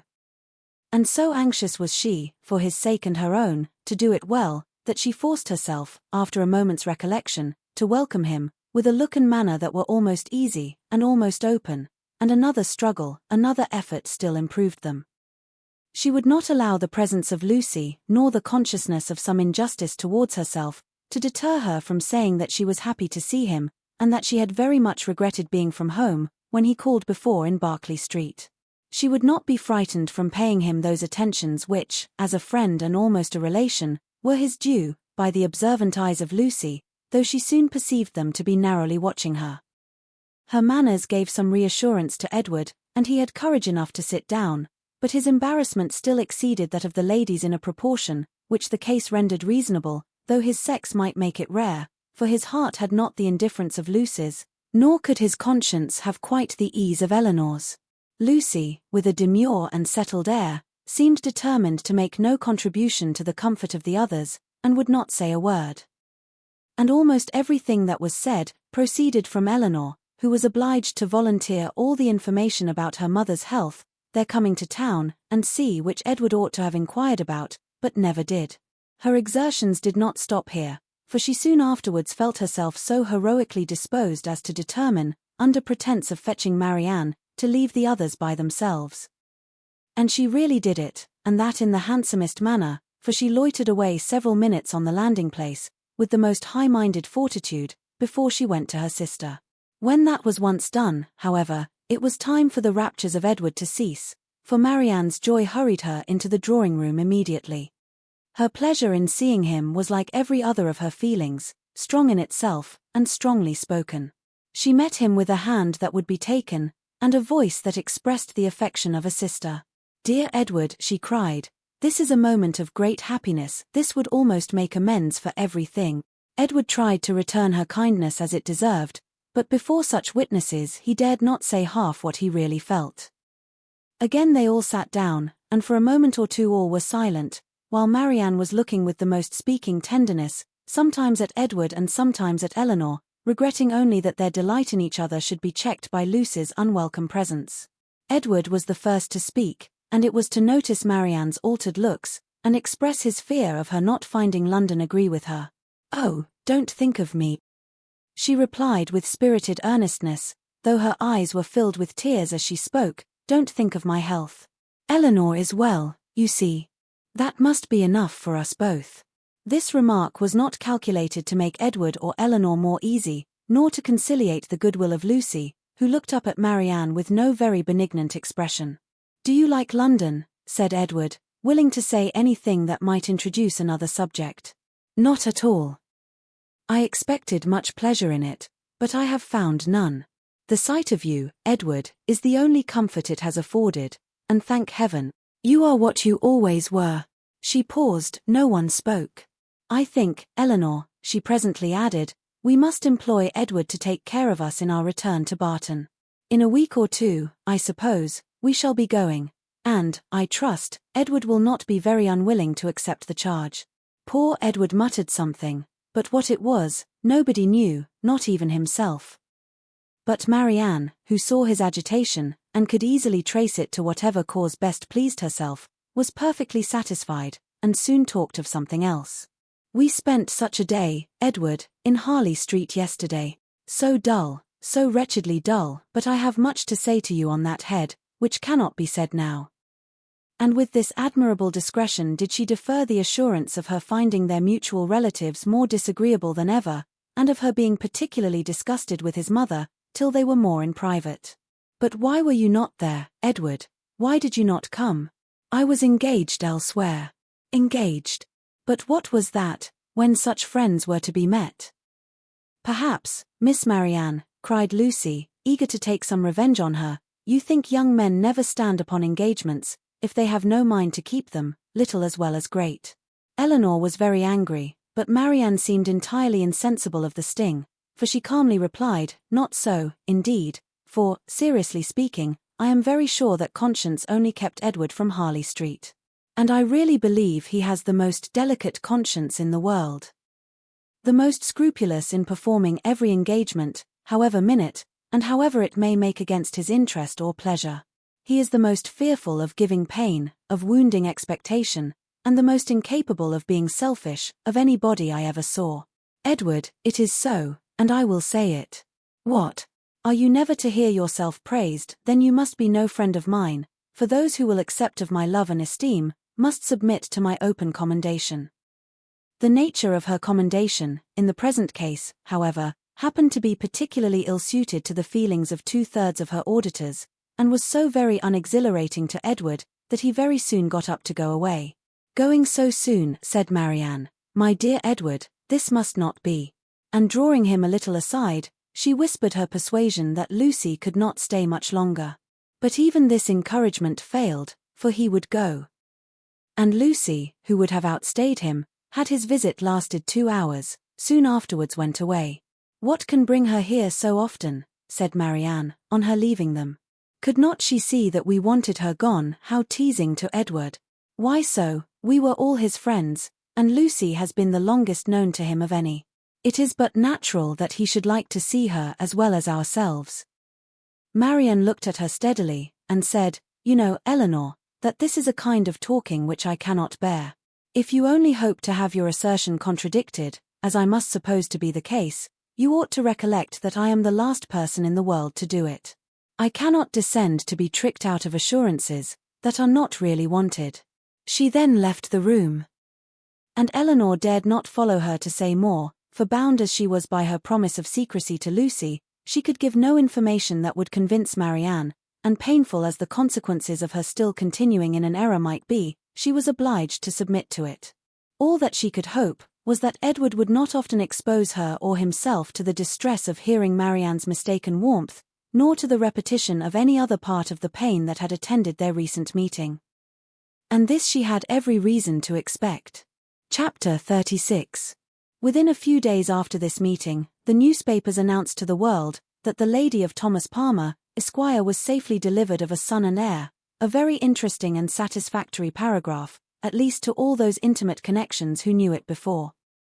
This event, highly important to Mrs. Jennings's happiness, produced a temporary alteration in the disposal of her time, and influenced, in a like degree, the engagements of her young friends, for as she wished to be as much as possible with Charlotte, she went thither every morning as soon as she was dressed, and did not return till late in the evening, and the Miss Dashwoods, at the particular request of the Middletons, spent the whole of every day in Conduit Street. For their own comfort they would much rather have remained, at least all the morning, in Mrs. Jennings's house, but it was not a thing to be urged against the wishes of everybody. Their hours were therefore made over to Lady Middleton and the two Miss Steeles, by whom their company, in fact, was as little valued as it was professedly sought. They had too much sense to be desirable companions to the former. And by the latter they were considered with a jealous eye, as intruding on their ground, and sharing the kindness which they wanted to monopolize. Though nothing could be more polite than Lady Middleton's behavior to Eleanor and Marianne, she did not really like them at all. Because they neither flattered herself nor her children, she could not believe them good-natured, and because they were fond of reading, she fancied them satirical. Perhaps without exactly knowing what it was to be satirical, but that did not signify. It was censure in common use, and easily given. Their presence was a restraint both on her and on Lucy. It checked the idleness of one, and the business of the other. Lady Middleton was ashamed of doing nothing before them, and the flattery which Lucy was proud to think of and administer at other times, she feared they would despise her for offering. Miss Steele was the least discomposed of the three, by their presence, and it was in their power to reconcile her to it entirely. Would either of them only have given her a full and minute account of the whole affair between Marianne and Mr. Willoughby, she would have thought herself amply rewarded for the sacrifice of the best place by the fire after dinner, which their arrival occasioned. But this conciliation was not granted. For though she often threw out expressions of pity for her sister to Eleanor, and more than once dropped a reflection on the inconstancy of Beau before Marianne, no effect was produced, but a look of indifference from the former, or of disgust in the latter. An effort even yet lighter might have made her their friend. Would they only have laughed at her about the doctor? But so little were they, any more than the others, inclined to oblige her, that if Sir John dined from home, she might spend a whole day without hearing any other raillery on the subject than what she was kind enough to bestow on herself. All these jealousies and discontents, however, were so totally unsuspected by Mrs. Jennings, that she thought it a delightful thing for the girls to be together, and generally congratulated her young friends every night on having escaped the company of a stupid old woman so long. She joined them sometimes at Sir John's, sometimes at her own house, but wherever it was, she always came in excellent spirits, full of delight and importance, attributing Charlotte's well-doing to her own care, and ready to give so exact, so minute a detail of her situation, as only Miss Steele had curiosity enough to desire. One thing did disturb her, and of that she made her daily complaint. Mr. Palmer maintained the common, but unfatherly opinion among his sex, of all infants being alike, and though she could plainly perceive, at different times, the most striking resemblance between this baby and every one of his relations on both sides, there was no convincing his father of it, no persuading him to believe that it was not exactly like every other baby of the same age. Nor could he even be brought to acknowledge the simple proposition of its being the finest child in the world. I come now to the relation of a misfortune, which about this time befell Mrs. John Dashwood. It so happened that while her two sisters with Mrs. Jennings were first calling on her in Harley Street, another of her acquaintance had dropped in, a circumstance in itself not apparently likely to produce evil to her. But while the imaginations of other people will carry them away to form wrong judgments of our conduct, and to decide on it by slight appearances, one's happiness must in some measure be always at the mercy of chance. In the present instance, this last-arrived lady allowed her fancy to so far outrun truth and probability, that on merely hearing the name of the Miss Dashwoods, and understanding them to be Mr. Dashwood's sisters, she immediately concluded them to be staying in Harley Street. And this misconstruction produced within a day or two afterwards, cards of invitation for them as well as for their brother and sister, to a small musical party at her house. The consequence of which was, that Mrs. John Dashwood was obliged to submit not only to the exceedingly great inconvenience of sending her carriage for the Miss Dashwoods, but, what was still worse, must be subject to all the unpleasantness of appearing to treat them with attention. And who could tell that they might not expect to go out with her a second time? The power of disappointing them, it was true, must always be hers. But that was not enough, for when people are determined on a mode of conduct which they know to be wrong, they feel injured by the expectation of anything better from them. Marianne had now been brought by degrees so much into the habit of going out every day, that it was become a matter of indifference to her, whether she went or not. And she prepared quietly and mechanically for every evening's engagement, though without expecting the smallest amusement from any, and very often without knowing, till the last moment, where it was to take her. To her dress and appearance she was grown so perfectly indifferent, as not to bestow half the consideration on it, during the whole of her toilet, which it received from Miss Steele in the first 5 minutes of their being together, when it was finished. Nothing escaped her minute observation and general curiosity, she saw everything, and asked everything, was never easy till she knew the price of every part of Marianne's dress, could have guessed the number of her gowns altogether with better judgment than Marianne herself, and was not without hopes of finding out before they parted, how much her washing cost per week, and how much she had every year to spend upon herself. The impertinence of these kind of scrutinies, moreover, was generally concluded with a compliment, which though meant as its due sir, was considered by Marianne as the greatest impertinence of all, for after undergoing an examination into the value and make of her gown, the colour of her shoes, and the arrangement of her hair, she was almost sure of being told that upon her word she looked vastly smart, and she dared to say she would make a great many conquests. With such encouragement as this, was she dismissed on the present occasion, to her brother's carriage, which they were ready to enter 5 minutes after it stopped at the door, a punctuality not very agreeable to their sister-in-law, who had preceded them to the house of her acquaintance, and was there hoping for some delay on their part that might inconvenience either herself or her coachman. The events of this evening were not very remarkable.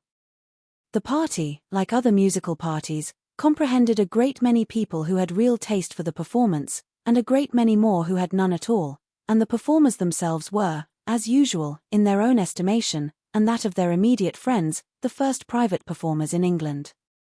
As Eleanor was neither musical, nor affecting to be so, she made no scruple of turning her eyes from the grand pianoforte, whenever it suited her, and unrestrained even by the presence of a harp and violoncello, would fix them at pleasure on any other object in the room. In one of these excursive glances she perceived among a group of young men, the very he, who had given them a lecture on toothpick cases at Gray's. She perceived him soon afterwards looking at herself, and speaking familiarly to her brother, and had just determined to find out his name from the latter, when they both came towards her, and Mr. Dashwood introduced him to her as Mr. Robert Ferrars. He addressed her with easy civility, and twisted his head into a bow which assured her as plainly as words could have done, that he was exactly the coxcomb she had heard him described to be by Lucy. Happy had it been for her, if her regard for Edward had depended less on his own merit, than on the merit of his nearest relation. For then his brother's bow must have given the finishing stroke to what the ill humour of his mother and sister would have begun. But while she wondered at the difference of the two young men, she did not find that the emptiness and conceit of the one put her out of all charity with the modesty and worth of the other. Why they were different, Robert explained to her himself in the course of a quarter of an hour's conversation, for, talking of his brother, and lamenting the extreme gaucherie which he really believed kept him from mixing in proper society, He candidly and generously attributed it much less to any natural deficiency than to the misfortune of a private education. While he himself, though probably without any material superiority by nature, merely from the advantage of a public school, was as well fitted to mix in the world as any other man. Upon my soul, he added, I believe it is nothing more, and so I often tell my mother, when she is grieving about it. My dear madam, I always say to her, you must make yourself easy. The evil is now irremediable, and it has been entirely your own doing. Why would you be persuaded by my uncle, Sir Robert, against your own judgment, to place Edward under private tuition, at the most critical time of his life? If you had only sent him to Westminster as well as myself, instead of sending him to Mr. Pratt's, all this would have been prevented. This is the way in which I always consider the matter, and my mother is perfectly convinced of her error. Eleanor would not oppose his opinion, because, whatever might be her general estimation of the advantage of a public school, she could not think of Edward's abode in Mr. Pratt's family with any satisfaction. You reside in Devonshire, I think, was his next observation, in a cottage near Dawlish. Eleanor set him right as to its situation, and it seemed rather surprising to him that anybody could live in Devonshire without living near Dawlish. He bestowed his hearty approbation, however, on their species of house. For my own part, said he, I am excessively fond of a cottage. There is always so much comfort, so much elegance about them. And I protest, if I had any money to spare, I should buy a little land and build one myself, within a short distance of London, where I might drive myself down at any time, and collect a few friends about me, and be happy. I advise everybody who is going to build a cottage. My friend Lord Courtland came to me the other day on purpose to ask my advice, and laid before me 3 different plans of Bonhomie's. I was to decide on the best of them. My dear Courtland, said I, immediately throwing them all into the fire, do not adopt either of them, but by all means build a cottage. And that, I fancy, will be the end of it. Some people imagine that there can be no accommodations, no space in a cottage, but this is all a mistake. I was last month at my friend Elliot's, near Dartford. Lady Elliot wished to give a dance. But how can it be done, said she, my dear Ferrers, do tell me how it is to be managed. There is not a room in this cottage that will hold 10 couple, and where can the supper be? I immediately saw that there could be no difficulty in it, so I said, my dear Lady Elliot, do not be uneasy. The dining parlour will admit 18 couple with ease, card tables may be placed in the drawing room. The library may be open for tea and other refreshments, and let the supper be set out in the saloon. Lady Elliot was delighted with the thought. We measured the dining room, and found it would hold exactly 18 couple, and the affair was arranged precisely after my plan. So that, in fact, you see, if people do but know how to set about it, every comfort may be as well enjoyed in a cottage as in the most spacious dwelling. Eleanor agreed to it all, for she did not think he deserved the compliment of rational opposition. As John Dashwood had no more pleasure in music than his eldest sister, his mind was equally at liberty to fix on anything else, and a thought struck him during the evening, which he communicated to his wife, for her approbation, when they got home. The consideration of Mrs. Denison's mistake, in supposing his sisters their guests, had suggested the propriety of their being really invited to become such, while Mrs. Jennings's engagements kept her from home. The expense would be nothing, the inconvenience not more, and it was altogether an attention which the delicacy of his conscience pointed out to be requisite to its complete enfranchisement from his promise to his father. Fanny was startled at the proposal. I do not see how it can be done, said she, without affronting Lady Middleton, for they spend every day with her, otherwise I should be exceedingly glad to do it. You know I am always ready to pay them any attention in my power, as my taking them out this evening shows. But they are Lady Middleton's visitors. How can I ask them away from her? Her husband, but with great humility, did not see the force of her objection. They had already spent a week in this manner in Conduit Street, and Lady Middleton could not be displeased at their giving the same number of days to such near relations. Fanny paused a moment, and then, with fresh vigour, said, My love, I would ask them with all my heart, if it was in my power. But I had just settled within myself to ask the Miss Steeles to spend a few days with us. They are very well behaved, good kind of girls. And I think the attention is due to them, as their uncle did so very well by Edward. We can ask your sisters some other year, you know, but the Miss Steeles may not be in town any more.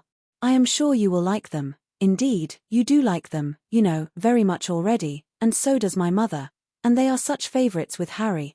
Mr. Dashwood was convinced. He saw the necessity of inviting the Miss Steeles immediately, and his conscience was pacified by the resolution of inviting his sisters another year. At the same time, however, slyly suspecting that another year would make the invitation needless, by bringing Eleanor to town as Colonel Brandon's wife, and Marianne as their visitor. Fanny, rejoicing in her escape, and proud of the ready wit that had procured it, wrote the next morning to Lucy, to request her company and her sisters, for some days, in Harley Street, as soon as Lady Middleton could spare them. This was enough to make Lucy really and reasonably happy. Mrs. Dashwood seemed actually working for her, herself, cherishing all her hopes, and promoting all her views. Such an opportunity of being with Edward and his family was, above all things, the most material to her interest, and such an invitation the most gratifying to her feeling. It was an advantage that could not be too gratefully acknowledged, nor too speedily made use of. And the visit to Lady Middleton, which had not before had any precise limits, was instantly discovered to have been always meant to end in 2 days' time. When the note was shown to Eleanor, as it was within 10 minutes after its arrival, it gave her, for the first time, some share in the expectations of Lucy, for such a mark of uncommon kindness, vouchsafed on so short an acquaintance, seemed to declare that the goodwill towards her arose from something more than merely malice against herself, and might be brought, by time and address, to do everything that Lucy wished. Her flattery had already subdued the pride of Lady Middleton, and made an entry into the close heart of Mrs. John Dashwood, and these were effects that laid open the probability of greater. The Miss Steeles removed to Harley Street, and all that reached Eleanor of their influence there, strengthened her expectation of the event. Sir John, who called on them more than once, brought home such accounts of the favour they were in, as must be universally striking. Mrs. Dashwood had never been so much pleased with any young women in her life, as she was with them, had given each of them a needle-book made by some emigrant, called Lucy by her Christian name, and did not know whether she should ever be able to part with them. End of the 2nd volume.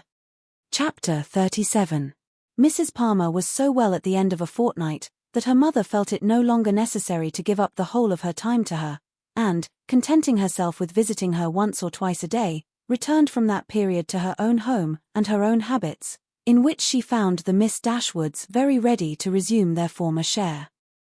About the 3rd or 4th morning after their being thus resettled in Berkeley Street, Mrs. Jennings, on returning from her ordinary visit to Mrs. Palmer, entered the drawing-room, where Eleanor was sitting by herself, with an air of such hurrying importance as prepared her to hear something wonderful, and giving her time only to form that idea, began directly to justify it, by saying, "Lord, my dear Miss Dashwood, have you heard the news?" "No, What is it?" "Something so strange." "But you shall hear it all. When I got to Mr. Palmer's, I found Charlotte quite in a fuss about the child. She was sure it was very ill, it cried, and fretted, and was all over pimples. So I looked at it directly, and, Lord, my dear, says I, it is nothing in the world, but the red gum, and nurse said just the same. But Charlotte, she would not be satisfied, so Mr. Donovan was sent for. And luckily he happened to just come in from Harley Street, so he stepped over directly, and as soon as ever he saw the child, he said just as we did, that it was nothing in the world but the red gum, and then Charlotte was easy. And so, just as he was going away again, it came into my head, I am sure I do not know how I happened to think of it, but it came into my head to ask him if there was any news. So upon that, he smirked, and simpered, and looked grave, and seemed to know something or other, and at last he said in a whisper, for fear any unpleasant report should reach the young ladies under your care as to their sister's indisposition, I think it advisable to say, that I believe there is no great reason for alarm. I hope Mrs. Dashwood will do very well. What? Is Fanny ill? That is exactly what I said, my dear. Lord, says I, is Mrs. Dashwood ill? So then it all came out.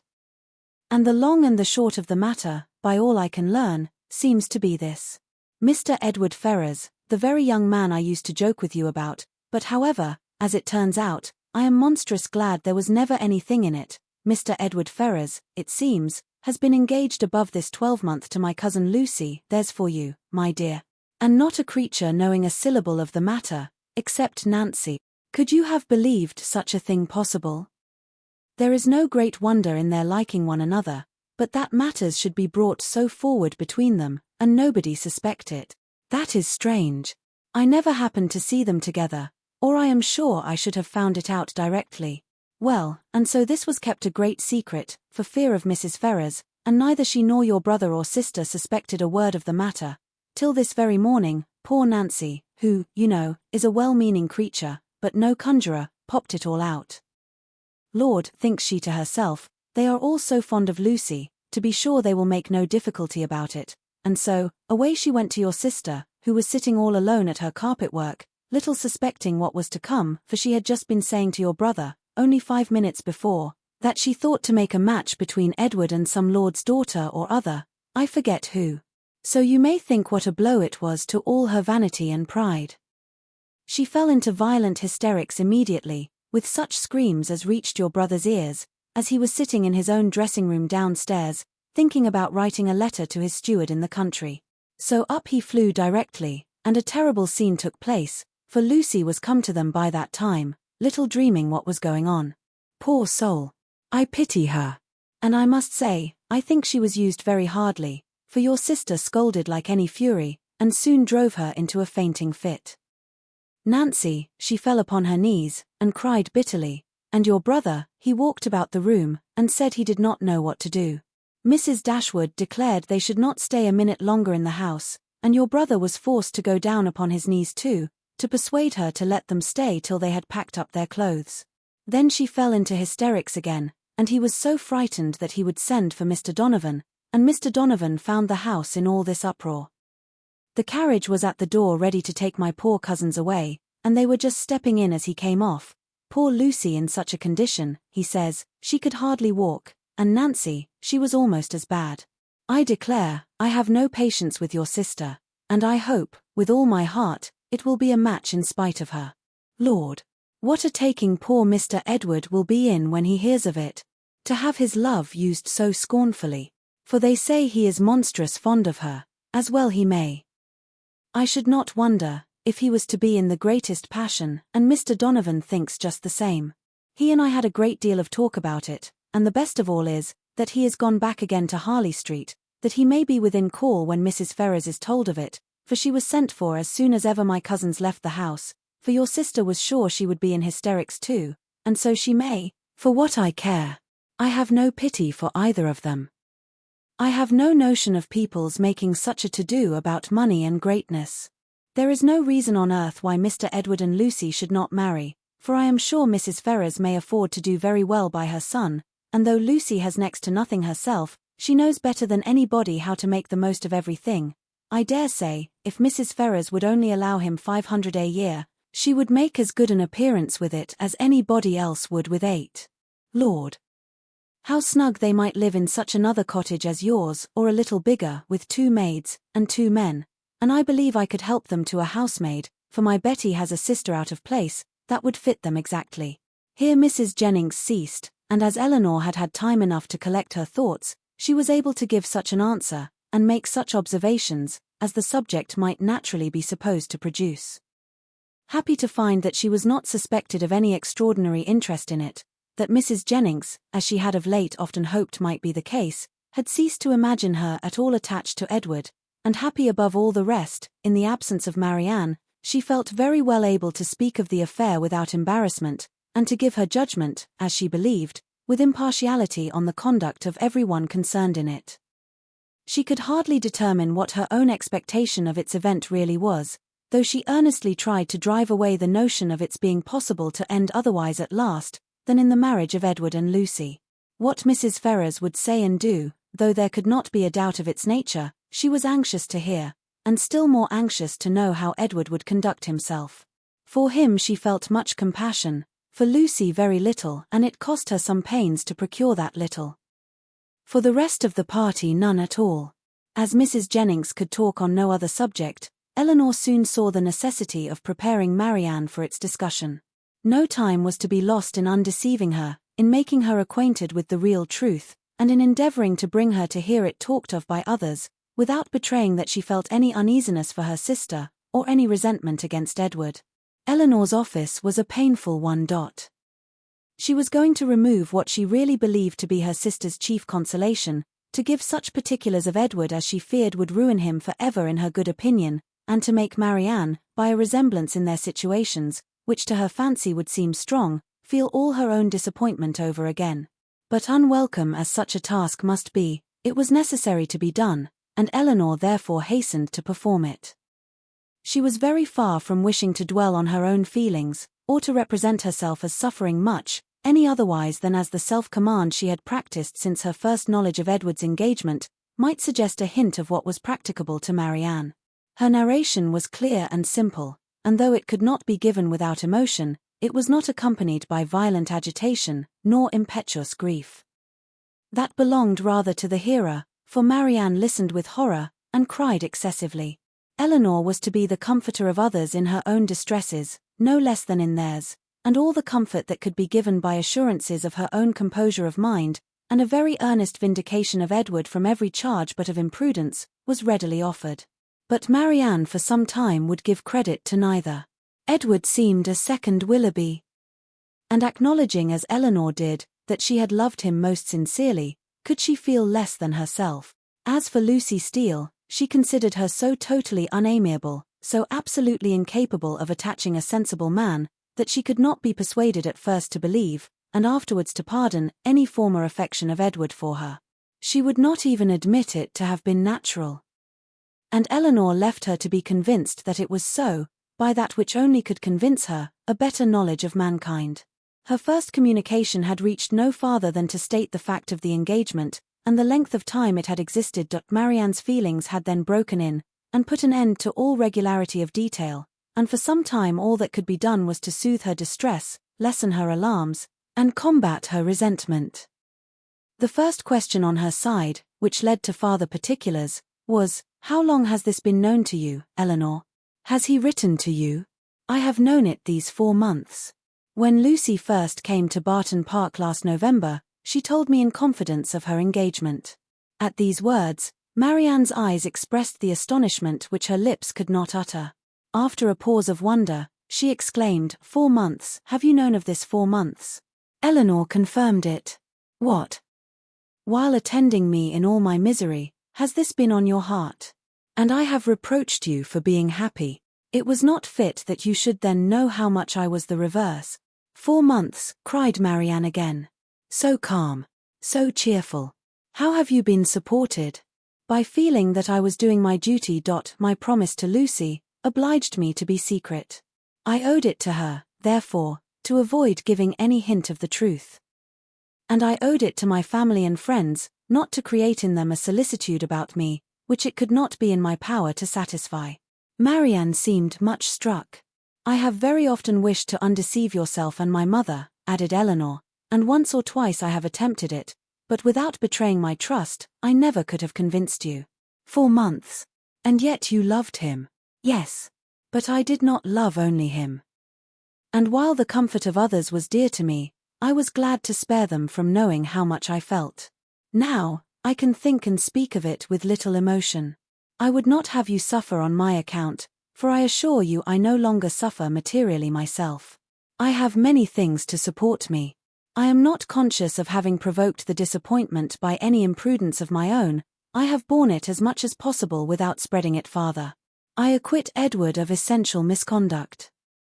I wish him very happy, and I am so sure of his always doing his duty, that though now he may harbor some regret, in the end he must become so. Lucy does not want sense, and that is the foundation on which everything good may be built. And after all, Marianne, after all that is bewitching in the idea of a single and constant attachment, and all that can be said of one's happiness depending entirely on any particular person, it is not meant, it is not fit, it is not possible that it should be so. Edward will marry Lucy, he will marry a woman superior in person and understanding to half her sex, and time and habit will teach him to forget that he ever thought another superior to her.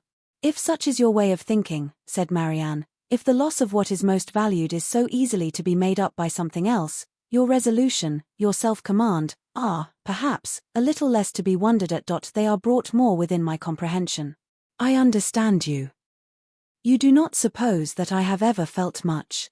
For 4 months, Marianne, I have had all this hanging on my mind, without being at liberty to speak of it to a single creature, knowing that it would make you and my mother most unhappy whenever it were explained to you, yet unable to prepare you for it in the least.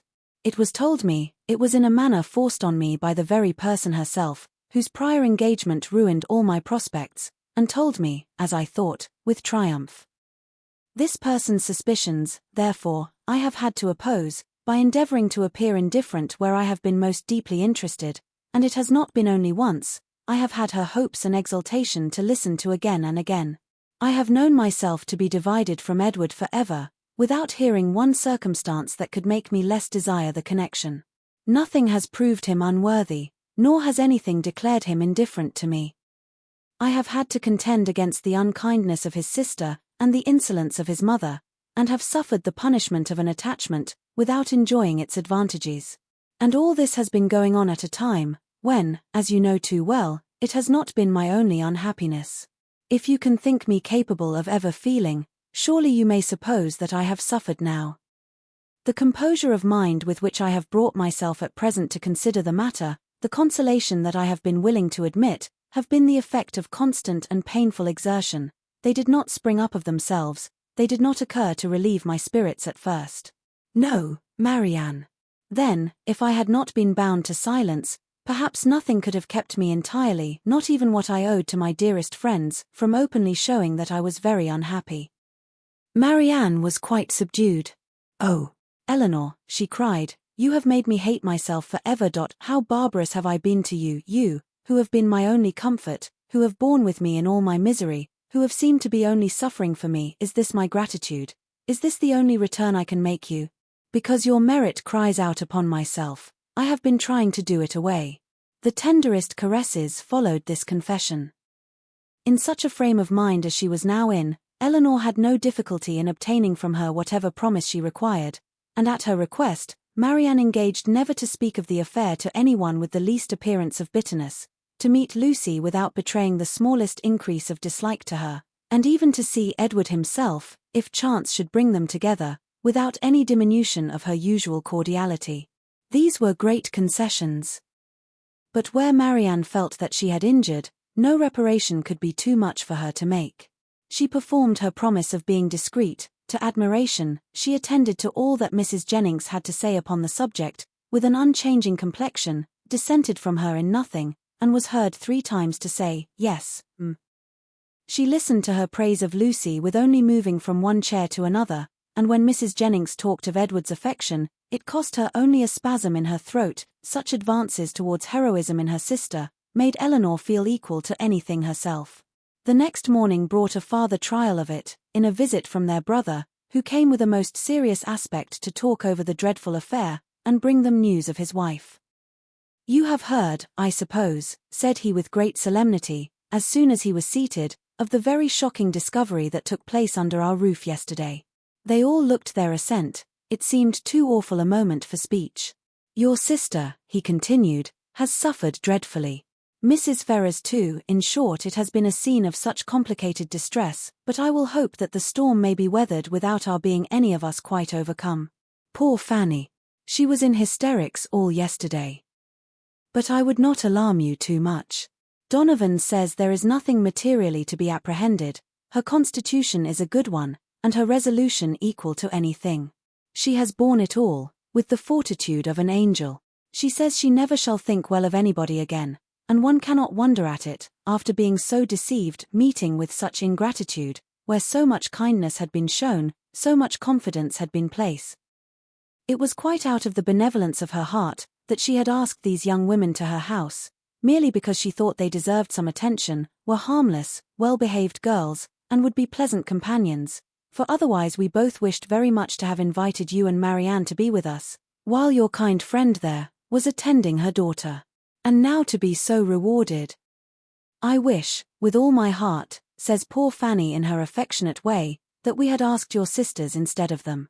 Here he stopped to be thanked, which being done, he went on. What poor Mrs. Ferrars suffered, when first Fanny broke it to her, is not to be described. While she with the truest affection had been planning a most eligible connection for him, was it to be supposed that he could be all the time secretly engaged to another person? Such a suspicion could never have entered her head. If she suspected any prepossession elsewhere, it could not be in that quarter.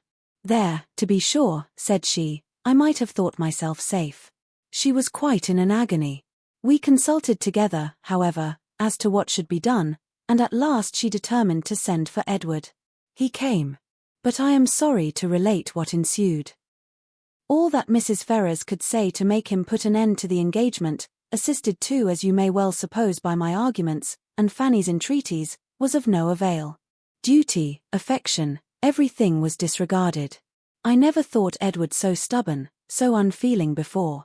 His mother explained to him her liberal designs, in case of his marrying Miss Morton, told him she would settle on him the Norfolk estate, which, clear of land tax, brings in a good 1,000 a year. Offered even, when matters grew desperate, to make it 1,200, and in opposition to this, if he still persisted in this low connection, represented to him the certain penury that must attend the match. His own £2,000 she protested should be his all, she would never see him again. And so far would she be from affording him the smallest assistance, that if he were to enter into any profession with a view of better support, she would do all in her power to prevent him advancing in it. Here Marianne, in an ecstasy of indignation, clapped her hands together, and cried, Gracious God! Can this be possible? Well may you wonder, Marianne, replied her brother, at the obstinacy which could resist such arguments as these. Your exclamation is very natural. Marianne was going to retort, but she remembered her promises, and forbore. All this, however, he continued, was urged in vain. Edward said very little, but what he did say, was in the most determined manner. Nothing should prevail on him to give up his engagement. He would stand to it, cost him what it might. Then, cried Mrs. Jennings with blunt sincerity, no longer able to be silent, he has acted like an honest man. I beg your pardon, Mr. Dashwood, but if he had done otherwise, I should have thought him a rascal. I have some little concern in the business, as well as yourself, for Lucy Steele is my cousin, and I believe there is not a better kind of girl in the world, nor one who more deserves a good husband. John Dashwood was greatly astonished. But his nature was calm, not open to provocation, and he never wished to offend anybody, especially anybody of good fortune. He therefore replied, without any resentment, I would by no means speak disrespectfully of any relation of yours, madam. Miss Lucy Steele is, I dare say, a very deserving young woman, but in the present case you know, the connection must be impossible. And to have entered into a secret engagement with a young man under her uncle's care, the son of a woman especially of such very large fortune as Mrs. Ferrars, is perhaps, altogether a little extraordinary. In short, I do not mean to reflect upon the behaviour of any person whom you have a regard for, Mrs. Jennings. We all wish her extremely happy, and Mrs. Ferrars's conduct throughout the whole, has been such as every conscientious, good mother, in like circumstances, would adopt. It has been dignified and liberal. Edward has drawn his own lot, and I fear it will be a bad one. Marianne sighed out her similar apprehension, and Eleanor's heart wrung for the feelings of Edward, while braving his mother's threats, for a woman who could not reward him.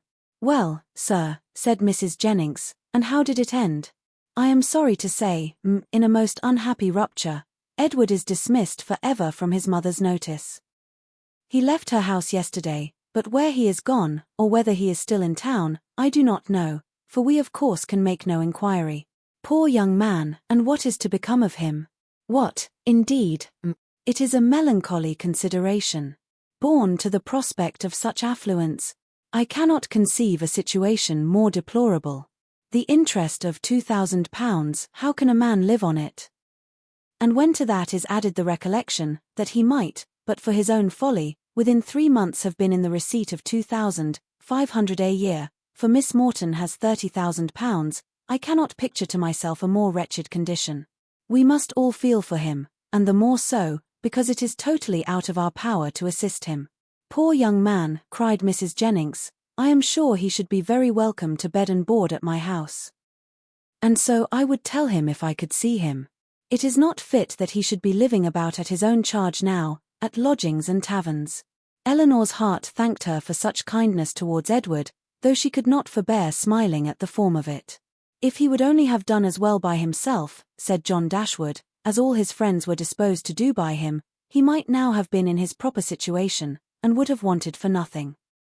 But as it is, it must be out of anybody's power to assist him. And there is one thing more preparing against him, which must be worse than all. His mother has determined, with a very natural kind of spirit, to settle that estate upon Robert immediately, which might have been Edward's, on proper conditions. I left her this morning with her lawyer, talking over the business. Well, said Mrs. Jennings, that is her revenge. Everybody has a way of their own. But I don't think mine would be, to make one son independent, because another had plagued me. Marian got up and walked about the room. Can anything be more galling to the spirit of a man, continued John, than to see his younger brother in possession of an estate which might have been his own? Poor Edward! I feel for him sincerely. A few minutes more spent in the same kind of effusion, concluded his visit. And with repeated assurances to his sisters that he really believed there was no material danger in Fanny's indisposition, and that they need not therefore be very uneasy about it, he went away, leaving the three ladies unanimous in their sentiments on the present occasion, as far at least as it regarded Mrs. Ferrars's conduct, the Dashwoods, and Edward's. Marianne's indignation burst forth as soon as he quitted the room. And as her vehemence made reserve impossible in Eleanor, and unnecessary in Mrs. Jennings, they all joined in a very spirited critique upon the party. Chapter 38. Mrs. Jennings was very warm in her praise of Edward's conduct, but only Eleanor and Marianne understood its true merit. They only knew how little he had had to tempt him to be disobedient, and how small was the consolation, beyond the consciousness of doing right, that could remain to him in the loss of friends and fortune. Eleanor gloried in his integrity, and Marianne forgave all his offences in compassion for his punishment. But though confidence between them was, by this public discovery, restored to its proper state, it was not a subject on which either of them were fond of dwelling when alone. Eleanor avoided it upon principle, as tending to fix still more upon her thoughts, by the too warm, too positive assurances of Marianne, that belief of Edward's continued affection for herself which she rather wished to do away, and Marianne's courage soon failed her, in trying to converse upon a topic which always left her more dissatisfied with herself than ever, by the comparison it necessarily produced between Eleanor's conduct and her own. She felt all the force of that comparison. But not as her sister had hoped, to urge her to exertion now, she felt it with all the pain of continual self-reproach, regretted most bitterly that she had never exerted herself before, but it brought only the torture of penitence, without the hope of amendment. Her mind was so much weakened that she still fancied present exertion impossible, and therefore it only dispirited her more. Nothing new was heard by them, for a day or two afterwards, of affairs in Harley Street, or Bartlett's Buildings.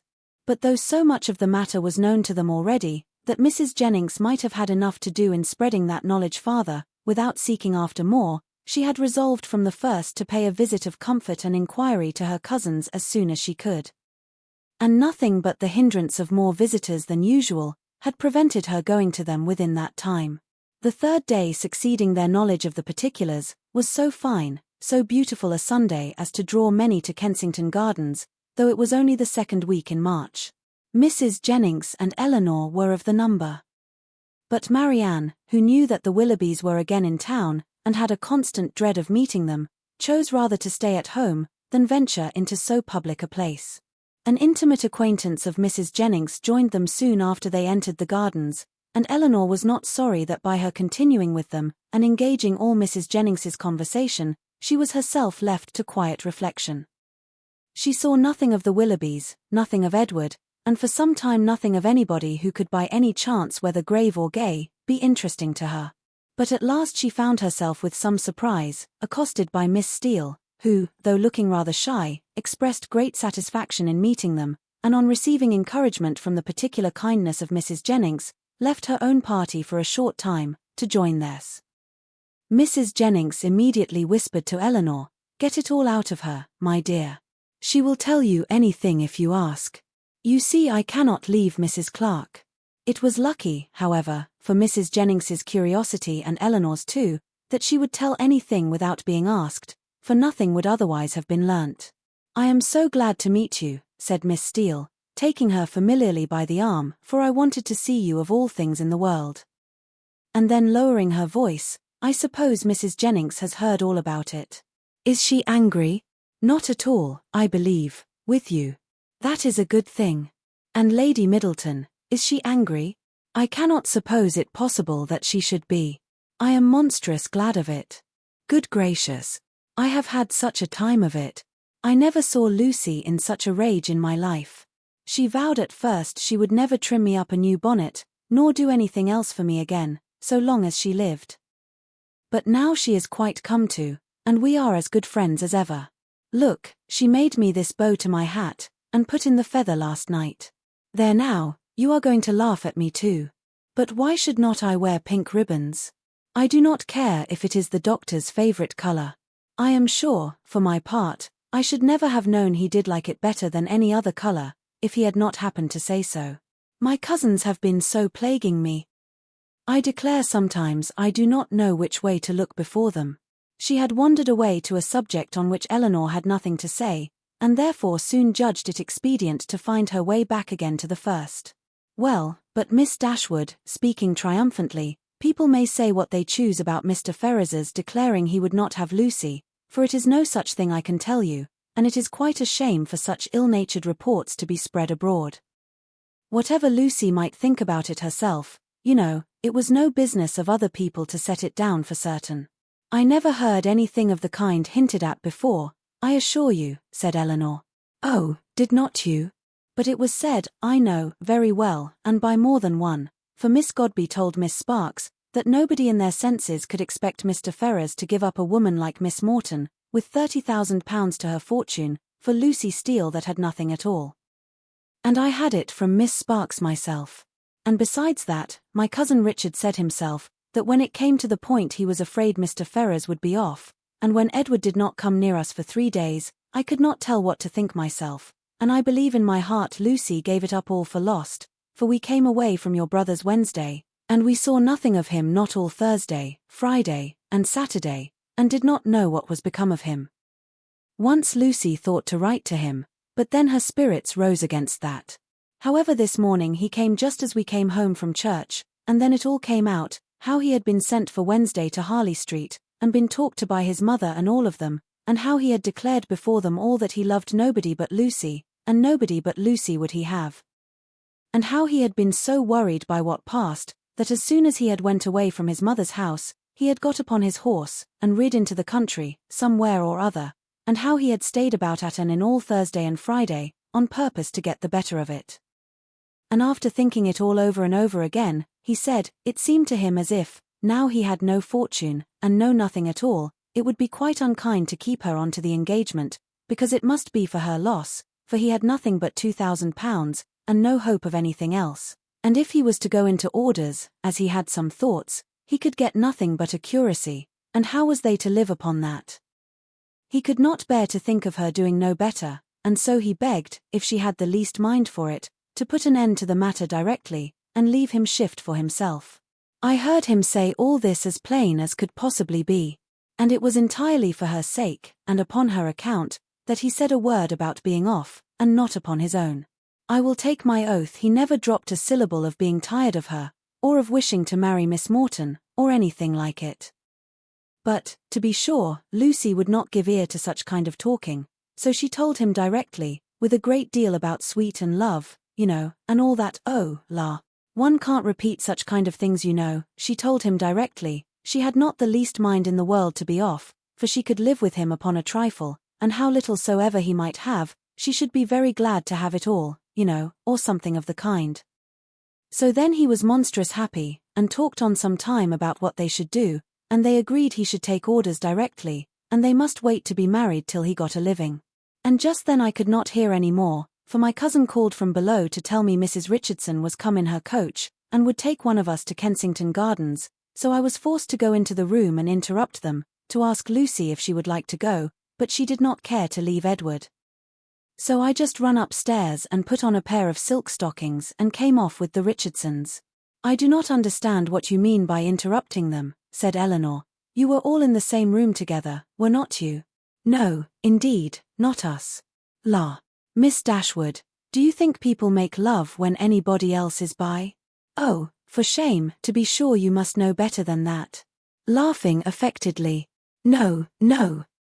They were shut up in the drawing-room together, and all I heard was only by listening at the door. How, cried Eleanor, have you been repeating to me what you only learnt yourself by listening at the door? I am sorry I did not know it before, for I certainly would not have suffered you to give me particulars of a conversation which you ought not to have known yourself. How could you behave so unfairly by your sister? Oh, la, there is nothing in that.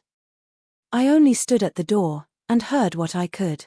And I am sure Lucy would have done just the same by me, for a year or two back, when Martha Sharp and I had so many secrets together, she never made any bones of hiding in a closet, or behind a chimney-board, on purpose to hear what we said.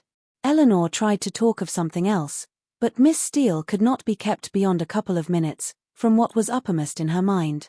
Edward talks of going to Oxford soon, said she. But now he is lodging at No. Pall Mall. What an ill-natured woman his mother is, auntie she. And your brother and sister were not very kind. However, I shan't say anything against them to you, and to be sure they did send us home in their own chariot, which was more than I looked for. And for my part, I was all in a fright for fear your sister should ask us for the huswives she had gave us a day or two before. But, however, nothing was said about them, and I took care to keep mine out of sight. Edward have got some business at Oxford, he says, so he must go there for a time, and after that, as soon as he can light upon a bishop, he will be ordained. I wonder what curacy he will get. Good gracious. Giggling as she spoke, I'd lay my life I know what my cousins will say, when they hear of it. They will tell me I should write to the doctor, to get Edward the curacy of his new living. I know they will. But I am sure I would not do such a thing for all the world. La. I shall say directly, I wonder how you could think of such a thing. I write to the doctor, indeed. Well, said Eleanor, it is a comfort to be prepared against the worst. You have got your answer ready. Miss Steele was going to reply on the same subject, but the approach of her own party made another more necessary. Oh, la. Here come the Richardsons. I had a vast deal more to say to you, but I must not stay away from them not any longer. I assure you they are very genteel people. He makes a monstrous deal of money, and they keep their own coach. I have not time to speak to Mrs. Jennings about it myself, but pray tell her I am quite happy to hear she is not in anger against us, and Lady Middleton the same. And if anything should happen to take you and your sister away, and Mrs. Jennings should want company, I am sure we should be very glad to come and stay with her for as long a time as she likes. I suppose Lady Middleton won't ask us any more this bout. Goodbye. I am sorry Miss Marianne was not here. Remember me kindly to her. La. If you have not got your spotted muslin on, I wonder you was not afraid of its being torn. Such was her parting concern. For after this, she had time only to pay her farewell compliments to Mrs. Jennings, before her company was claimed by Mrs. Richardson, and Eleanor was left in possession of knowledge which might feed her powers of reflection some time, though she had learnt very little more than what had been already foreseen and foreplanned in her own mind. Edward's marriage with Lucy was as firmly determined on, and the time of its taking place remained as absolutely uncertain, as she had concluded it would be. Everything depended, exactly after her expectation, on his getting that preferment, of which, at present, there seemed not the smallest chance. As soon as they returned to the carriage, Mrs. Jennings was eager for information.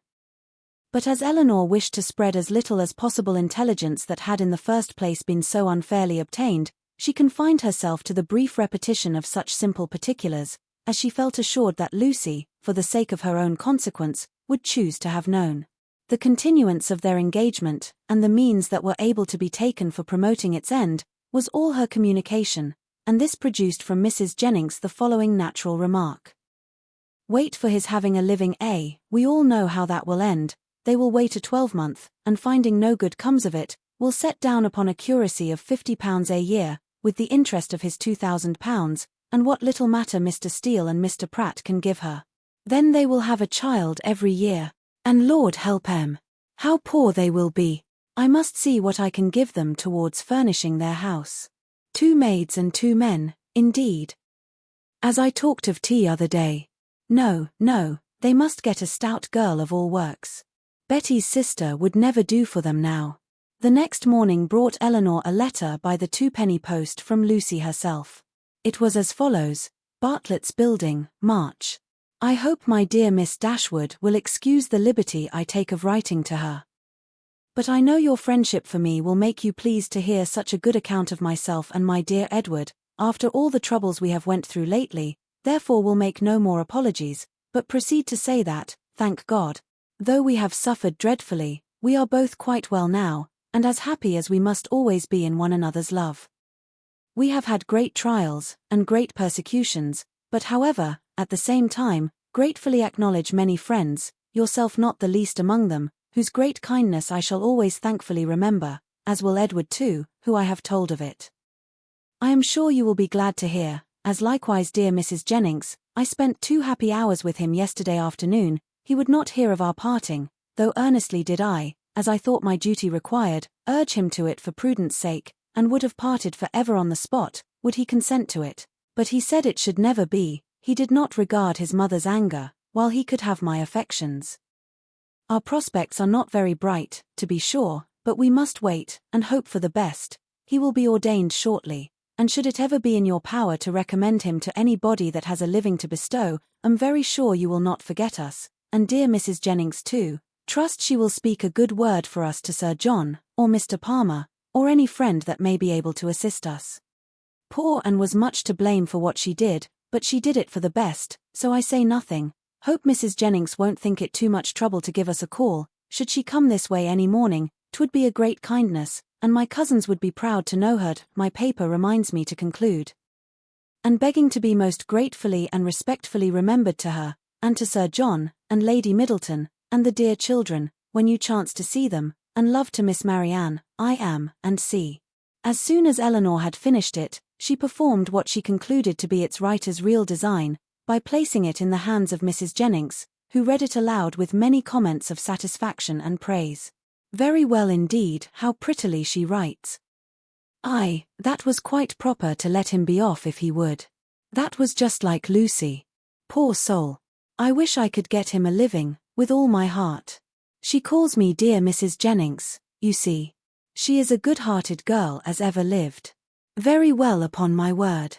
That sentence is very prettily turned. Yes, yes, I will go and see her, sure enough. How attentive she is, to think of everybody. Thank you, my dear, for showing it me. It is as pretty a letter as ever I saw, and does Lucy's head and heart great credit. Chapter 39. The Miss Dashwoods had now been rather more than 2 months in town, and Marianne's impatience to be gone increased every day. She sighed for the air, the liberty, the quiet of the country, and fancied that if any place could give her ease, Barton must do it. Eleanor was hardly less anxious than herself for their removal, and only so much less bent on its being effected immediately, as that she was conscious of the difficulties of so long a journey, which Marianne could not be brought to acknowledge. She began, however, seriously to turn her thoughts towards its accomplishment, and had already mentioned their wishes to their kind hostess, who resisted them with all the eloquence of her good will, when a plan was suggested, which, though detaining them from home yet a few weeks longer, appeared to Eleanor altogether much more eligible than any other. The Palmers were to remove to Cleveland about the end of March, for the Easter holidays. And Mrs. Jennings, with both her friends, received a very warm invitation from Charlotte to go with them. This would not, in itself, have been sufficient for the delicacy of Miss Dashwood, but it was enforced with so much real politeness by Mr. Palmer himself, as, joined to the very great amendment of his manners towards them since her sister had been known to be unhappy, induced her to accept it with pleasure. When she told Marianne what she had done, however, her first reply was not very auspicious. Cleveland, she cried, with great agitation. No, I cannot go to Cleveland. You forget, said Eleanor gently, that its situation is not that it is not in the neighbourhood of, but it is in Somersetshire. I cannot go into Somersetshire, there, where I looked forward to going. No, Eleanor, you cannot expect me to go there. Eleanor would not argue upon the propriety of overcoming such feelings. She only endeavored to counteract them by working on others, represented it, therefore, as a measure which would fix the time of her returning to that dear mother, whom she so much wished to see, in a more eligible, more comfortable manner than any other plan could do, and perhaps without any greater delay. From Cleveland, which was within a few miles of Bristol, the distance to Barton was not beyond 1 day, though a long day's journey. And their mother's servant might easily come there to attend them down, and as there could be no occasion of their staying above a week at Cleveland, they might now be at home in little more than 3 weeks' time.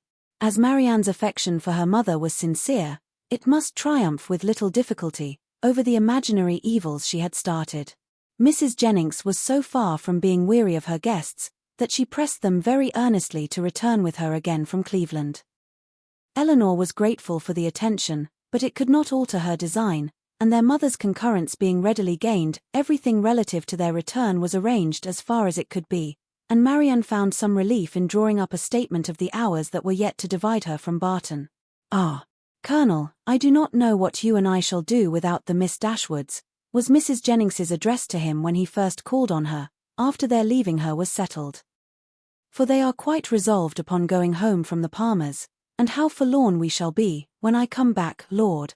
We shall sit and gape at one another as dull as 2 cats. Perhaps Mrs. Jennings was in hopes, by this vigorous sketch of their future ennui, to provoke him to make that offer, which might give himself an escape from it, and if so, she had soon afterwards good reason to think her object gained. For, on Eleanor's moving to the window to take more expeditiously the dimensions of a print, which she was going to copy for her friend, he followed her to it with a look of particular meaning, and conversed with her there for several minutes. The effect of his discourse on the lady, too, could not escape her observation, for though she was too honourable to listen, and had even changed her seat, on purpose that she might not hear, to one close by the pianoforte on which Marianne was playing, she could not keep herself from seeing that Eleanor changed colour, attended with agitation, and was too intent on what he said to pursue her employment. Still farther in confirmation of her hopes, in the interval of Marianne's turning from one lesson to another, some words of the Colonel's inevitably reached her ear, in which he seemed to be apologizing for the badness of his house. This set the matter beyond a doubt. She wondered, indeed, at his thinking it necessary to do so, but supposed it to be the proper etiquette. What Eleanor said in reply she could not distinguish, but judged from the motion of her lips, that she did not think that any material objection, and Mrs. Jennings commended her in her heart for being so honest. They then talked on for a few minutes longer without her catching a syllable, when another lucky stop in Marianne's performance brought her these words in the Colonel's calm voice: "I am afraid it cannot take place very soon." Astonished and shocked at so unlover-like a speech, she was almost ready to cry out, "Lord, what should hinder it?" But checking her desire, confined herself to this silent ejaculation: "This is very strange, sure he need not wait to be older." This delay on the Colonel's side, however, did not seem to offend or mortify his fair companion in the least, for on their breaking up the conference soon afterwards, and moving different ways, Mrs. Jennings very plainly heard Eleanor say, and with a voice which showed her to feel what she said, "I shall always think myself very much obliged to you."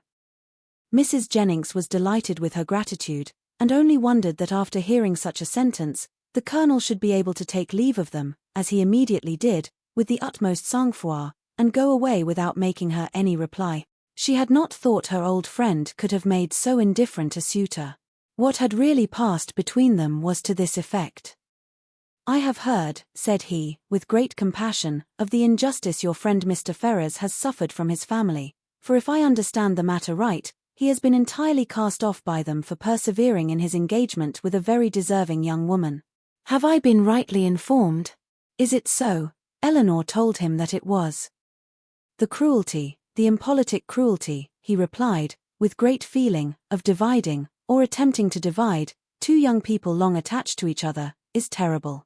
Mrs. Ferrars does not know what she may be doing, what she may drive her son to. I have seen Mr. Ferrars 2 or 3 times in Harley Street, and am much pleased with him. He is not a young man with whom one can be intimately acquainted in a short time, but I have seen enough of him to wish him well for his own sake, and as a friend of yours, I wish it still more. I understand that he intends to take orders. Will you be so good as to tell him that the living of Delaford, now just vacant, as I am informed by this day's post, is his, if he think it worth his acceptance? But that, perhaps, so unfortunately circumstanced as he is now, it may be nonsense to appear to doubt. I only wish it were more valuable. It is a rectory, but a small one. The late incumbent, I believe, did not make more than £200 per annum, and though it is certainly capable of improvement, I fear, not to such an amount as to afford him a very comfortable income. Such as it is, however, my pleasure in presenting it to him will be very great. Pray assure him of it. Eleanor's astonishment at this commission could hardly have been greater, had the Colonel been really making her an offer of his hand. The preferment, which only 2 days before she had considered as hopeless for Edward, was already provided to enable him to marry, and she, of all people in the world, was fixed on to bestow it. Her emotion was such as Mrs. Jennings had attributed to a very different cause. But whatever minor feelings less pure, less pleasing, might have a share in that emotion, her esteem for the general benevolence, and her gratitude for the particular friendship, which together prompted Colonel Brandon to this act, were strongly felt, and warmly expressed. She thanked him for it with all her heart, spoke of Edward's principles and disposition with that praise which she knew them to deserve, and promised to undertake the commission with pleasure, if it were really his wish to put off so agreeable an office to another. But at the same time, she could not help thinking that no one could so well perform it as himself. It was an office, in short, from which, unwilling to give Edward the pain of receiving an obligation from her, she would have been very glad to be spared herself. But Colonel Brandon, on motives of equal delicacy, declining it likewise, still seemed so desirous of its being given through her means, that she would not on any account make farther opposition. Edward, she believed, was still in town, and fortunately she had heard his address from Miss Steele. She could undertake therefore to inform him of it, in the course of the day. After this had been settled, Colonel Brandon began to talk of his own advantage in securing so respectable and agreeable a neighbour, and then it was that he mentioned with regret that the house was small and indifferent, an evil which Eleanor, as Mrs. Jennings had supposed her to do, made very light of, at least as far as regarded its size. The smallness of the house, said she, I cannot imagine any inconvenience to them, for it will be in proportion to their family and income. By which the Colonel was surprised to find that she was considering Mr. Ferrars's marriage as the certain consequence of the presentation, for he did not suppose it possible that Delaford living could supply such an income as anybody in his style of life would venture to settle on, and he said so. This little rectory can do no more than make Mr. Ferrars comfortable as a bachelor. It cannot enable him to marry. I am sorry to say that my patronage ends with this, and my interest is hardly more extensive. If, however, by an unforeseen chance it should be in my power to serve him farther, I must think very differently of him from what I now do, if I am not as ready to be useful to him then as I sincerely wish I could be at present. What I am now doing indeed, seems nothing at all, since it can advance him so little towards what must be his principal, his only object of happiness.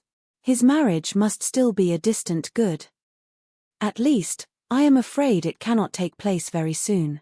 Such was the sentence which, when misunderstood, so justly offended the delicate feelings of Mrs. Jennings.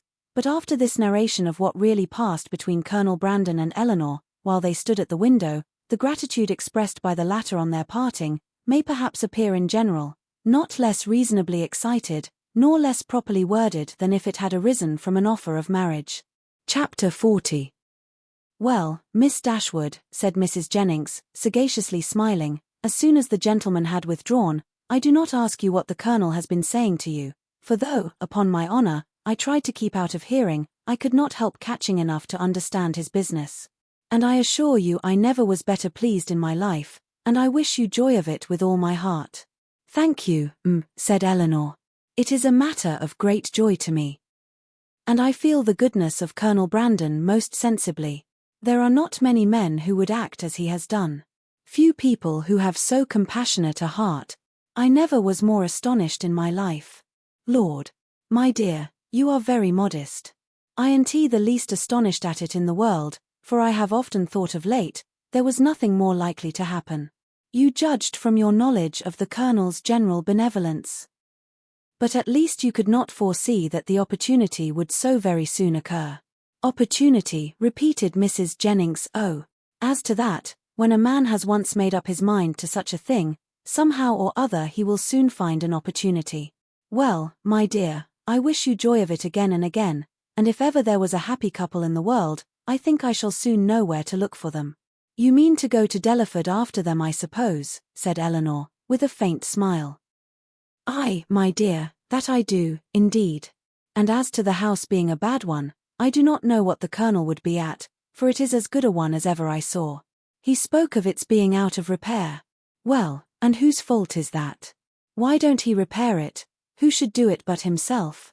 They were interrupted by the servants coming in to announce the carriage being at the door, and Mrs. Jennings, immediately preparing to go, said, Well, my dear, I must be gone before I have had half my talk out.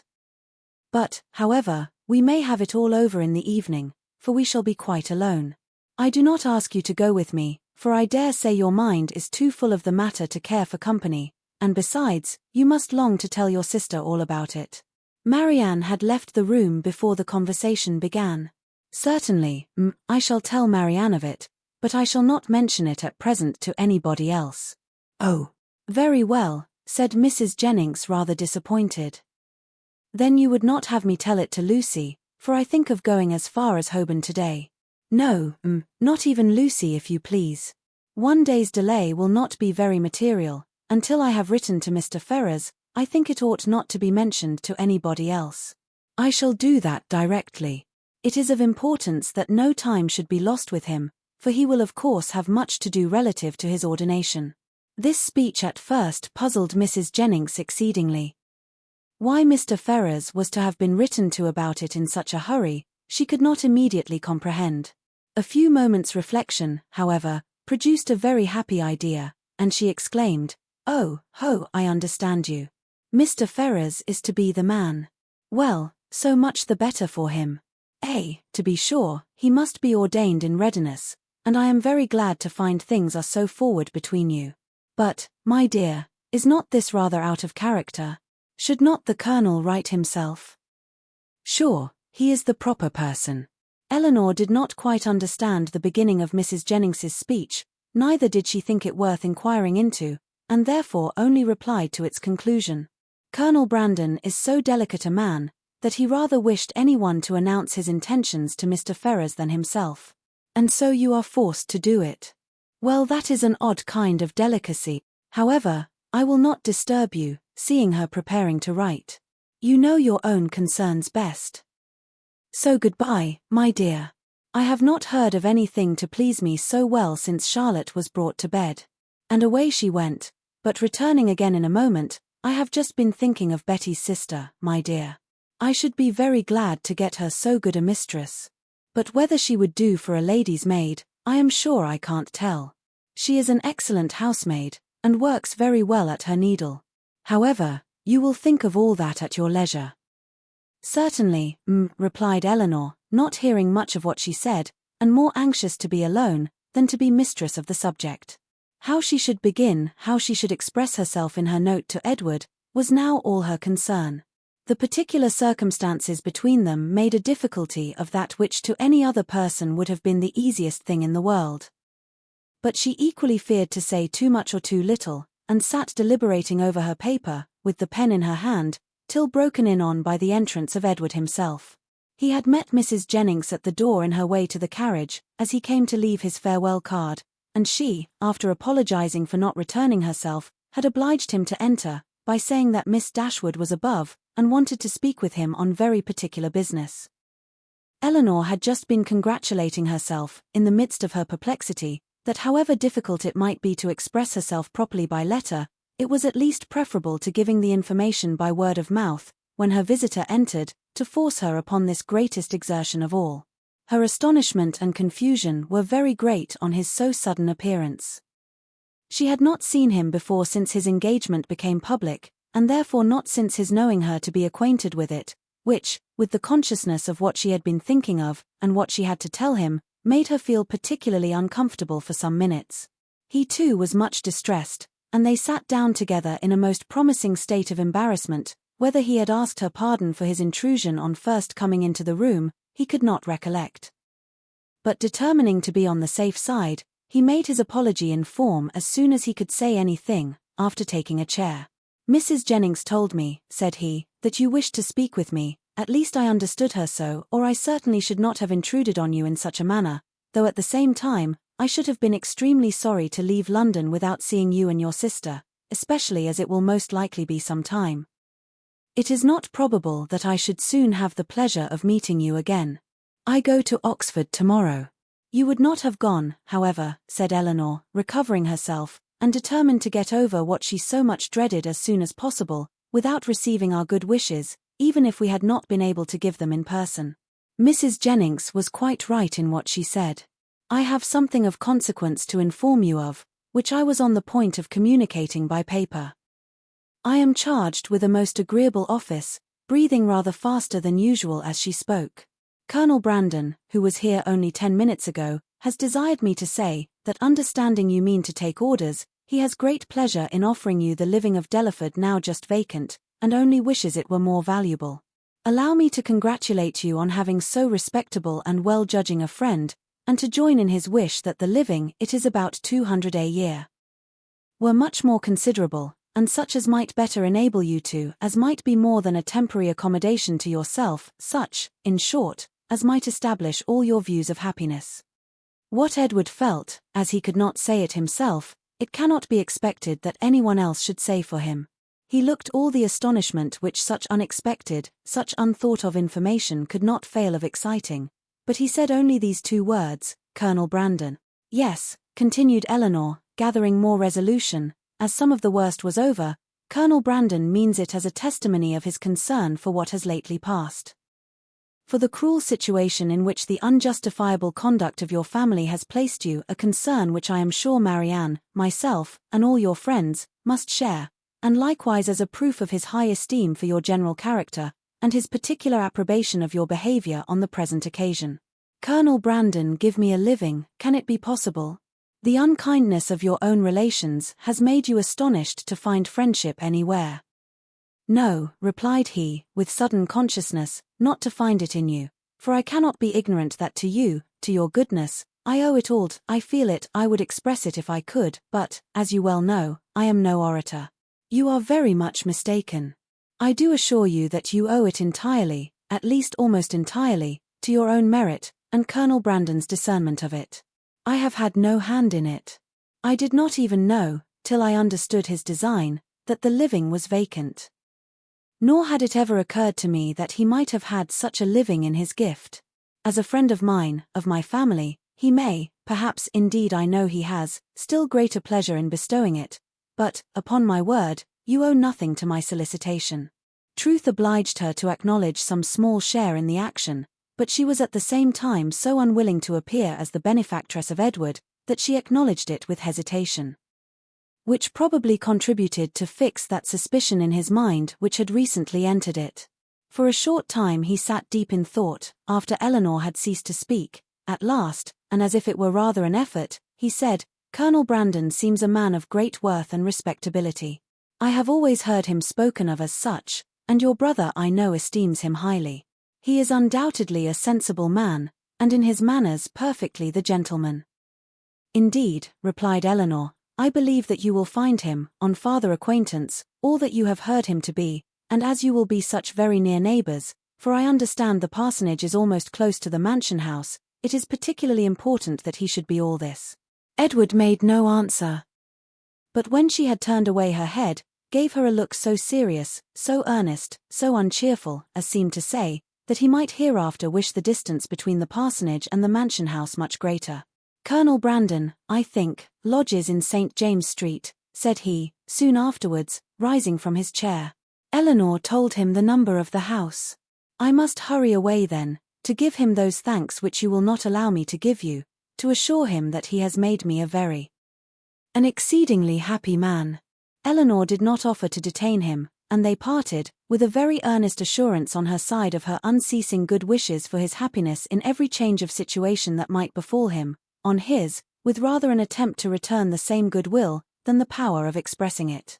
"When I see him again," said Eleanor to herself, as the door shut him out, "I shall see him the husband of Lucy." And with this pleasing anticipation, she sat down to reconsider the past, recall the words and endeavor to comprehend all the feelings of Edward, and, of course, to reflect on her own with discontent. When Mrs. Jennings came home, though she returned from seeing people whom she had never seen before, and of whom therefore she must have a great deal to say, her mind was so much more occupied by the important secret in her possession, than by anything else, that she reverted to it again as soon as Eleanor appeared. "Well, my dear," she cried, "I sent you up the young man. Did not I do right? And I suppose you had no great difficulty. You did not find him very unwilling to accept your proposal?" "No, that was not very likely." "Well, and how soon will he be ready? For it seems all to depend upon that." "Really," said Eleanor, "I know so little of these kind of forms, that I can hardly even conjecture as to the time, or the preparation necessary. But I suppose 2 or 3 months will complete his ordination." 2 or 3 months, cried Mrs. Jennings. "Lord, my dear, how calmly you talk of it, and can the Colonel wait 2 or 3 months? Lord bless me! I am sure it would put me quite out of patience, and though one would be very glad to do a kindness by poor Mr. Ferrars, I do think it is not worth while to wait 2 or 3 months for him. Sure somebody else might be found that would do as well, somebody that is in orders already." "My dear," said Eleanor, "what can you be thinking of?" "Why, Colonel Brandon's only object is to be of use to Mr. Ferrars." "Lord bless you, my dear! Sure you do not mean to persuade me that the Colonel only marries you for the sake of giving 10 guineas to Mr. Ferrars?" The deception could not continue after this, and an explanation immediately took place, by which both gained considerable amusement for the moment, without any material loss of happiness to either, for Mrs. Jennings only exchanged one form of delight for another, and still without forfeiting her expectation of the first.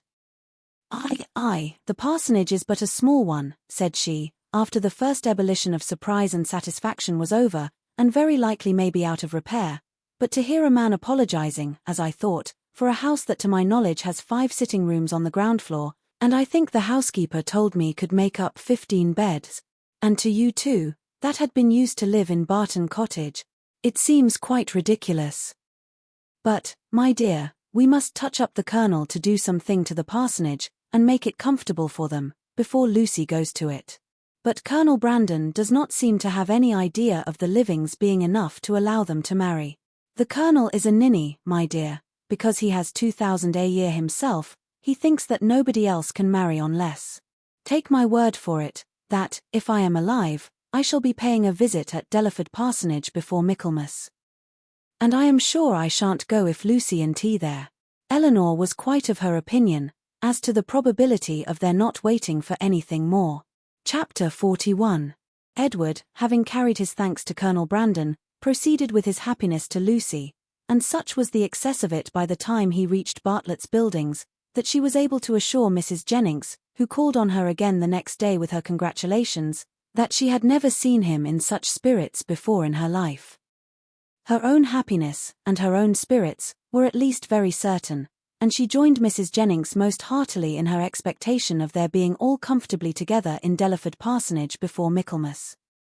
So far was she, at the same time, from any backwardness to give Eleanor that credit which Edward would give her, that she spoke of her friendship for them both with the most grateful warmth, was ready to own all their obligation to her, and openly declared that no exertion for their good on Miss Dashwood's part, either present or future, would ever surprise her, for she believed her capable of doing anything in the world for those she really valued. As for Colonel Brandon, she was not only ready to worship him as a saint, but was moreover truly anxious that he should be treated as one in all worldly concerns, anxious that his tithes should be raised to the utmost, and secretly resolved to avail herself, at Delaford, as far as she possibly could, of his servants, his carriage, his cows, and his poultry. It was now above a week since John Dashwood had called in Berkeley Street, and as since that time no notice had been taken by them of his wife's indisposition, beyond one verbal inquiry, Eleanor began to feel it necessary to pay her a visit. This was an obligation, however, which not only opposed her own inclination, but which had not the assistance of any encouragement from her companions. Marianne, not contented with absolutely refusing to go herself, was very urgent to prevent her sister's going at all, and Mrs. Jennings, though her carriage was always at Eleanor's service, so very much disliked Mrs. John Dashwood, That not even her curiosity to see how she looked after the late discovery, nor her strong desire to affront her by taking Edward's part, could overcome her unwillingness to be in her company again. The consequence was, that Eleanor set out by herself to pay a visit, for which no one could really have less inclination, and to run the risk of a tete-a-tete with a woman, whom neither of the others had so much reason to dislike. Mrs. Dashwood was denied, but before the carriage could turn from the house, her husband accidentally came out. He expressed great pleasure in meeting Eleanor, told her that he had been just going to call in Berkeley Street, and, assuring her that Fanny would be very glad to see her, invited her to come in. They walked upstairs into the drawing-room. Nobody was there. "Fanny is in her own room, I suppose," said he. "I will go to her presently, for I am sure she will not have the least objection in the world to seeing you." "Very far from it, indeed. Now especially there cannot be. But however, you and Marianne were always great favourites. Why would not Marianne come?" Eleanor made what excuse she could for her. "I am not sorry to see you alone," he replied, "for I have a good deal to say to you. This living of Colonel Brandon's, can it be true? Has he really given it to Edward? I heard it yesterday by chance, and was coming to you on purpose to inquire farther about it." "It is perfectly true. Colonel Brandon has given the living of Delaford to Edward." "Really? Well, this is very astonishing. No relationship, no connection between them, and now that livings fetch such a price. What was the value of this?" "About 200 a year." "Very well, and for the next presentation to a living of that value, supposing the late incumbent to have been old and sickly, and likely to vacate it soon, he might have got, I dare say, £1,400. And how came he not to have settled that matter before this person's death? Now, indeed it would be too late to sell it, but a man of Colonel Brandon's sense, I wonder he should be so improvident in a point of such common, such natural, concern. Well, I am convinced that there is a vast deal of inconsistency in almost every human character. I suppose, however, on recollection, that the case may probably be this. Edward is only to hold the living till the person to whom the Colonel has really sold the presentation, is old enough to take it." Aye, that is the fact, depend upon it." Eleanor contradicted it, however, very positively, and by relating that she had herself been employed in conveying the offer from Colonel Brandon to Edward, and, therefore, must understand the terms on which it was given, obliged him to submit to her authority. "It is truly astonishing," he cried, after hearing what she said. "What could be the Colonel's motive?" "A very simple one, to be of use to Mr. Ferrars." Well. Whatever Colonel Brandon may be, Edward is a very lucky man. You will not mention the matter to Fanny, however, for though I have broke it to her, and she bears it vastly well, she will not like to hear it much talked of." Eleanor had some difficulty here to refrain from observing, that she thought Fanny might have borne with composure an acquisition of wealth to her brother, by which neither she nor her child could be possibly impoverished. "Mrs. Ferrars," added he, lowering his voice to the tone becoming so important a subject, "knows nothing about it at present, and I believe it will be best to keep it entirely concealed from her as long as may be. When the marriage takes place, I fear she must hear of it all. But why should such precaution be used? Though it is not to be supposed that Mrs. Ferrars can have the smallest satisfaction in knowing that her son has money enough to live upon, for that must be quite out of the question. Yet why, upon her late behaviour, is she supposed to feel at all? She has done with her son, she cast him off for ever, and has made all those over whom she had any influence, cast him off likewise. Surely, after doing so, she cannot be imagined liable to any impression of sorrow or of joy on his account. She cannot be interested in anything that befalls him. She would not be so weak as to throw away the comfort of a child, and yet retain the anxiety of a parent. "Ah, Eleanor," said John, "your reasoning is very good, but it is founded on ignorance of human nature. When Edward's unhappy match takes place, depend upon it his mother will feel as much as if she had never discarded him. And, therefore, every circumstance that may accelerate that dreadful event must be concealed from her as much as possible. Mrs. Ferrars can never forget that Edward is her son. You surprise me. I should think it must nearly have escaped her memory by this time.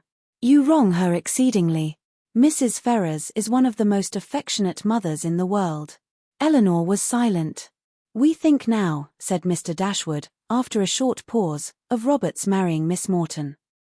Eleanor, smiling at the grave and decisive importance of her brother's tone, calmly replied, "The lady, I suppose, has no choice in the affair." "Choice, how do you mean?" "I only mean that I suppose, from your manner of speaking, it must be the same to Miss Morton whether she marry Edward or Robert. Certainly, there can be no difference, for Robert will now to all intents and purposes be considered as the eldest son, and as to anything else, they are both very agreeable young men. I do not know that one is superior to the other." Eleanor said no more, and John was also for a short time silent. His reflections ended thus. "Of one thing, my dear sister," kindly taking her hand, and speaking in an awful whisper, "I may assure you, and I will do it, because I know it must gratify you. I have good reason to think, indeed I have it from the best authority, or I should not repeat it, for otherwise it would be very wrong to say anything about it. But I have it from the very best authority, not that I ever precisely heard Mrs. Ferrars say it herself, but her daughter did, and I have it from her, that in short, whatever objections there might be against a certain connection, you understand me, it would have been far preferable to her, it would not have given her half the vexation that this does. I was exceedingly pleased to hear that Mrs. Ferrars considered it in that light, a very gratifying circumstance, you know, to us all. It would have been beyond comparison," she said, "the least evil of the two, and she would be glad to compound now for nothing worse. But however, all that is quite out of the question, not to be thought of or mentioned as to any attachment, you know, it never could be, all that is gone by. But I thought I would just tell you of this, because I knew how much it must please you. Not that you have any reason to regret, my dear Eleanor. There is no doubt of your doing exceedingly well. Quite as well, or better, perhaps, all things considered. Has Colonel Brandon been with you lately?" Eleanor had heard enough, if not to gratify her vanity, and raise her self-importance, to agitate her nerves and fill her mind, and she was therefore glad to be spared from the necessity of saying much in reply herself, and from the danger of hearing anything more from her brother, by the entrance of Mr. Robert Ferrars. After a few moments' chat, John Dashwood, recollecting that Fanny was yet uninformed of her sister's being there, quitted the room in quest of her. And Eleanor was left to improve her acquaintance with Robert, who, by the gay unconcern, the happy self-complacency of his manner while enjoying so unfair a division of his mother's love and liberality, to the prejudice of his banished brother, earned only by his own dissipated course of life, and that brother's integrity, was confirming her most unfavourable opinion of his head and heart. They had scarcely been 2 minutes by themselves, before he began to speak of Edward. For he, too, had heard of the living, and was very inquisitive on the subject. Eleanor repeated the particulars of it, as she had given them to John, and their effect on Robert, though very different, was not less striking than it had been on him. He laughed most immoderately. The idea of Edward's being a clergyman, and living in a small parsonage house, diverted him beyond measure. And when to that was added the fanciful imagery of Edward reading prayers in a white surplice, and publishing the banns of marriage between John Smith and Mary Brown, he could conceive nothing more ridiculous. Eleanor, while she waited in silence and immovable gravity, the conclusion of such folly, could not restrain her eyes from being fixed on him with a look that spoke all the contempt it excited. It was a look, however, very well bestowed, for it relieved her own feelings, and gave no intelligence to him. He was recalled from wit to wisdom, not by any reproof of hers, but by his own sensibility. "We may treat it as a joke," said he, at last, recovering from the affected laugh which had considerably lengthened out the genuine gaiety of the moment, "but, upon my soul, it is a most serious business. Poor Edward! He is ruined for ever. I am extremely sorry for it. For I know him to be a very good-hearted creature, as well-meaning a fellow perhaps, as any in the world. You must not judge of him, Miss Dashwood, from your slight acquaintance. Poor Edward!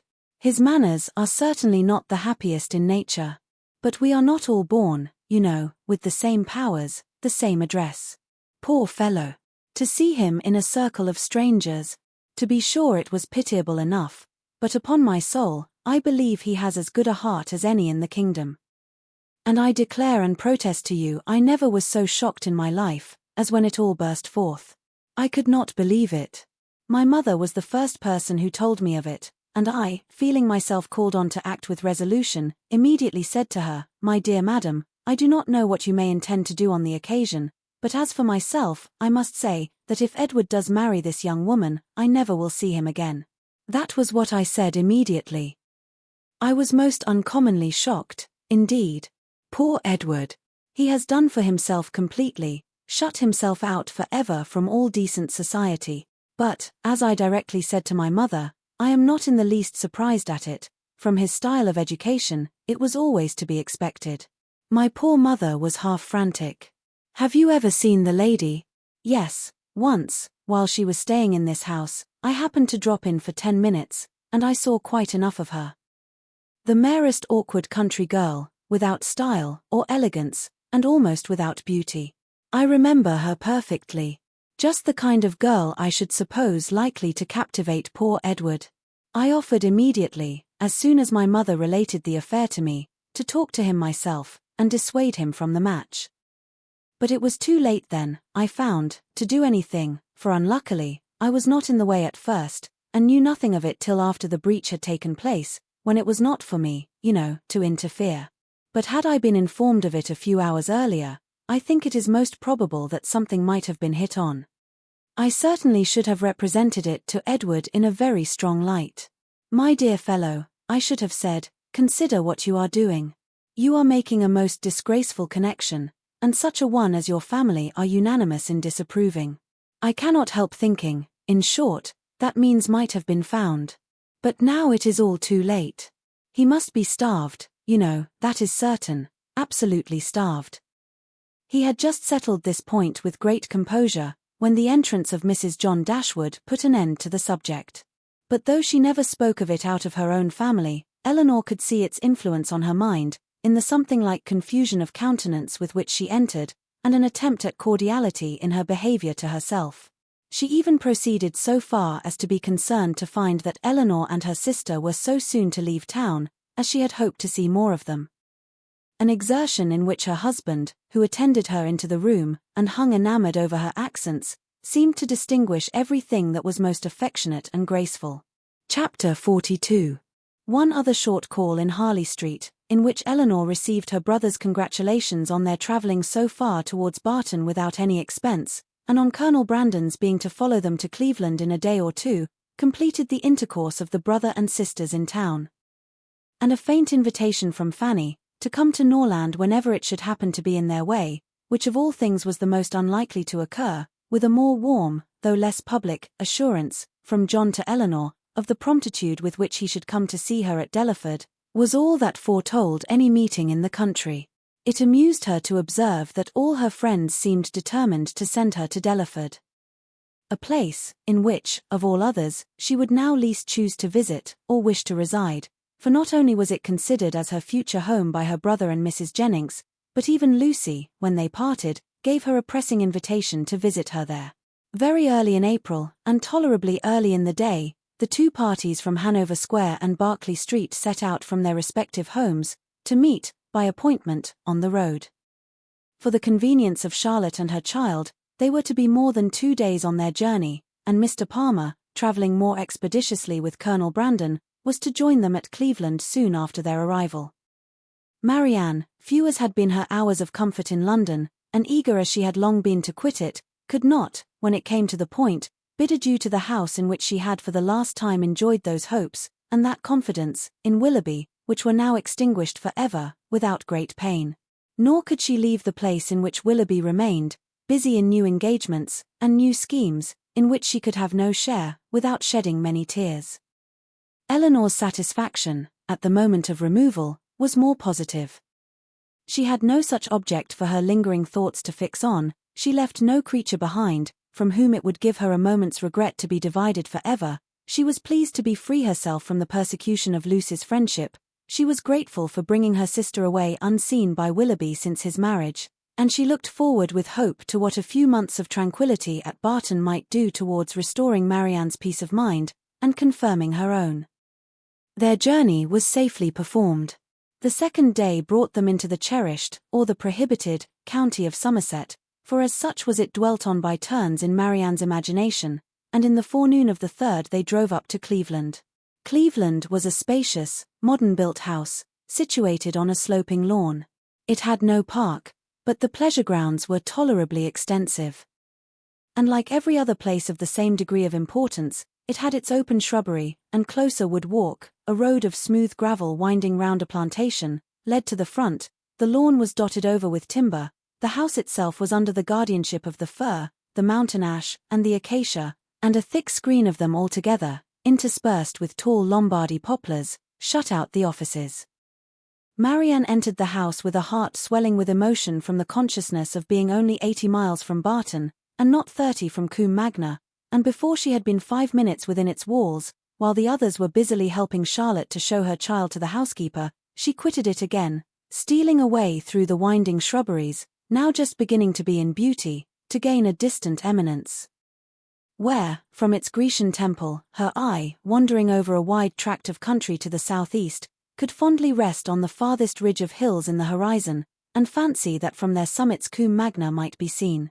In such moments of precious, invaluable misery, she rejoiced in tears of agony to be at Cleveland. And as she returned by a different circuit to the house, feeling all the happy privilege of country liberty, of wandering from place to place in free and luxurious solitude, she resolved to spend almost every hour of every day while she remained with the Palmers, in the indulgence of such solitary rambles. She returned just in time to join the others as they quitted the house, on an excursion through its more immediate premises. And the rest of the morning was easily whiled away, in lounging round the kitchen garden, examining the bloom upon its walls, and listening to the gardener's lamentations upon blights, in dawdling through the greenhouse, where the loss of her favourite plants, unwarily exposed, and nipped by the lingering frost, raised the laughter of Charlotte. And in visiting her poultry yard, where, in the disappointed hopes of her dairymaid, by hens forsaking their nests, or being stolen by a fox, or in the rapid decrease of a promising young brood, she found fresh sources of merriment. The morning was fine and dry, and Marianne, in her plan of employment abroad, had not calculated for any change of weather during their stay at Cleveland. With great surprise, therefore, did she find herself prevented by a settled rain from going out again after dinner. She had depended on a twilight walk to the Grecian temple, and perhaps all over the grounds, and an evening merely cold or damp would not have deterred her from it, but a heavy and settled rain even she could not fancy dry or pleasant weather for walking. Their party was small, and the hours passed quietly away. Mrs. Palmer had her child, and Mrs. Jennings her carpet work. They talked of the friends they had left behind, arranged Lady Middleton's engagements, and wondered whether Mr. Palmer and Colonel Brandon would get farther than reading that night. Eleanor, however little concerned in it, joined in their discourse, and Marianne, who had the knack of finding her way in every house to the library, however it might be avoided by the family in general, soon procured herself a book. Nothing was wanting on Mrs. Palmer's side that constant and friendly good humour could do, to make them feel themselves welcome. The openness and heartiness of her manner more than atoned for that want of recollection and elegance which made her often deficient in the forms of politeness. Her kindness, recommended by so pretty a face, was engaging. Her folly, though evident, was not disgusting, because it was not conceited, and Eleanor could have forgiven everything but her laugh. The two gentlemen arrived the next day to a very late dinner, affording a pleasant enlargement of the party, and a very welcome variety to their conversation, which a long morning of the same continued rain had reduced very low. Eleanor had seen so little of Mr. Palmer, and in that little had seen so much variety in his address to her sister and herself, that she knew not what to expect to find him in his own family. She found him, however, perfectly the gentleman in his behaviour to all his visitors, and only occasionally rude to his wife and her mother. She found him very capable of being a pleasant companion, and only prevented from being so always, by too great an aptitude to fancy himself as much superior to people in general, as he must feel himself to be to Mrs. Jennings and Charlotte. For the rest of his character and habits, they were marked, as far as Eleanor could perceive, with no traits at all unusual in his sex and time of life. He was nice in his eating, uncertain in his hours, fond of his child, though affecting to slight it, and idled away the mornings at billiards, which ought to have been devoted to business. She liked him, however, upon the whole, much better than she had expected, and in her heart was not sorry that she could like him no more. Not sorry to be driven by the observation of his epicurism, his selfishness, and his conceit, to rest with complacency on the remembrance of Edward's generous temper, simple taste, and diffident feelings. Of Edward, or at least of some of his concerns, she now received intelligence from Colonel Brandon, who had been into Dorsetshire lately, and who, treating her at once as the disinterested friend of Mr. Ferrars, and the kind confidant of himself, talked to her a great deal of the parsonage at Delaford, described its deficiencies, and told her what he meant to do himself towards removing them. His behaviour to her in this, as well as in every other particular, his open pleasure in meeting her after an absence of only 10 days, his readiness to converse with her, and his deference for her opinion, might very well justify Mrs. Jennings's persuasion of his attachment, and would have been enough, perhaps, had not Eleanor still, as from the first, believed Marianne his real favourite, to make her suspect it herself. But as it was, such a notion had scarcely ever entered her head, except by Mrs. Jennings's suggestion, and she could not help believing herself the nicest observer of the two. She watched his eyes, while Mrs. Jennings thought only of his behaviour, and while his looks of anxious solicitude on Marianne's feeling, in her head and throat, the beginning of a heavy cold, because unexpressed by words, entirely escaped the latter lady's observation. She could discover in them the quick feelings, and needless alarm of a lover. 2 delightful twilight walks on the 3rd and 4th evenings of her being there, not merely on the dry gravel of the shrubbery, but all over the grounds, and especially in the most distant parts of them, where there was something more of wildness than in the rest, where the trees were the oldest, and the grass was the longest and wettest, had, assisted by the still greater imprudence of sitting in her wet shoes and stockings, given Marianne a cold so violent as, though for a day or two trifled with or denied, would force itself by increasing ailments on the concern of everybody, and the notice of herself. Prescriptions poured in from all quarters, and as usual, were all declined. Though heavy and feverish, with a pain in her limbs, and a cough, and a sore throat, a good night's rest was to cure her entirely. And it was with difficulty that Eleanor prevailed on her, when she went to bed, to try 1 or 2 of the simplest of the remedies. Chapter 43. Marianne got up the next morning at her usual time, to every inquiry replied that she was better, and tried to prove herself so, by engaging in her customary employments. But a day spent in sitting shivering over the fire with a book in her hand, which she was unable to read, or in lying, weary and languid, on a sofa, did not speak much in favour of her amendment. And when, at last, she went early to bed, more and more indisposed, Colonel Brandon was only astonished at her sister's composure, who, though attending and nursing her the whole day, against Marianne's inclination, and forcing proper medicines on her at night, trusted, like Marianne, to the certainty and efficacy of sleep, and felt no real alarm. A very restless and feverish night, however, disappointed the expectation of both. And when Marianne, after persisting in rising, confessed herself unable to sit up, and returned voluntarily to her bed, Eleanor was very ready to adopt Mrs. Jennings's advice, of sending for the Palmer's apothecary. He came, examined his patient, and though encouraging Miss Dashwood to expect that a very few days would restore her sister to health, yet, by pronouncing her disorder to have a putrid tendency, and allowing the word infection to pass his lips, gave instant alarm to Mrs. Palmer, on her baby's account. Mrs. Jennings, who had been inclined from the first to think Marianne's complaint more serious than Eleanor, now looked very grave on Mr. Harris's report, and confirming Charlotte's fears and caution, urged the necessity of her immediate removal with her infant, and Mr. Palmer, though treating their apprehensions as idle, found the anxiety and importunity of his wife too great to be withstood. Her departure, therefore, was fixed on. And within an hour after Mr. Harris's arrival, she set off, with her little boy and his nurse, for the house of a near relation of Mr. Palmer's, who lived a few miles on the other side of Bath, whither her husband promised, at her earnest entreaty, to join her in a day or 2, and whither she was almost equally urgent with her mother to accompany her. Mrs. Jennings, however, with a kindness of heart which made Eleanor really love her, declared her resolution of not stirring from Cleveland as long as Marianne remained ill, and of endeavouring, by her own attentive care, to supply to her the place of the mother she had taken her from, and Eleanor found her on every occasion a most willing and active helpmate, desirous to share in all her fatigues, and often by her better experience in nursing, of material use.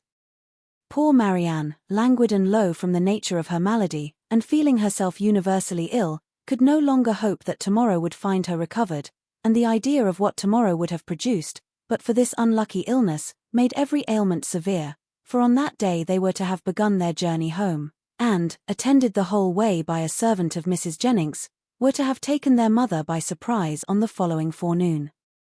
The little she said was all in lamentation of this inevitable delay, though Eleanor tried to raise her spirits, and make her believe, as she then really believed herself, that it would be a very short one. The next day produced little or no alteration in the state of the patient. She certainly was not better, and, except that there was no amendment, did not appear worse. Their party was now farther reduced. For Mr. Palmer, though very unwilling to go as well from real humanity and good nature, as from a dislike of appearing to be frightened away by his wife, was persuaded at last by Colonel Brandon to perform his promise of following her, and while he was preparing to go, Colonel Brandon himself, with a much greater exertion, began to talk of going likewise. Here, however, the kindness of Mrs. Jennings interposed most acceptably. For to send the Colonel away while his love was in so much uneasiness on her sister's account, would be to deprive them both, she thought, of every comfort, and therefore telling him at once that his stay at Cleveland was necessary to herself, that she should want him to play at piquet of an evening, while Miss Dashwood was above with her sister, and see. She urged him so strongly to remain, that he, who was gratifying the first wish of his own heart by a compliance, could not long even affect to demur, especially as Mrs. Jennings's entreaty was warmly seconded by Mr. Palmer, who seemed to feel a relief to himself, in leaving behind him a person so well able to assist or advise Miss Dashwood in any emergence. Marianne was, of course, kept in ignorance of all these arrangements. She knew not that she had been the means of sending the owners of Cleveland away, in about 7 days from the time of their arrival. It gave her no surprise that she saw nothing of Mrs. Palmer, and as it gave her likewise no concern, she never mentioned her name. 2 days passed away from the time of Mr. Palmer's departure, and her situation continued, with little variation, the same.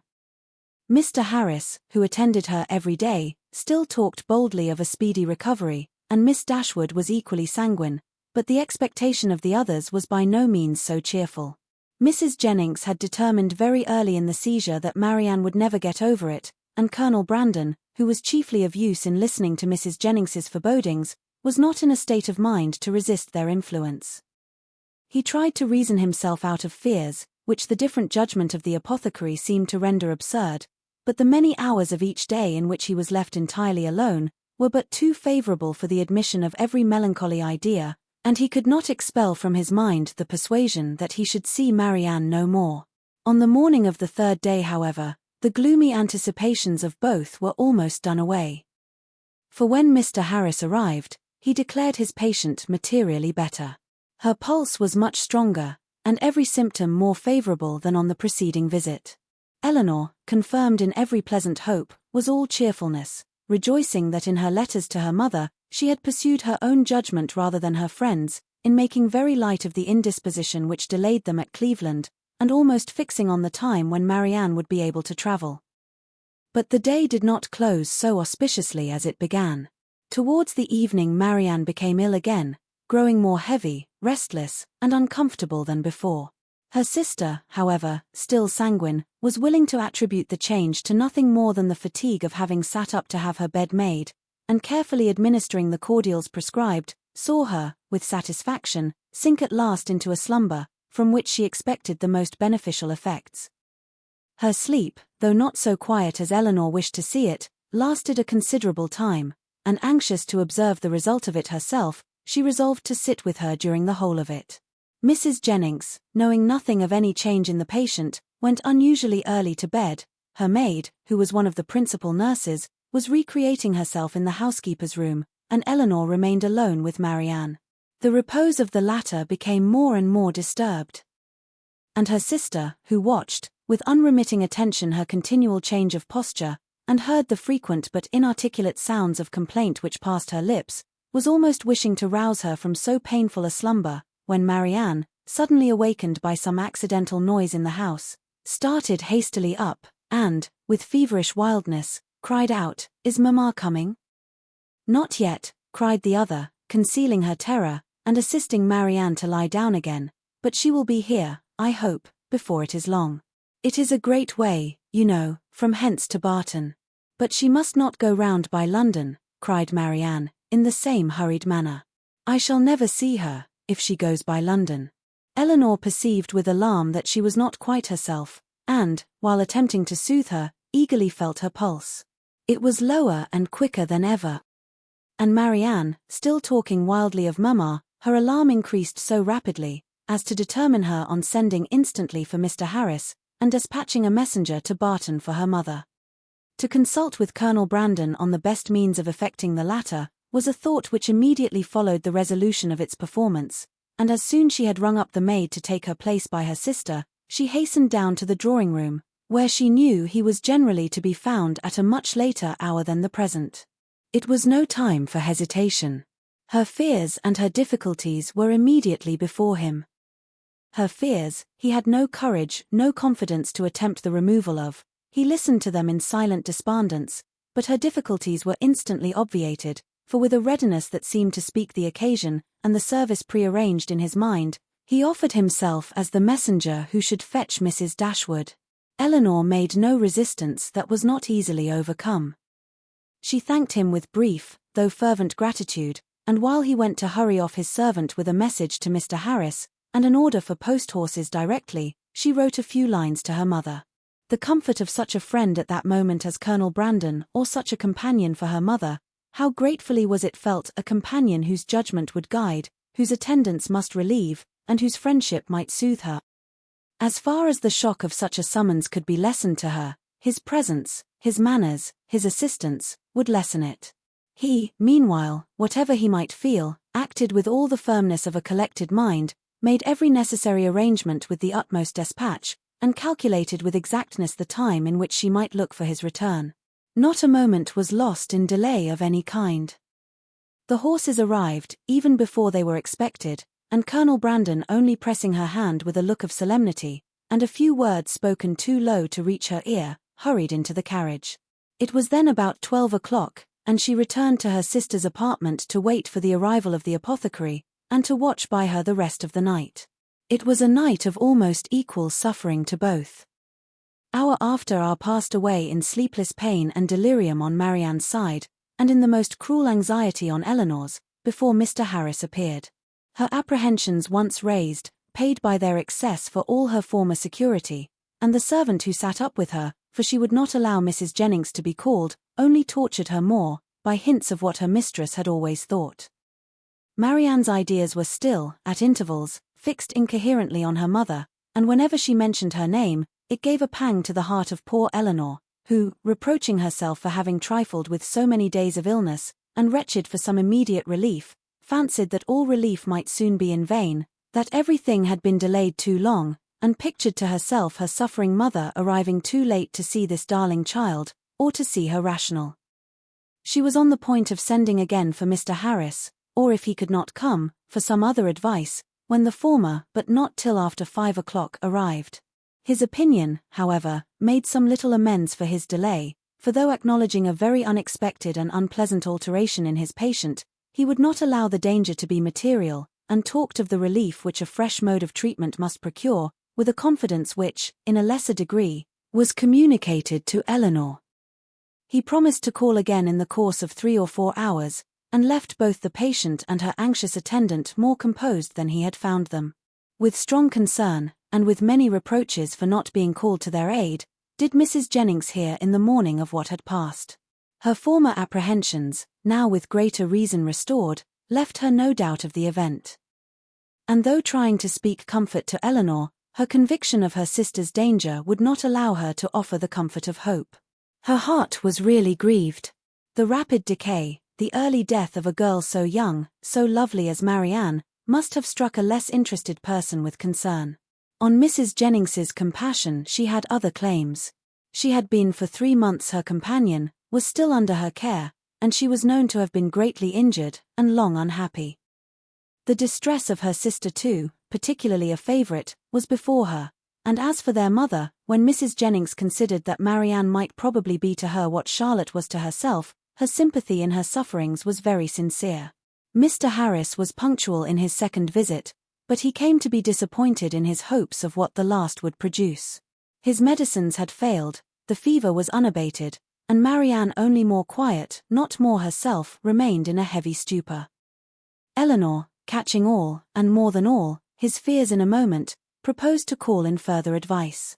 But he judged it unnecessary. He had still something more to try, some more fresh application, of whose success he was as confident as the last, and his visit concluded with encouraging assurances which reached the ear, but could not enter the heart of Miss Dashwood.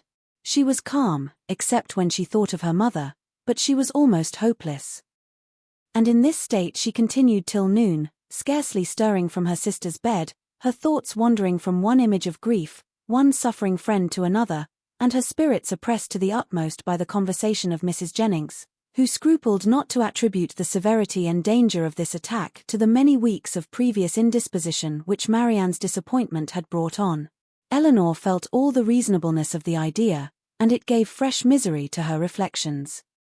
About noon, however, she began, but with a caution, a dread of disappointment which for some time kept her silent, even to her friend, to fancy, to hope she could perceive a slight amendment in her sister's pulse. She waited, watched, and examined it again and again, and at last, with an agitation more difficult to bury under exterior calmness than all her foregoing distress, ventured to communicate her hopes. Mrs. Jennings, though forced, on examination, to acknowledge a temporary revival, tried to keep her young friend from indulging a thought of its continuance, and Eleanor, conning over every injunction of distrust, told herself likewise not to hope. But it was too late. Hope had already entered, and feeling all its anxious flutter, she bent over her sister to watch, she hardly knew for what.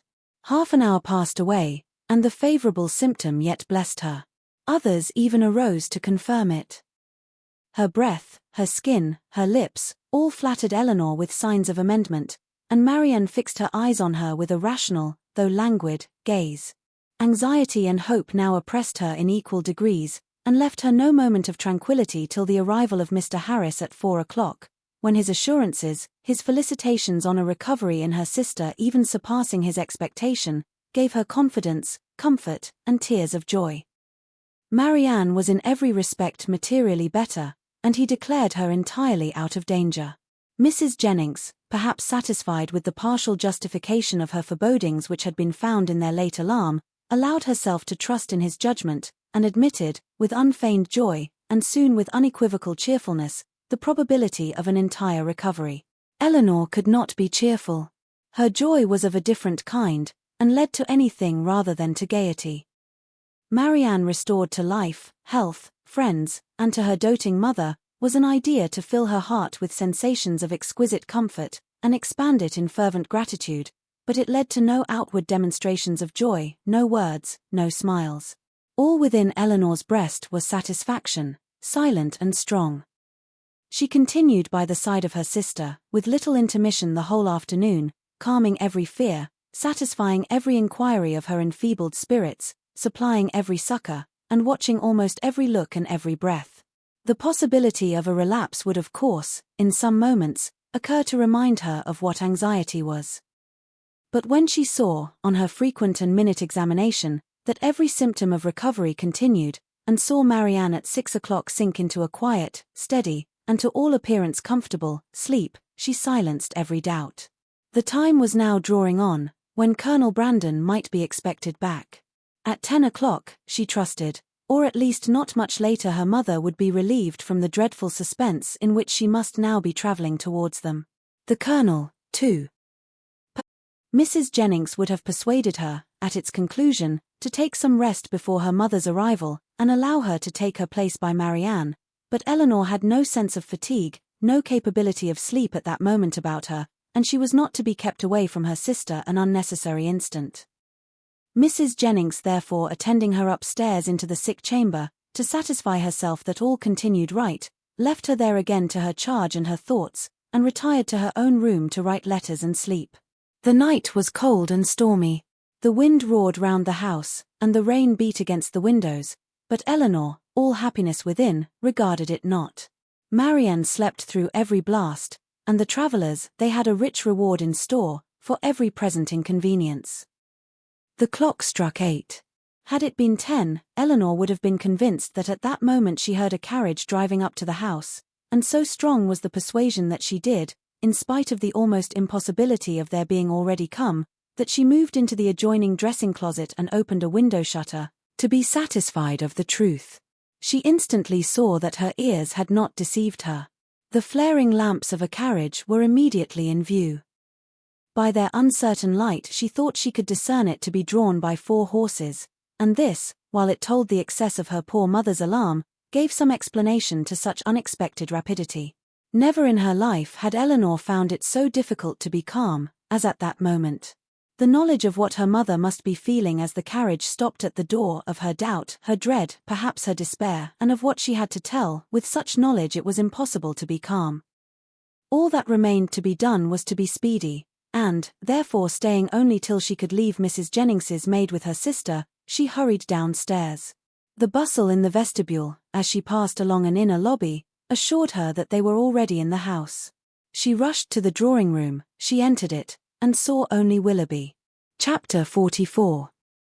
Eleanor, starting back with a look of horror at the sight of him, obeyed the first impulse of her heart in turning instantly to quit the room, and her hand was already on the lock, when its action was suspended by his hastily advancing, and saying, in a voice rather of command than supplication, "Miss Dashwood, for half an hour, for 10 minutes, I entreat you to stay." "No, sir," she replied with firmness, "I shall not stay. Your business cannot be with me. The servants, I suppose, forgot to tell you that Mr. Palmer was not in the house. Had they told me," he cried with vehemence, "that Mr. Palmer and all his relations were at the devil, it would not have turned me from the door. My business is with you, and only you." "With me?" In the utmost amazement. "Well, sir, be quick, and if you can, less violent. Sit down, and I will be both." She hesitated. She knew not what to do. The possibility of Colonel Brandon's arriving and finding her there came across her. But she had promised to hear him, and her curiosity no less than her honor was engaged. After a moment's recollection, therefore, concluding that prudence required dispatch, and that her acquiescence would best promote it, she walked silently towards the table, and sat down. He took the opposite chair, and for half a minute not a word was said by either. "Pray be quick, sir," said Eleanor, impatiently. "I have no time to spare." He was sitting in an attitude of deep meditation, and seemed not to hear her. "Your sister," said he, with abruptness, a moment afterwards, "is out of danger. I heard it from the servant."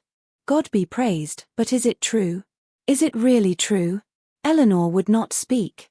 He repeated the inquiry with yet greater eagerness. "For God's sake tell me, is she out of danger, or is she not? We hope she is." He rose up, and walked across the room. "Had I known as much half an hour ago, but since I am here," speaking with a forced vivacity as he returned to his seat, "what does it signify? For once, Miss Dashwood, it will be the last time. Perhaps, let us be cheerful together. I am in a fine mood for gaiety. Tell me honestly," a deeper glow overspreading his cheeks, "do you think me most a knave or a fool?" Eleanor looked at him with greater astonishment than ever. She began to think that he must be in liquor. The strangeness of such a visit, and of such manners, seemed no otherwise intelligible, and with this impression she immediately rose, saying, "Mr. Willoughby, I advise you at present to return to Combe. I am not at leisure to remain with you longer. Whatever your business may be with me, it will be better recollected and explained tomorrow." "I understand you," he replied, with an expressive smile, and a voice perfectly calm. "Yes, I am very drunk. A pint of porter with my cold beef at Marlborough was enough to overset me." "At Marlborough?" cried Eleanor, more and more at a loss to understand what he would be at. "Yes, I left London this morning at 8 o'clock, and the only 10 minutes I have spent out of my chaise since that time procured me a nuncheon at Marlborough." The steadiness of his manner, and the intelligence of his eye as he spoke, convincing Eleanor that whatever other unpardonable folly might bring him to Cleveland, he was not brought there by intoxication, she said, after a moment's recollection, "Mr. Willoughby, you ought to feel, and I certainly do, that after what has passed, your coming here in this manner, and forcing yourself upon my notice, requires a very particular excuse." "What is it that you mean by it?" "I mean," said he, with serious energy, "if I can, to make you hate me 1 degree less than you do now." I mean to offer some kind of explanation, some kind of apology, for the past, to open my whole heart to you, and by convincing you, that though I have been always a blockhead, I have not been always a rascal, to obtain something like forgiveness from your sister. Is this the real reason of your coming? Upon my soul it is, was his answer, with a warmth which brought all the former Willoughby to her remembrance, and in spite of herself made her think him sincere.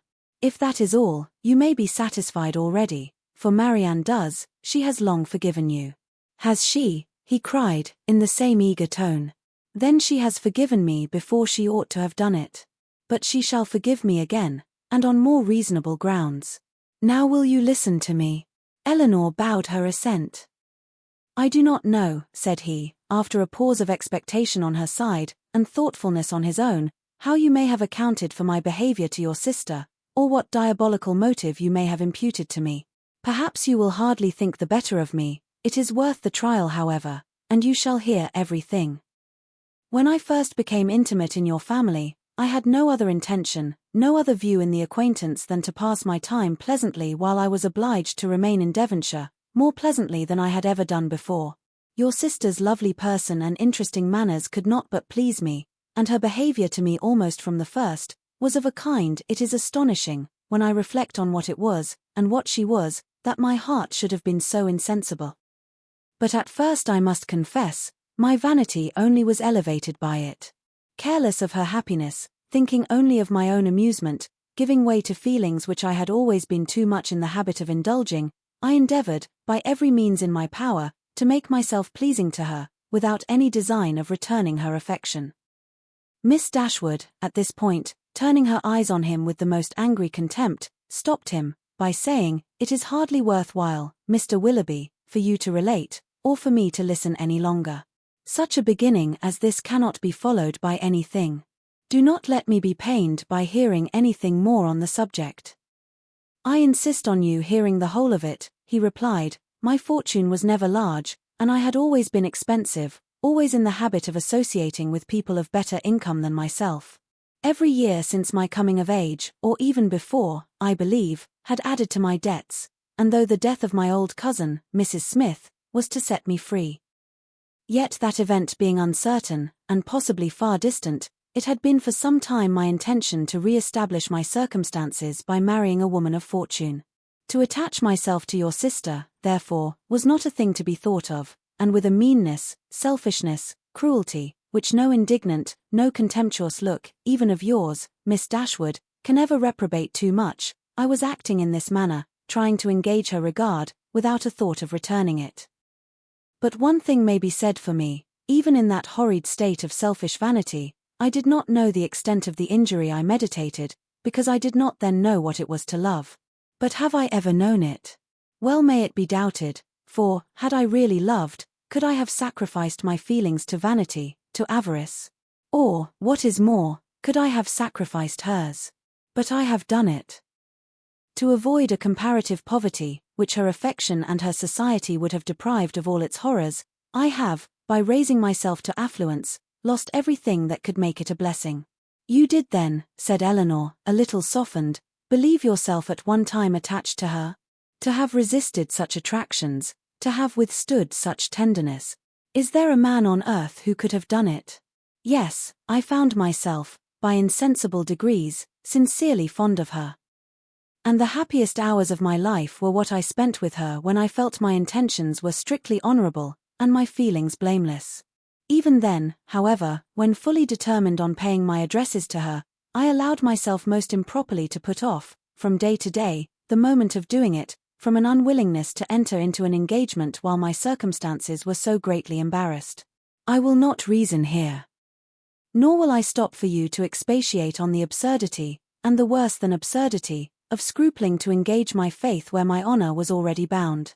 The event has proved that I was a cunning fool, providing with great circumspection for a possible opportunity of making myself contemptible and wretched for ever. At last, however, my resolution was taken, and I had determined, as soon as I could engage her alone, to justify the attentions I had so invariably paid her, and openly assure her of an affection which I had already taken such pains to display.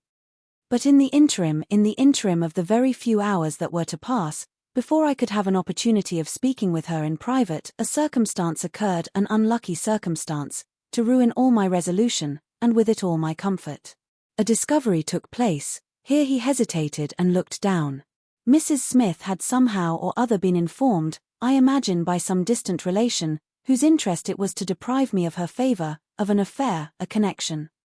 But I need not explain myself farther," he added, looking at her with an heightened color and an inquiring eye. "Your particular intimacy, you have probably heard the whole story long ago." "I have," returned Eleanor, coloring likewise, and hardening her heart anew against any compassion for him. "I have heard it all. And how you will explain away any part of your guilt in that dreadful business, I confess is beyond my comprehension." "Remember," cried Willoughby, "from whom you received the account. Could it be an impartial one? I acknowledge that her situation and her character ought to have been respected by me. I do not mean to justify myself, but at the same time cannot leave you to suppose that I have nothing to urge, that because she was injured she was irreproachable, and because I was a libertine, she must be a saint. If the violence of her passions, the weakness of her understanding. I do not mean, however, to defend myself. Her affection for me deserved better treatment, and I often, with great self-reproach, recall the tenderness which, for a very short time, had the power of creating any return. I heartily wish it had never been. But I have injured more than herself, and I have injured one, whose affection for me, may I say it, was scarcely less warm than hers, and whose mind, oh, how infinitely superior. Your indifference, however, towards that unfortunate girl.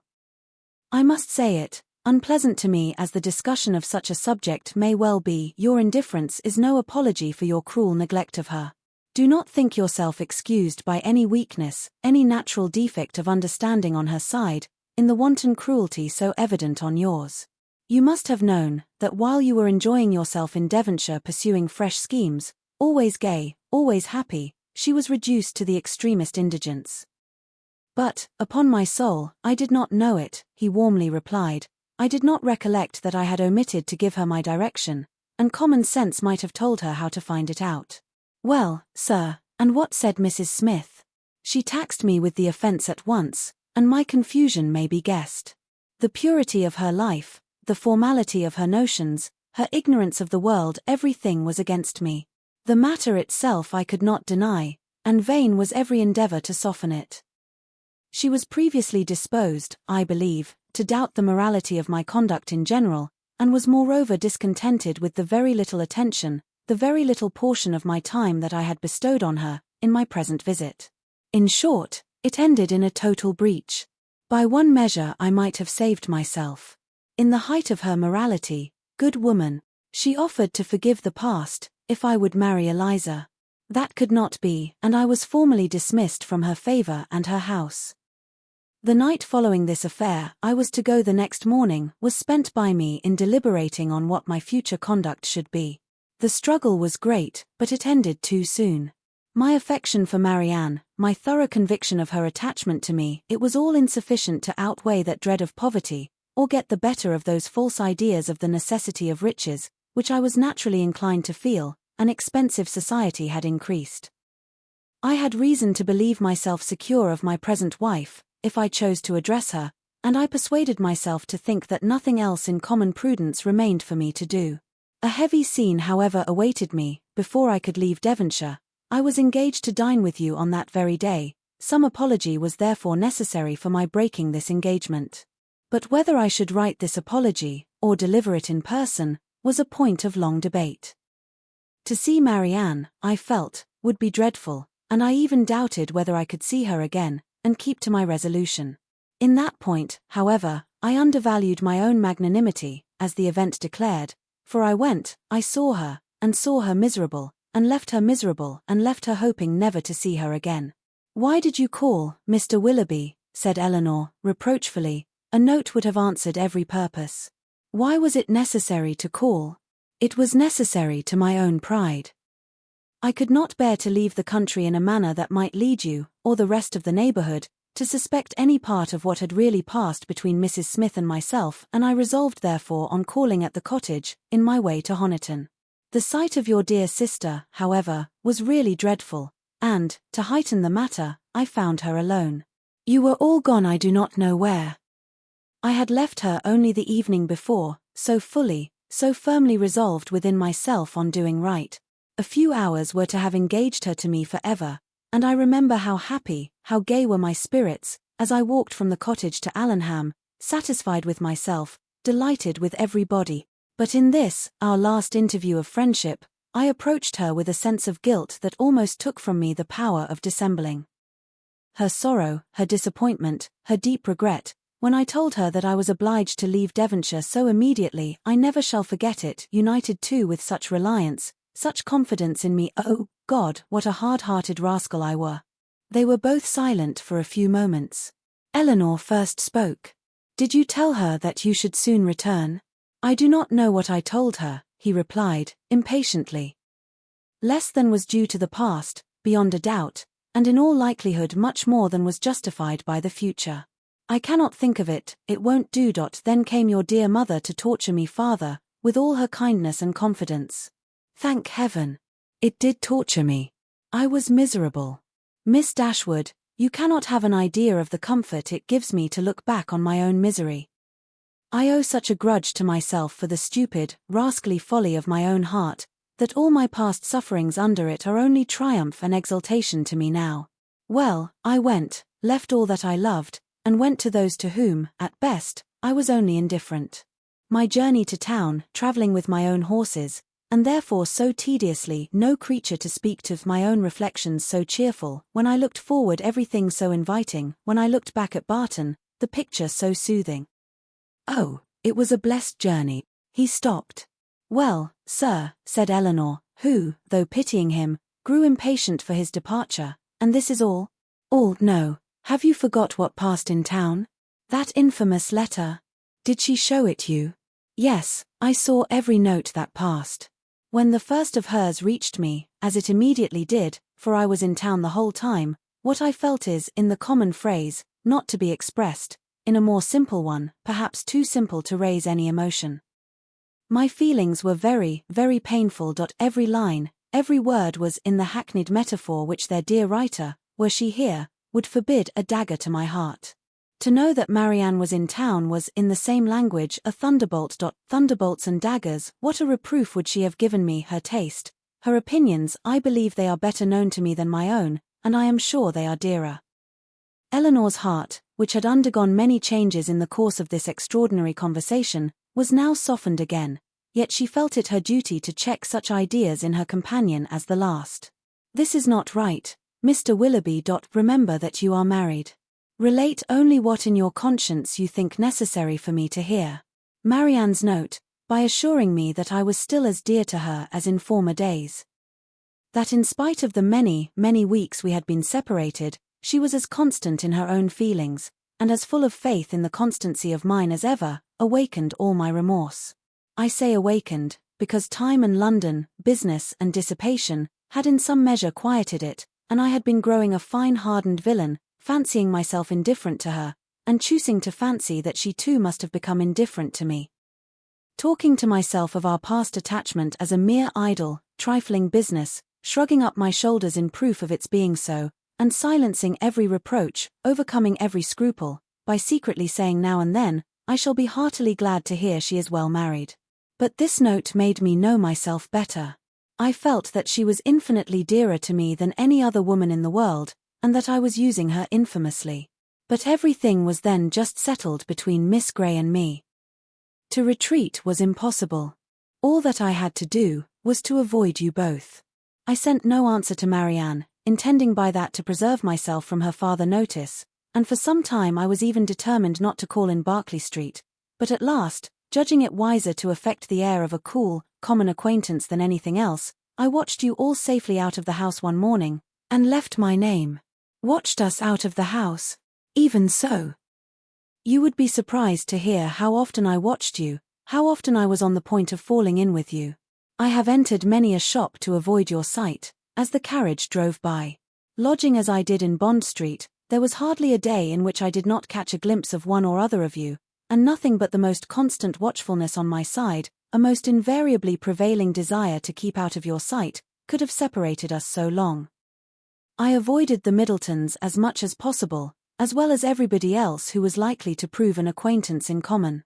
Not aware of their being in town, however, I blundered on Sir John, I believe, the first day of his coming, and the day after I had called at Mrs. Jennings's.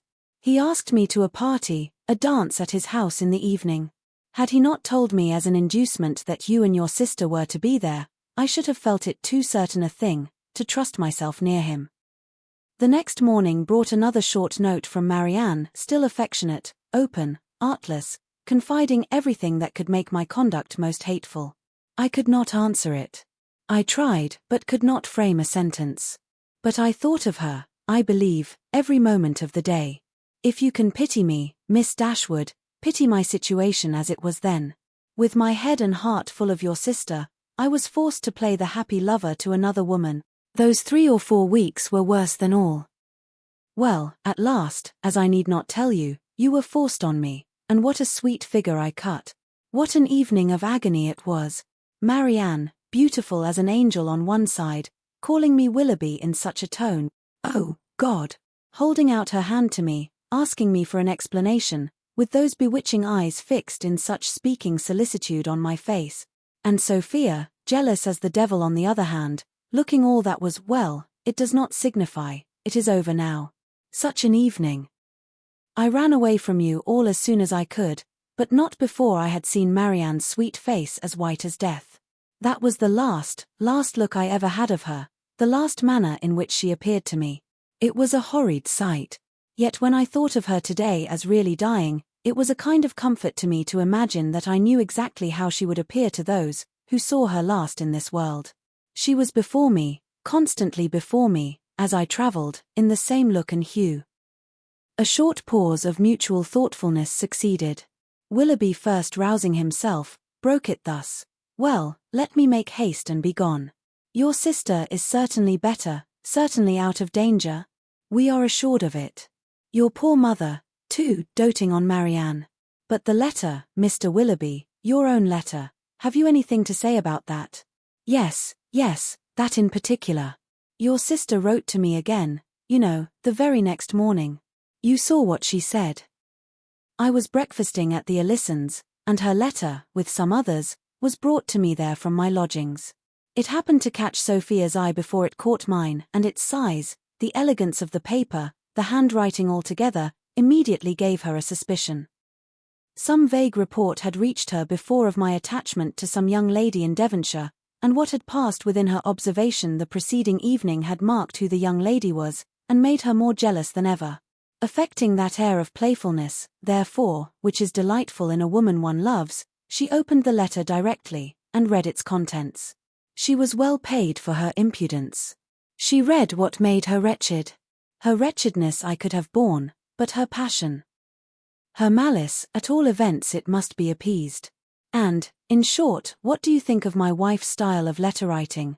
Delicate, tender, truly feminine, was it not? Your wife, the letter was in your own handwriting. Yes, but I had only the credit of servilely copying such sentences as I was ashamed to put my name to. The original was all her own happy thoughts and gentle diction. But what could I do? We were engaged, everything in preparation, the day almost fixed. But I am talking like a fool. Preparation. Day. In honest words, her money was necessary to me, and in a situation like mine, anything was to be done to prevent a rupture. And after all, what did it signify to my character in the opinion of Marianne and her friends, in what language my answer was couched? It must have been only to one end. My business was to declare myself a scoundrel, and whether I did it with a bow or a bluster was of little importance.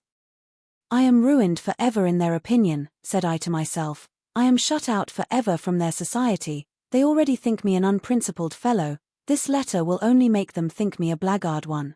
Such were my reasonings, as, in a sort of desperate carelessness, I copied my wife's words, and parted with the last relics of Marianne.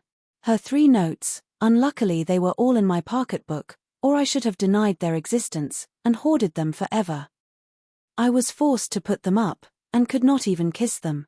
And the lock of hair, that too I had always carried about me in the same pocket-book, which was now searched by Madame with the most ingratiating virulence, The dear lock, every memento was torn from me.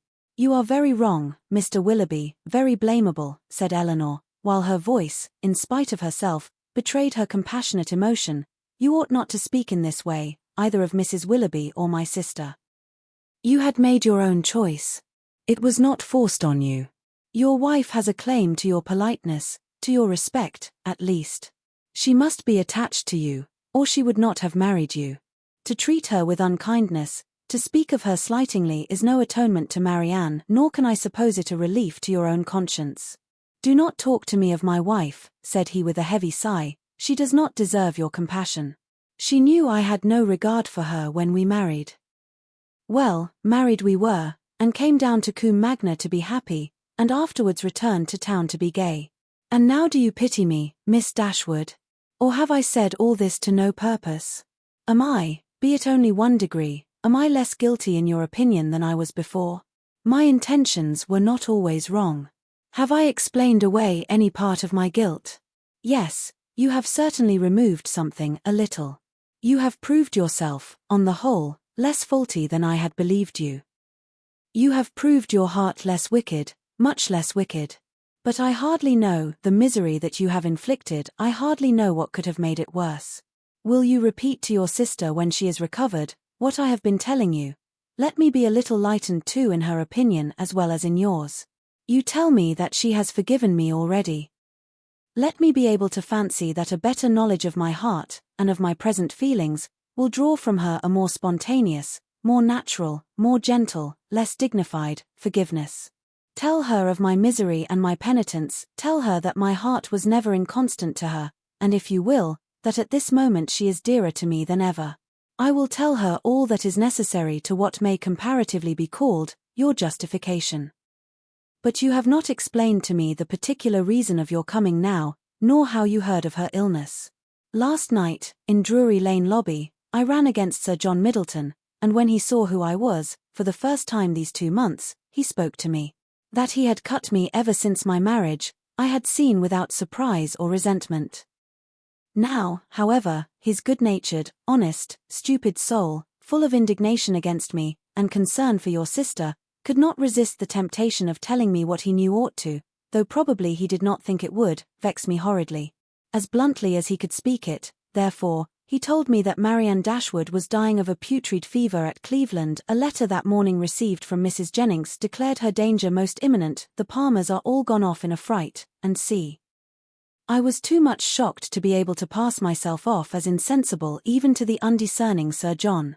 His heart was softened in seeing mine suffer, and so much of his ill will was done away, that when we parted, he almost shook me by the hand while he reminded me of an old promise about a pointer puppy. What I felt on hearing that your sister was dying, and dying too, believing me the greatest villain upon earth, scorning, hating me in her latest moments. For how could I tell what horrid projects might not have been imputed? One person I was sure would represent me as capable of anything. What I felt was dreadful. My resolution was soon made, and at 8 o'clock this morning I was in my carriage. Now you know all. Eleanor made no answer. Her thoughts were silently fixed on the irreparable injury which too early an independence and its consequent habits of idleness, dissipation, and luxury, had made in the mind, the character, the happiness, of a man who, to every advantage of person and talents, united a disposition naturally open and honest, and a feeling, affectionate temper. The world had made him extravagant and vain, extravagance and vanity had made him cold-hearted and selfish. Vanity, while seeking its own guilty triumph at the expense of another, had involved him in a real attachment, which extravagance, or at least its offspring, necessity, had required to be sacrificed. Each faulty propensity in leading him to evil, had led him likewise to punishment. The attachment, from which against honor, against feeling, against every better interest he had outwardly torn himself, now, when no longer allowable, governed every thought. And the connection, for the sake of which he had, with little scruple, left her sister to misery, was likely to prove a source of unhappiness to himself of a far more incurable nature. From a reverie of this kind she was recalled at the end of some minutes by Willoughby, who, rousing himself from a reverie at least equally painful, started up in preparation for going, and said, "There is no use in staying here, I must be off." Are you going back to town? No, to Combe Magna.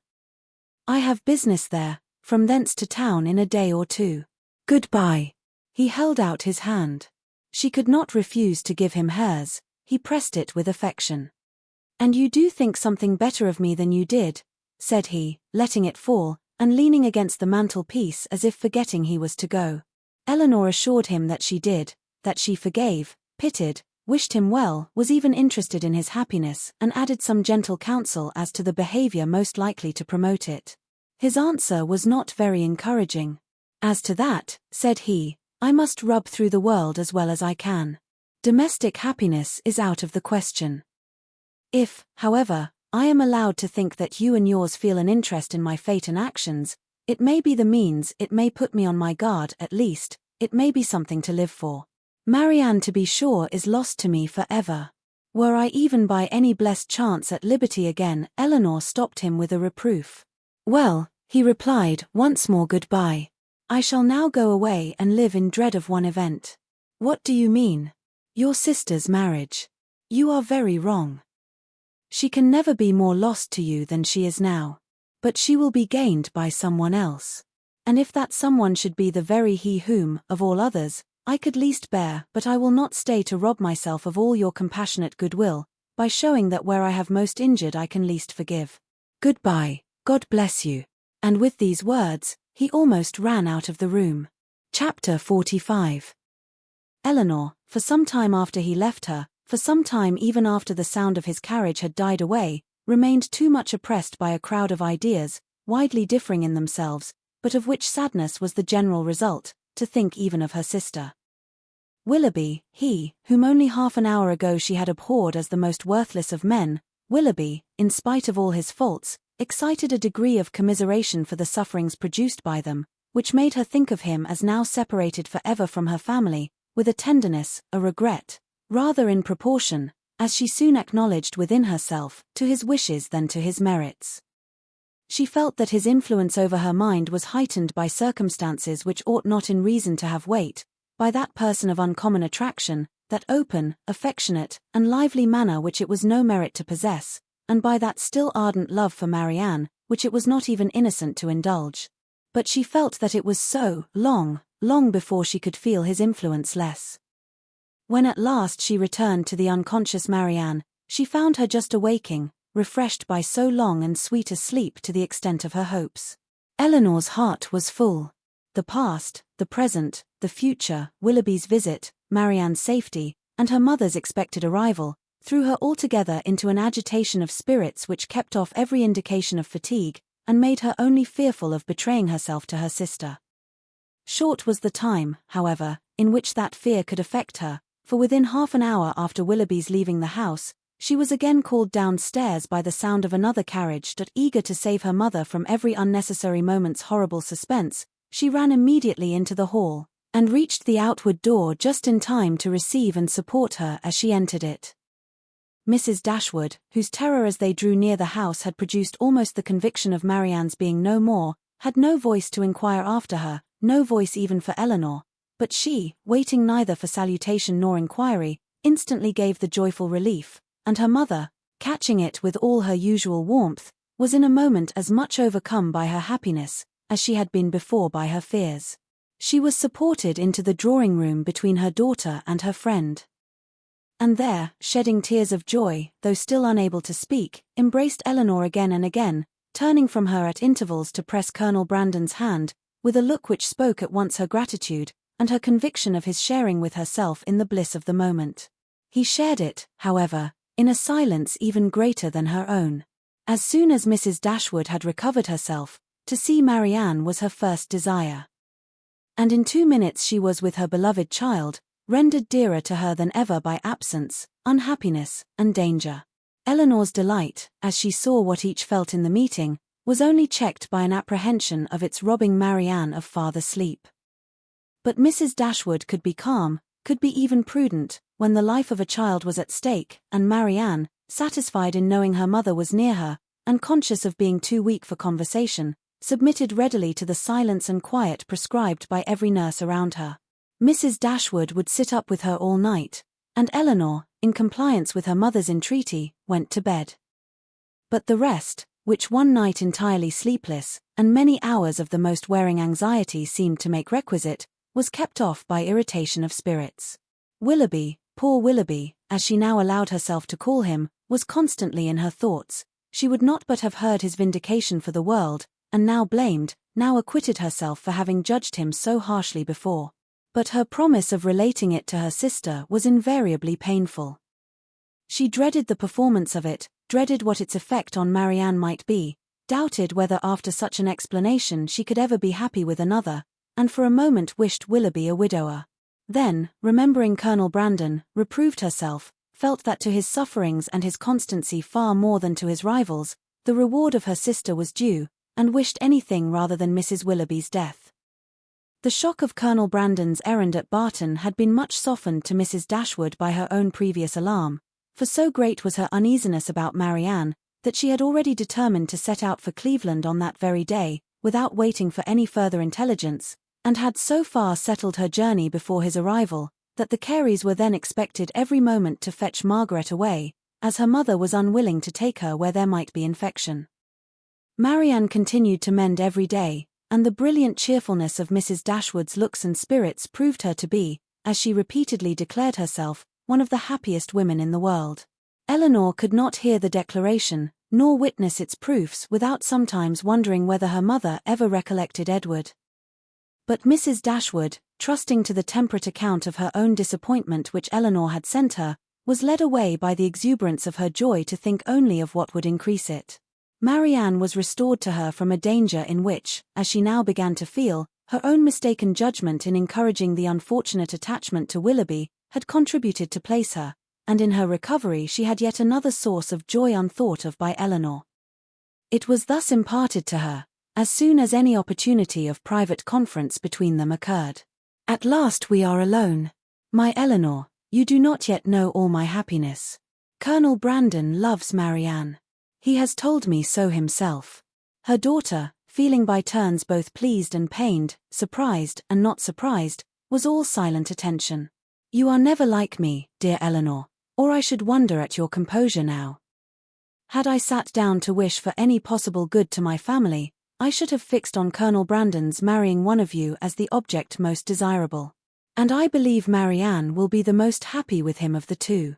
Elinor was half inclined to ask her reason for thinking so, because satisfied that none founded on an impartial consideration of their age, characters, or feelings, could be given. But her mother must always be carried away by her imagination on any interesting subject, and therefore instead of an inquiry, she passed it off with a smile. "He opened his whole heart to me yesterday as we travelled. It came out quite unawares, quite undesignedly. I, you may well believe, could talk of nothing but my child. He could not conceal his distress. I saw that it equalled my own, and he perhaps, thinking that mere friendship, as the world now goes, would not justify so warm a sympathy, or rather, not thinking at all, I suppose, giving way to irresistible feelings, made me acquainted with his earnest, tender, constant affection for Marianne. He has loved her, my Elinor, ever since the first moment of seeing her." Here, however, Elinor perceived not the language, not the professions of Colonel Brandon, but the natural embellishments of her mother's active fancy, which fashioned everything delightful to her as it chose. His regard for her, infinitely surpassing anything that Willoughby ever felt or feigned, as much more warm, as more sincere or constant, whichever we are to call it, has subsisted through all the knowledge of dear Marianne's unhappy prepossession for that worthless young man, and without selfishness. Without encouraging a hope, could he have seen her happy with another, such a noble mind, such openness, such sincerity, no one can be deceived in him. "Colonel Brandon's character," said Elinor, "as an excellent man, is well established." "I know it is," replied her mother seriously, "or after such a warning, I should be the last to encourage such affection, or even to be pleased by it. But his coming for me as he did, with such active, such ready friendship, is enough to prove him one of the worthiest of men." "His character, however," answered Elinor, "does not rest on one act of kindness, to which his affection for Marianne, were humanity out of the case, would have prompted him. To Mrs. Jennings, to the Middletons, he has been long and intimately known, they equally love and respect him, and even my own knowledge of him, though lately acquired, is very considerable.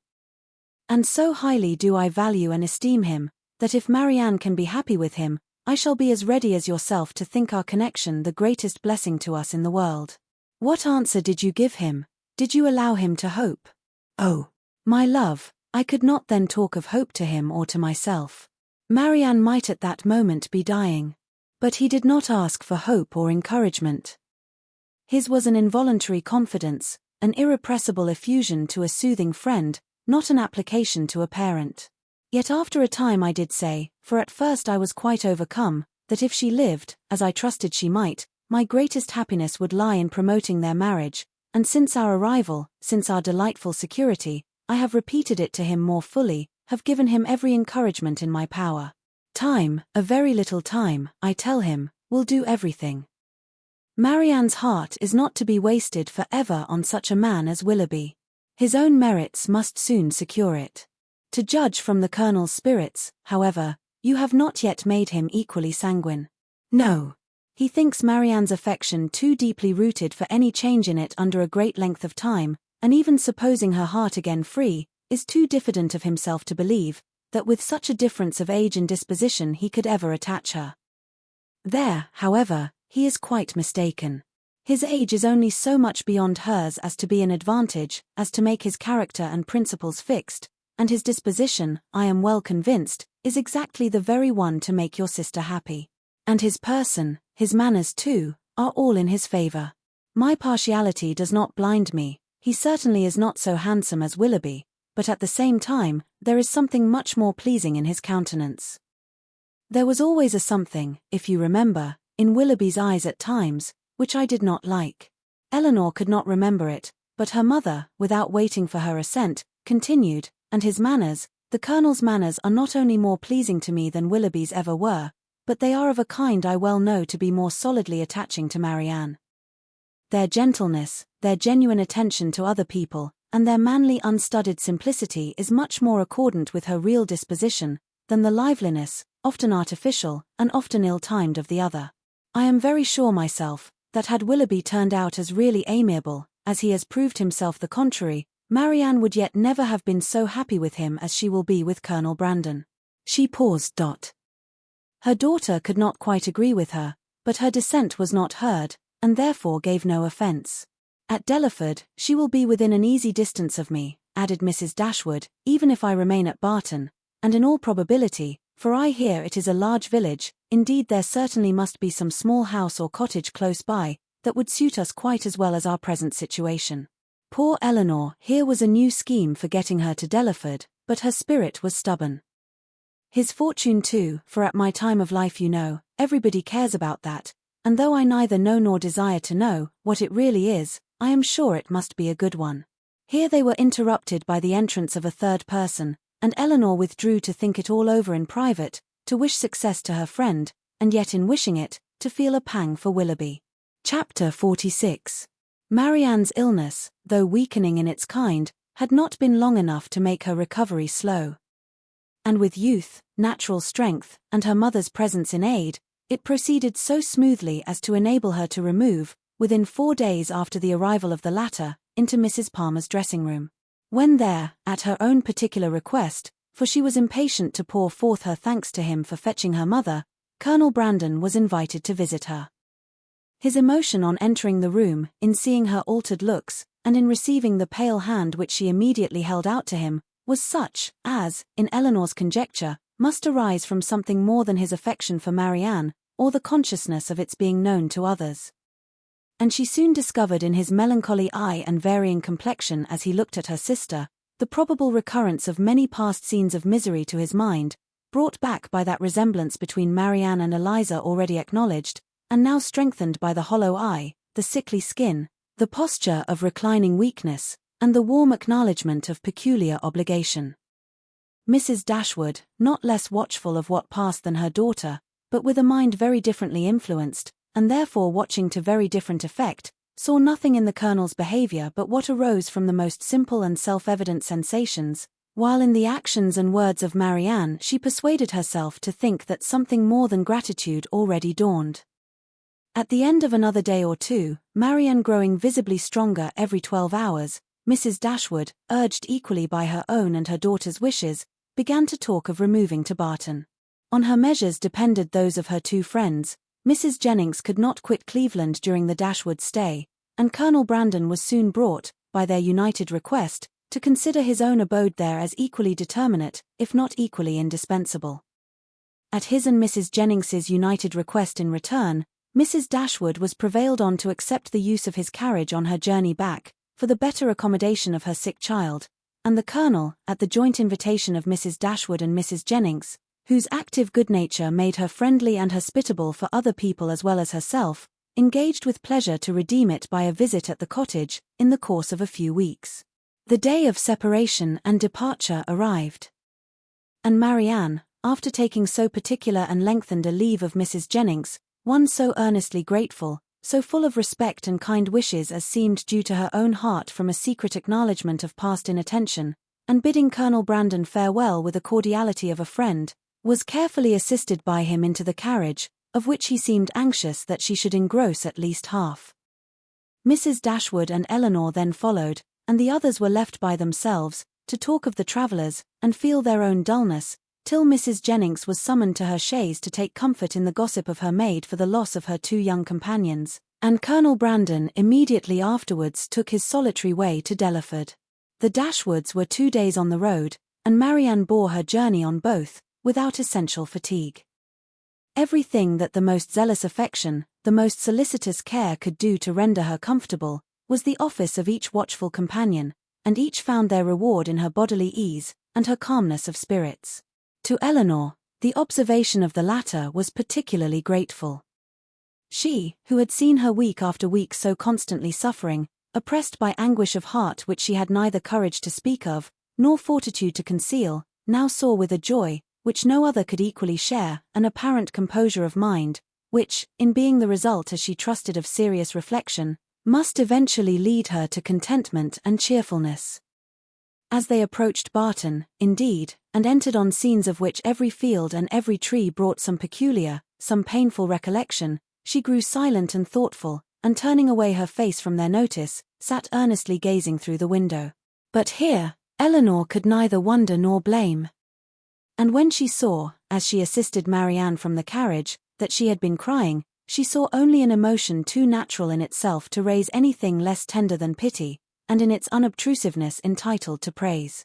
In the whole of her subsequent manner, she traced the direction of a mind awakened to reasonable exertion. For no sooner had they entered their common sitting-room, than Marianne turned her eyes around it with a look of resolute firmness, as if determined at once to accustom herself to the sight of every object with which the remembrance of Willoughby could be connected. She said little, but every sentence aimed at cheerfulness, and though a sigh sometimes escaped her, it never passed away without the atonement of a smile. After dinner she would try her pianoforte. She went to it. But the music on which her eye first rested was an opera, procured for her by Willoughby, containing some of their favourite duets, and bearing on its outward leaf her own name in his handwriting. That would not do. She shook her head, put the music aside, and after running over the keys for a minute, complained of feebleness in her fingers, and closed the instrument again, declaring however with firmness as she did so, that she should in future practice much. The next morning produced no abatement in these happy symptoms. On the contrary, with a mind and body alike strengthened by rest, she looked and spoke with more genuine spirit, anticipating the pleasure of Margaret's return, and talking of the dear family party which would then be restored, of their mutual pursuits and cheerful society, as the only happiness worth a wish. "When the weather is settled, and I have recovered my strength," said she, "we will take long walks together every day. We will walk to the farm at the edge of the down, and see how the children go on. We will walk to Sir John's new plantations at Barton Cross, and the Aberland, and we will often go to the old ruins of the Priory, and try to trace its foundations as far as we are told they once reached. I know we shall be happy. I know the summer will pass happily away. I mean never to be later in rising than 6, and from that time till dinner I shall divide every moment between music and reading. I have formed my plan, and am determined to enter on a course of serious study. Our own library is too well known to me, to be resorted to for anything beyond mere amusement. But there are many works well worth reading at the park, and there are others of more modern production which I know I can borrow of Colonel Brandon. By reading only 6 hours a day, I shall gain in the course of a 12-month a great deal of instruction which I now feel myself to want." Elinor honored her for a plan which originated so nobly as this, though smiling to see the same eager fancy which had been leading her to the extreme of languid indolence and selfish repining, now at work in introducing excess into a scheme of such rational employment and virtuous self-control. Her smile, however, changed to a sigh when she remembered that promise to Willoughby was yet unfulfilled, and feared she had that to communicate which might again unsettle the mind of Marianne, and ruin at least for a time this fair prospect of busy tranquillity. Willing therefore to delay the evil hour, she resolved to wait till her sister's health were more secure, before she appointed it. But the resolution was made only to be broken. Marianne had been 2 or 3 days at home, before the weather was fine enough for an invalid like herself to venture out. But at last a soft, genial morning appeared, such as might tempt the daughter's wishes and the mother's confidence, and Marianne, leaning on Elinor's arm, was authorized to walk as long as she could without fatigue, in the lane before the house. The sisters set out at a pace, slow as the feebleness of Marianne in an exercise hitherto untried since her illness required. And they had advanced only so far beyond the house as to admit a full view of the hill, the important hill behind, when pausing with her eyes turned towards it, Marianne calmly said, "There, exactly there," pointing with one hand, "on that projecting mound, there I fell, and there I first saw Willoughby." Her voice sunk with the word, but presently reviving she added, "I am thankful to find that I can look with so little pain on the spot. Shall we ever talk on that subject, Elinor?" Hesitatingly it was said. "Or will it be wrong? I can talk of it now, I hope, as I ought to do." Elinor tenderly invited her to be open. "As for regret," said Marianne, "I have done with that, as far as he is concerned. I do not mean to talk to you of what my feelings have been for him, but what they are now. At present, if I could be satisfied on one point, if I could be allowed to think that he was not always acting a part, not always deceiving me. But above all, if I could be assured that he never was so very wicked as my fears have sometimes fancied him, since the story of that unfortunate girl," she stopped. Elinor joyfully treasured her words as she answered, "If you could be assured of that, you think you should be easy." "Yes. My peace of mind is doubly involved in it, for not only is it horrible to suspect a person, who has been what he has been to me, of such designs, but what must it make me appear to myself? What in a situation like mine, but a most shamefully unguarded affection could expose me to?" "How then," asked her sister, "would you account for his behavior?" "I would suppose him, oh, how gladly would I suppose him, only fickle, very, very fickle." Elinor said no more. She was debating within herself on the eligibility of beginning her story directly, or postponing it till Marianne were in stronger health, and they crept on for a few minutes in silence. "I am not wishing him too much good," said Marianne at last with a sigh, "when I wish his secret reflections may be no more unpleasant than my own. He will suffer enough in them. Do you compare your conduct with his?" "No. I compare it with what it ought to have been, I compare it with yours. Our situations have borne little resemblance. They have borne more than our conduct. Do not, my dearest Elinor, let your kindness defend what I know your judgment must censure. My illness has made me think. It has given me leisure and calmness for serious recollection. Long before I was enough recovered to talk, I was perfectly able to reflect. I considered the past. I saw in my own behavior, since the beginning of our acquaintance with him last autumn, nothing but a series of imprudence towards myself, and want of kindness to others. I saw that my own feelings had prepared my sufferings, and that my want of fortitude under them had almost led me to the grave. My illness, I well knew, had been entirely brought on by myself by such negligence of my own health, as I had felt even at the time to be wrong. Had I died, it would have been self-destruction. I did not know my danger till the danger was removed, but with such feelings as these reflections gave me, I wonder at my recovery, wonder that the very eagerness of my desire to live, to have time for atonement to my God, and to you all, did not kill me at once.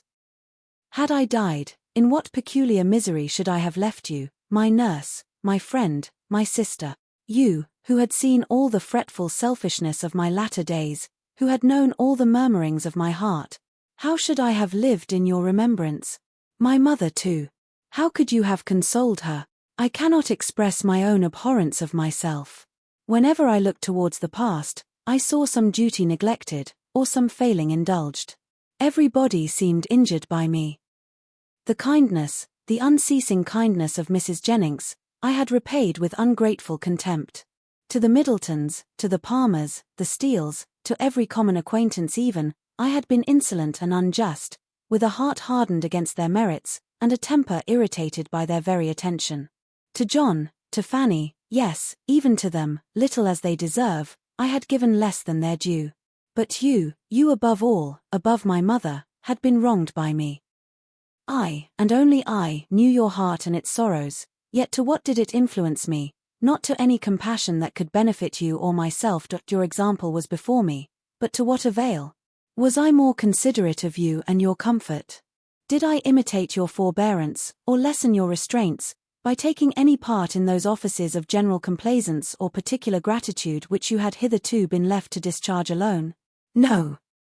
Not less when I knew you to be unhappy, than when I had believed you at ease, did I turn away from every exertion of duty or friendship, scarcely allowing sorrow to exist but with me, regretting only that heart which had deserted and wronged me, and leaving you, for whom I professed an unbounded affection, to be miserable for my sake. Here ceased the rapid flow of her self-reproving spirit. And Eleanor, impatient to soothe, though too honest to flatter, gave her instantly that praise and support which her frankness and her contrition so well deserved. Marianne pressed her hand and replied, "You are very good. The future must be my proof. I have laid down my plan, and if I am capable of adhering to it, my feelings shall be governed and my temper improved. They shall no longer worry others, nor torture myself. I shall now live solely for my family. You, my mother, and Margaret, must henceforth be all the world to me. You will share my affections entirely between you. From you, from my home, I shall never again have the smallest incitement to move, and if I do mix in other society, it will be only to show that my spirit is humbled, my heart amended, and that I can practice the civilities, the lesser duties of life, with gentleness and forbearance. As for Willoughby, to say that I shall soon or that I shall ever forget him, would be idle. His remembrance can be overcome by no change of circumstances or opinions.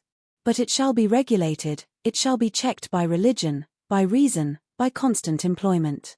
She paused, and added in a low voice, "If I could but know his heart, everything would become easy."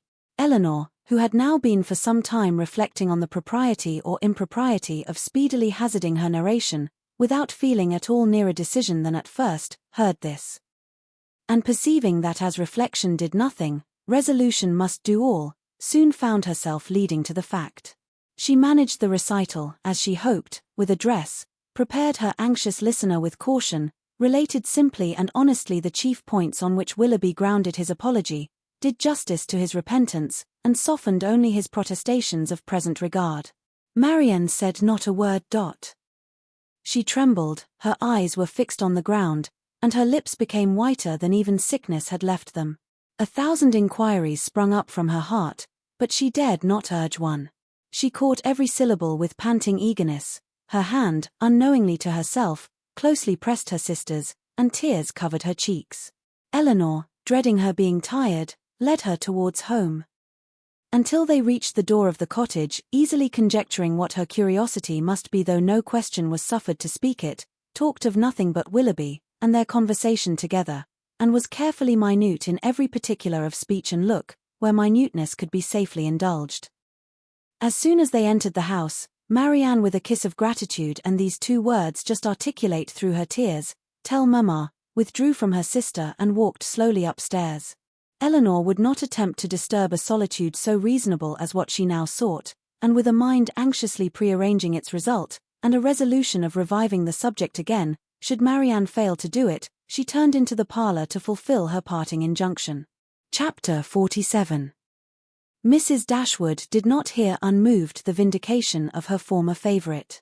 She rejoiced in his being cleared from some part of his imputed guilt, she was sorry for him, she wished him happy.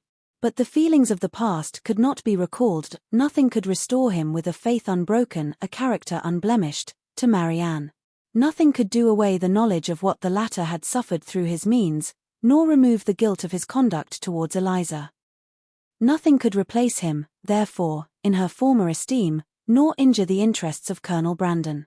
Had Mrs. Dashwood, like her daughter, heard Willoughby's story from himself, had she witnessed his distress, and been under the influence of his countenance and his manner, it is probable that her compassion would have been greater. But it was neither in Elinor's power, nor in her wish, to rouse such feelings in another, by her retailed explanation, as had at first been called forth in herself. Reflection had given calmness to her judgment, and sobered her own opinion of Willoughby's deserts. She wished, therefore, to declare only the simple truth, and lay open such facts as were really due to his character, without any embellishment of tenderness to lead the fancy astray. In the evening, when they were all three together, Marianne began voluntarily to speak of him again, but that it was not without an effort. The restless, unquiet thoughtfulness in which she had been for some time previously sitting, her rising colour, as she spoke, and her unsteady voice, plainly showed. "I wish to assure you both," said she, "that I see everything as you can desire me to do." Mrs. Dashwood would have interrupted her instantly with soothing tenderness, had not Elinor, who really wished to hear her sister's unbiased opinion, by an eager sign, engaged her silence. Marianne slowly continued, "It is a great relief to me. What Elinor told me this morning, I have now heard exactly what I wished to hear." For some moments her voice was lost, but recovering herself, she added, and with greater calmness than before, "I am now perfectly satisfied. I wish for no change. I never could have been happy with him, after knowing, as sooner or later I must have known, all this. I should have had no confidence, no esteem. Nothing could have done it away to my feelings." I know it, cried her mother. "Happy with a man of libertine practices, with one who so injured the peace of the dearest of our friends, and the best of men. No, my Marianne has not a heart to be made happy with such a man. Her conscience, her sensitive conscience, would have felt all that the conscience of her husband ought to have felt." Marianne sighed, and repeated, "I wish for no change." "You consider the matter," said Elinor, "exactly as a good mind and a sound understanding must consider it. And I dare say you perceive, as well as myself, not only in this, but in many other circumstances, reason enough to be convinced that your marriage must have involved you in many certain troubles and disappointments, in which you would have been poorly supported by an affection, on his side, much less certain.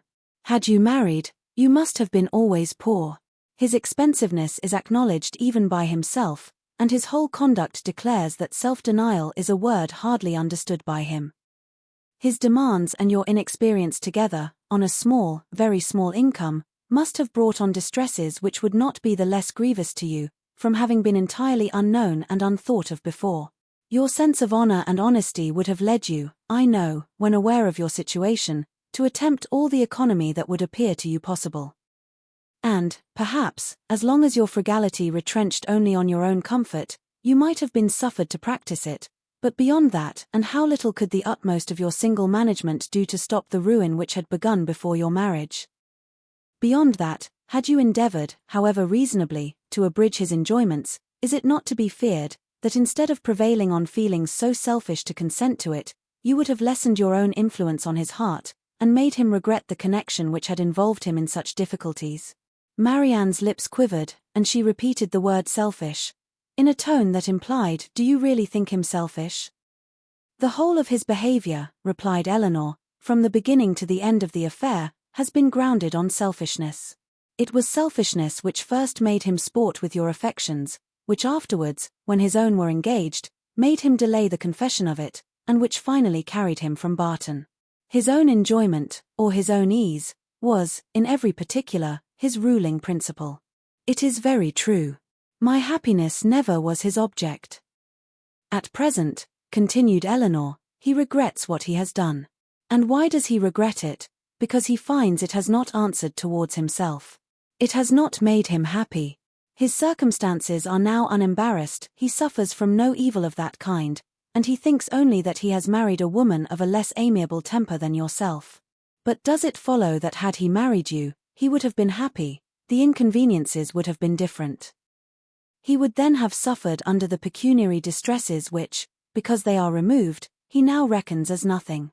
He would have had a wife of whose temper he could make no complaint, but he would have been always necessitous, always poor, and probably would soon have learned to rank the innumerable comforts of a clear estate and good income as of far more importance, even to domestic happiness, than the mere temper of a wife.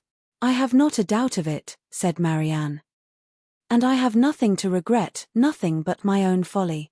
"Rather say your mother's imprudence, my child," said Mrs. Dashwood. "She must be answerable." Marianne would not let her proceed, and Eleanor, satisfied that each felt their own error, wished to avoid any survey of the past that might weaken her sister's spirits. She, therefore, pursuing the first subject, immediately continued, "One observation may, I think, be fairly drawn from the whole of the story. That all Willoughby's difficulties have arisen from the first offence against virtue, in his behaviour to Eliza Williams. That crime has been the origin of every lesser one, and of all his present discontents." Marianne assented most feelingly to the remark, and her mother was led by it to an enumeration of Colonel Brandon's injuries and merits, warm as friendship and design could unitedly dictate. Her daughter did not look, however, as if much of it were heard by her. Eleanor, according to her expectation, saw on the 2 or 3 following days, that Marianne did not continue to gain strength as she had done, but while her resolution was unsubbed, and she still tried to appear cheerful and easy, her sister could safely trust to the effect of time upon her health. Margaret returned, and the family were again all restored to each other, again quietly settled at the cottage. And if not pursuing their usual studies with quite so much vigour as when they first came to Barton, at least planning a vigorous prosecution of them in future. Eleanor grew impatient for some tidings of Edward. She had heard nothing of him since her leaving London, nothing new of his plans, nothing certain even of his present abode. Some letters had passed between her and her brother, in consequence of Marianne's illness, and in the first of John's, there had been this sentence: "We know nothing of our unfortunate Edward, and can make no inquiries on so prohibited a subject, but conclude him to be still at Oxford," which was all the intelligence of Edward afforded her by the correspondence, for his name was not even mentioned in any of the succeeding letters. She was not doomed, however, to be long in ignorance of his measures. Their manservant had been sent one morning to Exeter on business. And when, as he waited at table, he had satisfied the inquiries of his mistress as to the event of his errand, this was his voluntary communication: "I suppose you know, that Mr. Ferrars is married." Marianne gave a violent start, fixed her eyes upon Eleanor, saw her turning pale, and fell back in her chair in hysterics. Mrs. Dashwood, whose eyes, as she answered the servant's inquiry, had intuitively taken the same direction, was shocked to perceive by Eleanor's countenance how much she really suffered, and a moment afterwards, alike distressed by Marianne's situation, knew not on which child to bestow her principal attention. The servant, who saw only that Miss Marianne was taken ill, had sense enough to call one of the maids, who, with Mrs. Dashwood's assistance, supported her into the other room.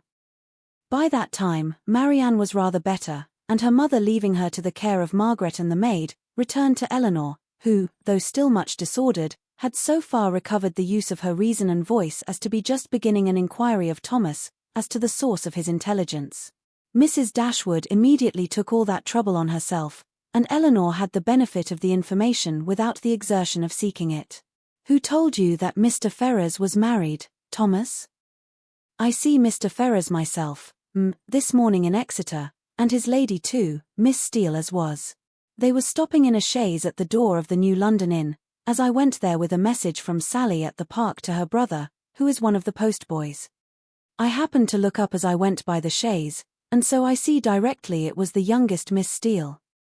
So I took off my hat, and she knew me and called to me, and inquired after you, and the young ladies, especially Miss Marianne, and bid me I should give her compliments and Mr. Ferrars's, their best compliments and service, and how sorry they was they had not time to come on and see you, but they was in a great hurry to go forwards, for they was going further down for a little while, but howsever, when they come back, they'd make sure to come and see you."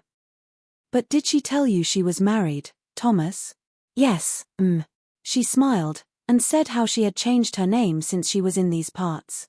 She was always a very affable and free-spoken young lady, and very civil behaved. So, I made free to wish her joy." "Was Mr. Ferrars in the carriage with her?" "Yes, I just see him leaning back in it, but he did not look up. He never was a gentleman much for talking." Eleanor's heart could easily account for his not putting himself forward. And Mrs. Dashwood probably found the same explanation. Was there no one else in the carriage? No, only they two. Do you know where they came from?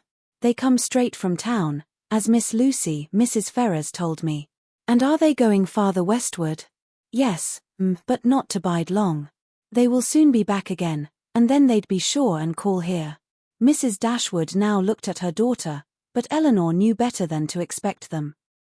She recognized the whole of Lucy in the message, and was very confident that Edward would never come near them. She observed in a low voice, to her mother, that they were probably going down to Mr. Pratt's, near Plymouth. Thomas's intelligence seemed over. Eleanor looked as if she wished to hear more. Did you see them off, before you came away? No, the horses were just coming out, but I could not bide any longer. I was afraid of being late. Did Mrs. Ferrars look well? Yes, she said how she was very well, and to my mind she was always a very handsome young lady, and she seemed vastly contented. Mrs. Dashwood could think of no other question, and Thomas and the tablecloth, now alike needless, were soon afterwards dismissed. Marianne had already sent to say that she should eat nothing more.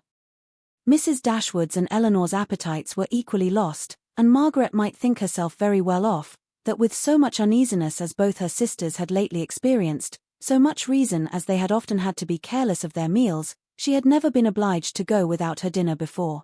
When the dessert and the wine were arranged, and Mrs. Dashwood and Eleanor were left by themselves, they remained long together in a similarity of thoughtfulness and silence. Mrs. Dashwood feared to hazard any remark, and ventured not to offer consolation. She now found that she had erred in relying on Eleanor's representation of herself, and justly concluded that everything had been expressly softened at the time, to spare her from an increase of unhappiness, suffering as she then had suffered for Marianne. She found that she had been misled by the careful, the considerate attention of her daughter, to think the attachment, which once she had so well understood, much slighter in reality, than she had been wont to believe, or than it was now proved to be. She feared that under this persuasion she had been unjust, inattentive, nay, almost unkind, to her Eleanor. That Marianne's affliction, because more acknowledged, more immediately before her, had too much engrossed her tenderness, and led her away to forget that in Eleanor she might have a daughter suffering almost as much, certainly with less self-provocation, and greater fortitude. Chapter 48. Eleanor now found the difference between the expectation of an unpleasant event, however certain the mind may be told to consider it, and certainty itself. She now found that in spite of herself, she had always admitted a hope, while Edward remained single, that something would occur to prevent his marrying Lucy, that some resolution of his own, some mediation of friends, or some more eligible opportunity of establishment for the lady, would arise to assist the happiness of all. But he was now married, and she condemned her heart for the lurking flattery, which so much heightened the pain of the intelligence. That he should be married soon, before, as she imagined, he could be in orders, and consequently before he could be in possession of the living, surprised her a little at first. But she soon saw how likely it was that Lucy, in her self-provident care, in her haste to secure him, should overlook everything but the risk of delay. They were married in town, and now hastening down to her uncle's. What had Edward felt on being within 4 miles from Barton, on seeing her mother's servant, on hearing Lucy's message? They would soon, she supposed, be settled at Delaford, that place in which so much conspired to give her an interest, which she wished to be acquainted with, and yet desired to avoid. She saw them in an instant in their parsonage house. Saw in Lucy, the active, contriving manager, uniting at once a desire of smart appearance with the utmost frugality, and ashamed to be suspected of half her economical practices, pursuing her own interest in every thought, courting the favour of Colonel Brandon, of Mrs. Jennings, and of every wealthy friend. In Edward she knew not what she saw, nor what she wished to see. Happy or unhappy, nothing pleased her. She turned away her head from every sketch of him. Eleanor flattered herself that some one of their connections in London would write to them to announce the event, and give farther particulars, but day after day passed off, and brought no letter, no tidings. Though uncertain that any one were to blame, she found fault with every absent friend. They were all thoughtless or indolent. When do you write to Colonel Brandon? was an inquiry which sprung from the impatience of her mind to have something going on. "I wrote to him, my love, last week, and rather expect to see, than to hear from him again. I earnestly pressed his coming to us, and should not be surprised to see him walk in today or tomorrow, or any day." This was gaining something to look forward to. Colonel Brandon must have some information to give. Scarcely had she so determined it, when the figure of a man on horseback drew her eyes to the window. He stopped at their gate. It was a gentleman, it was Colonel Brandon himself. Now she could hear more, and she trembled in expectation of it. But it was not Colonel Brandon, neither his air nor his height. Were it possible, she must say it must be Edward. She looked again. He had just dismounted, she could not be mistaken, it was Edward. She moved away and sat down. "He comes from Mr. Pratt's purposely to see us. I will be calm, I will be mistress of myself." In a moment she perceived that the others were likewise aware of the mistake. She saw her mother and Marianne change color, saw them look at herself, and whisper a few sentences to each other. She would have given the world to be able to speak and to make them understand that she hoped no coolness, no slight, would appear in their behavior to him, but she had no utterance, and was obliged to leave all to their own discretion. Not a syllable passed aloud. They all waited in silence for the appearance of their visitor. His footsteps were heard along the gravel path. In a moment he was in the passage, and in another he was before them. His countenance, as he entered the room, was not too happy, even for Eleanor. His complexion was white with agitation, and he looked as if fearful of his reception, and conscious that he merited no kind one. Mrs. Dashwood, however, conforming, as she trusted, to the wishes of that daughter, by whom she then meant in the warmth of her heart to be guided in everything, met him with a look of forced complacency, gave him her hand, and wished him joy. He colored, and stammered out an unintelligible reply. Eleanor's lips had moved with her mother's, and, when the moment of action was over, she wished that she had shaken hands with him too. But it was then too late, and with a countenance meaning to be open, she sat down again and talked of the weather. Marianne had retreated as much as possible out of sight, to conceal her distress, and Margaret, understanding some part, but not the whole of the case, thought it incumbent on her to be dignified, and therefore took a seat as far from him as she could, and maintained a strict silence. When Eleanor had ceased to rejoice in the dryness of the season, a very awful pause took place. It was put an end to by Mrs. Dashwood, who felt obliged to hope that he had left Mrs. Ferrars very well.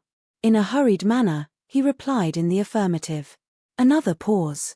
Eleanor, resolving to exert herself, though fearing the sound of her own voice, now said, "Is Mrs. Ferrars at Longstaple?" "At Longstaple," he replied, with an air of surprise. "No, my mother is in town." "I meant," said Eleanor, taking up some work from the table, "to inquire for Mrs. Edward Ferrars." She dared not look up. But her mother and Marianne both turned their eyes on him. He colored, seemed perplexed, looked doubtingly, and, after some hesitation, said, "Perhaps you mean, my brother, you mean Mrs. Robert Ferrars." Mrs. Robert Ferrars was repeated by Marianne and her mother in an accent of the utmost amazement, and though Eleanor could not speak, even her eyes were fixed on him with the same impatient wonder. He rose from his seat, and walked to the window, apparently from not knowing what to do.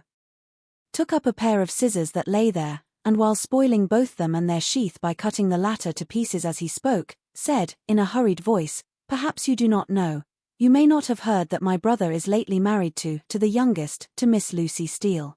His words were echoed with unspeakable astonishment by all but Eleanor, who sat with her head leaning over her work, in a state of such agitation as made her hardly know where she was. "Yes," said he, "they were married last week, and are now at Dawlish." Eleanor could sit it no longer. She almost ran out of the room, and as soon as the door was closed, burst into tears of joy, which at first she thought would never cease. Edward, who had till then looked anywhere, rather than at her, saw her hurry away, and perhaps saw, or even heard, her emotion.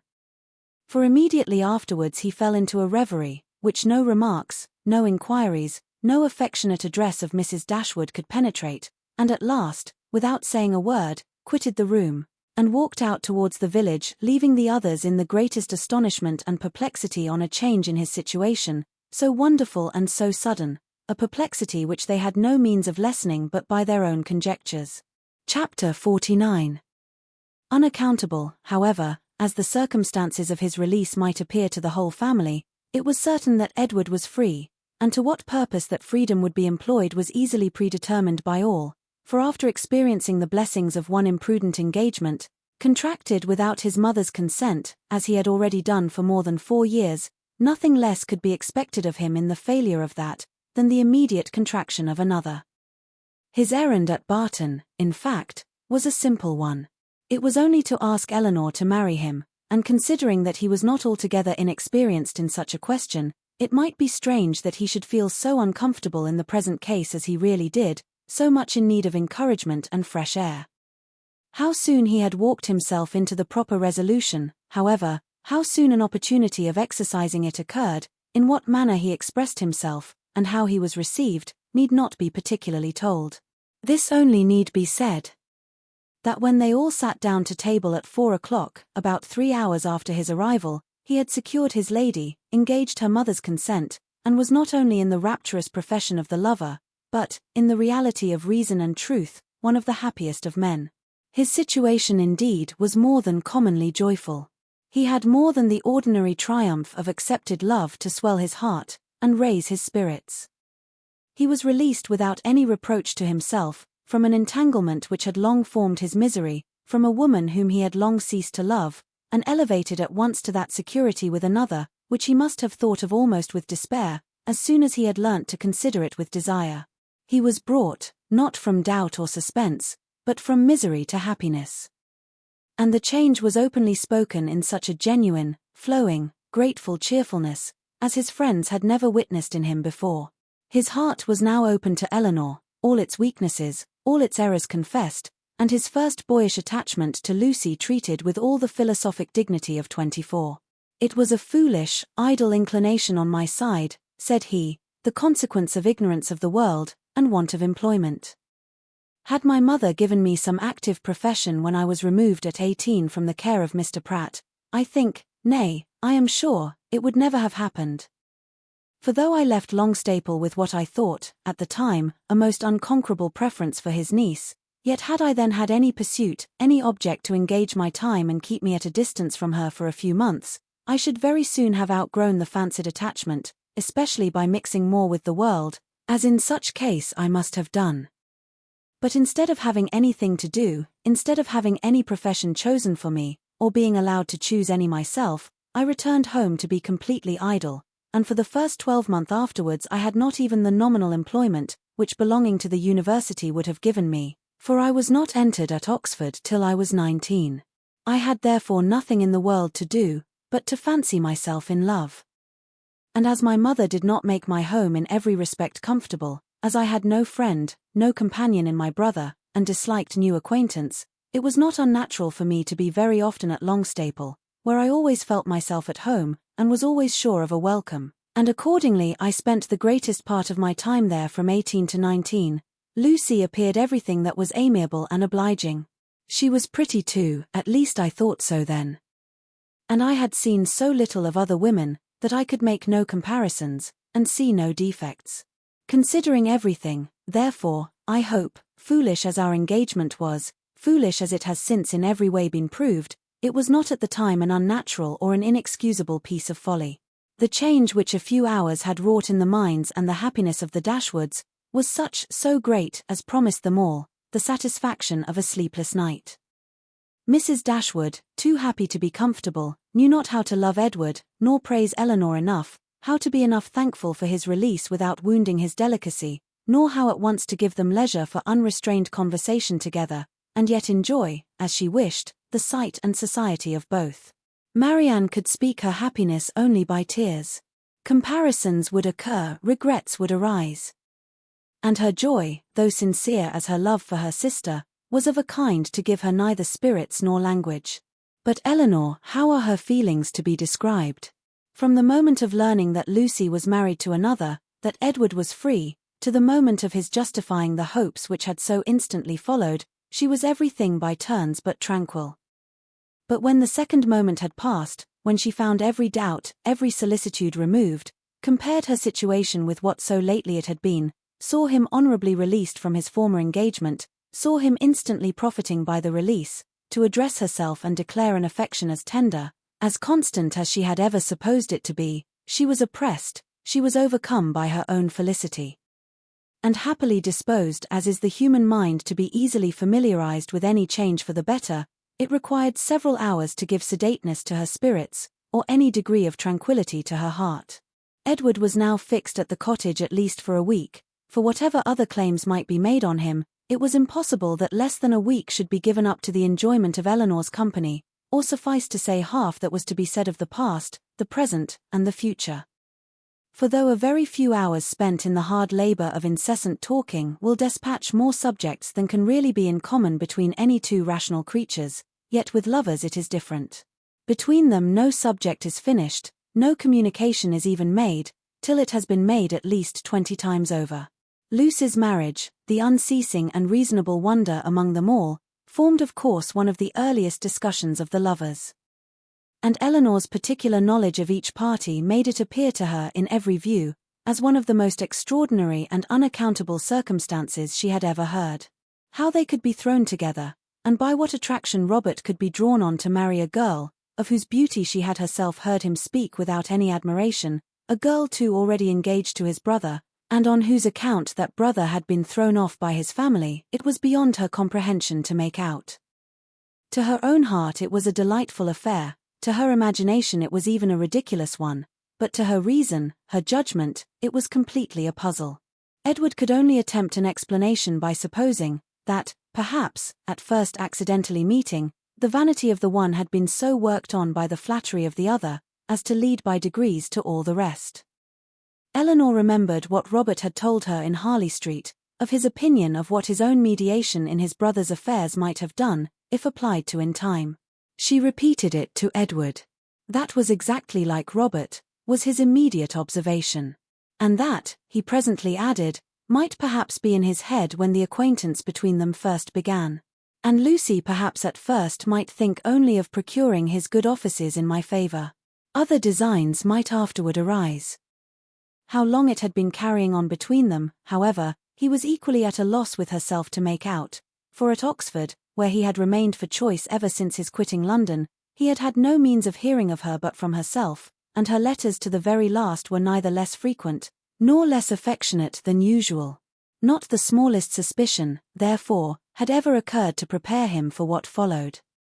And when at last it burst on him in a letter from Lucy herself, he had been for some time, he believed, half stupefied between the wonder, the horror, and the joy of such a deliverance. He put the letter into Eleanor's hands.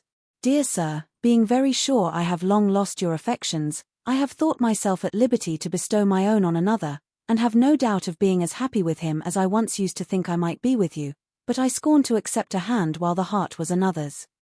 Sincerely wish you happy in your choice, and it shall not be my fault if we are not always good friends, as our near relationship now makes proper. I can safely say I owe you no ill will, and am sure you will be too generous to do us any ill offices. Your brother has gained my affections entirely, and as we could not live without one another, we are just returned from the altar, and are now on our way to Dawlish for a few weeks, which place your dear brother has great curiosity to see, but thought I would first trouble you with these few lines, and shall always remain, your sincere well-wisher, friend, and sister, Lucy Ferrers. I have burnt all your letters, and will return your picture the first opportunity. Please to destroy my scrawls. But the ring with my hair you are very welcome to keep. Eleanor read and returned it without any comment. I will not ask your opinion of it as a composition, said Edward, 4 worlds would not I have had a letter of hers seen by you in former days. In a sister it is bad enough, but in a wife how I have blushed over the pages of her writing, and I believe I may say that since the first half year of our foolish business. This is the only letter I ever received from her, of which the substance made me any amends for the defect of the style. However it may have come about, said Eleanor, after a pause, they are certainly married. And your mother has brought on herself a most appropriate punishment. The independence she settled on Robert, through resentment against you, has put it in his power to make his own choice. And she has actually been bribing one son with 1,000 a year, to do the very deed which she disinherited the other for intending to do. She will hardly be less hurt, I suppose, by Robert's marrying Lucy, than she would have been by your marrying her. She will be more hurt by it, for Robert always was her favourite. She will be more hurt by it, and on the same principle will forgive him much sooner. In what state the affair stood at present between them, Edward knew not, for no communication with any of his family had yet been attempted by him. He had quitted Oxford within 24 hours after Lucy's letter arrived, and with only one object before him, the nearest road to Barton, had had no leisure to form any scheme of conduct, with which that road did not hold the most intimate connection. He could do nothing till he were assured of his fate with Miss Dashwood. And by his rapidity in seeking that fate, it is to be supposed, in spite of the jealousy with which he had once thought of Colonel Brandon, in spite of the modesty with which he rated his own deserts, and the politeness with which he talked of his doubts, he did not, upon the whole, expect a very cruel reception. It was his business, however, to say that he did, and he said it very prettily. What he might say on the subject a 12-month after, must be referred to the imagination of husbands and wives. That Lucy had certainly meant to deceive, to go off with a flourish of malice against him in her message by Thomas, was perfectly clear to Eleanor, and Edward himself, now thoroughly enlightened on her character, had no scruple in believing her capable of the utmost meanness of wanton ill nature. Though his eyes had been long opened, even before his acquaintance with Eleanor began, to her ignorance and a want of liberality in some of her opinions, they had been equally imputed, by him, to her want of education. Until her last letter reached him, he had always believed her to be a well-disposed, good-hearted girl, and thoroughly attached to himself.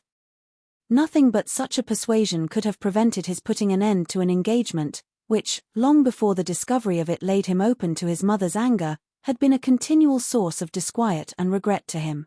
I thought it my duty, said he, independent of my feelings, to give her the option of continuing the engagement or not, when I was renounced by my mother, and stood to all appearance without a friend in the world to assist me. In such a situation as that, where there seemed nothing to tempt the avarice or the vanity of any living creature, how could I suppose, when she so earnestly, so warmly insisted on sharing my fate, whatever it might be, that anything but the most disinterested affection was her inducement? And even now, I cannot comprehend on what motive she acted, or what fancied advantage it could be to her, to be fettered to a man for whom she had not the smallest regard, and who had only £2,000 in the world. She could not foresee that Colonel Brandon would give me a living. No, but she might suppose that something would occur in your favour, that your own family might in time relent. And at any rate, she lost nothing by continuing the engagement, for she has proved that it fettered neither her inclination nor her actions. The connection was certainly a respectable one, and probably gained her consideration among her friends, and, if nothing more advantageous occurred, it would be better for her to marry you than be single. Edward was, of course, immediately convinced that nothing could have been more natural than Lucy's conduct, nor more self-evident than the motive of it. Eleanor scolded him, harshly as ladies always scold the imprudence which compliments themselves, for having spent so much time with them at Norland, when he must have felt his own inconstancy. Your behaviour was certainly very wrong, said she, because, to say nothing of my own conviction, our relations were all led away by it to fancy and expect what, as you were then situated, could never be. He could only plead an ignorance of his own heart, and a mistaken confidence in the force of his engagement. I was simple enough to think, that because my faith was plighted to another, there could be no danger in my being with you, and that the consciousness of my engagement was to keep my heart as safe and sacred as my honour. I felt that I admired you, but I told myself it was only friendship. Until I began to make comparisons between yourself and Lucy, I did not know how far I was got. After that, I suppose, I was wrong in remaining so much in Sussex, and the arguments with which I reconciled myself to the expediency of it, were no better than these. The danger is my own, I am doing no injury to anybody but myself. Eleanor smiled, and shook her head. Edward heard with pleasure of Colonel Brandon's being expected at the cottage, as he really wished not only to be better acquainted with him, but to have an opportunity of convincing him that he no longer resented his giving him the living of Delaford, which, at present, said he, after thanks so ungraciously delivered as mine were on the occasion, he must think I have never forgiven him for offering. Now he felt astonished himself that he had never yet been to the place. But so little interest had he taken in the matter, that he owed all his knowledge of the house, garden, and glebe, extent of the parish, condition of the land, and rate of the tithes, to Eleanor herself, who had heard so much of it from Colonel Brandon, and heard it with so much attention, as to be entirely mistress of the subject. One question after this only remained undecided. Between them, one difficulty only was to be overcome. They were brought together by mutual affection, with the warmest approbation of their real friends. Their intimate knowledge of each other seemed to make their happiness certain, and they only wanted something to live upon. Edward had £2,000, and Eleanor one, which, with Delaford living, was all that they could call their own, for it was impossible that Mrs. Dashwood should advance anything. And they were neither of them quite enough in love to think that £350 a year would supply them with the comforts of life. Edward was not entirely without hopes of some favourable change in his mother towards him, and on that he rested for the residue of their income. But Eleanor had no such dependence. For since Edward would still be unable to marry Miss Morton, and his choosing herself had been spoken of in Mrs. Ferrars's flattering language as only a lesser evil than his choosing Lucy Steele, she feared that Robert's offence would serve no other purpose than to enrich Fanny. About 4 days after Edward's arrival Colonel Brandon appeared, to complete Mrs. Dashwood's satisfaction, and to give her the dignity of having, for the first time since her living at Barton, more company with her than her house would hold. Edward was allowed to retain the privilege of first comer, and Colonel Brandon therefore walked every night to his old quarters at the park. From whence he usually returned in the morning, early enough to interrupt the lovers' first tete-a-tete before breakfast. A 3 weeks' residence at Delaford, where, in his evening hours at least, he had little to do but to calculate the disproportion between 36 and 17, brought him to Barton in a temper of mind which needed all the improvement in Marianne's looks, all the kindness of her welcome, and all the encouragement of her mother's language, to make it cheerful. Among such friends, however, and such flattery, he did revive. No rumour of Lucy's marriage had yet reached him, he knew nothing of what had passed, and the first hours of his visit were consequently spent in hearing and in wondering. Everything was explained to him by Mrs. Dashwood, and he found fresh reason to rejoice in what he had done for Mr. Ferrars, since eventually it promoted the interest of Eleanor. It would be needless to say that the gentlemen advanced in the good opinion of each other, as they advanced in each other's acquaintance, for it could not be otherwise. Their resemblance in good principles and good sense, in disposition and manner of thinking, would probably have been sufficient to unite them in friendship, without any other attraction. But their being in love with 2 sisters, and 2 sisters fond of each other, made that mutual regard inevitable and immediate, which might otherwise have waited the effect of time and judgment. The letters from town, which a few days before would have made every nerve in Eleanor's body thrill with transport, now arrived to be read with less emotion than mirth. Mrs. Jennings wrote to tell the wonderful tale, to vent her honest indignation against the jilting girl, and pour forth her compassion towards poor Mr. Edward, who, she was sure, had quite doted upon the worthless hussy, and was now, by all accounts, almost broken-hearted, at Oxford. I do think, she continued, nothing was ever carried on so sly, for it was but 2 days before Lucy called and sat a couple of hours with me.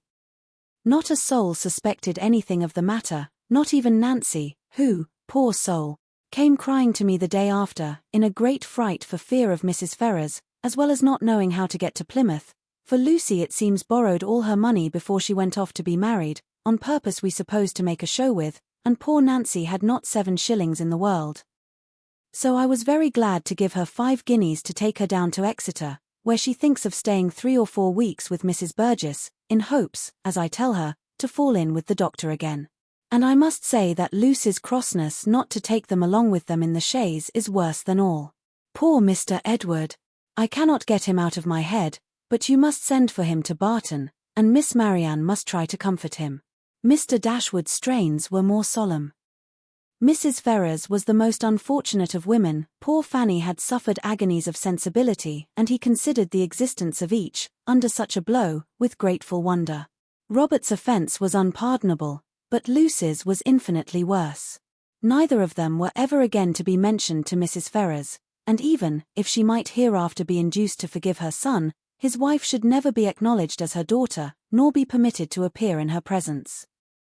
The secrecy with which everything had been carried on between them, was rationally treated as enormously heightening the crime, because, had any suspicion of it occurred to the others, proper measures would have been taken to prevent the marriage, and he called on Eleanor to join with him in regretting that Lucy's engagement with Edward had not rather been fulfilled, than that she should thus be the means of spreading misery farther in the family. He thus continued. Mrs. Ferrars has never yet mentioned Edward's name, which does not surprise us, but, to our great astonishment, not a line has been received from him on the occasion. Perhaps, however, he is kept silent by his fear of offending, and I shall, therefore, give him a hint, by a line to Oxford, that his sister and I both think a letter of proper submission from him, addressed perhaps to Fanny, and by her shown to her mother, might not be taken amiss. For we all know the tenderness of Mrs. Ferrars's heart, and that she wishes for nothing so much as to be on good terms with her children. This paragraph was of some importance to the prospects and conduct of Edward. It determined him to attempt a reconciliation, though not exactly in the manner pointed out by their brother and sister. A letter of proper submission, repeated he. Would they have me beg my mother's pardon for Robert's ingratitude to her, and breach of honour to me? I can make no submission. I am grown neither humble nor penitent by what has passed. I am grown very happy, but that would not interest. I know of no submission that is proper for me to make. You may certainly ask to be forgiven, said Eleanor, because you have offended, and I should think you might now venture so far as to profess some concern for having ever formed the engagement which drew on you your mother's anger. He agreed that he might. And when she has forgiven you, perhaps a little humility may be convenient while acknowledging a second engagement, almost as imprudent in her eyes as the first. He had nothing to urge against it, but still resisted the idea of a letter of proper submission. And therefore, to make it easier to him, as he declared a much greater willingness to make mean concessions by word of mouth than on paper, it was resolved that, instead of writing to Fanny, he should go to London, and personally entreat her good offices in his favour. And if they really do interest themselves, said Marianne, in her new character of candour, in bringing about a reconciliation, I shall think that even John and Fanny are not entirely without merit. After a visit on Colonel Brandon's side of only 3 or 4 days, the two gentlemen quitted Barton together. They were to go immediately to Delaford, that Edward might have some personal knowledge of his future home, and assist his patron and friend in deciding on what improvements were needed to it, and from thence, after staying there a couple of nights, he was to proceed on his journey to town. Chapter 50. After a proper resistance on the part of Mrs. Ferrars, just so violent and so steady as to preserve her from that reproach which she always seemed fearful of incurring, the reproach of being too amiable, Edward was admitted to her presence, and pronounced to be again her son. Her family had of late been exceedingly fluctuating. For many years of her life she had had 2 sons, but the crime and annihilation of Edward a few weeks ago had robbed her of one. The similar annihilation of Robert had left her for a fortnight without any, and now, by the resuscitation of Edward, she had one again. In spite of his being allowed once more to live, however, he did not feel the continuance of his existence secure, till he had revealed his present engagement, for the publication of that circumstance, he feared, might give a sudden turn to his constitution, and carry him off as rapidly as before. With apprehensive caution therefore it was revealed, and he was listened to with unexpected calmness. Mrs. Ferrars at first reasonably endeavoured to dissuade him from marrying Miss Dashwood, by every argument in her power, told him, that in Miss Morton he would have a woman of higher rank and larger fortune. And enforced the assertion, by observing that Miss Morton was the daughter of a nobleman with £30,000, while Miss Dashwood was only the daughter of a private gentleman with no more than 3, but when she found that, though perfectly admitting the truth of her representation, he was by no means inclined to be guided by it, she judged it wisest, from the experience of the past, to submit. And therefore, after such an ungracious delay as she owed to her own dignity, and as served to prevent every suspicion of goodwill, she issued her decree of consent to the marriage of Edward and Eleanor. What she would engage to do towards augmenting their income was next to be considered, and here it plainly appeared, that though Edward was now her only son, he was by no means her eldest. For while Robert was inevitably endowed with £1,000 a year, not the smallest objection was made against Edward's taking orders for the sake of 250 at the utmost, nor was anything promised either for the present or in future, beyond the £10,000, which had been given with Fanny. It was as much, however, as was desired, and more than was expected, by Edward and Eleanor. And Mrs. Ferrars herself, by her shuffling excuses, seemed the only person surprised at her not giving more.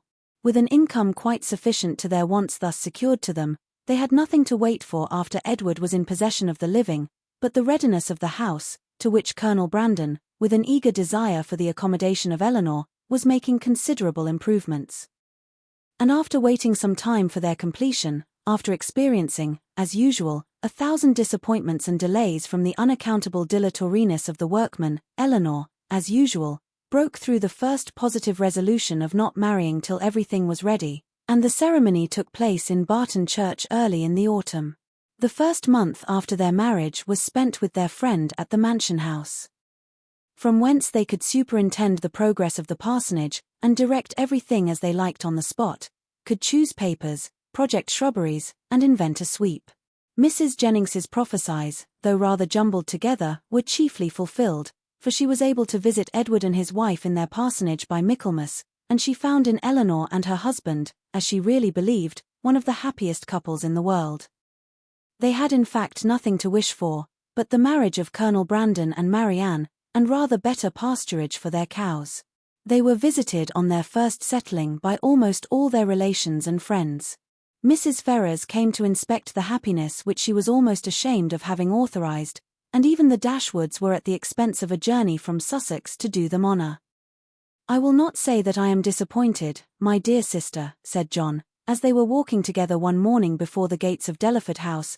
"That would be saying too much, for certainly you have been one of the most fortunate young women in the world, as it is. But, I confess, it would give me great pleasure to call Colonel Brandon brother. His property here, his place, his house, everything is in such respectable and excellent condition, and his woods. I have not seen such timber anywhere in Dorsetshire, as there is now standing in Delaford Hanger, and though, perhaps, Marianne may not seem exactly the person to attract him, yet I think it would altogether be advisable for you to have them now frequently staying with you, for as Colonel Brandon seems a great deal at home, nobody can tell what may happen, for, when people are much thrown together, and see little of anybody else. And it will always be in your power to set her off to advantage, and so forth. In short, you may as well give her a chance, you understand me." But though Mrs. Ferrars did come to see them, and always treated them with the make-believe of decent affection, they were never insulted by her real favor and preference. That was due to the folly of Robert, and the cunning of his wife, and it was earned by them before many months had passed away. The selfish sagacity of the latter, which had at first drawn Robert into the scrape, was the principal instrument of his deliverance from it, for her respectful humility, assiduous attentions, and endless flatteries, as soon as the smallest opening was given for their exercise, reconciled Mrs. Ferrars to his choice, and re-established him completely in her favor. The whole of Lucy's behavior in the affair, and the prosperity which crowned it, therefore, may be held forth as a most encouraging instance of what an earnest, an unceasing attention to self-interest, however its progress may be apparently obstructed, will do in securing every advantage of fortune, with no other sacrifice than that of time and conscience. When Robert first sought her acquaintance, and privately visited her in Bartlett's Buildings, it was only with the view imputed to him by his brother. He merely meant to persuade her to give up the engagement, and as there could be nothing to overcome but the affection of both, he naturally expected that 1 or 2 interviews would settle the matter. In that point, however, and that only, he erred. For though Lucy soon gave him hopes that his eloquence would convince her in time, another visit, another conversation, was always wanted to produce this conviction. Some doubts always lingered in her mind when they parted, which could only be removed by another half-hour's discourse with himself. His attendance was by this means secured, and the rest followed in course. Instead of talking of Edward, they came gradually to talk only of Robert. A subject on which he had always more to say than on any other, and in which she soon betrayed an interest even equal to his own, and in short, it became speedily evident to both, that he had entirely supplanted his brother. He was proud of his conquest, proud of tricking Edward, and very proud of marrying privately without his mother's consent. What immediately followed is known. They passed some months in great happiness at Dawlish, for she had many relations and old acquaintances to cut. And he drew several plans for magnificent cottages, and from thence returning to town, procured the forgiveness of Mrs. Ferrars, by the simple expedient of asking it, which, at Lucy's instigation, was adopted. The forgiveness, at first, indeed, as was reasonable, comprehended only Robert, and Lucy, who had owed his mother no duty and therefore could have transgressed none, still remained some weeks longer unpardoned.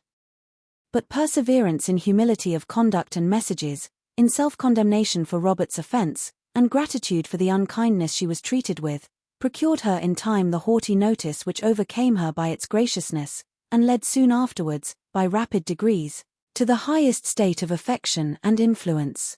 Lucy became as necessary to Mrs. Ferrars as either Robert or Fanny.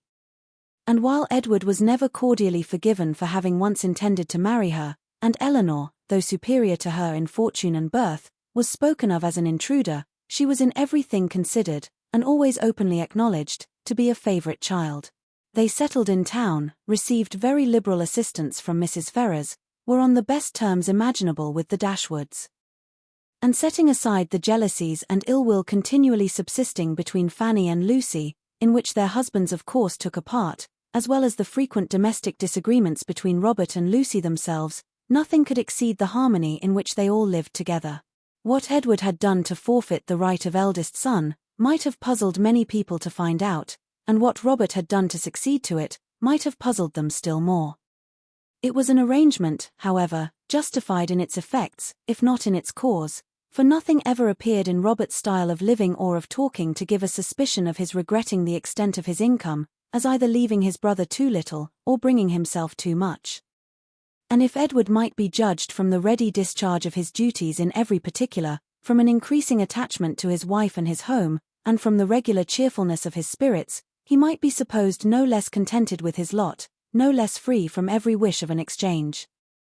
Eleanor's marriage divided her as little from her family as could well be contrived, without rendering the cottage at Barton entirely useless, for her mother and sisters spent much more than half their time with her. Mrs. Dashwood was acting on motives of policy as well as pleasure in the frequency of her visits at Delaford, for her wish of bringing Marianne and Colonel Brandon together was hardly less earnest, though rather more liberal than what John had expressed. It was now her darling object.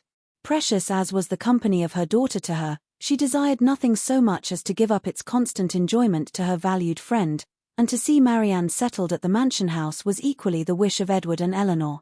They each felt his sorrows, and their own obligations, and Marianne, by general consent, was to be the reward of all.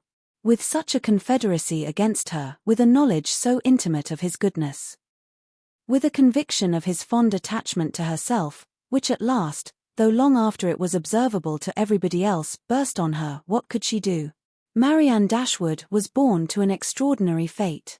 She was born to discover the falsehood of her own opinions, and to counteract, by her conduct, her most favourite maxims.